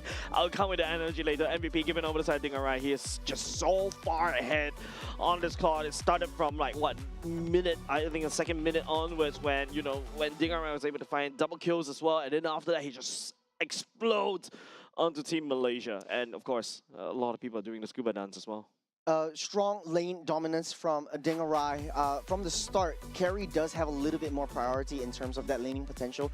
Claude suffered a little bit, but once things get rolling, once Indonesia found their groove, they're always finding that targets on that top side, opening up that space, opening up that time. And as a Claude, you have that BMI to bring you from place to place super effectively, that you're able to maximize your farm so far ahead. Ethan not having a good time, 0-4-4 on this, 0-4-0 on this carry itself. So at the end of the day, I felt like it was the best pick for Malaysia, but it just wasn't played to fullest potential. Akif was also throwing bodies. Amar was there for backup. Akif was just trying to get any loose kills. Yes, there was some moments of brilliance, but then no follow-up, and he's just going in ham. I think it's just because there's like so many big ultimates, the big circles that you have to look out for, like what I mentioned, right? Like the Marcel ultimate, the Traction Pulse, the TOR. It's like exactly how we used to catch fish in the drain, right? Like you use a TOR to kind of push the fish towards the net, the main net, to be Alexander's ultimate, right? If that ultimate doesn't catch anything, hey, there is still the Starling Pulse that could potentially get caught. Right? Most of it feels like Xiaoyuki is the one with the net, catching members from the side of Team Malaysia, and then after that it's just Indonesia with Delvin and Dingerai just pouring in the damage. That's the power of a 4-1 composition, and with the Lord, it gets very, very messy. In the team fights, you don't really know where the Alice is going to come from. You don't really know where your loose member is going to come from. So if you have a flanker like in the form of an Alice, you really have to watch your 6. You really have to split your bodies. Don't throw every single one of the 5 men over onto that Lord skirmish. I think they do have a little bit of the wave clear potential and the defensive potential, but Elton and Amar was always being heavily targeted on. And I just want to extend on your point on Alexander's Marcel. I think the golden hour was very patiently used. He held it and only used it if he wanted to save his teammates, and only if he knows that he can secure a kill. So that was a very phenomenal play from this Marcel. Yeah, and there's no, at the very least, you can see the communications was really clear, right? Like, I was expecting, you know, the anti-synergy coming in from the side of Marcel to go an hour into the Blazing Duet, but you don't see it. Dingerai was holding on to that Blazing Duet and also just dancing around, especially when, don't forget, right now, your enemies trapped in that golden hour will get targeted by the Blazing Duet because of the recent patch. Yeah, I think the only main ultimate that we really see from is the TOR. It's just really big and flashy. But the rest of the members of Indonesia is just, they know that they don't really need to commit into any of these big divey team fights. They don't need to commit into any of these big ultimates. They can just free hit from that back. And at the end, Dingerai was just so far ahead of what this carry is, 9-0 and 4. He's just free hitting and auto attacking. Doesn't need to commit to the Blazing Duet. I think it's also a part where the draft's mobility comes into play. There's a lot of times when you start to see, you know, whenever Team Malaysia wants to fight, there's always one member short because of the mobility coming up from the Bucks here. They could just rotate around. Marcel runs very fast as well. Technically speaking, the Kimi does have a gap close, a way to gap close the BMI as well. Everybody just dives all the way in. There's no counter dive to that one. So, of course, Team Malaysia getting caught unprepared in a lot of these team fights is always one of the 2 pickoffs, and then after that, it's just rest of history. I think also I just want to point out the fact that the way that Malaysia played in at least the first 2 minutes of the game, that was pretty solid, the way that they layer in that team fights. But once they know that they're down in kills, they have a tendency to just throw their bodies. Akif was trying to look for members, and he's trying to at least 1v3 Team Indonesia, which is kind of questionable at times, especially right before a major objective fight like the Lord or the Turtle. And it's just, if they see a loose member, they're going to hammer in. They're going to try to fight in. There is ways for Malaysia to really come back from this, really take a step back and really play a little bit more passively than, hey, you know, they're killing us one by one. Let's stop giving them kills anymore. Let's just play it safe, wait till the late game, and then bring Elton on board. Yeah, I think Elton definitely wasn't able to scale in time, right? Because, you know, Dingerai was just so far ahead. Once he started picking up 2 kills, 3 kills, and then all of a sudden he has like your full attack speed items, and that's it. He's online. He's gonna shred through, you know, the Frederick. He's gonna easily shred through the Khalid as well. You saw that, you know, Khalid even through the second skill, he's gonna get shredded by the damage coming up from the side of the Claude. Yeah, it's just I would say for the side of Team Malaysia, this is an uphill battle to climb. Yeah, and to add fuel to the fire, you're facing up against a double marksman. Kimi likes this skirmishes. You're queuing up one by one, and the stars align is where Kimi really shines best. And I feel like I can see what the Arlot wants to do is basically try to dive this Kimi as much as possible, but unfortunately, he's getting isolated all the time. Kimi is also way too far behind, and the Arlot and Khalid was always trying to find the loose targets. The loose targets that should be on the back of their heads should be the Kimi or the Claude. In the mid stages of the game, that could be entirely possible because they're showing themselves, they're fighting around that turtle dance, try to find the right angle for Fredrin to start the engage and buy some time and create that gap, create that opportunity for you to jump straight into the backline so you don't have that backline support. But then they were just throwing their bodies straight into the fray because Boxer jumps in first, and then everyone was like, hey, let's just take Boxer down together first. And it's so difficult because you have that damage not really coming from Boxer, but from Indonesia's backline. Yep, and of course, there's a lot of times where Kimi is just free hitting, right? Yep. I think that's also one thing that I was trying to take note of at the same time. But don't forget, this is the battle between third placement and fourth placement in Group A. And you can start to see the game number one, I would say, is convincingly Team Indonesia. Yeah, especially from the mid stage of the game. This kind of feels like a pretty solidly methodical gameplay from Indonesia. We often understand that Indonesia likes a little bit more brawly styles, but they're brawling, and they're not actually brawling right now. They're bringing the team fights to them. They know that for Team Malaysia, they like to fight. So let's just get them to fight. Let's just get them to waste a resource, and then we'll counter-engage. I don't know, it feels like, this is where, the likes of your Marcel, like, to go to Alva to disengage or find a pick-off as well. And TOR also can be used as disengaging. Even perhaps, I don't know, I as a goal laner myself, I really hate the Belleric, but Belleric coming into play in this particular patch, it just makes me very annoyed.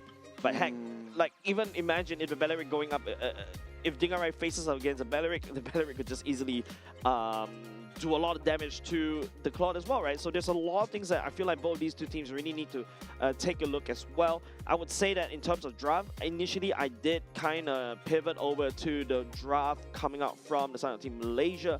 But in terms of execution-wise, man, the Alice was uncontested as well. Yeah. Not only uncontested, but there was not a lot of heroes that could take them down except for the carry in the later stage of that game. Alice is one of those heroes that really likes to get into your face. The closer you are, the happier Alice would be. She welcomes, like, I'm able to soak up that damage because I'm going to dish everything back out. I'm going to bait you in towards myself and wait for the entire team to come. Yeah, I mean, like, if you talk about the ultimate bonding experience, Alice loves to bond with the enemies. Alice loves to bond with the enemies, Yeah, that's like, right. this is when, Alice is super strong when you've got 5 heroes, or basically out of minions together, is just leashing all the HP, all the juicy HP. You really need to treat the Alice like a raid boss, and not just the fact that she is like a raid boss, right? The fact that, your TOR could just instantly change the tide very quickly, and unfortunately, Team Malaysia was the victim to that end. Again, game number 2, Flying Clouds will be the map once again. It's also quite, I would say, improvable upon the execution, whereby Elton doesn't take 4 deaths to the face. And it could start with Keith being that sort of accelerator, that form of support towards that carry, defend from any harm's way, and not trying to start the engage, not trying to force any engage whatsoever. Again, going into the draft, Malaysia will be on the blue side, Indonesia on the red. First pick. Once again, I think in terms of draft, Hell could ban the second slot. I feel like Team Indonesia is really trying to open as much S-tier picks as possible. Yep. And it's also a huge disruptor towards an assassin jungler and an open gold laner. So if you want to pick up an assassin, you want to pick up an open a gold laner. Basically, you're putting yourself in a extremely vulnerable position, and you're opening up, like you said, opening up quite a bit of options for yourself. You got the Phobias, you got to juice in once again. The Freya is still not being banned out right here. Marcel is still wide and open for anyone's taking as well. I think a lot more pressure for the side of Team Malaysia. Instead, losing that first game is not looking good. I bet in terms of morale as well. Oh, Zorn being subbed in for the side of Team Malaysia this time around for the side of the Rome. Yep, Hisham is taking over Akif in the Rome as of now. That might change things a little bit. Zorn does have a very protect your family kind of playstyle about him, plays around that team, tries to slow down and wait for his team to come in for support before committing into a team fight. Yep, Freya ban. Coming up beside Team Indonesia, the Juicing ban as well opens up the Marcel. Does have the Phobias in hand as well. Which one do you first pick? If you are Team Malaysia, you first pick the Marcel, right? Because Indonesia, Alexander was just using that Marcel to great success. Yeah, it's still pretty open options. I think that there's still a lot of ways to counter this Marcel. One of the ways that a lot of teams like to do, what a lot of teams like to do is pick up the Valentina instead. So Malaysia on the first pick with a Claude. We've seen a lot of high priority on the Claudes because of the insurance that it brings. Take away Claw first pick and B1 pick is definitely, I would say, a little bit foolhardy. Yeah, that means that, you know, Indonesia, if they really want to go for that Phobius Marcel pick, that's great. But at the very least, I feel like if you're Team Malaysia, you just really want to counter pick Dingerai's Claude away. It feels like he's too comfortable with this particular hero. It's open for options. There's I think, yeah, I agree with you, Phobius. And the Marcel pick for Indonesia would work out well, and then hold on to a carry in the late game, and then play against that carry once again. But no, they're trying to open it up. They're trying to bait Malaysians taking that that one up. Okay, Marcel is still open. Phobius also not in the book itself. Now Indonesia, Team Indonesia, going for the Baxia, prioritizing early game rotations as well. The Eve real-world manipulation is also something that's been coming back. Could just shred through a lot of these tank junglers that we're seeing a lot so far recently, especially from Group A.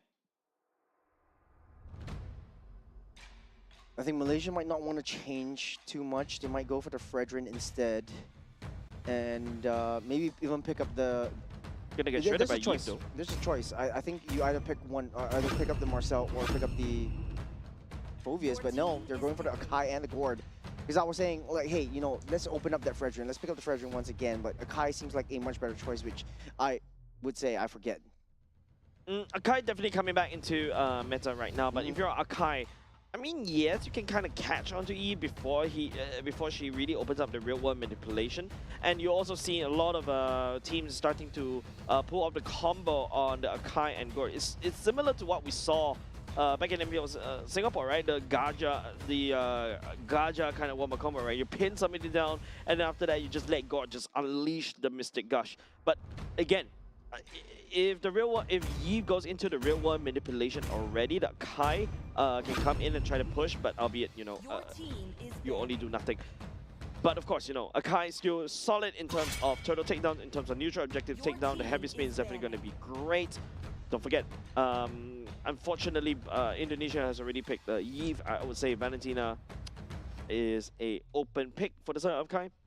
But Akai, you know, feels like unconsensus right now if you're a side of Team Malaysia. Typically at this phase, Malaysia would try to whittle down the EXP pool like they did in the first game. So the first game, you don't really have access to a Sora, the Yuzhong, the Freyas, and the Paquitos. Right now, it's still quite on the tables, and I felt like the EXP for Indonesia actually had a lot of issues. So whittling down the gold lane pool instead. This is the shift that Coach Saint DeLucas wants to go for Malaysia. But you do have a way to counter and deal with this Harif from the side of Team Malaysia, though. You just want the ban for Harif? Yeah, it does make sense because you want Elton to have a free fun time in the gold lane. You want him to have a winning lane, so you don't have to worry too much about the gold lane and try to find objectives elsewhere. Maybe that's the case. I feel like right now there's also, you know, other things that you can also look up to ban, right? Lapu Lapu is something that I feel, especially when you're going for a god. Don't forget the Yuzhong as well. That is still open right now. It's also very... it also opens up Gord to a very vulnerable position, especially when you got the Black Dragon form to fly around, land on a Petrify, and then after the yada yada. Down. And now, Moskov banned away from the side of Team Malaysia. Indonesia, though, I feel like the Yuzhong is really a no-brainer here. You could go with the Yuzhong and then... Or the Lapu. Either one of them. Yuzhong towards the Gord is pretty good. At least you couple it with the Atlas as well. So at least you have two ways of engage potential. But I want to say, hey, there could be another option for them, which is the...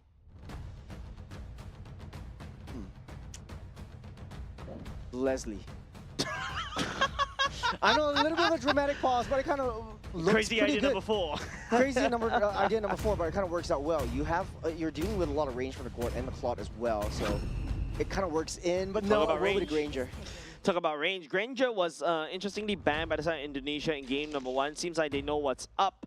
This is also a tale as go as time, especially in the previous patch. Granger, albeit giving way over the side of Harif in terms of the prior picks as well. There's also, you know, some of the teams rocking in to a certain extent the Bruno as well to really start the lane bully the clock out of it. There you go. Hisham on his signature choke. Yeah, we're always looking forward to Zorn's Cho. He's playing it on an international stage. This might be the change that they need in game number 2 against Indonesia. Lapu Lapu will be picked up, so Indonesia still, again, Yuzhong would be one of the best picks right here. Unless they want to try to go for Sora, which is works. a little bit risky. You do have a little bit of cloud farm, cloud control onto the back lines, but do you want to risk it with the Sora instead? I feel Sora works to a certain extent because of your cloud search. The whole idea for the side of Team Indonesia right now is to try to put everybody inside the box and then Granger to shoot into the box. It's basically like Granger shooting fish into a barrel, right? But there's also disengage coming out from the side of Team Malaysia in the form of Way of the Dragon on the Cho. There's also the Bravest Warrior from the side of Lapu Lapu, which deals really well against There we go. There you go. The Sora that you mentioned, Churros, Indonesia picked that up. And there you go. It's the same thing. It's similar, right?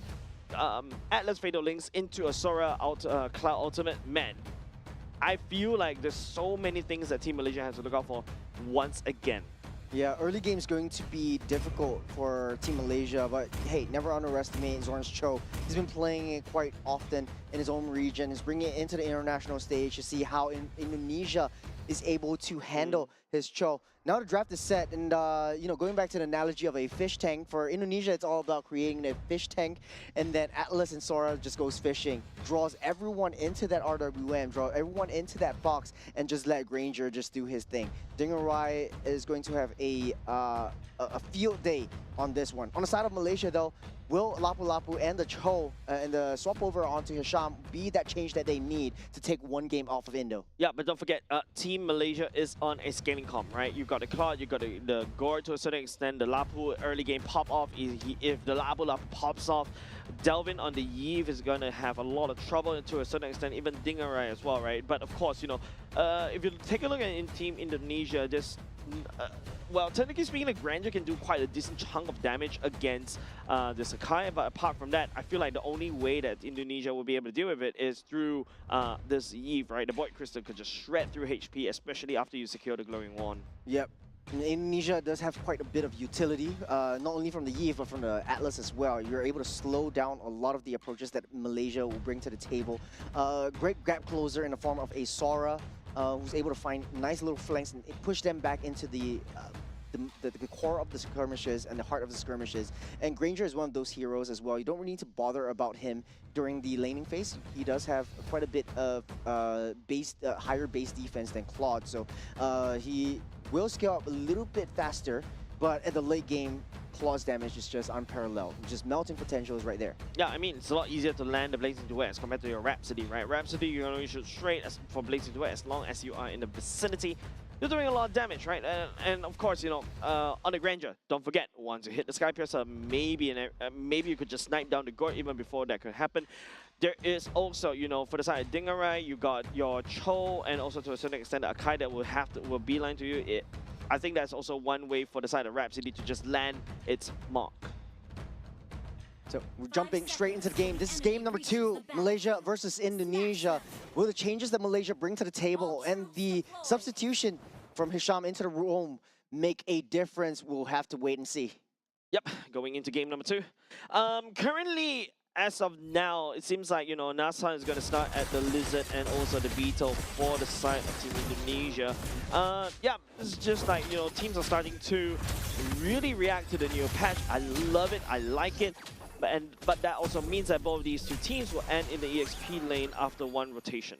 Yep, Hisham making a lot of damage onto Delvin right from the get-go, splitting up that team fight, splitting the heads to try to disrupt that early game, mid-game potential from Indonesia. With the Atlas and the Eve, I feel like this is pretty decent wave clear potential, and then start that rotation towards the mid side of the map. Yep. early game potential, definitely going to have to give it over to the side of Indonesia, Team Indonesia, right? The Granger and also Delvin, not too shabby either in terms of wave clear, but Avan looking for the clash onto Hisham right there. Alexander takes a bit of a missing bomb stun coming out from Amar for now. Hisham still tempting his fate right here. Shunpo in and out, saying hi over to Alexander, saying hi, giving the welcome missing bomb, and it's going to be first blood, giving the side of Team Malaysia. Right off the bat, Hisham making a huge difference, just showing that prowess on that Cho, and he's just playing mind games towards Indonesia, but still a little bit too soon to say. Literally. Alright, so great start for the side of Team Malaysia. Already 1 kill over the side of Amar, allowing him to scale just a little bit more. But of course, you know, Team Indonesia currently in the goal lane is still equal so for now. So yeah, definitely Indonesia, I think they have to start to play a little bit more tighter, especially around the goal lane. But seems like both these two teams already met down the EXP. Yeah, Hisham is just tagging on to wherever Alexander is. I think he understands that that is the problem. I'm going to be finding where Alexander is. I'm going to be opening up that map for Malaysia to just come in to do their thing. So this is going to be the biggest test here. It's the first hero of the game. Real world manipulation as well, already committed by the side of Delvin. Xiaoyuki trying to find onto the assassination onto Amar. Amar going down. Alexander picking up that kill. Turtle given over the side of Team Malaysia already, as it's going to be the Sora jumping into the sky, but then taken down. But it's going to be a trade between the Akai and also the Sora. Yep, great damage onto the Sora, but effective start from Malaysia. Delvin set up the RWM a little bit too early. Malaysia identified this. Hisham was able to disrupt that back line. Delvin didn't have a lot of maybe passives on him to be able to lay down the initial burst damage, but I think for Hisham, he was just disrupting onto the back line. You see where he goes, he's just pushing them back. Indonesia wasn't able to follow up. I like what Dingarai is doing, actually passing all the way to the mid to try to get as much farm as possible. Speaking of which, Mr. Gush committed by the side of Amar. Afan getting melted down. Here comes the heavy spin, but hold on a second, the Fatal Late's coming over to Alexander. Delvin, real world manipulation as well. Touch and go for now, no casualties. Good pickup potential, but baiting out a ultimate for the Flicker himself. Hisham doesn't have the Flicker for the next 120 seconds. But this is good. Malaysia's just drawing all these team fights away from that gold lane, so Elton has a much easier time this time around. You notice how a lot of the team fights is situated around Hisham, just drawing out these skills, drawing out these ultimates, where the top side is just left to their own devices. Instant replay. Coming up from the side between these two teams, just showcasing, you know, the different heroes in terms of different lanes, what is going on. But so far, I feel like a lot more pressure. Oh, Hisham catching on to Alexander right here. Here comes a missing Gush. Alexander goes to the putback match. Yes, yeah, will be able to get caught by Nazar, picking that kill up. Great alley-oop from Hisham. Now, this is starting to hurt Indonesia quite a little bit. There's not a lot of ways to deal with that Cho, especially when Zorn is piloting it. You have to deal with someone that's so sneaky, someone that's so slippery. And Alexander, yes, you do have that Fatal Links, but Hisham can just mitigate that with the immunity. Yeah. The Shunpo, you know, that getaway jail-free card, right? To be able to just at the very least burn away some utilities coming out from the side of Indonesia. Hisham catching on to Delvin as well, and Hisham still going on at the same time. Xiaoyuki trying to do the same against Amar. Elton joining the crowd at the same time. Does have the place to do it. Intel, the Mr. Gush, but denied by the Fatal Legs. Indonesia trying to turn around. Two members on side team Malaysia down. Nazan going in with a heavy spin. It is unfortunate for the side team Malaysia, losing 3 just now. Starting that team fight, losing 3 in the process. Indonesia turn back around that team fight. This is pretty much the same thing that they have done in game number 1. But honestly though, Hisham made a extremely good call. It was just Malaysia was like, hey, should I follow up? Should I not? And then that bought a lot of time for Indonesia to bring Shoki up from that bottom side towards that turtle pit area. Delvin was still alive. Somehow, Hisham wasn't able to take him down, and Amar was just forced his way in, brute forced his way in, used up that Flicker, tried to close that gap.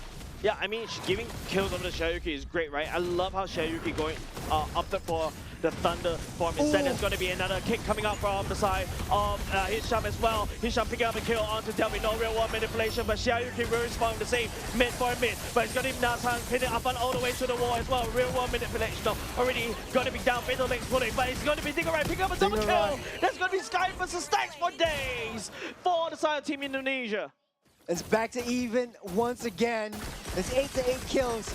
Just bought so much time for Dingerai to come down, and Delvin is just not having a good time this game.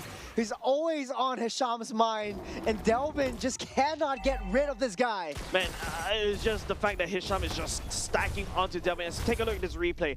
I feel like there's a lot of things that's happening as well as Jules. Help me break this down. Yeah, Hisham just started things off. The turtle aside, though, Najan using the heavy spin to lock everything down, but for Malaysia, it was like, hey, okay, you guys are fighting, okay, I'm coming in. So it wasn't really a well-coordinated team fight. Hisham just found it more instinctual playstyle than anything else. For Indonesia, though, they tried their best to try to counter-engage, but Malaysia, right now, the instincts have won them that team fight this time around. Yeah, I feel like just the fact that Hisham finding those pickups onto Delvin is been the biggest problem for the side of Team Indonesia. Yeah. No real-world manipulation, you're running low on damage. However, luckily for the side of Team Indonesia, they opted for the Sora, which means that in terms of the Thunder form, they are able to find that additional damage that they're desperately sorely needed to find Amar, bust him down, and then after that, just rotate.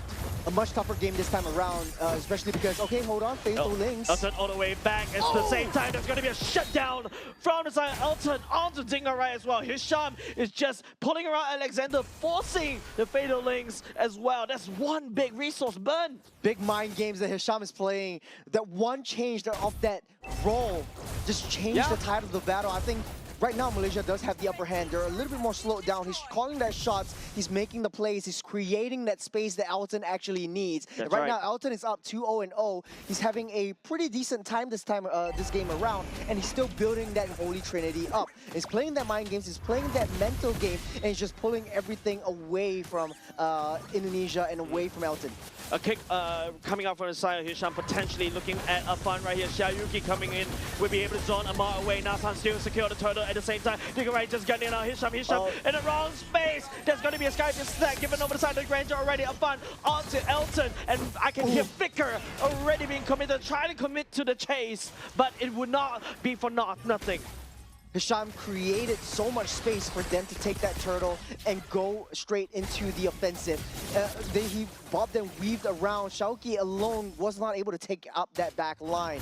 For now, Elton still has ways to go for the Holy Trinity to be built up. Only left with the Golden Staff, but Dingerai, 5 kills, he's up ahead, and that's going to be a very, very scary Granger if you want to play a 5-on-5 team fight. So how Malaysia could potentially play around this is maybe use Hisham to draw those team fights away from the side lanes. They could just very well go for a 4-on-1. I feel like right now it's just all about adaptation, right? If Indonesia is able to find how Team Malaysia likes to play, especially using Hisham, to basically try to pick off and then, you know, give the kill over to Amar with the Mystic Gush, or maybe even him because he is already right in front of their faces. I think that's how Team Malaysia always plays. So now Team Indonesia, they've adapted, they know how to react to that one, and now they're targeting on Hisham. Oh, but that's so smart from Malaysia, using Hisham as sort of like that target block. They didn't know where Elton is, so this is basically the empowerment that Elton really needs in game number 2. It's so annoying to deal with Hisham. You want to catch him, he just shimpos out. You want he goes in straight for your back line, and then the rest of Malaysia just really comes, and you're taking a fight that you're not ready to take. Look, Nasan, taking a brunt of damage, counting us out, Dingerai for now. But Team Indonesia, it seems like, you know, they're trying to climb out this fight, trying to find a good pick-up, but of course, you know, when you climb up like that one, it means that Hisham could always easily come in with at least a 3-man knockup, a potential heavy spin, and then CC all the way to Dev, and that's where the Amar, Mystic Gush come in. So yeah, I'm not liking how Indonesia all of a sudden just kind of lost thought process right there for a moment, but it seems like they suddenly regain conscious, and then after that, they disperse. Indonesia does still have a roster that excels in base defense or turret defense. So if you want to take in a defensive position, Indonesia's roster is just creating that kill box, creating that kill zone, drawing you into that, and just gunning you down. The only issue is if Hisham is able to take Delvin out, you don't really have a kill box anymore. Oh, Wow, that's a long resource committed onto one Hisham as well. Not only just the Fatal Links, but also the ultimate coming off and fun as well. Amar going in a missing gun, a little bit too much by Team Indonesia. Delvin, Red Wall manipulation finally committed. Nasan taking some punishment from the side. Xiaoyuki is just gonna be a role traded for jungle. Worth it for Team Malaysia. So worth it. This is an incredible response coming in from Malaysia. Hisham was left all alone. It forced Alexander's hand on the Fatal Links, pulling Hisham back and just bought so much time. He's as much as he's sneaky, he is still pretty tanky at that front. So it takes a full ultimate and a half. Xiaoqi wasn't ready for a re-engage onto Amar and just left that gourd wide open for just lasering everything down. Yeah, if Alexander decides to go use the Fatal Links onto Hisham, Hisham's more than happy to handshake that one. Just one shot, zones the rest of Team Indonesia away. Lord giving over the side of Team Malaysia already. Xiaoyuki trying to make a spin right there, but Nasan will have the better heavy spin as well. They lost that Lord, but Indonesia is still on the approach. Red Wall manipulation already committed by the side of down mid at the same time. They're trying to siege down mid. Amar going down for the count as Razif right in the midst with the Ravens Warrior. Dingarai will be able to pick up that kill. And now the Sky Piercer stack for hit. 2 members for the side. Team Malaysia 4-2 right there. But Team Malaysia has the Lord matching up top. Oh, there's a conceal play. Hisham tries to find his way into Dingarai, but there's still Elton that you have to deal with as well. Out of all of that, though, Xiaoqi did a perfect play onto the back lines to try to disrupt Amar, but they were a little bit too greedy underneath that turret and a little bit too overreactive. Top side, Lord is marching down. Indonesia have to set someone to deal with that. Top, nobody from the side. Team Indonesia is going to deal with top. The minutes already marching in, but if you notice Delvin, I think he's into D. The Red One manipulation is right underneath the turret, Churros. They needed to get into Amar, so they did what they can. They sacrificed Xiaoqi, take care of that gourd, and then just let that Dingarai just do his job. Hisham in a small bother, but he will be able to get out. That sneaky little boy. And also burns away Xiaoyuki's ultimate, right? But unfortunately, Hisham will need to do the same for himself. Top side, I believe that turret is already dismantled by the side of Team Malaysia. Indonesia wasn't, I don't know why the Team Indonesia doesn't go ahead up top to reinforce that particular push, allowing Team Malaysia's Lord to just push that down. Who do you send? This is the issue. If you send Dingarai up, you have Hisham that is in that position. So Indonesia understands, okay, let's just play as 5. So if anyone is getting picked off by Hisham, we'll be there to support. And they don't need to force any situation. They don't need to force any of these team fights because they know that Malaysia is going to take that team fight towards them. So now it's just a waiting game. Wait till the Lord forms up. But Malaysia does like the fights in the jungle a little bit more than Indonesia. It's harder for them to manipulate around. It's harder for them, in the jungle at least, to form a kill box around Malaysia. Team Malaysia is playing on the long side in against the Team Indonesia right there. You see the positioning coming off of Hisham, right, just providing so much vision for the side of Elton as well. And now Team Indonesia is forced to respawn down bot as well. Still a long time to go for the side of Lord though. On the Lord time is around 35 seconds for now. Team Malaysia pulled Team Indonesia all the way down, and now they're looking to basically set a foothold all the way up top. It's a great 4-1 composition from Malaysia. Even though Dingarai is dealing so much damage, Malaysia is still holding on to their own, and Hisham's finding the right kills. And yes, Malaysia does not deal enough damage right now. There still is some form of reconciliation as Elton is immediately 3-0, still 3-0-1 and still building himself up. This is going to be a late game claw that Indonesia has to face. Yep, don't forget, Dingarai is starting to stack out some Sky Piercer stack as well, so that's something that I would say it's the saving grace for the side of Team Indonesia. Once you had like, what, at least 50 or 40 stacks on the Sky Piercer, the Grandeur is online. And we've seen how, you know, Grandeur can just easily turn the game around, especially when if Team Malaysia just decides to throw bodies at Dingarai to try to shut him down. Unfortunately, right now, I feel like a lot more pressure for the side of Alexander. These Fatal Links, in order just to pick up Hisham, has been great, but Hisham can just easily shimple away. Well, that being said, though, it is still, in terms of scalability, Elton has the upper hand, and it deals so much better in terms of the tankier you are, the more damage you deal with the VHS as well. Lord, still going down 1/4 HP right here. Members on side Team Indonesia getting pushed away by the side of Amar. Fatal Links already committed. The Lord still secured by Team Malaysia as Elton dives all the way to the back. Dingarai in a spot of trouble. Shut down. Give it over the side of Elton on to Dingarai as well as the fight gets peeled apart on 2 sides. twice, but it seems like Avant is still healthy. But Hisham and Amar will be the lone survivor for the side of Team Malaysia for now. They split themselves up too wide. I think everything really started out strong when Malaysia started things off. They had Elton, they had Amar in the right position, using the Mystic Gush just to push everyone back as a zone potential. But Afan found his way in. That caused a trigger onto the heavy spin to try to push Afan away. Even though Malaysia took down that Lord, Indonesia was able to split up that team. But Shauki really has that late game damage on that Sora already to be able to deal with the back line. No problem at all. Yeah, I think that's still a better alternative, right? Indonesia, catching on to Hisham. Finally, this Hisham has been a nuisance for the past, I would say, past 6 minutes, I would say. But now, as Team Indonesia deals with the Lord, that Team Malaysia fought so hard to secure. Let's break this down. Yeah, look onto the back line. There's 2 members directly onto Dingarai, including Elton. So that is the main target that they wanted to deal with. Smart play from Malaysia, but it was split way too wide. You left Shauki all alone onto the back line. You don't have Mazan, you don't have Rasif there as an additional sort of like tanky backup that you so desperately need if you are a Claude. Afan, taking all damage from the side of Elton already. He has to bug out of there. I'm not too sure what he's doing there. Trying to bait out things from the side of Team Malaysia. We hit, right? I think they were desperately trying to take down this turret, but the minions are not in their favor, though.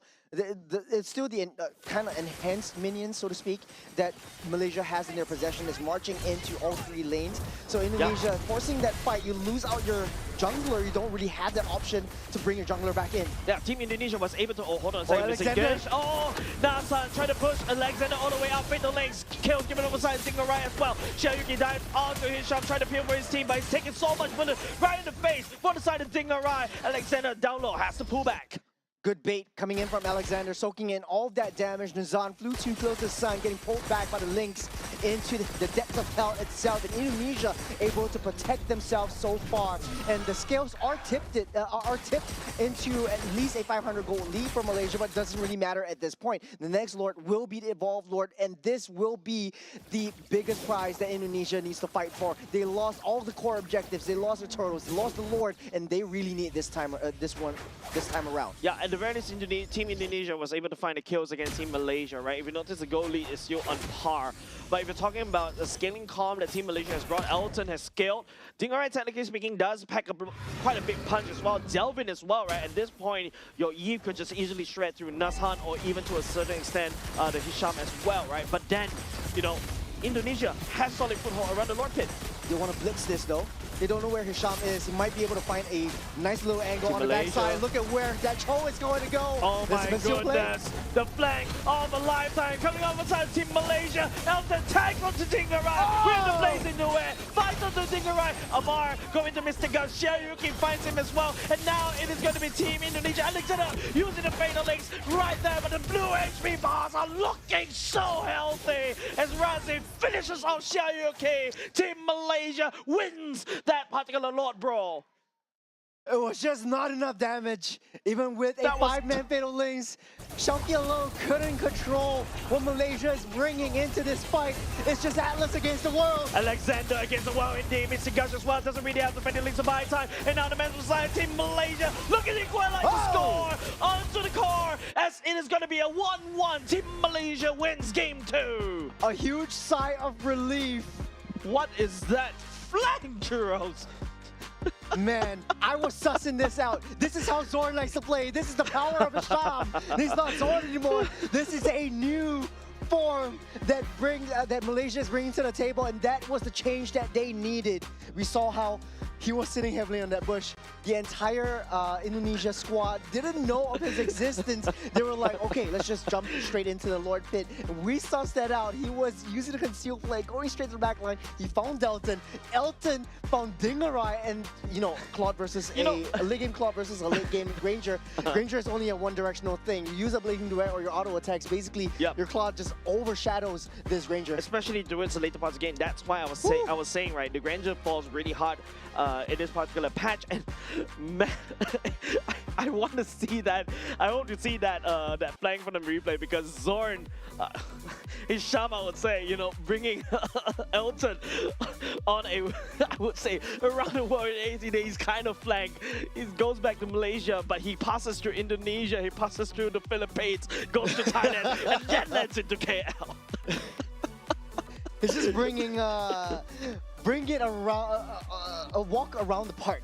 Bring his son on a walk around the park. That's what I would say. And Elton really, I think this was the change that Malaysia really needed. I think Zorn really gave that potential, and I think it's still an even game from both sides. Able to equalize the scoreline, and right now, it's still Malaysia, Indonesia, 1 apiece. And it's always a 3-game series with you, Jace. I don't know what's it with you. I think it's your... I think it's you. I think it's you. You inherited Mars's curse. It's you. Remember the last time we did Challenges Bracket? Yeah, it's you. Man. It's not me. It's you. The problem is you. But of course, congratulations over to Team Malaysia. It feels like in this particular game, there is a plan. In game number 1, I feel like, you know, there was no plan. There was no plan. Your bodies. Go in, let's just roll it out. That was the kind of narrative that we kind of set up going into game number 1. It did happen, but this time around, Hisham on this show makes Delvin's life miserable. Delvin couldn't find a right position to use the RWM. Even if the RWM was laid down, if he stood there, Hisham was just directly on top of him. Taking a look at the turret damage, it looks like Malaysia was able to force it through. And all throughout the entire 19-minute game, Indonesia was trying their very best to push down the T1 in the mid side, and even sacrificing Afan himself to be able to do that, but to no avail. Yeah, the damage dealt, Churros, it's almost equal, right? But it feels like, you know, Team Malaysia was able to find the damage onto the right targets, right? Once you take away Dingarai, you're just left with Delvin.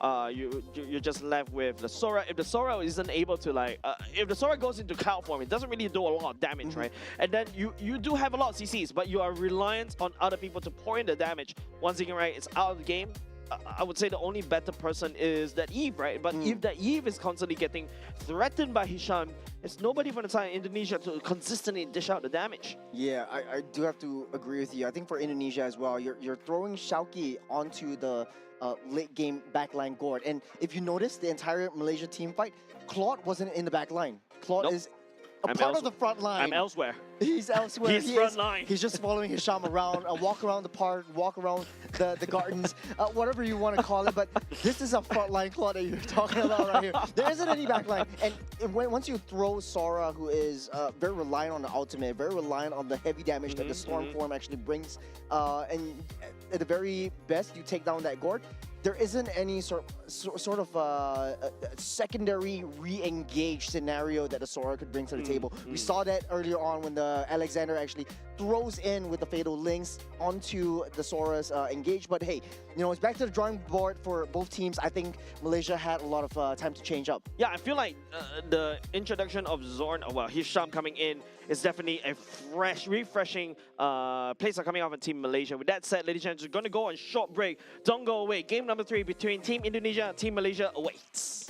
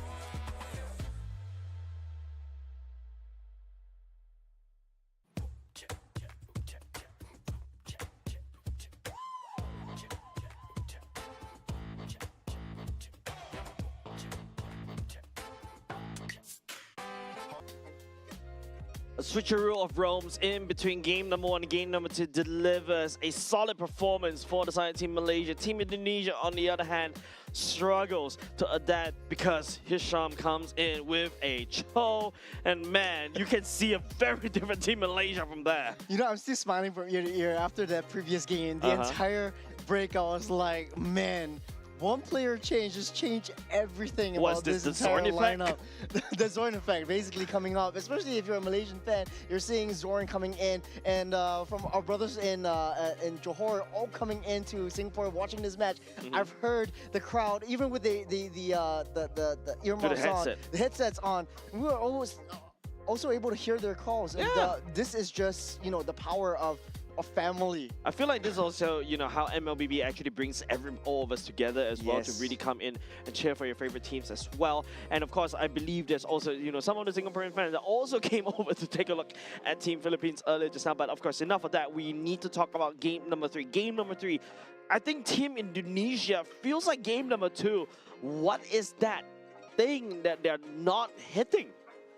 I felt like their execution was really well done, but it was just the Zorn effect. Like, they weren't expecting how slippery Zorn would be. Dalton was caught absolutely off guard with how he wanted to play, how he wanted to position himself. He was always in that position where Zorn was able to land a very easy We Have the Dragon into the team fights, forcing up all of these skirmishes that Indonesia does not want to take. Indonesia is one of these teams that they do like their skirmishes, but if it's only towards their favor, they need to find a way to set things up. They need to find a way to get the pickoffs that they really need, and not, and I repeat, not try to be too greedy over taking down the turrets. And yes, in the previous game, there were 3 separate instances where minions was rushing in down to mid-side. They wanted to take down that T1, but then Amar was left in no man's land. Yep. Let's go in, watching the battle station. This is Team Indonesia that you're seeing right here. Don't forget this, the Alter Ego stack, right? There's a lot of high hopes for the side of the Indonesian teams, from the Indonesians onto this team. But game number 2, I said, I feel like the execution was a little bit wonky, but I don't know whether it's a forced error coming up from the side of the introduction of Zorn on his Hisham. Like, the Cho was just wrecking so much havoc in the backline. Delvin wasn't able to play. Alexander, the Fatal Links, was like, okay, should I use it now or should I use it later? But Zorn is actually jumping onto me. The the Hisham also can just shunpo out of my Fatal Links. There's so many things that a lot of decision making was not kind of slowed down the thought process of the team Indonesian earlier just now in game number 2. Yeah, their entire roster also revolves around the fact like, hey, I want to create that kill zone with the Eve, and it was one of those compositions where you draw the Eve, you want to create that kill box with RWM, and then draw everyone inside. But Malaysia was just way too slippery. No one was inside the kill box. There wasn't any kill box because Dalton just evaporated before any team fight actually happens. So the big adjustment is Paquito will see the light of day instead of any other EXP lanes. Jusin was open as well, did not snap pick by the side of B1. Team Malaysia noted that Elton really solid on that Claude earlier just now. It was the one I would say that brought them to success because of the Blazing Duet. Of course, you know, S++ tier pick in terms of gold lane, you snap pick that one in R1. R2 though, Akai also, you know, rising star in terms of the meta, you take that at the same time, but Jusin open as well. Not too sure whether in Team Indonesia wants to take that. Jusin looks pretty juicy right here, and it's, you know, one of those heroes where you can't really go too wrong with it. At least you have a little bit of vision gain with that. The Kai being picked up here is a solid counter towards the Paquito, and you don't really have quite a bit of the EXP lanes as a lane-to-lane counter towards that Paquito. Less for the Povius if you want to actually pick that up, but it's actually banned out by Indonesia themselves. Marcel and Jusin getting picked up. Jusin definitely can't go wrong with that. Marcel, we've seen the prowess in game number 1. But then again, if you take a look at what Team Indonesia has secured for the first phase picks, is that these are your 3 really S+ tier picks, right? Yep. In their respective roles, I would say, but Team Malaysia as well, these are not too shabby picks either. I think this 3rd pick is definitely going to be the one that is the key decider. If Hisham goes back to the Cho, that will be hilarious. We shall see. Hisham is He's still wide and open. Up against a Marcel, typically you want to get a Gord? yeah, Gord or the Valentina. I think Gord would be much better since Jusin is on the board as well. So now Sham can just throw in a pocket pick once again. Marcel would be a bit trickier to land a with the dragon on. Jusin still pretty much much different from the way Yves is played. Yves is a little bit more immobile. Jusin has a bit more mobility and flexibility. I feel like the Cho doesn't look good right here, No. especially for the side team Indonesia. But you know what looks good here, in my opinion? A Grok. Ooh. Grok wall. You got the heavy spin. You can pin. You can build a wall anytime, allowing God to basically just spam down the Mystic Gush. There's also the wild charge that you can use right down into that wall as well. So yeah, Grok look juicy right here if you are It's one of going his signatures as well. Interesting. So, okay, the Cho is being banned out.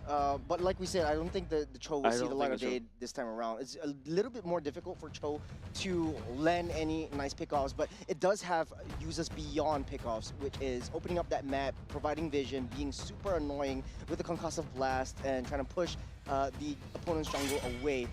Whereas Indonesia just wants that solid line of solid farming line during the first at least 8 minutes of the game. Yep, okay, you take a look. For the side team Malaysia, right? The CEO, the Bucks are banned away. The R-Lot also banned away by the team Indonesia. There's still the Fredrin that's still applicable, but the Fredrin is just... It's going to be difficult for the Fredrin, right? Like, if your Akai is constantly heavy spinning and pushing you away, it means that you're going to have to... Have you seen that interaction when the Fredrin is trying to land down and brace his wrap, but it's constantly getting pushed away by the side of Akai, and you're just like raising his sword up and down? Yeah. That could potentially be the case coming into game number 3 right here. You could potentially go for an assassin pick this time around, or even a Leomor would kind of work. It was banned out in the first game in this series. Leomor looks good. Leomor looks very, very good right here. So much dive potential, especially if you're Indonesia. And in the late game, it's just very difficult to get rid of. And speaking of get rid of, this is Glue going on into the roam for Hisham, most likely. Or actually still flexible. It still can be flexible. It definitely can be flexed, but Glue is already instantly countered, I would say, by the side of Paquito, and to a certain extent, Marcel, right? There are certain cases where you start to see in some of the regions, respective MPLs, right? Glue is being drafted. Glue try to possess either Paquito or the Marcel, but the Glue gets pulled all the way back into the enemy team, and then after that, just get them busted down, focus down, and then they move on, right? So, not a big fan of this Glue, but we shall see how it's being piloted. But yeah, I agree. Could also be EXP. We shall see. That is just the annoyance factor that Glue really brings to the table. Even if that were to happen, it still has a little bit more tankability and sustainability and possessing onto the back line. This could be what Claude really needs. And now, and like I said, the assassin will come up in the form of a marksman / assassin in the Yi Sun Shin. This would be Paquito in the gold lane, Lapu in the EXP. So double fighter side lanes, and then all back to basics for Indonesia with Yi Sun Shin in the jungle. Look, Paquito in the gold lane is not fun to deal with, right? The Claude has to pay a lot of respect over the damage potential coming out of this Paquito, especially even after the slight nerf. The fact that you still have damage reduction built into your kit after you unleash the enhanced version of your skill, you could just easily retreat back and then just continue on the combos over and over again to poke down the gold laner. Now, this R5 pick is going to be a very interesting one. I would say if this is an EXP like a Terizla, this is crazy. Or even to a certain extent, you Benedetta. Benedetta works. Benedetta, if you want a lane split potential, that's a Sora. Okay. Going back to a little bit more traditional picks, I want to say boring right here. It is still extremely viable in the sense that... I want to see more. Yeah. Yeah, I want to see more, but you at just the very want to see least... Leslie. Is there? I'm just kidding. Okay, at the very least, Sora, a very flexible EXP laner right now. You just build him HP bars, and then after that, hey, you can swing that Sora right into a tank to set, or to a certain extent, you can also swing him into the Thunderform to basically do the damage. So really flexible, but we also need to see how this team, especially Razi, pilots this one. Going up against the Lapu pre-level 4, I would say Lapu has the better advantage here. Yeah, pre-level 4 on both sides honestly, Lapu still has a better wave clear advantage. Sora really excels in terms of team fight capabilities. The only difference that I want to see, and I want to see a lot more coming in from Dingarai, who right now is going to be with the Paquito up against this Claude. So a lot of lane proxies will happen, a lot of rotations into the gold lane side of the jungle, and a lot more engages and skirmishes down on the gold side. Yep, game number 3 is afoot, ladies and gents. Team Malaysia and also Team Indonesia right now battling for the better seed. This is 3rd seed going up against 4th seed, of course. It is Team Indonesia that has a solid footing. But Team Malaysia looking to prove themselves not too shabby either with Hisham on this glue, on Patrick. Yeah. It's so annoying. Blue just being super annoying. You don't really have to latch onto anyone. Forcing a flicker way too early on. It is only the 42nd second of the game, and Malaysia is feeling good about themselves. Yeah, flicker right off the bat this early on, especially all Hisham has to do is just run around being a nuisance. Man, this is worth a lot for the side of Team Malaysia, especially this early on. Okay, and also it protects the aggressiveness coming in from the Eastern Shin over to the opponent's side of the jungle. So Malaysia is keeping it safe with Paquito at the bottom side as well, getting that damage to cut through, but Indonesia wasn't able to break through Malaysia's early game defenses as of now. I would say it takes a little bit more time, wait till level 4, and we'll see the power of Indonesia's strat actually really coming through. Yep, I feel like the gold priority definitely leans heavily over the side of Dingarai, right? Especially in the earlier parts of the game. Seems like Team Malaysia wasn't really ganking all the way up top and bot because, you know, at the very least, you know you don't against Xiaoyuki as a Lapu-Lapu, especially early on. Sora needs that level 4 to be able to strike. So I feel like it's Team Malaysia trying to rotate around the river to try to get something. I'm hoping to see more, okay, as I said it, I'm hoping to see more invades. Hisham took a peek at the enemy jungle for just a little bit. Yeah, 5 seconds until the first turtle of the game spawns up.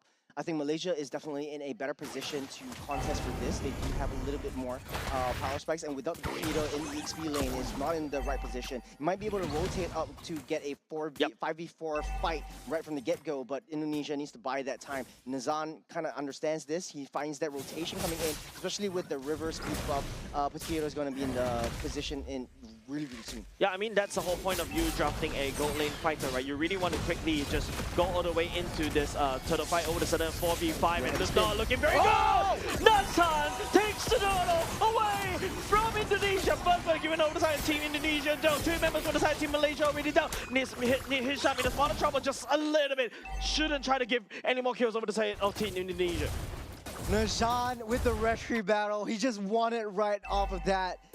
Afan was just way in the back line. Indonesia had all free reign to be able to take down that turtle and get the retribution fast. But Nazan using the heavy spin, and just in the nick of time when the heavy spin let off, that iframe just was all that's needed for Nazan to seal the deal. The rotations coming in on the top side as well. They have to deal with Dingarai coming straight by the back line, pushing Amar back. Even though they got that first blood, they were able to take down this turtle. Yeah, but I think right now it's just like the advantage of you securing the turtle is just nullified, right? Losing 2 members and giving Afan, luckily, it's an assist, not to...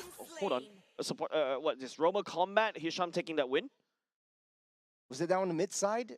It does look like around the river. Around the river. Yeah, that's not looking good for the side of Team Indonesia as of now. And all of a sudden, that whole sequence after the turtle takedown by the side of Team Malaysia, they lost 2 members because losing. And after that, you know, Team Malaysia taking down Alexander. Now, I would say, still stalemate. Malaysia does have a much better solid front line at this point of time. If you look at Indonesia's draft, they don't really have a tank. You do have some form of a pseudo tank in the form of Alexander's Marcel, but then you have a double fighter side lane. This causes a lot of sustainability, but when it comes to, like, you know, you want to go mano a mano, head to head, this is Malaysia really throwing that glue in the midst of battle first, and just sustaining everything back up while dealing all that damage into this glue right from the get-go before any of these big fights actually happen.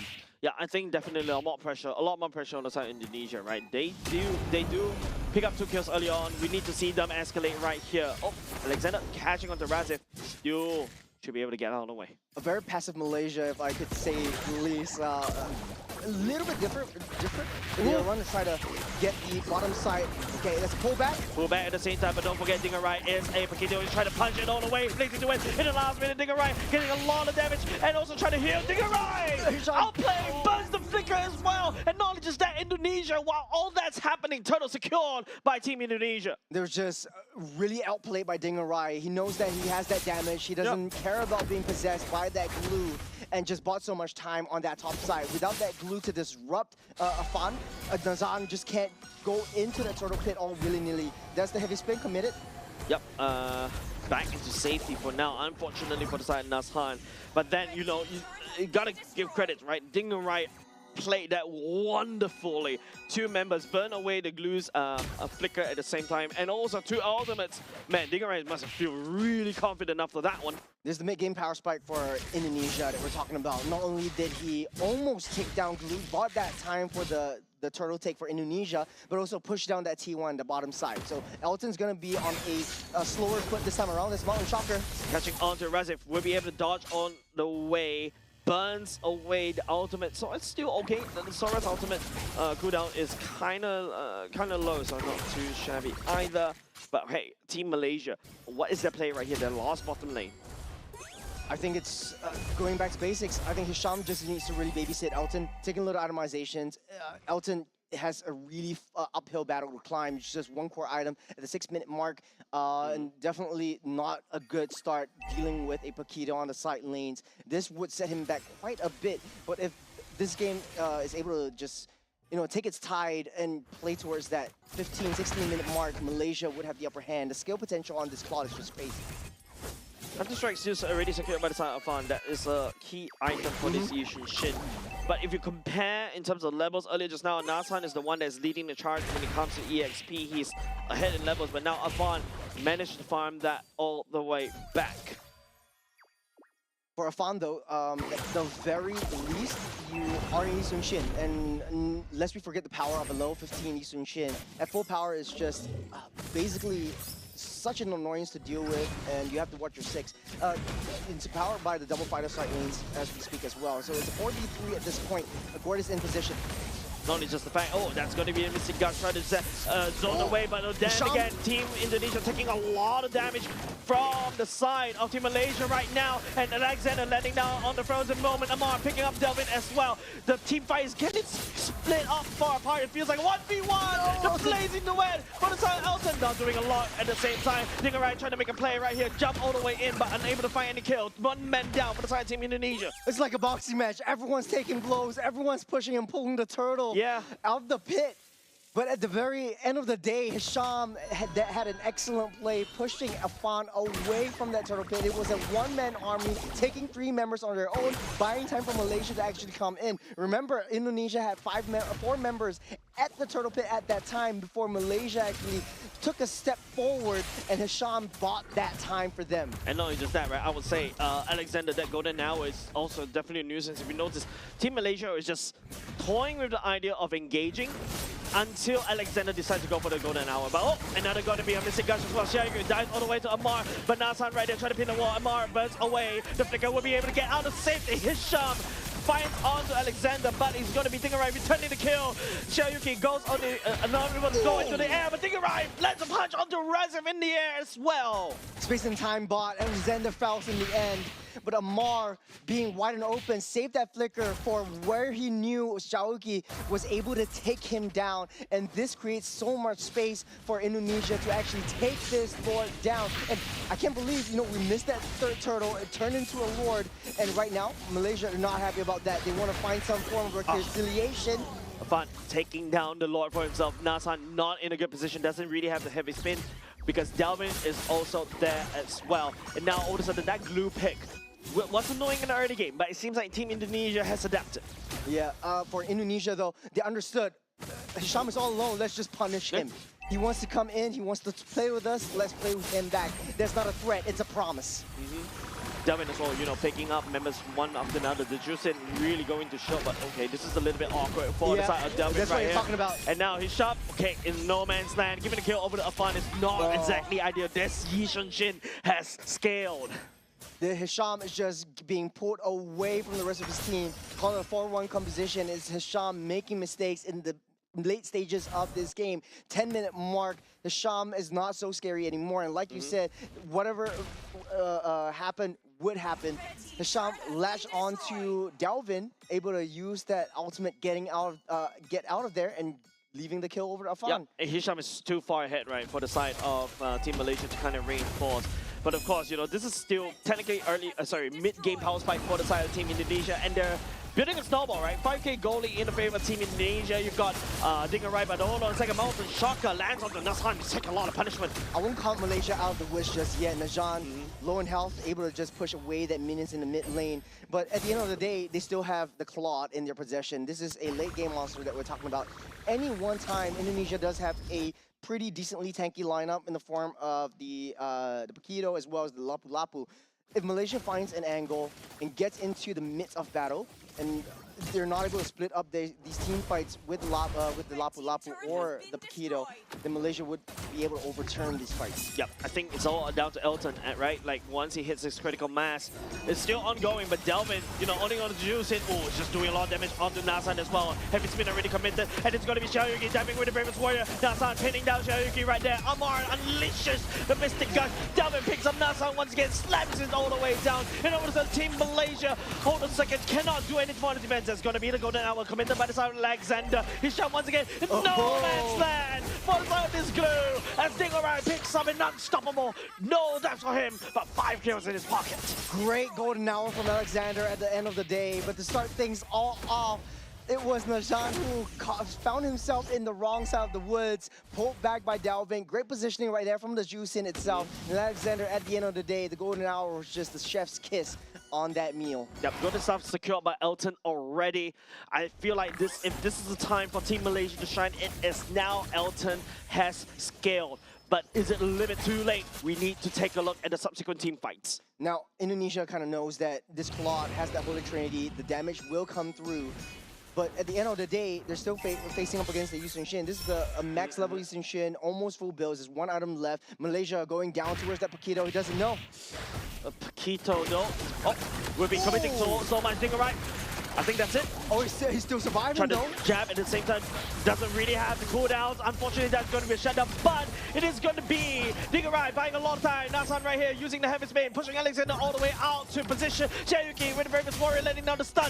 Dalvin showering Nazhan with tons of damage and tons of love. But it's something that, members of the side, Team Malaysia doesn't want because Team Indonesia picks up the Lord. What a play by Dingerai to set things in motion. They know the Lord was up. They went for a Paquito all alone, and they want to go for that pickoff on the wrong side of that map. I knew Malaysia didn't want to fight within that Lord, but to waste all your resources onto one Paquito who's able to sustain and pull you away from the team fights, away from the main objective in that Lord pit, that was just phenomenal. Yeah, it's a very interesting decision making coming out of Team Malaysia, right? Opting to pick up Dingerai right there down the bot. Yes, that's a shutdown goal. I can't exactly recall who actually got that goal, but at the very least, Elton picks up a assist. But now, your biggest problem is Team Indonesia sending the Lord down bot. It's still the second Lord of the game. Malaysia does have a decent wave clearing potential. Elton could very well use the Blazing Duet if everything goes south. You also have the Mystic Gush to be able to pull everyone in. Alexander goes in with the stun onto Hisham. Yeah, but no follow-up as of now. Unable to clear that wave, like what you mentioned, unfortunately. And now the Lord is just beating all the way down bot against Team Malaysia. Will be cleared out though, but the damage has been done. Oh, there's a pullback. Great pull from Dalvin. But this is a good game for him. He's not being targeted anymore. Hisham doesn't have the mobility that he had when he was that Cho. So for Indonesia, this is free reign for them. They're taking full control of that map, and this is what I really like to see. They got that lead, and they're taking control of that. They're sitting in that jungle, pulling Malaysia out from their own base. They know when to fight, and they know when not to commit. Right now, it's just an open base that Team Indonesia was able to deliver. This is the mid-game power fight that I was talking about, and at the very least, they know how to capitalize. This is what I want to see, especially when teams start to pick up Paquito. A lot of damage onto Nazhan, heavy spin, all the way to disengage.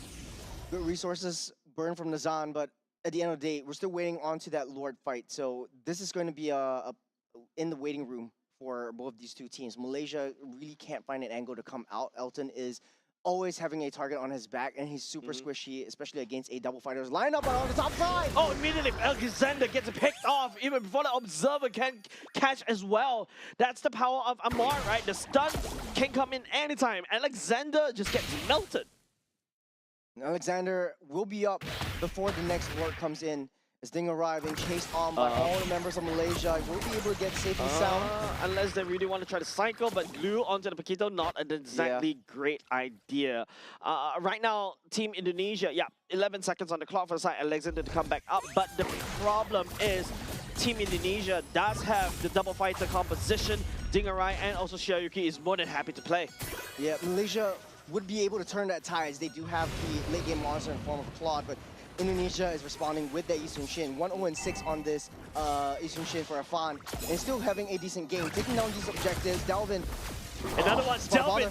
Africa already committed, and now all of a sudden, oh my goodness, Hisham is in no man's land. Afan, I feel like we've seen this before. This deja vu. Hisham getting taken down, unfortunately, by members on the side of the team. Malaysia right here, getting the damage coming out from the side of Xiaoyuki. But it's still 1-for-1. Roam for a mid. Yeah, for Hisham though, this is a worthy sacrifice. You're sacrificing yourself. You take down that mid, you're able to capitalize on that Lord fight. But now Indonesia is a bit too far ahead in terms of economy. If Malaysia tries to force this in, they need to wait for the heavy spin to come online. But now Indonesia kind of knows and understands that Najan is always right there. If you get pushed back, you're not going to get that Lord, and we might lose out on this main objective. Yeah, Xiaoyuki is just menacingly standing there. He does have the Bravest Warrior, and now the Lord is already half HP. Nasan is just waiting for the moment, and right here, heavy spin, Bravest Warrior is laying down. Afan goes into the Mountain Shocker, but there's nothing but the bait. It's going to be Razif going into the Thunder Form already, but it's still Afan, resetting the Lord. Good bait away from Dingarai. He's finding that flanks. Elton kind of knows, so he's pushed out of position at that point. So resetting that Lord was the best decision. Indonesia bringing Malaysia in for a dance. Yeah. On the top side though, Gordon needs to go back to respawn, so Amar is not in the picture. You have Paquito being able to dash and zip around that map, pushing up on that top side. So the win condition for Malaysia is try to fight S5 down that Lord pit. That's the only way. 5v5 right here is going to be Xiaoyuki jumping in. Nasan, once again, the Lord is getting reset. There's nothing but a bait. Team Indonesia, concentrating about the shocker right here. Is going to be Aman right there. The golden hour already committed by the side of Alexander. Elton takes down Mundo. No juggle for the side of Team Indonesia. It's Elton blazing away in the backline. Delvin using the Winter Crown to try to save himself just a little bit longer, but it's going to be Elton right there. Vic already committed. Alexander on the chase. Elton taking down Dingarai, and now it's a little bit too much. This god has skill. Alexander, it was a double-edged sword on that golden hour. They bought time for Malaysia to actually come in to take Afan down. Even though that the Lord got that reset, I think this is the time to wait for the 18 minutes if they so very well wish. Now, I don't know why you're not blitzing up this. It's just 18 minutes, so you get the evolved form. Yeah, but bait the Indonesia out. Yeah, but right now you don't really have a lot of time. The window opportunity for you to take down the Lord. Here comes Amar with a missing gush as well. Xiaoyuki getting stalled by Razif as well. Nazha picks up the Lord for himself, but he gets picked up instead by the Juicy. The Bravest Warrior coming out with Xiaoyuki will not be able to land onto anybody from the side of Team Malaysia. And now it's just going to be Team Malaysia theft committed. They go where they came for. Lord in your possession. It's marching down the bottom side. I think Dingarai also played a heck of a good game in that last skirmish right before that Lord fight. Finding the entire backdoor angle onto Elton, but Elton was, like I said, in that front, the midst of the battle itself, and taking down Afan with him. Yeah, and now it's just going to be a Lord marching down bot. If you take a look, Team Indonesia has all the turrets up as of yet. Team Malaysia has not done a single infrastructure damage as of now, but I'm not liking the position coming up of Team Malaysia right here. They're spreading themselves way too thin. Even though they're exposed, they're still waiting into that bush for Elton. I think that's the death bush, and they kind of know it. If Elton's left alone to their own devices and Indonesia actually finds Elton, they will be able to cycle Malaysia. Hello? Nobody responded from the side of Indonesia to deal with the Lord down bot. No, you don't want to deal with that Lord outside of your base. Rather take it in within your turret. At least you have a little bit more defensive potential. Yeah, but that means that a lot of standing gold given over side Team Malaysia. If you take a look at that gold lead dwindling down right before Team Indonesia's eyes. Top side clean up. Bot side already sustained quite a bit of damage. Ooh, man. I think just sitting and waiting onto that death push up on that top side really burned them in the foot. And this is Malaysia really making a statement and they're coming back into the game. Yep, Hisham started big nuisance now. All of a sudden, hey, we're playing mostly on Team Malaysia side of the map, but now the tables have turned, the chairs have been flipped. We're fighting in Team Indonesia side of the map. It all happened because Afan went down. Malaysia capitalized on that situation. Even though it wasn't the enhanced Lord, I think Elton really found his groove, really found his strike this time around. 2-0-2 on this Claude, and he's still waiting for the right opportunity, waiting for the right moment to really make Malaysia shine. A bit trigger happy for the side. Amar, Mystic Gush already committed. And it allows Team Indonesia to just breathe just a little bit. I think Team Malaysia is going back to reset, try to freeze the wave in the mid, but it is still Team Malaysia having an open lane down bot. The weakness of a double fighter side lane is that you are on the timer, and that timer might be now. Malaysia is pushing the hands of time from Alexander himself, from the Marcel, into their own favor, starting off with this Lord. Yeah, what's the chance of Dingerai to start ignoring the team fights and then after that go for push down bot? Very highly possible. The top side is already open as well. Malaysia does have quick access, but now Afan is not in the right position. They're trying to bait them out and trying to fight within the jungle. Yep. Feels like, members of side Team Malaysia is doing the same thing as Team Indonesia did, using the Lord to try to pull the members over and then force a response. Here we go. It's going to be, okay, this time around it seems like Team Malaysia has to come in for that. There's going to be Amar landing down, but Nasan picking up the Lord for himself. But Elton down low with nature as well. Devin dives with the Crimson Beacon, gets picked up. Elton, Immortalized already picked up. Afan picking up Receive as well. He's shoved right there, trying to peel, but the rest of the team, members of the Team Indonesia down low already. Elton still alive. That's the key point that Team Malaysia is holding on to, but they cannot afford costs like these. Razif with the early sacrifice. Hisham extended too far ahead, and now Indonesia fighting 5-on-3. It's 30 seconds, they're not going to get back, but the Lord will buy them some time. And Malaysia, they know this. Great item slots coming in from Elton. Great find by Delvin and Shauki over onto this Claude. If they were to take out Elton, that would be it. Indonesia would turn everything around, even with the Lord in their possession. I'm not sure Nasan should be there, right? He's getting picked up and thrown like a ragdoll right here. Members from the side of Team Malaysia, maybe a little bit too far. If it's been right here, committed, disengaging. They can't even push the Lord in. Yeah. It's Indonesia responding with, hey, you're not going to make that Lord, take that Lord into my home, take that Lord into my base, not twice. And now, this is time for Indonesia to really fight back into how Malaysia likes to play this. I feel like this is a roller coaster of we are so back and we're so cooked. This is just a really big push and pull all the way on the other side of the map. So far, Indonesia does have a little bit of the upper hand in terms of, hey, they had that T3 on the bot side pretty wide open. If they play their cards right, they could send Dingerai in this next Lord down to bottom side, try to push in that wave and try to get that backdoor win. But Malaysia is definitely not going to let that go easily. Yeah, that was exactly what I was talking about, right? Dingerai, at the very least, at this point in time, the Paquito doesn't really offer a lot of contribution, especially when you try to fight front to back. You're more of a flanker. You're more of a split pusher onto the other side. If you find Elton, punch him down, great. But even if you can't, because Elton's being very slippery because of the BMI, maybe start pushing down bot, right? That's an open lane in the favor of Team Indonesia, but it feels like Team Indonesia wasn't able to find that salt onto Team Malaysia's wound. Yeah, it's a utility juice in on top, bottom side as well. Crimson Beacon, Flicker already committed BMI, even the Mountain Shocker. A lot of resources committed by the side of Team Indonesia. Nasan and Razif also coming in, but it's going to Dingerai! Fighting onto Elton with a nature, and he heals all the way back up. And now Nasan pinning Alexander down the wall. The Golden Hour already committed as well. Elton down low, Dingerai looking for a replay right here, but then Flicker's all the way back. And now Cherokee dives all the way in the back. Elton's healing all the way back up. Nasan right here, at the same time just absorbing so much damage. Blazing the web from the side of Elton and Amar with the Winter Crown. And members of the side Team Indonesia and Malaysia just rolling it out down at the bot. 3-4-1 in the favor of Team Malaysia. No Paquito, no Eastern Shin, no Lapu. They might be able to push it down mid. It's 60 seconds on the clock that Indonesia's not going to get back.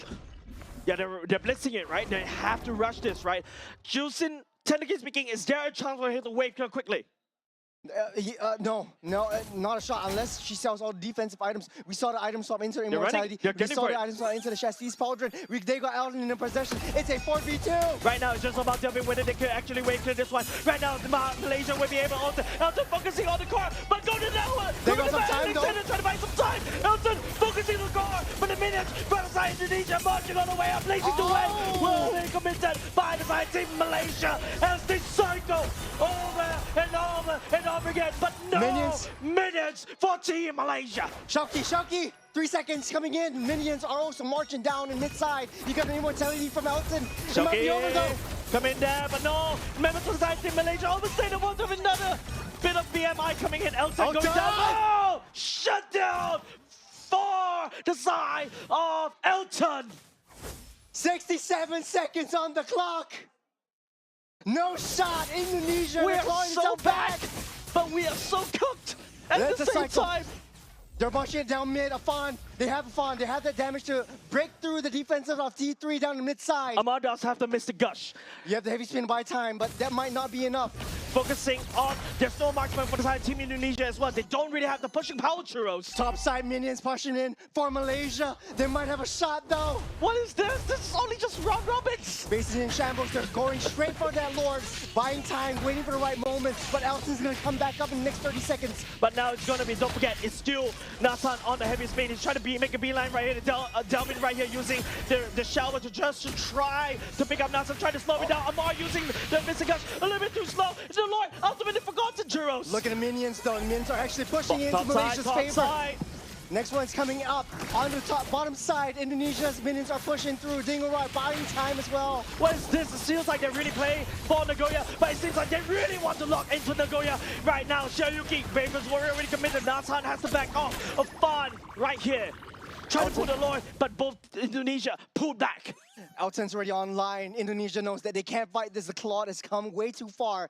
And now it's back on that reset. Razif is back on lane pushing duties, but it's not too fast. Any pickoff right here, Churros, is going to be the death of that team. This is insane. This is mental if you're both sides. Sky Piercer at 26 minutes, Amar. Hey, you know, every bit of help counts.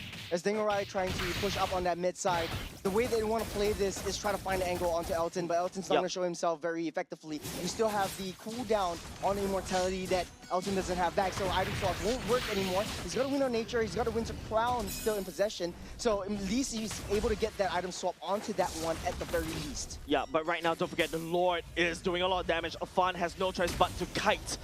One mistake. Both these two teams riding, standing on the tightrope right now. I think Malaysia could very well push down that bottom side. Look at where Hisham is. He's trying to take control of that bottom side lanes. But now without that glue, they're sounding the horns. They're sounding the alarms though. Mother Shocker already committed. Afan knows everybody where Team Malaysia is. Hisham making a beeline straight back into the Lord pit right here. But Alexander and also Xiaoyuki is ready for him. Could there be an opportunity where Hisham takes Elton downtown on the long side of the road and through the gardens once again? The split push from Dingorai could potentially happen, but there's a base turret from the side of Team Malaysia at the top. Same could be said on the side Elton as well. It is a series of unfortunate events.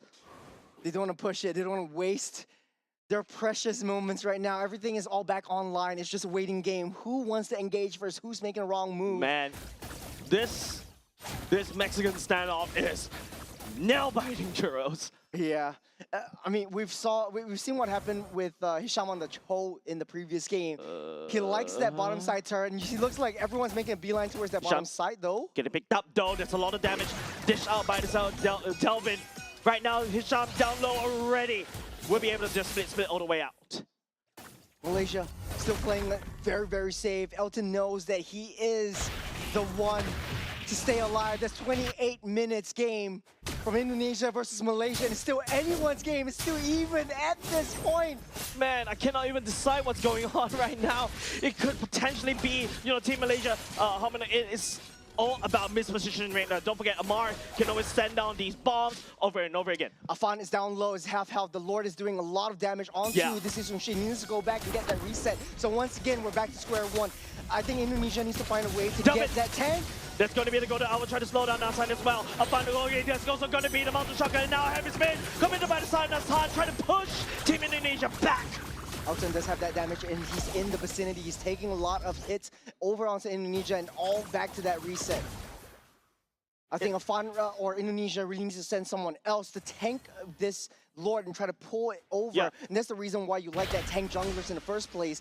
Nazan doesn't want to risk it, but neither does Afan. So both teams don't want to make the first move.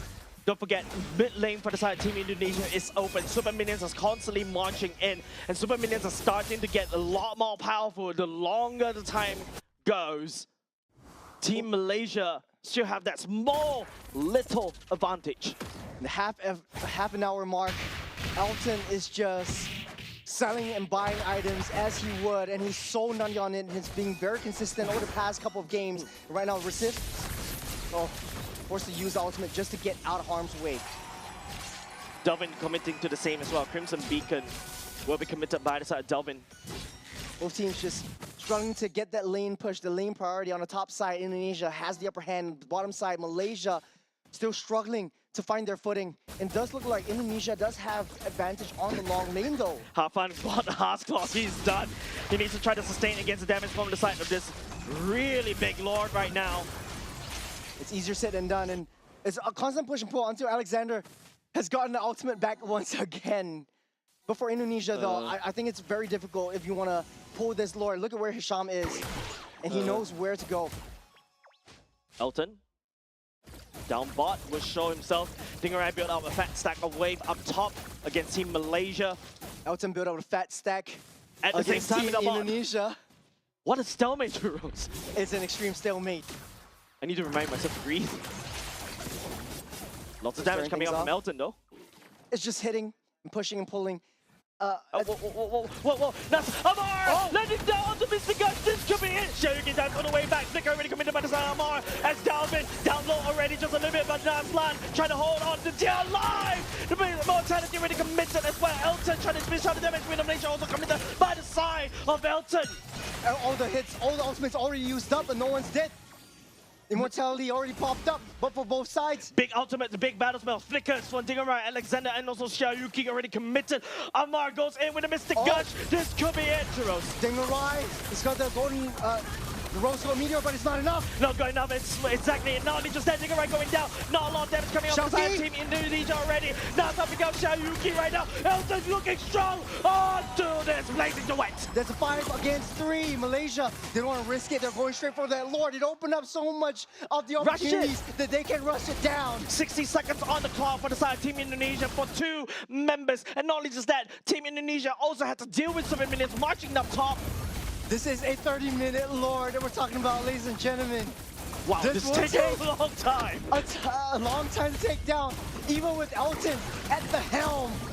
And Malaysia, once again, crawling back up. They had that chance. Man, break this down. That mid-side stop onto Dingerai was a good find. Delvin was down low. He was able to pop up. He sold all his core attacking items for the immortality. Shauki as well. Good find onto the golden hour. Alexander was, I think the golden hour was definitely a double-edged sword, but right now, this is it. This is the Lord. 20 seconds, golden hour, try to slow down as much as they can. Even the mountain shock already committed, and now it's gonna be, melting Jonathan! Delvin going up next! That's how pushing the members of the side Indonesia already! It's Team Malaysia takes game number 3 against Team Indonesia. A 32-minute game, a long drawn fight. A big switch from Malaysia. The substitution coming in, equalizing the scoreline, and finally calling the shots. Crazy games coming out of Team Malaysia. I need to remind myself to breathe. Yeah, it was we all do. Like for the past 2 minutes, it was just pure tension between these two teams. It could flip any time, Chiros. Yeah, with that one play, that one shift, that one golden hour, and like I said, it's a double-edged sword. You might be able to protect your teammates. You might be able to set things up. And I hear the crowd, even with the headsets on, they are definitely happy about this. This is basically sibling rivalry between the Southeast Asian teams. You don't really feel it unless you're within the region. But But Churros, you gotta agree with me. That was a roller coaster. We are so back. We are so cooked. We are so back. We are so cooked. And also, I don't know. It's both low cortisol and high cortisol gameplay. Yeah, at the late stage of the game, the minions are actually dealing so much and they have so much health. It takes one claw a minute and a half just to take down one wave. Building the wave up, building a fat stack doesn't really help at all. They do have turrets that they have to deal with as well. Elton was so hard to take down. He's healing everything back up when he's dealing that damage. At the end of the day, though, Hisham was the key that Malaysia needed. The first game was a little bit of a rough start for Malaysia. But at the end of the day, they really showed up. Take a look at the MVP. It was going to Amar. He found the gushes. He found the lasers. And at the end of the game, this was the damage dealt. Almost 200,000 I mean, it damage. is a 31-minute game, Churros. And it's 32 32 minutes, 15 close. seconds. But it is just extremely exhausting. The amount of, I would say, amount of pressure is just right there. One wrong move, and unfortunate it's Team Indonesia that took one extra step out. I probably, Amar lands on a mystic bomb, and then the laser comes down, instantly melts people down. Whew. Beautiful gameplay, though. Beautiful patience from Malaysia as well. I think learning from their mistake in game number 2, there's not to say they made mistakes. Both teams are extremely neck and neck. Very, very stalemate. And the draft was all the way to the T. We wouldn't be in a 33-minute, 15-second position. Pretty much one of the longest games that we had today. By the way, this jokes aside, me and you, when we cast together, it's always either a 3-game series or super long games or both, Jace. We have Mars in Singapore. I swear, we have Mars in Singapore. But dude, this is a gauntlet of game number 3. Both sides just refuses to budge. I know that technically speaking, yes, they do have an Asian Shin on the side of Team Indonesia. The Mountain Shocker should come in clutch, but the Asian Shin does have nothing against what Isham can do. Not Nasan, to a certain extent, Razif. If you notice, especially the latest part of the game, Razif is forced to use a Thunder ultimate to basically... Just for a little bit more damage onto Dalvin and Afan. Yeah, they need to ooze as much damage as possible, and even if you take a look at the damage dealt chart, it is 52, it's like 100k difference in the favor of Team Indonesia, but they lost it. Yeah, that being said, also, I think Dalvin sold a lot of his damage items, core damage items, and went full utility tank juicing. So this was quite a big adjustment from the mid side as well. Not enough magic damage, not enough physical damage, and even Dingarai and Shauki alone wasn't enough to take Elton down. He was just so heavily protected, and it was like, I don't want to say this, but Malaysia really protected the president, and Elton was him. We only have a Prime Minister. A Prime Minister. Jokes aside, though, this was... I feel like we have said so much about this game that I want to know how this actually shakes up in terms of the standings as well. Yeah, I'm excited about that. We're just going to have to wait for the latest graphic to basically get updated because, man, we are... The roller coaster of emotions in that one game. Game number 3 just reminds me, hey, my heart is still beating because of just a couple of times, especially the later parts of the game where there's both these two teams just in the Mexican standoff, right? It's just pure silence and pure tension.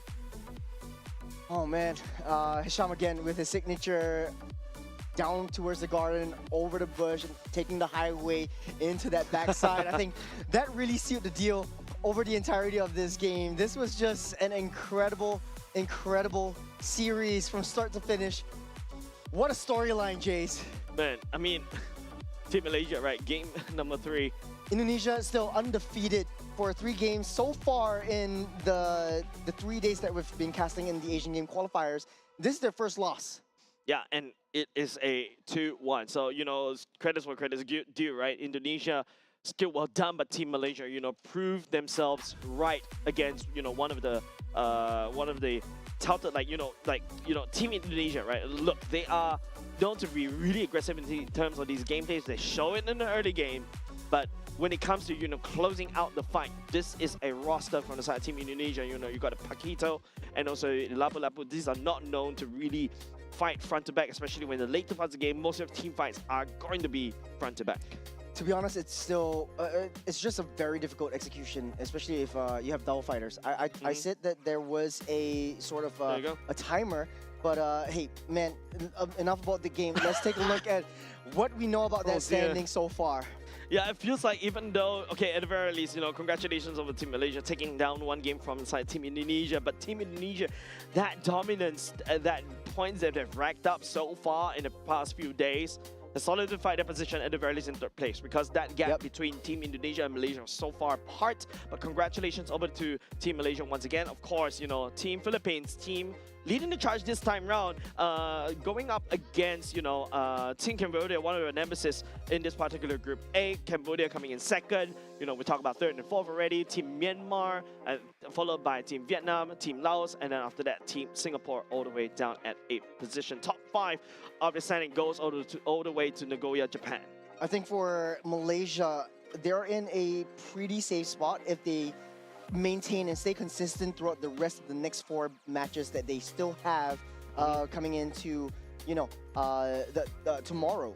And they've already done with the Titan Gauntlet. They're done with Philippines. They're done with Indonesia. And right now, it's uphill from here. Malaysia coming in from this win, redemption from the Philippines loss, and then taking that momentum into the next couple of games. Yeah, and you talk about a couple of games, right? Because coming up next after this series, we're going to be able to watch Team Malaysia once again. We're going back into Group A, yes, ladies and gents, going up against Team Singapore after a very quick break. Of course, you know, these two teams, well, Team Singapore and Team Malaysia, pure rivalry right there once again. A lot of sibling rivalry. And Yep. I remember that one, I mean, it just happened. Wilun, or aka Diablo, came in from Malaysia.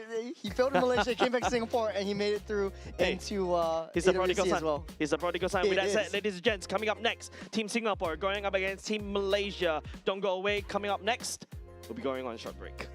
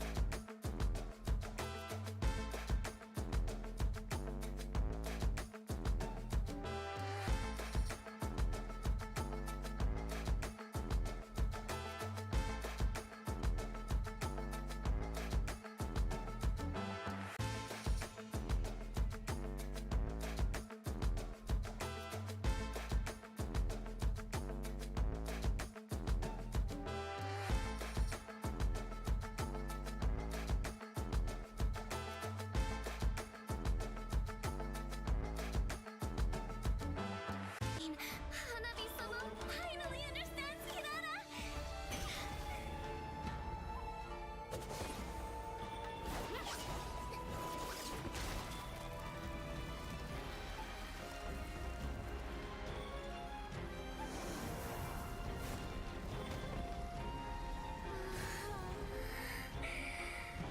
So warm. So beautiful. We can finally embrace eternity in hell. Just the two of us. Allow me to release your eternal bloom.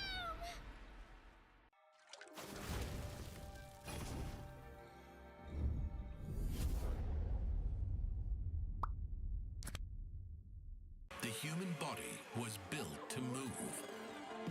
Not trapped at a desk in one singular posture for 12 hours a day. It's time your chair evolved. This is Secret Lab Titan Evo. Ergonomically engineered for you, gamers, hybrid workers, artists, backing your every move.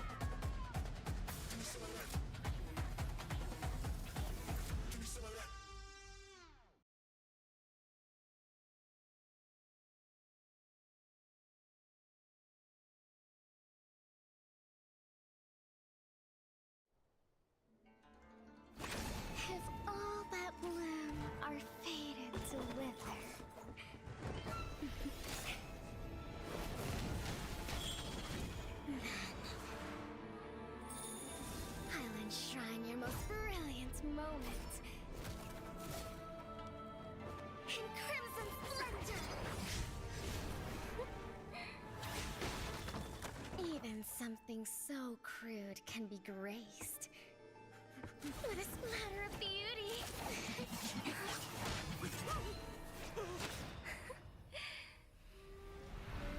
I'll get you out! You finally come to me, Hanabi-sama! This madness ends now!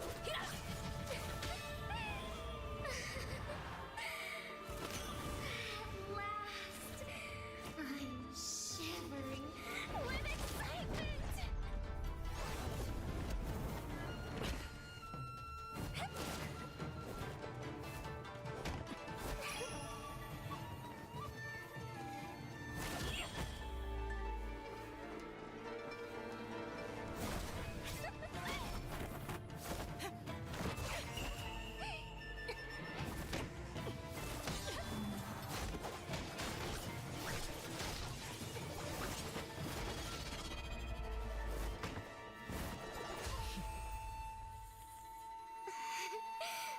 Such killing intent.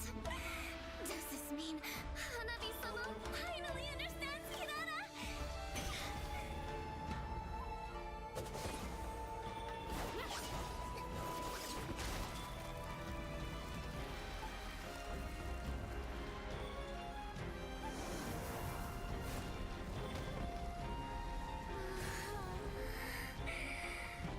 So warm. So beautiful. We can finally embrace eternity in hell. Just the two of us. Allow me to release your eternal bloom.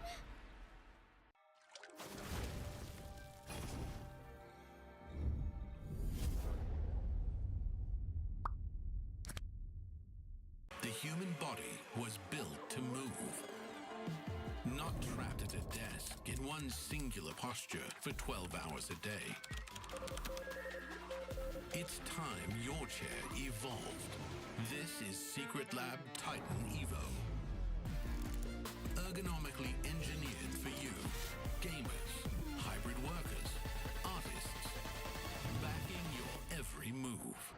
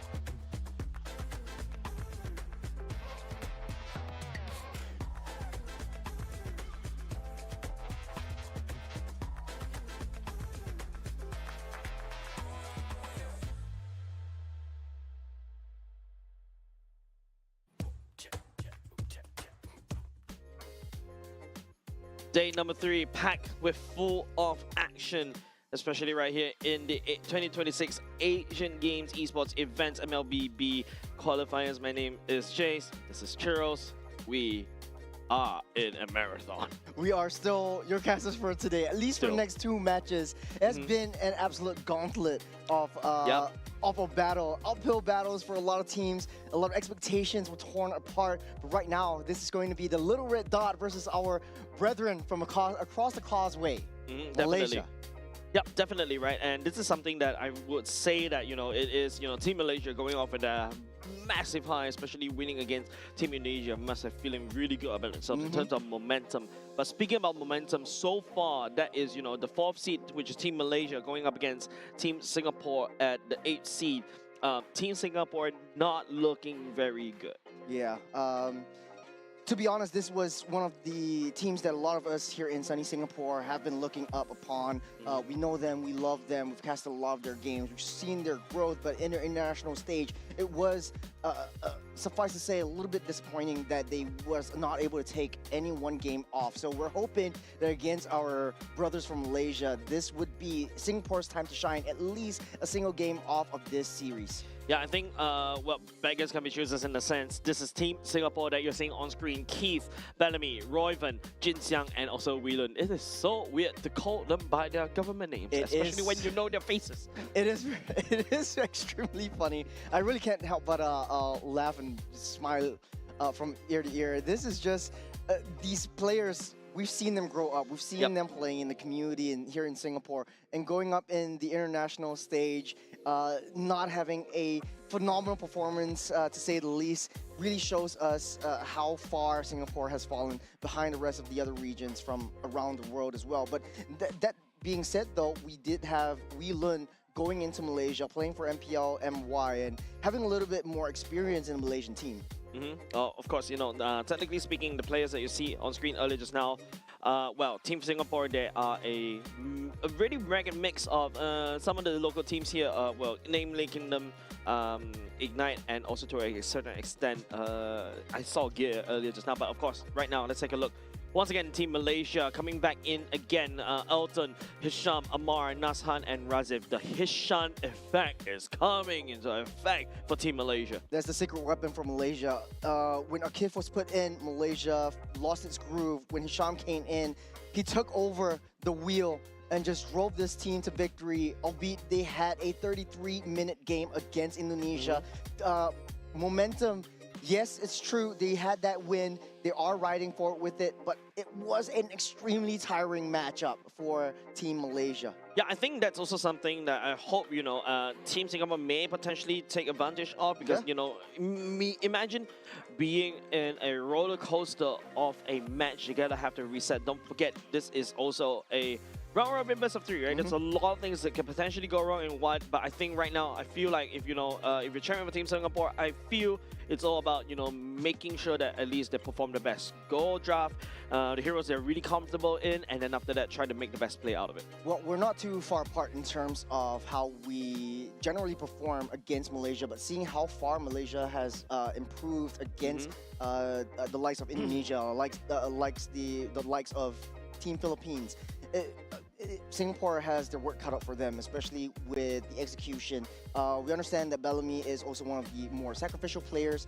So is Zoran, but he plays it clinically. Like, he sacrifices himself, but he also makes sure that that converts into kills. And it's yet to be seen in this international stage how Singapore actually performs against our brothers. Yep, and upcoming matches for the side of Team Singapore as well. They're going up against Team Philippines, of course, and then after that, they also have to go against Team Myanmar as well on the last day. So, I feel like this is kind of the results that, unfortunately, I'm not going to sugarcoat it, Churros. I feel like set in stone. Like, even if you 2-0 Team Philippines, right, maybe potentially go into maybe just a small little potential, but, the chances are near 0. The chances are especially what we saw from Team Philippines earlier just now. Yeah, chances are slim, and even if they 2-0 their next 3 matches, including the Malaysia, Philippines, and Myanmar team, then that would put them, well, it's up to the hands of Vietnam and Laos as well. If they lose out everything, then Singapore has a chance. But this is extremely, extremely slim. And, you know, this is right here for playing for country pride. Definitely. National pride. I think the more important thing is, like, I hope that, you know, Team Singapore do up a very good show for us at the very least in the AGC. But, you know, Team Malaysia, like what I mentioned earlier just now, riding on the high, riding on the momentum right there. But, you know, playing in that game earlier just now must have felt very stressful. And I hope, you know, that short break, and it's not long, by the way, it's only 15 minutes. Hopefully they are able to get their mental reset just in time. Well, in between 15 minutes, you're out of the war zone, you're all battered and bruised. That was a 33-minute long game for Team Malaysia. There is some sort of adrenaline that you're actually feeling from that one, and a lot of redemption, like, hey, Malaysia's got this win, let's win it out again 2 times in a row against Team Singapore. Let's show that Malaysia is still one of the better regions out there internationally here in Group A. Yep, I think, I feel like, well, I think we know what our Singaporean players will be picking, right? Yeah. We talk about, we technically identified them to death, right? Especially when we are the one that really covered NPL Singapore this far. And you also have to agree that, you know, to a certain extent, Zorn also kind of knows how, Diablo, yeah. Zorn knows how Hashim. Diablo plays. Hashim knows how Guilun plays as well. So that's something going to be a bit of a key factor, I would say, going into. So I feel like at the very least for Hashim, it's like I'm going in with some slight ideas what this team can potentially do as we go into the first game, expanding Rivers map. Really a lot to look out for is the gold laner for Malaysia as well as the roamer for Malaysia. Those two are extreme powerhouses, especially for Elton. We've seen how powerful or seen how consistent he is with a good empowering roamer in the form of Hisham. This created so much space. Definitely quite a bit of common core heroes are going to be contested. The Khalids, the Chos for both teams. Maybe even the Grogs that we see maybe Battle Me playing as well. But off the tables, right off the bands, we'll be starting off with the Phobias and the Juicin. Oh, by the way, just in case Singaporean fans, that Keith right there is Vanix. Vanix, yeah, lost a lot of weight thanks to the military. The glow up, man. It's the amount of glow up that Keith was able to do in between seasons, by the way. Oh, yeah. It's actually kind of astounding. Honestly, though, this is the power of NS. If you're in Singapore, you kind of know. But Malaysia actually still having a huge respect over to Diablo's Benedetta, or Guilun's Benedetta, so to speak. This creates so much intimidation factor for Malaysia if Singapore picks it up. And Zorn is, for one of the person who should know how far Diablo is able to push it through with the Benedetta itself. Paquito banned away right off the bat. Marcel open. Nope, we're gonna give Elton that Claude. He's been playing that Claude, I would say, good 3 games in a row if you count this one. Well, we need to see how well Vanix or Keith holds himself against Elton. We've seen how Elton performs with the Claude, very mechanically skilled. He is dashing here and there with the BMIs. Keith needs to be able to find a way to deal with that lane pressure that Claude will bring to the table. One thing that I know and love about Keith is that he is still kind of flexible. He does like the marksman still, but he is flexible if he is put in a position where he has to play the CCs. He has to play the fighter side lanes, he would be able to do it as well. The Fredrin will be picked up for side of Singapore, which is immediately countered by the Claude though in the late game. I mean, technically speaking, Fredrin's still solid in the pick. Galakacha, we haven't seen that hero so far in AGC for the AGQ, sorry, AG qualifier. Asian Games qualifier. Yeah, that's right. Hey, it's been a long day, Jace. I don't blame you. Right, this is 6th match in a row. Gord and Akai. This is almost like similar to what they played earlier just now. So this is a bit of muscle memory going into favor for the side of Team Malaysia. Galakacha, I would say, following off in terms of the meta, even though, you know, you got a Gord that potentially the AOG should be able to counter that, but by the time the AOG is finished charged up, Gord has already dished out a lot of damage already. Well, for Singapore, Galakacha is kind of like the national flavor. A lot of teams like that Galakacha. They highly prioritize it, but in this current patch, a Kai can just disrupt the AOG. You dive in or you taunt in, the Kai uses the heavy spin, you try to AOG out, you get that reset. It's sort of like remember the Fredrin holding the sword up in order to ramp up for the Appraiser's Wrap. It's basically like that. So it's a little bit of a soft counter on that. Valentina also getting picked up, which is one of Royman's more comfort heroes against Razif's Gord. Yeah, I think this is good, right? Not only just the fact that, you know, you use your heavy spin, not only just deny, not say, just kind of push the I bet it's definitely going to go into Naz Han earlier just now away. You also use the heavy spin in a certain extent to kind of push or Amar on the Gord, you know, deny that. But don't forget, Valentina using the heavy spin means that she's susceptible onto damages because she doesn't inherit HP from that. Might be the Mystic Gush as well that Valentina can pick up, but Gord's playstyle or the way we saw Razif against Indo, he created a lot of space for himself. He's always on the back line. Singapore really desperately needs to find a way towards that back line. The answer might be a Yu Zhong if Malaysia decides not to ban that out. There's also, apart from the Leslie. Singaporean flavor. That's what I'm saying, man.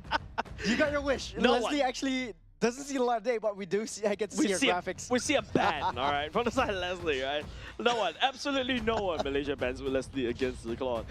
I mean, Leslie's definitely, I really love the Leslie, especially in this particular patch. I played and I enjoyed her tremendously, but of course, I feel like the Moskov should be more of a threat, especially in the hands of Keith against a roster like this. The fact that you could just use your spear to just jump all the way to the backline, tag onto God, and then after that just push him to misery, and then after that, you know, Bob's your uncle. I think Singapore's trying to suss out not Zorn, Hasham's Cho that he actually picked up. They're banning all of the roam heroes. The Glue's gone, the Marcel's gone. The Cho might be a next best possible option for the side of Malaysia, but for Singapore though, I don't think that would be a very huge threat for them.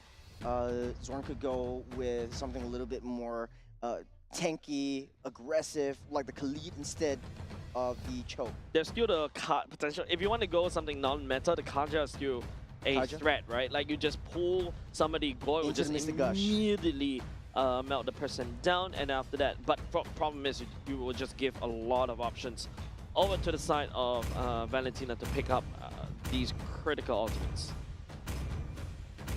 Interesting. So we're taking the time on this. It's going to be the Bruno, which is pretty much a decent lane-to-lane matchup against the Claude. Does much better in the early game. It's up to Bellamy whether the Gato Kacha is able to protect the Bruno from harm's way. And I think that what's just lacking is the gap closer in the form of maybe Yu Zhong is still on the table for both sides. I think apart from the Yu Zhong that, you know, both sides, Weelun probably played that before. Sorry, Weelun.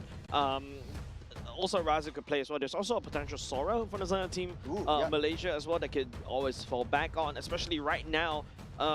You saw the potential power from the side of Sora in the previous game, right? If you need damage, I have it. If you need additional utility, I have it. So flexible on this hero. I think, yep, you're right. No Brandon Churros on the Cho for the side of Hisham, and also Lapu Lapu selected by the side of Razif. Well, St. Lucas for you, his coached Weelun and Royven under his wing, having won 3 championships under his belt as well, under his watch.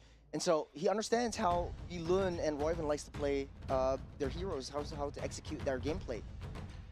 A crazy idea would be the Esmeralda from the side of Diablo. Sorry, Weelun.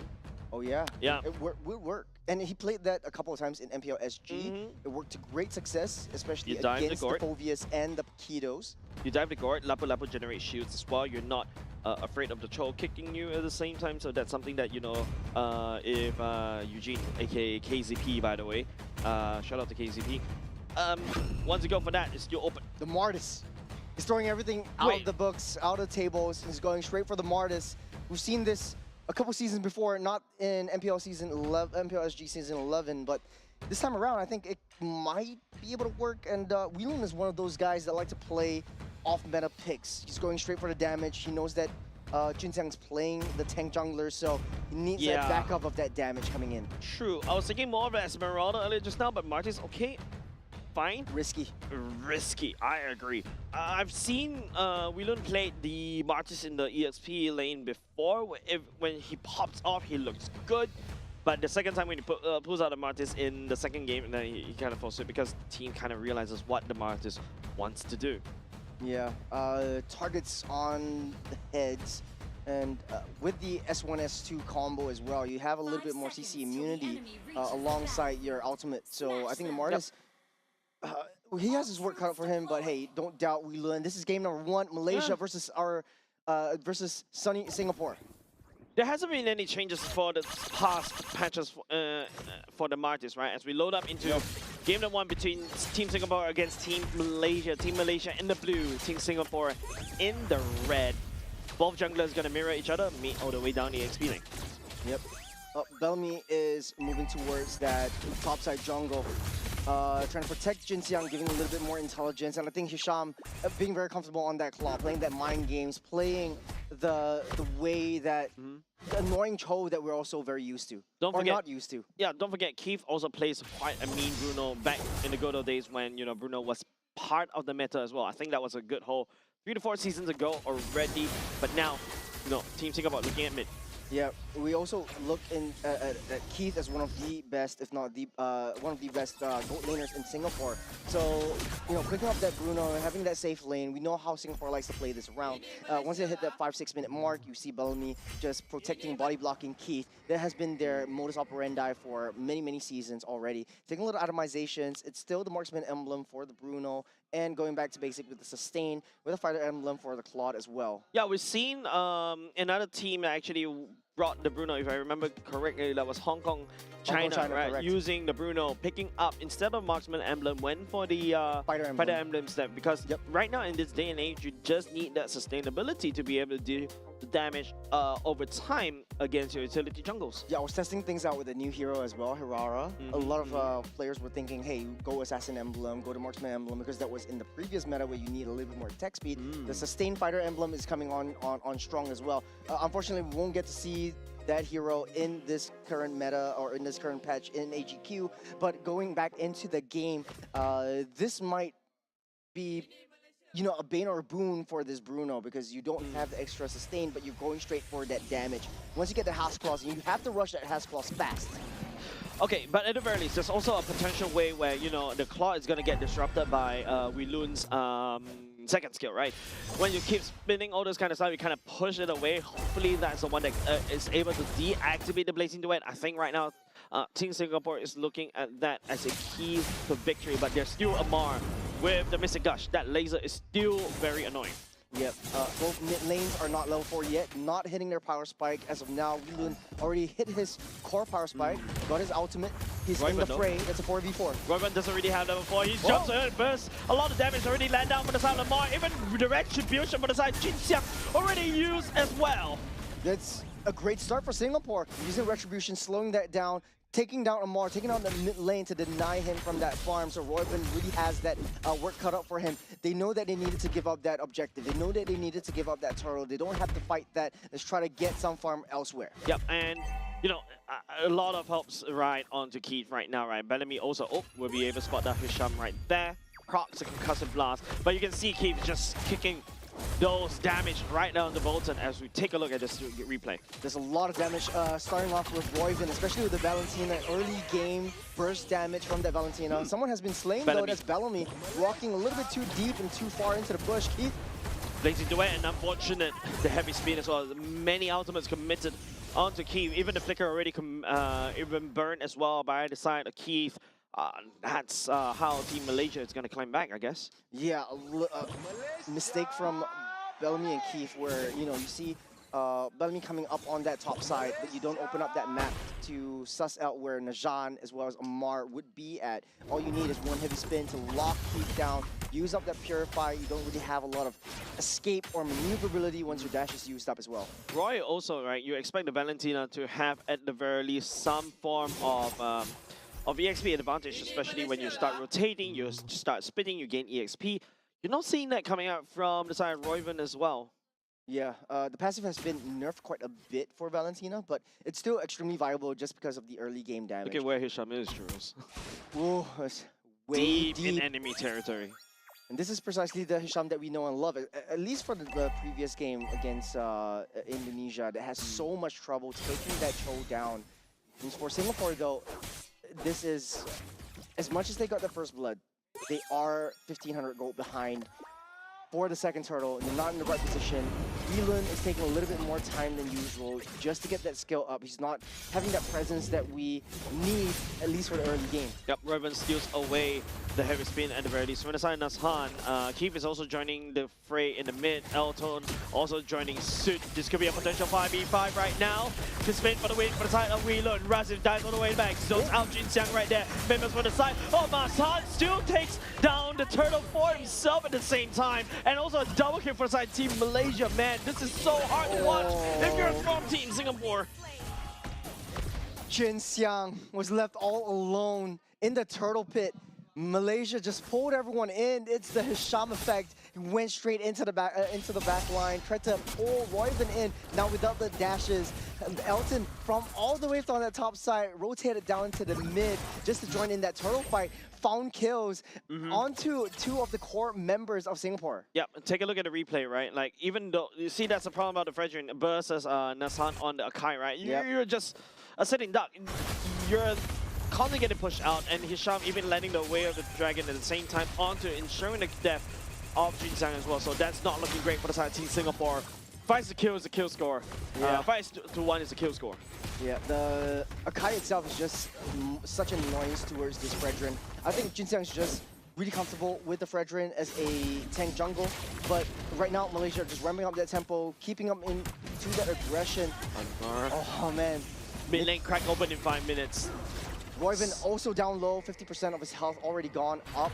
Singapore should look to adjust their strategy and rotate towards that top side, protect Keith a little bit more. And like you said, and I agree with you, Keith would be the saving grace for Singapore if they want to take a game off of Malaysia. Yeah, but the fact that Elton has already scaled, right? Like right now, take a look at the items going into Feroc's side next. That's more than enough. Demon Hunter Sword now, Jin Xiang is not safe at all. He's going to get shredded very easily. And not only just the fact that he's going to get shredded easily, he only just secured his first item. Yep, skills tipping, favoring the side of Malaysia a lot more. And as much as the Mortis is being played right here, doesn't have any presence, at least for the early parts of that game. I understand like how Weilun likes to operate around this, but Razif is really holding himself well against Weilun, especially on a lane-to-lane fight. But what Mortis excels in, clearing that wave and starting that rotation into these major team fights, major objectives, down into a turtle pit. Singapore finding a hard time to adjust to this patch. Yeah.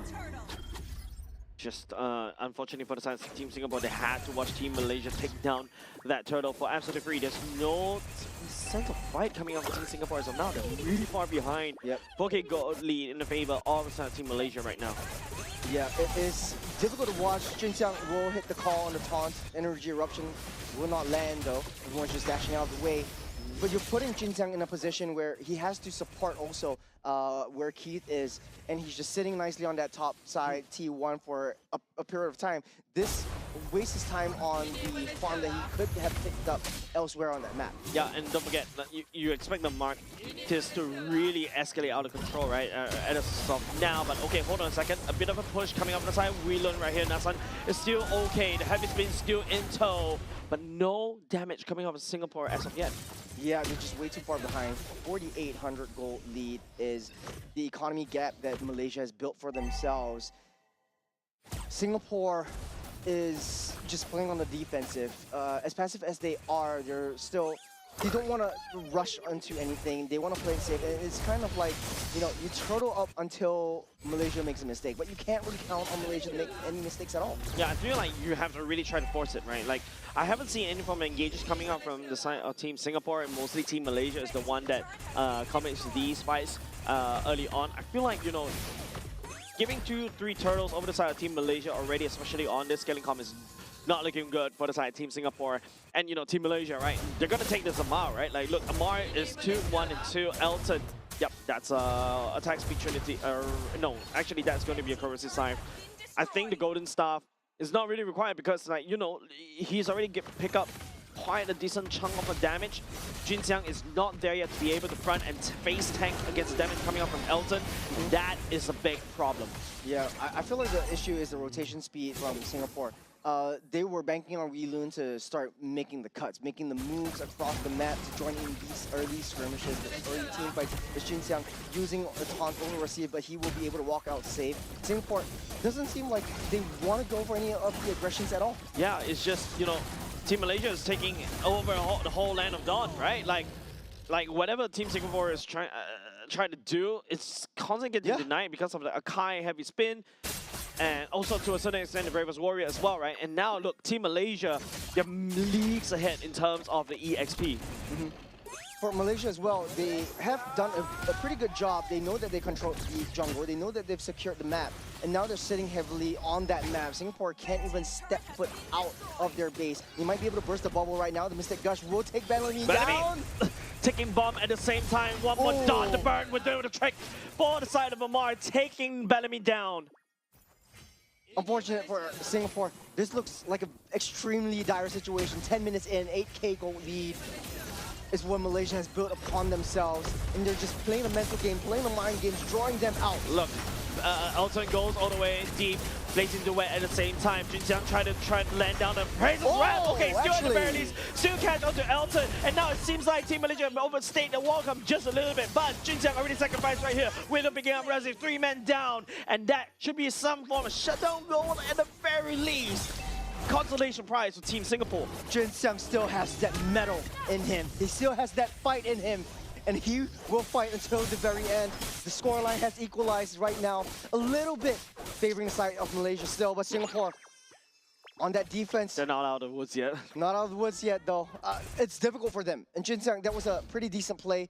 They understand that, hey, you know, Elton is playing a little bit too greedily, going straight into team fights and getting pushed back by the heavy spin. So honestly, though, the heavy spin was the one that actually pushed the Appraiser's Wrath into Elton. He was already out of harm's way with the BMI.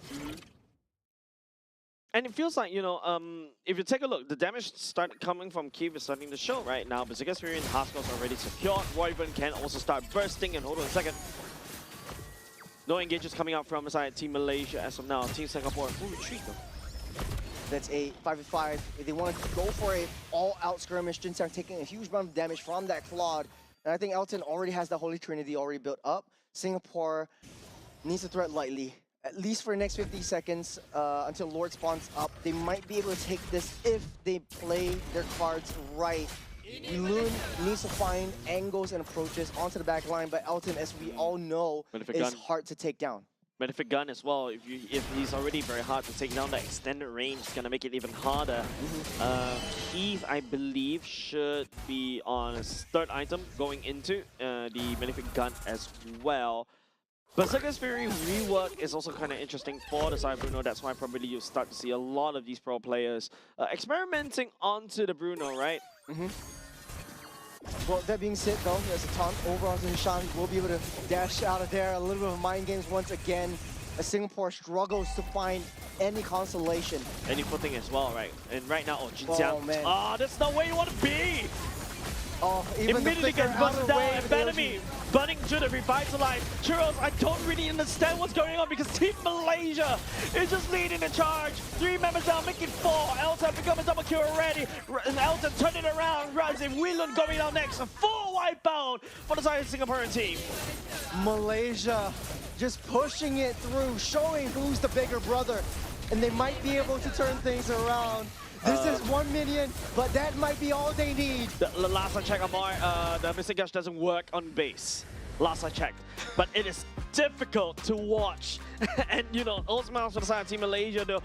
Picking a win is always feeling good. Jinxiang was right there all alone. I kind of understand what they wanted to do, but they should have a little bit of awareness where they stand in terms of the economy, where the builds are. Frederick was left all alone, pinned to the wall with a heavy spin. There was not a lot of backup from the Singapore side. And then even if the AOG came down, it was very easily readable. I feel like Gato Kacha has been off the meta for a lot of the other teams for a reason. Yeah, because you got your Marcel's that is, I believe, was just left unchecked, right? And not only just that, you also, if Bellamy really wants to go for that one, the throw is also wide open. That's something that he's comfortable with. The Grok is also open if you really want to go all meta.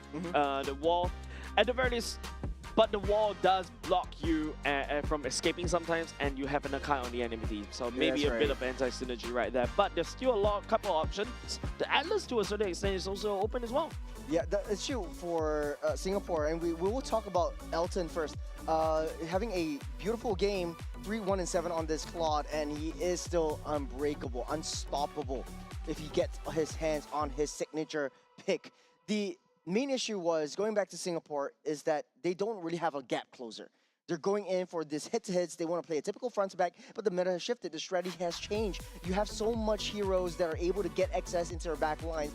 Things like the Claude is not a backline hero anymore. It is a frontline hero. It's sort of like a pseudo frontline hero is able to just blazing in that face. You just saw that one time Elton actually decides to join Hisham on a frontline tour, and now you're like, Claude is a frontline hero. He is a frontline hero. So to say the least, the only backline that they have is Amar on that gourd, and it's so hard to take down. AOG just takes too long to ramp up. That is not the answer. Martis is not in position. That is not the answer. So even your Valentina, taking the Mr. Gush, you have the Kamehameha. It will not be enough for you to have at least a mano-a-mano fight. The gap closure is the issue. Yep, I think it's just like, you talk about gap closers. Immediately, right? You just, Jinjiang is gonna eat all that Mystic Gush. There's also the way of Dragon from the side of Hisham, and now all of a sudden Jinjiang needs to walk up to Amar all over again. There's also the mobility from the side of Elton on the BMI. Nuzhan can easily push anybody away, any form of threat. The disengaged Akai is back for a reason, and this is the reason. Yeah, zero turret damage. Singapore wasn't even able to push at least one step closer, hitting the base at least once. This is really disappointing, but hey, it's a learning experience for them on the international stage as well. This is maybe one of their first times testing with the new metas. They're still adjusting, albeit struggling with the adjustments that they need to make. Yeah, I think also, if you look back at the particular game, I feel like Team Singapore, after a while, they're just exhausted with all the ideas, right? Like, Hisham Cho has been proven very annoying. Like, no matter how close you want to get to, he's just able to just either kick you away, knock you off, shrimpo, you burn away all the resources to go back. I feel like even Bellamy also plays similar playstyle, right? Yep. Similar Cho, right? So I think he would know. Maybe a Kaja. I don't know. Maybe a Kaja if you want to go a bit more, less mistake-driven. Just flicker in, get a Divine Judgment. But Divine Judgment being the lockdown, there are so many ways right now in the current meta to get the iframes to get away from a Kaja pool. So it might not be too much of a viable option. And it's just a one-track kind of play style that Kaja has built upon themselves. We could always go back to the Kaja-Kadita combo that Roy and Bellamy has built for themselves here in MPOSG, but that might be too risky, because if you don't really get that momentum and the gap ahead of your opponents, then it will not work in the late game. Yeah, I think it's also the fact that because of how Wyndham plays as well, right? You're kind of funneled into a utility jungle, right? And I feel like the Akai, still a solid pick. It's very annoying to be able to deal with. The Fredrin is got himself pinned to the wall, and the rest of the members from the side Team Malaysia just jump onto Jinjiang. Jinjiang is immediately deleted.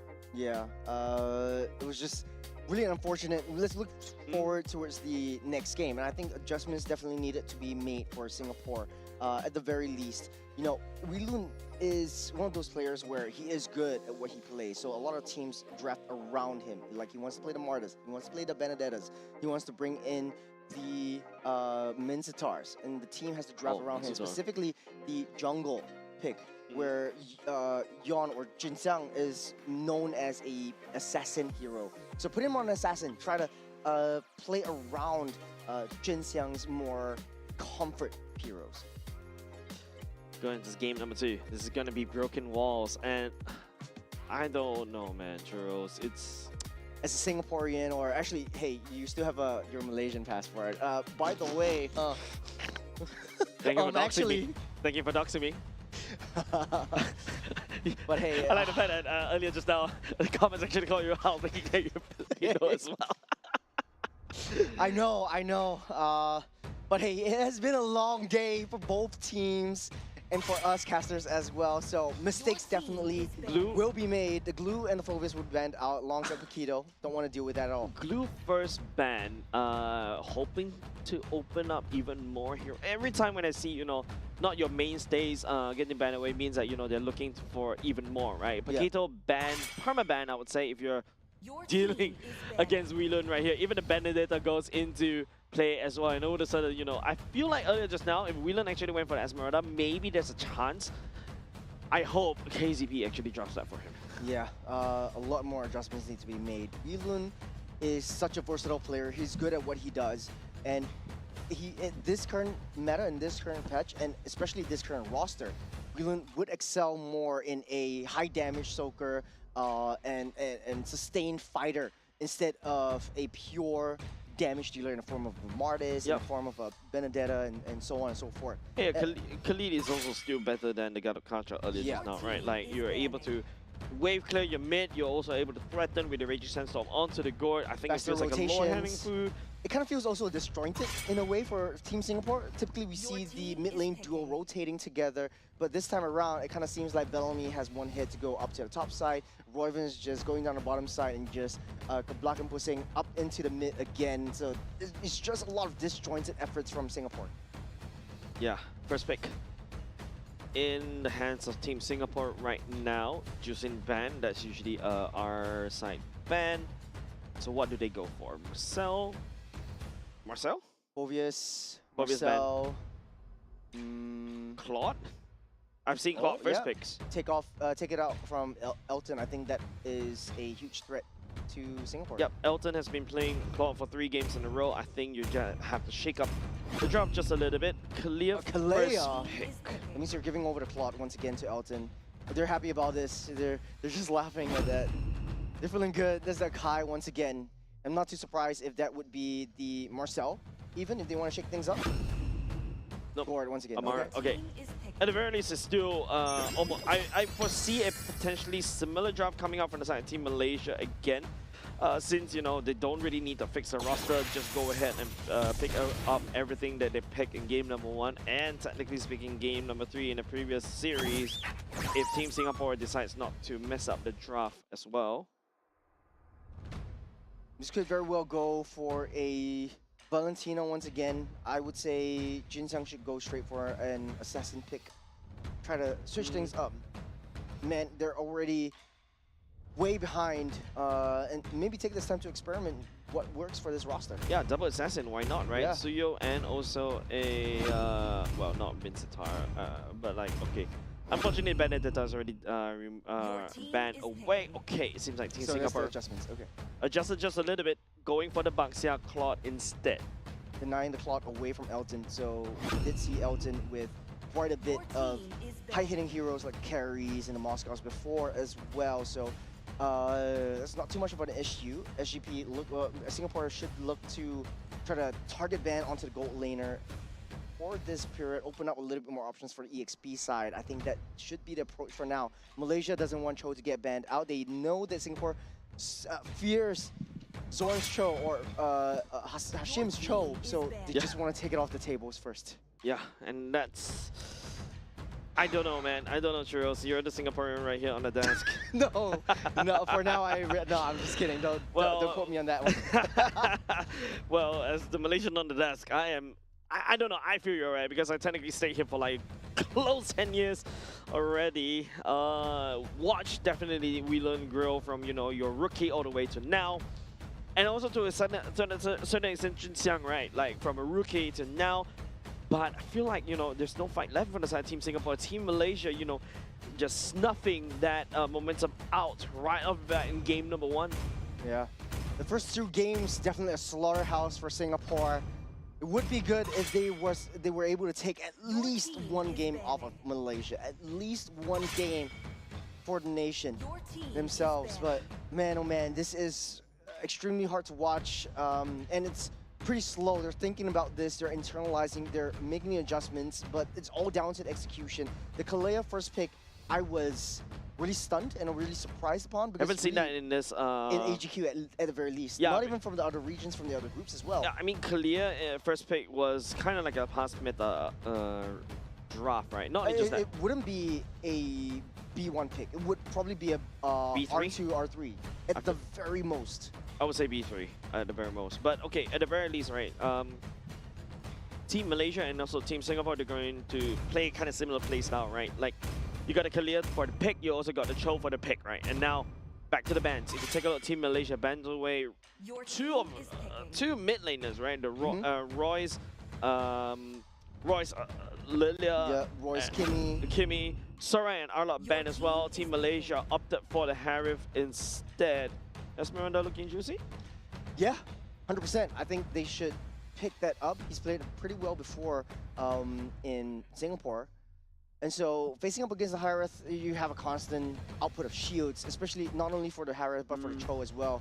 But then you leave a lot of options open for Malaysia to pick something up, like maybe, I don't know, if you want to really try extremely hard, you could go for a Dairoth if you're in Malaysia, you know. Yeah, I'm also thinking Valentina for the side of Roy once again. But it feels like, you know, game number one, they cannot really find anything as of now. Maybe try something else. What about Vixana?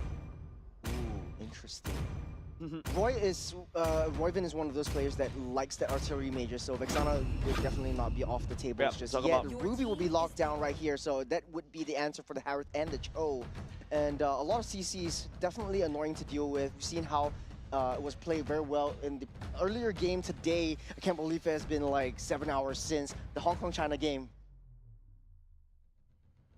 I think a little bit more than 7 hours. That's been like, what? No, I feel like we're already on our 10th hour shift as of now. But of course, shout out to other casters across the different regions as well. Shout out to Lefel, Riz, Ranger Amas, and also the Indonesian casters as well. I think it's KB. Yeah, KB as well. Thank you very much for joining us in helping us to deliver a good show over to your own respective languages.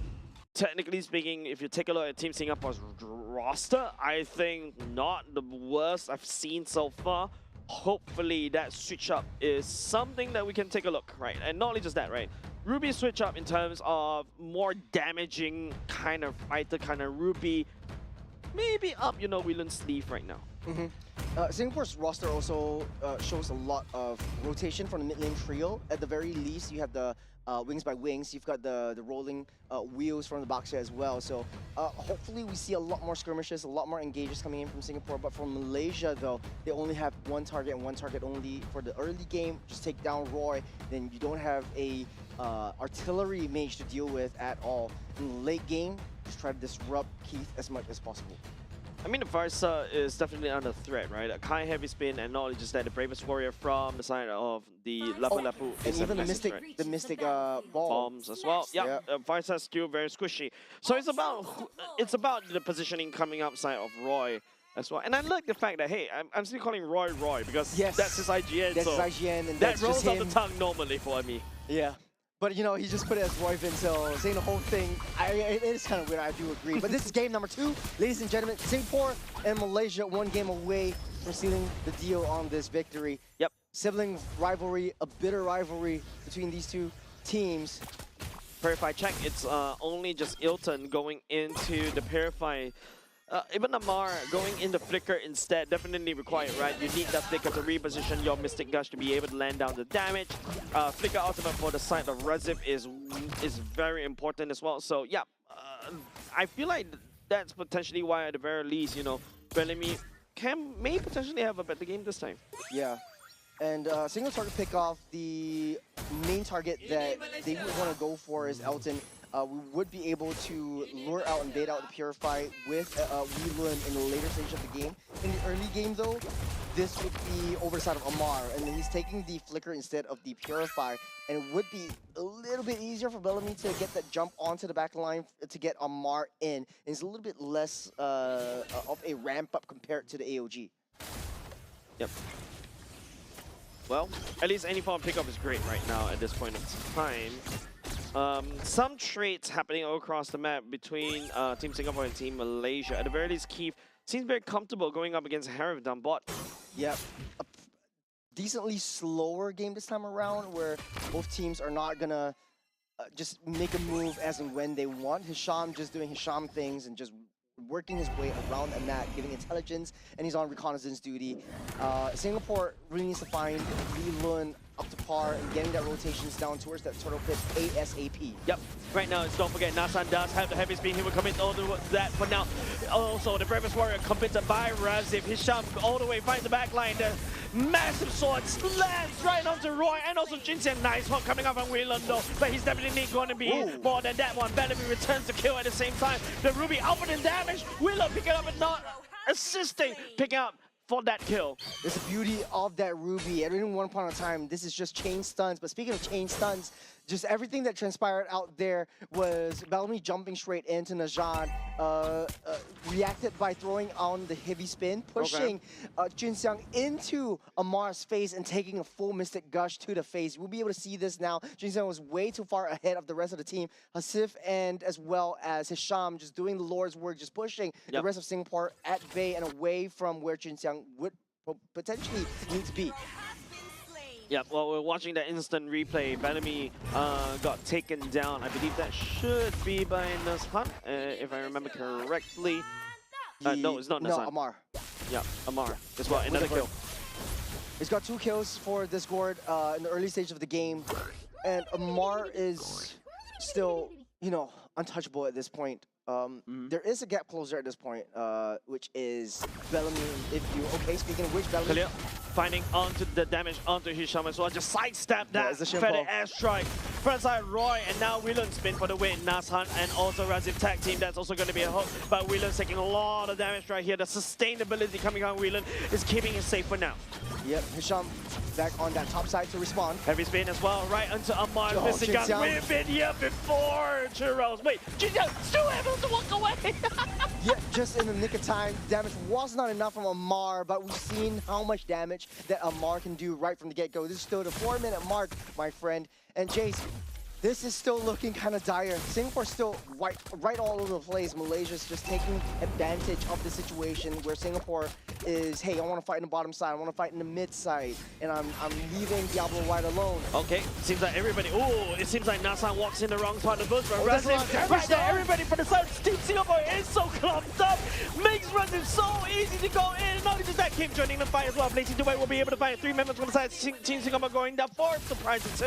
That's a constellation kill, but at the very end of the day, Malaysia, especially for Razif, found so much of a nice stun up with the Bravest Spider onto 4 members of Singapore. All the key resources already used up. And it seems it's just a brawl. It's just you see someone, you take someone. You try to go for a pickoff whenever you can. Yeah, and you know, Team Malaysia was putting a lot of damage in that mid lane turret as well, taking advantage of the fact that, you know, 3 members from the side of Team Singapore went down. Razif is definitely feeling it, man. He's on his Lapu. He's just, everybody from the side of Team Singapore is just so clumped up. He's spreading damage all across the board. Yep, there is still a little bit of a difference though. You start to face up against Keith. That's a kick over to Bellamy. Better airstrike as well. Razif goes in, Bravest Warrior as well, and now he's getting Amar picking up the killing spree onto Bellamy.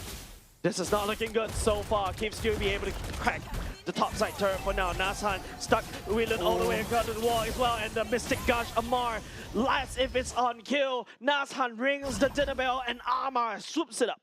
A very difficult position for where Singapore wants to be. Keith keeping busy on that top side, taking a little replay. That was the stun. That is Razif coming in, and Hisham just jumping on top of every single one of the members of Singapore and just punishing them for killing their jungle. That is just a absolute banger, an instinctual play coming in from Malaysia, clumping up together. Singapore, man. Amar is forced to run away for now. Keith is still working on the mid lane turret.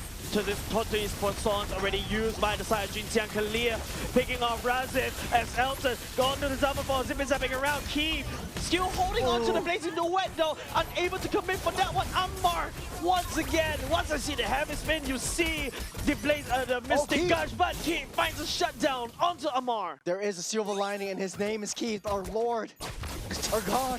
Vanix is coming to play. But then again, it's still an uphill battle. It's still an uphill climb. He's still one item in. He still needs 2 more to be able to come fully online and deal some work. The rest of the members of Singapore really need to play it safe. Malaysia's finding these quick and easy pickoffs that you don't want them to find. There is that shutdown goal that Keith has taken for himself. But take a look at the fights over here. Everyone's just target prioritization on the kill zone. They don't want to step a little bit too close. And Keith just taking that BMI into the face of that Mystic Gush. And they know that Keith is now their savior. And they need to play towards him. And now it's going to be Kalia going in. It's going to be Elton using Prayer Fire. Keith picking up a killing spree already. He's sniped all the way deep.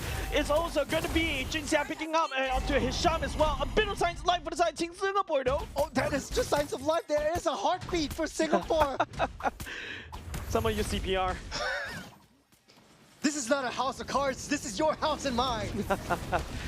All right, right now, jumps aside, right? Keep, you know, these pickouts is amazing right now. Team Malaysia this time around. Overseer, welcome to the little bit. Rasif picking up the kill onto the side of Weelun as well. Goes into the Ravens Warrior. Amar, that Mystic Gush is just outputting so much damage. And Jinxiang has to forfeit the turtle though. The bouncing bombs is just such an annoying threat. That's a very long range stun that Singapore. Okay, they stole away that turtle. Yeah, and that's the box there, right? Like, just drive by and then steal the, just Reggie steal the turtle away from Nasan, and then after that you proceed it on. A bit of a consolation prize. Goal lead is still not too far away. Keith is on a scaling clock, and we hope that this could be it. That's the jump that we love to see. This is the replay from earlier on. Keith is really just coming online, especially with the 3 kills under his belt in the killing spree. He does have a little bit more economy for him to at least stay afloat or keep Singapore afloat at this time. The issue really lies in, hey, if you know that your enemies are coming in, you know your enemies are playing around you on that defense, don't overstay your welcome. This is the crux of Singapore.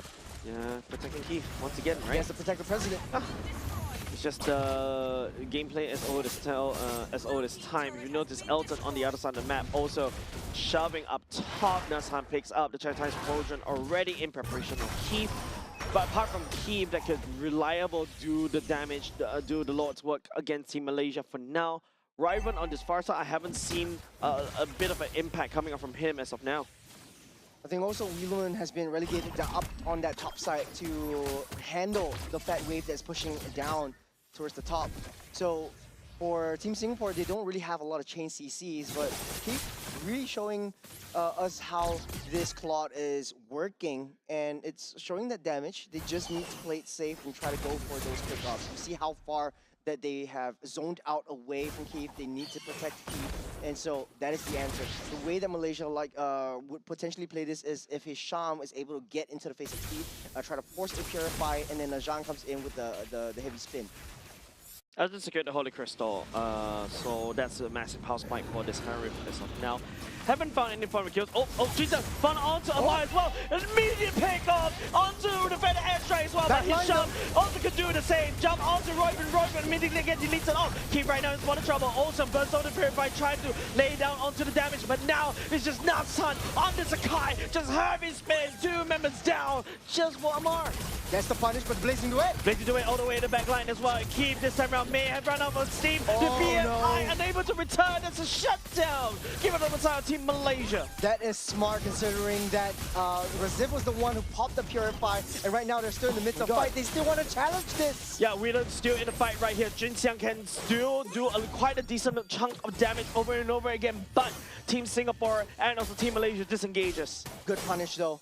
Good catch from Bellamy, using the flicker to get over to Amar, but then the punish really came through. They didn't know where Elton and Hisham always coming in from that backdoor play, and Elton had a free reign of that Zaman Force over on the back line, that damage being dealt as well. You can't really deal a lot of damage without Keith, and Keith just on the backside. He knows that he uses his he used his Purify. He's waiting for the Blazing Duet and raising for the right time to really come in to sweep the rest of Malaysia. But at the end of the day, it was just Hisham waiting for the Purify to finish, kicked him in, and just locking him down. Yeah, man, Elton picking up the Holy Crystal immediately picks up 2 kills and 1 assist. That's the damage potential coming up from the Harif once he secures one of his core items.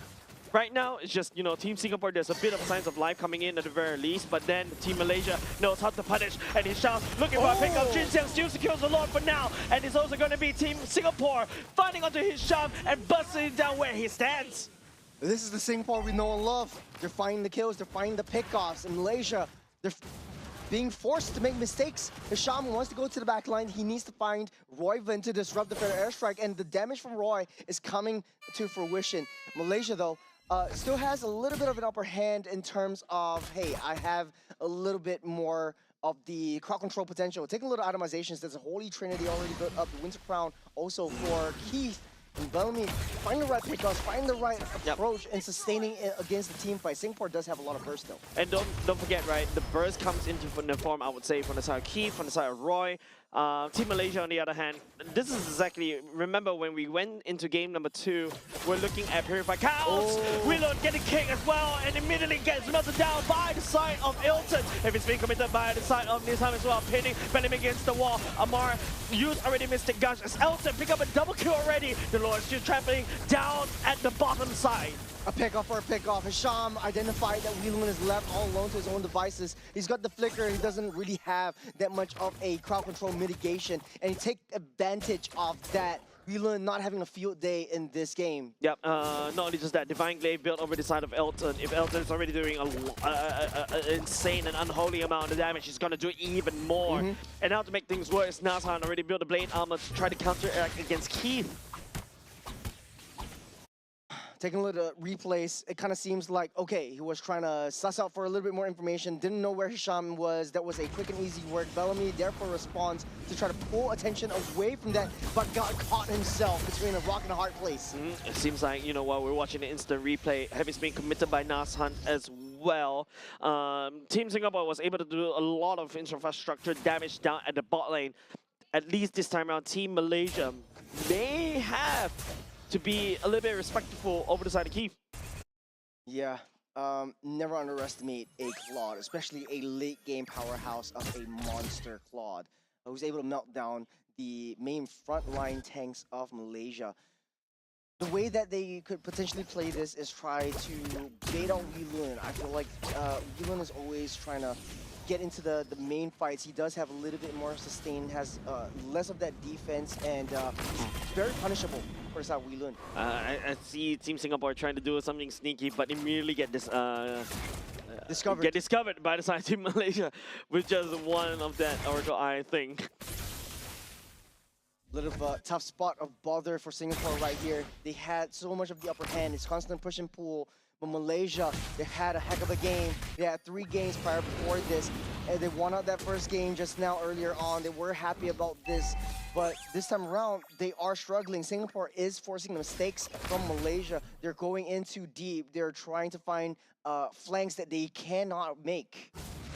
But right now, Churros Keith has already secured the Malefic Gun already. Seems like Team Singapore is already on site at the Lord Pit. Nazhan is also there, does have the heavy spin, can use it to pin potentially Jin Xiang all the way down the wall. Jin Xiang doesn't really want to do anything. He's gonna let it go, let the Lord reset, let Team Malaysia try to do something around there. But it seems like, you know, Team Malaysia is not taking this bait.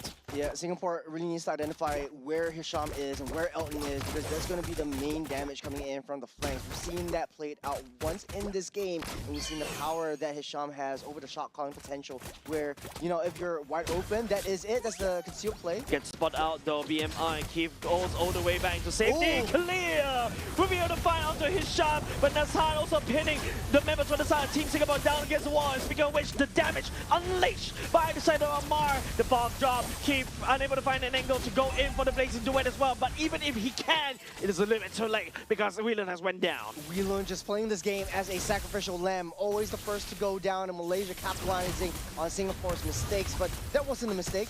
Keith was trying to bait everyone out. He's got BMI ready. He knew that the Cho was right in that bush. He knew that the angle at which Hisham was going to go for him, the BMI out of the way, and so discover him away out of that conceal. And now they're playing a losing battle. It's a 4v5. Yep. And the long, okay, luckily the longer that, you know, Team Singapore and also Team Malaysia dances around this one. Zaman Force already committed by the side of Elton as well. Better airstrike from Roy, but Hisham getting pulled back by the side of Bellamy as well. Nazhan takes the Lord from Team Singapore. Keep going away with the crowd with the blazing away. Will be able to bring down Nazhan as well. It's going to be very costly for Team Malaysia to take this Lord. And Elton, that's a shutdown. Given the overside to Roy. Singapore found the angle, and Keith, he was the one to deal that damage in. They lost that Lord, but they had that fight. They're not going down without a win. Yeah, but topside already cracked open, and also you got, you know, Super Minions marching against Team Singapore up top. You can see Keith is also taking a little bit too long to basically take down this Lord, and this is only just, what, 17 minutes Lord. There's 3 members coming into the fray. There's the Mystic Bomb, just to find a little bit of more information. There's Jin Xiang, is there at the front line. The stun does land onto Shama. Keith! Finding the place to way onto Amar. Lord Fennec is here! Oh, On the side of Team Singapore. What a clutch play from Keith. He knows he's got the damage. He knows that win condition. Once you take that Gord out, they don't really have a lot of burst damage coming in from that laser. You don't have that zoning potential. And now Singapore has threat lightly though. They commit a little bit too much though. And now it's going to be Wheeler. The Arm of Bender Flicker will be able to catch onto Hassan. Hassan going to drag all the way out, maybe into a Team Malaysia, potentially into a fight they don't want to handle. But Team Singapore, this is a good fight. But bottom lane, you got to fix that wave, bro.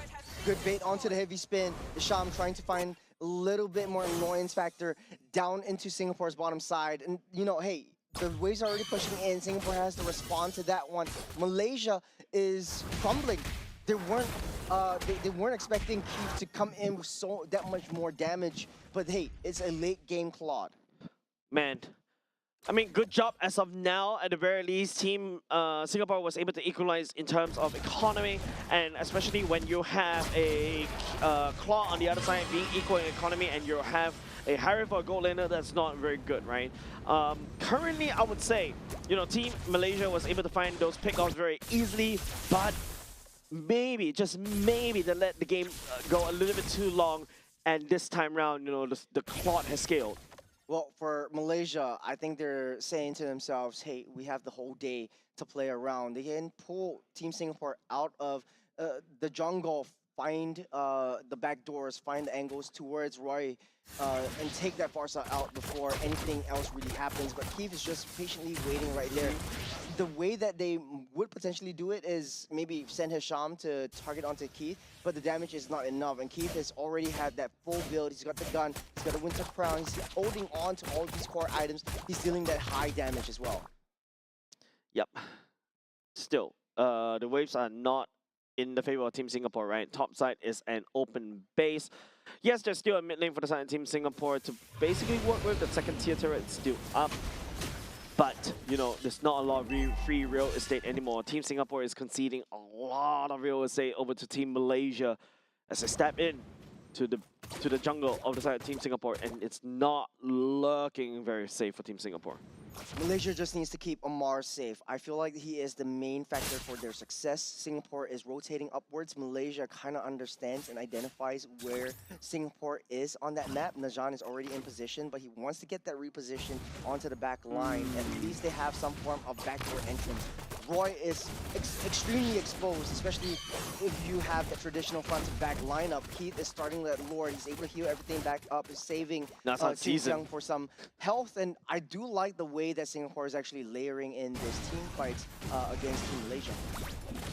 Top side, for the side of Team Singapore is constantly getting bad. The waves of Super Minions marching against Team Singapore is something that, you know, Team Singapore may be a little bit busy with. Has to go back constantly to fix.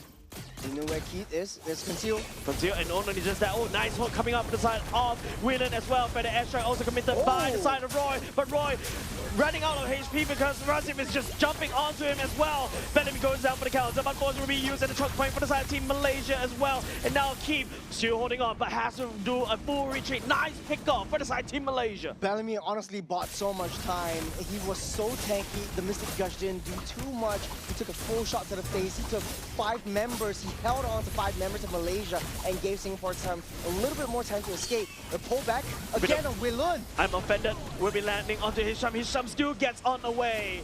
But what a good pushback, securing that the Lord once again. Now Malaysia has the upper hand in terms of that push. Singapore does have a little bit more base defense capabilities. Keith has the Blazing Duet, but you don't want to waste the Blazing Duet on the minions themselves.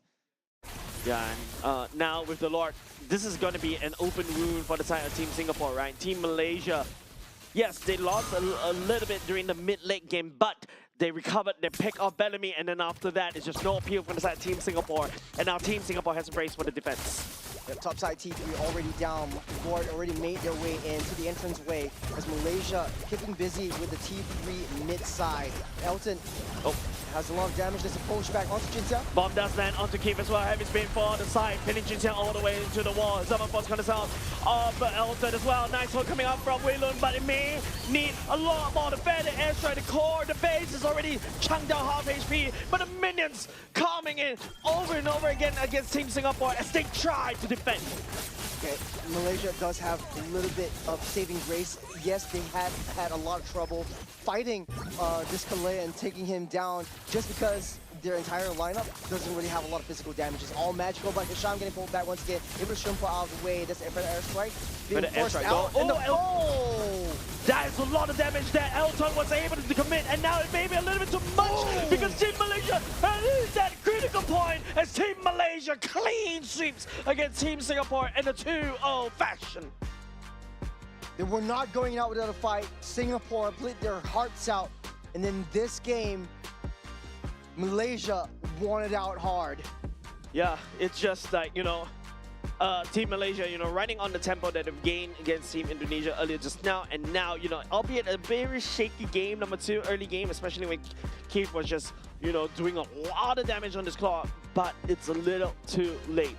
Harry was also doing a lot. He was able to pop, you know, Farsa like half HP even before, and forcing the Farsa away because Razif on the Lapu-Lapu could just instantly dive him. In the late game, I feel like the Ruby, the Kalea was a little bit tougher to take down. Jinxiang also held on to his own quite a bit, taking a full Mystic Gush and a little bit more for Elton as well. But the fact of the matter is, whenever Bellamy gets caught out, they try to sound the alarm, they try to pull the trigger, try to do as much damage as they can, and keeps still holding on to the Blazing Duet. I felt like he should have just went in and the whole team just engaged. They had to commit. Singapore was a little bit too passive on that last play. Yeah, I think there's a lot of times where, you know, it's just Team Singapore. I think they do have damage already, but I feel like they lack that catch, right? Bellamy was catching quite well one after another, but after a while, you start to see, you know, Hisham just outputting so much pure as well, just baiting out everything from the side of Kalia. And once Kalia doesn't really have Tsunami Slam, there's nothing for the side of Team Singapore can do. But of course, MVP goes over to Razif. Yeah, Razif on the other side of the table though. This guy is just such a menace onto the back line. It kind of seems like Malaysia's just taking turns. At the early game, it's Hashim just being such a nuisance towards Team Singapore. In the late game though, Razif is just that one guy sitting nicely on top of Team Singapore and one-man army pushing the rest of Team Singapore away. This was a loss for Team Singapore, but this was a hard-fought battle. They had a lot of mistakes that were made, but it's back to the drawing board for them. Yeah, I feel like for the side of Team Singapore, I mean, the next game they have to play against is what? The Philippines? Yeah. Yeah, and also, well, Myanmar as well, right? So far, unfortunately, no... there's no games that Team Singapore was able to secure as of now. GG, well played though. But of course, you know, Team Malaysia coming in, swooping in. Even though they're under the threat of Keith, but they still held the ground. They go back to basics and they just ended the game in a dominating fashion around the last few minutes. It was pretty strategic on how Singapore operated around this entire game, right? In the early parts of the matchup, in the first couple of minutes, Bellamy was trying his best to shoot his shot, trying to get that stun up. In the late stage, there was a lot of sustain coming in from Bellamy alone. But the fact that Razif was able to split up the team fights just created that space and opportunity, and that denial from Keith to get remotely close to the rest of the members of Malaysia. That one bouncing bomb, though, I had to give huge credits to Amar. On the gourd, when he landed the bomb onto the Farsa to disrupt the Predator airstrike, it created so much space and time for Malaysia to just rush in to clear everything out and just take out the throne. I feel like it's just the keys to victory, right? Like the fact that if you deny the defended airstrike on the side of Team Singapore, you know, they're just not able to do a lot of damage. You immediately cut, like, I would say a good 50% of the damage already. Here on the screen, ladies and gents, is the standings from Group A. Team Philippines leading the charge right here. Cambodia coming in second. Team Indonesia third. Team Malaysia fourth, feeling good, especially after, you know, two match wins in a row. Team Myanmar as well. There's also Vietnam, Laos, and also Singapore. But, you know, ladies and gents, excited to see what we have next in store, because the last match of day number 3, it is going to be Indonesia going up against Philippines. That is going to be top 1 versus top 3 seed. That is one of the biggest rivalries that we've seen in MLBB so far, and glad to see it in the national M7 stage all over here. M7 all over again. Yeah. And not only that, it's like it's a teaser to what's to come in EWC. Man.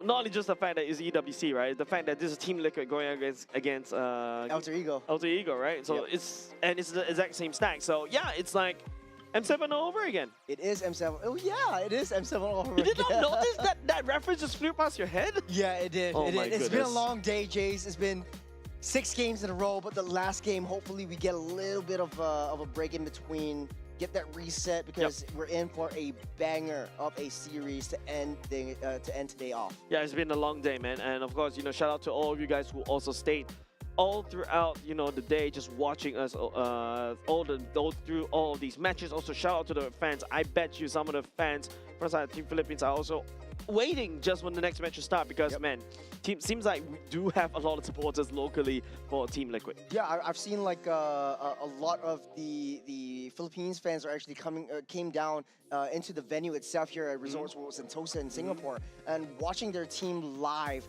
right here on venue as well.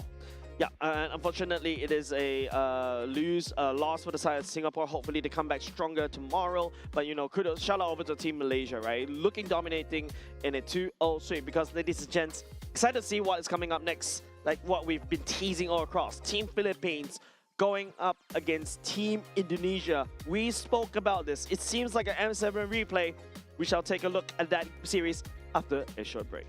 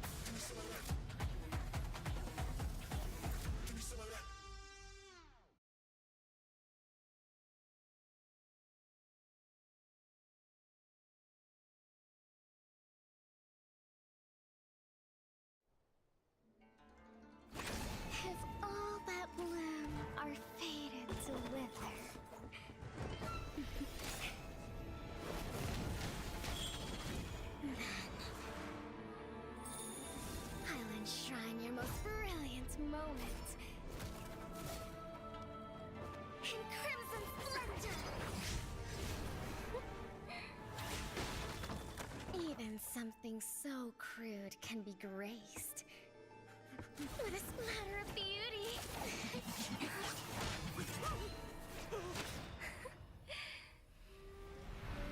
I'll get you out! You finally come to me, Hanabi-sama! This madness ends now! Yeah!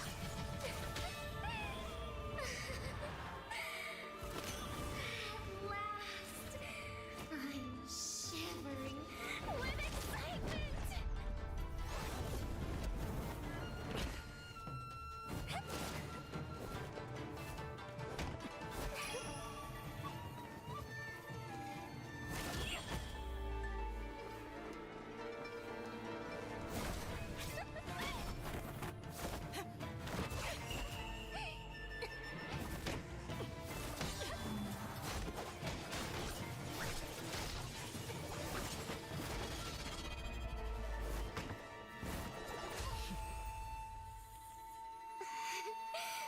Such killing intent. Does this mean Hanabi-sama finally understands Kirara?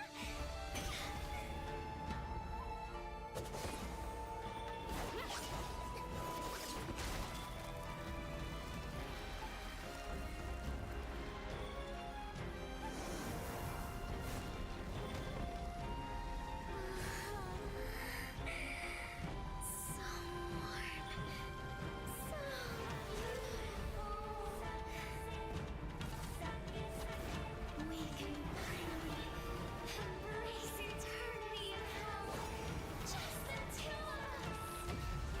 us.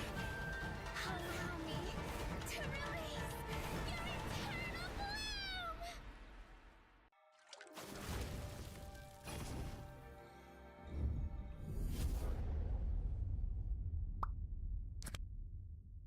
The human body was built to move. Not trapped at a desk in one singular posture for 12 hours a day. It's time your chair evolved. This is Secret Lab Titan Evo. Ergonomically engineered for you, gamers, hybrid workers, artists, backing your every move.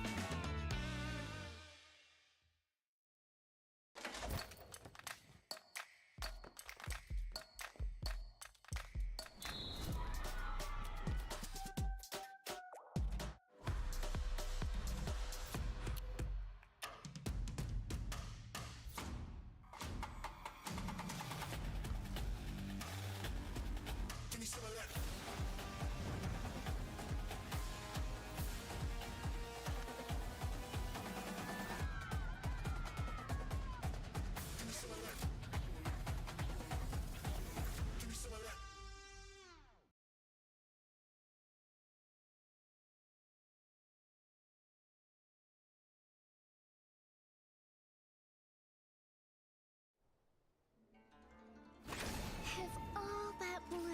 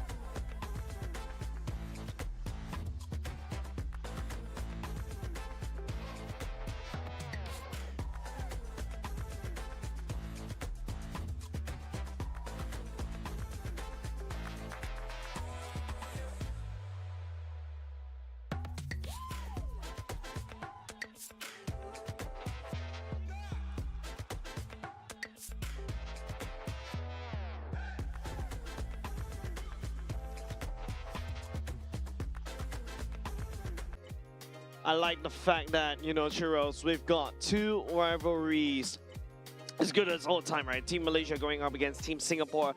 Earlier just now, Team Malaysia, that's the one that got off with 2-0. But upcoming next is also another rivalry. Team Indonesia going up against Team Philippines. Man, it feels like M7 rematch again.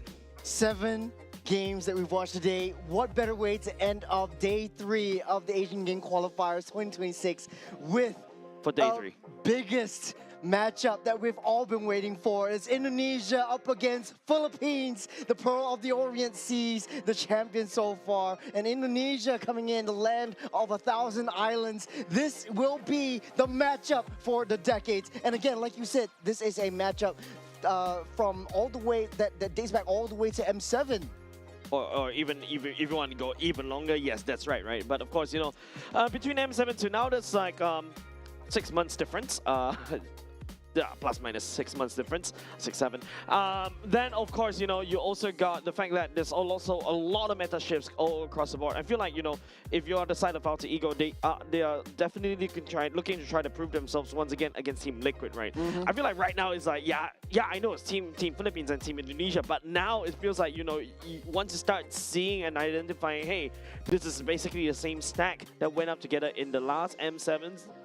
Definitely, I feel like the 6 are even higher right here. Yeah, it's the redemption play, it's the revenge match, especially if you're an Indonesian fan out there. We've seen a lot of Indonesian fans in the venue right now here in the Resorts World Sentosa. Give it up for our Indonesian team representatives. It's Dingarai, Alexander, Dalvin, Afan, and Shauki. Yeah, definitely need your support right here. Don't forget, they've got a very shaky performance earlier just now going up against Team Malaysia right now. And if you know, right, if you're a Team Indonesian fan, this is time for you to support them, right?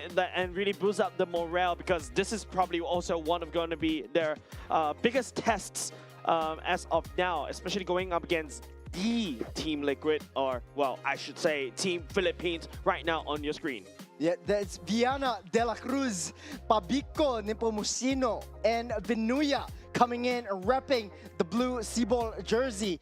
And man, Philippines, they are the champions for a lot of the national stages. It dates back to the SEA Games, dates back to EWCs, and right now we're crafting the story, the crafting narrative of the perfect golden road as we lead up into the Asian Game main stage in Nagoya, especially, and as well as the EWC coming in soon.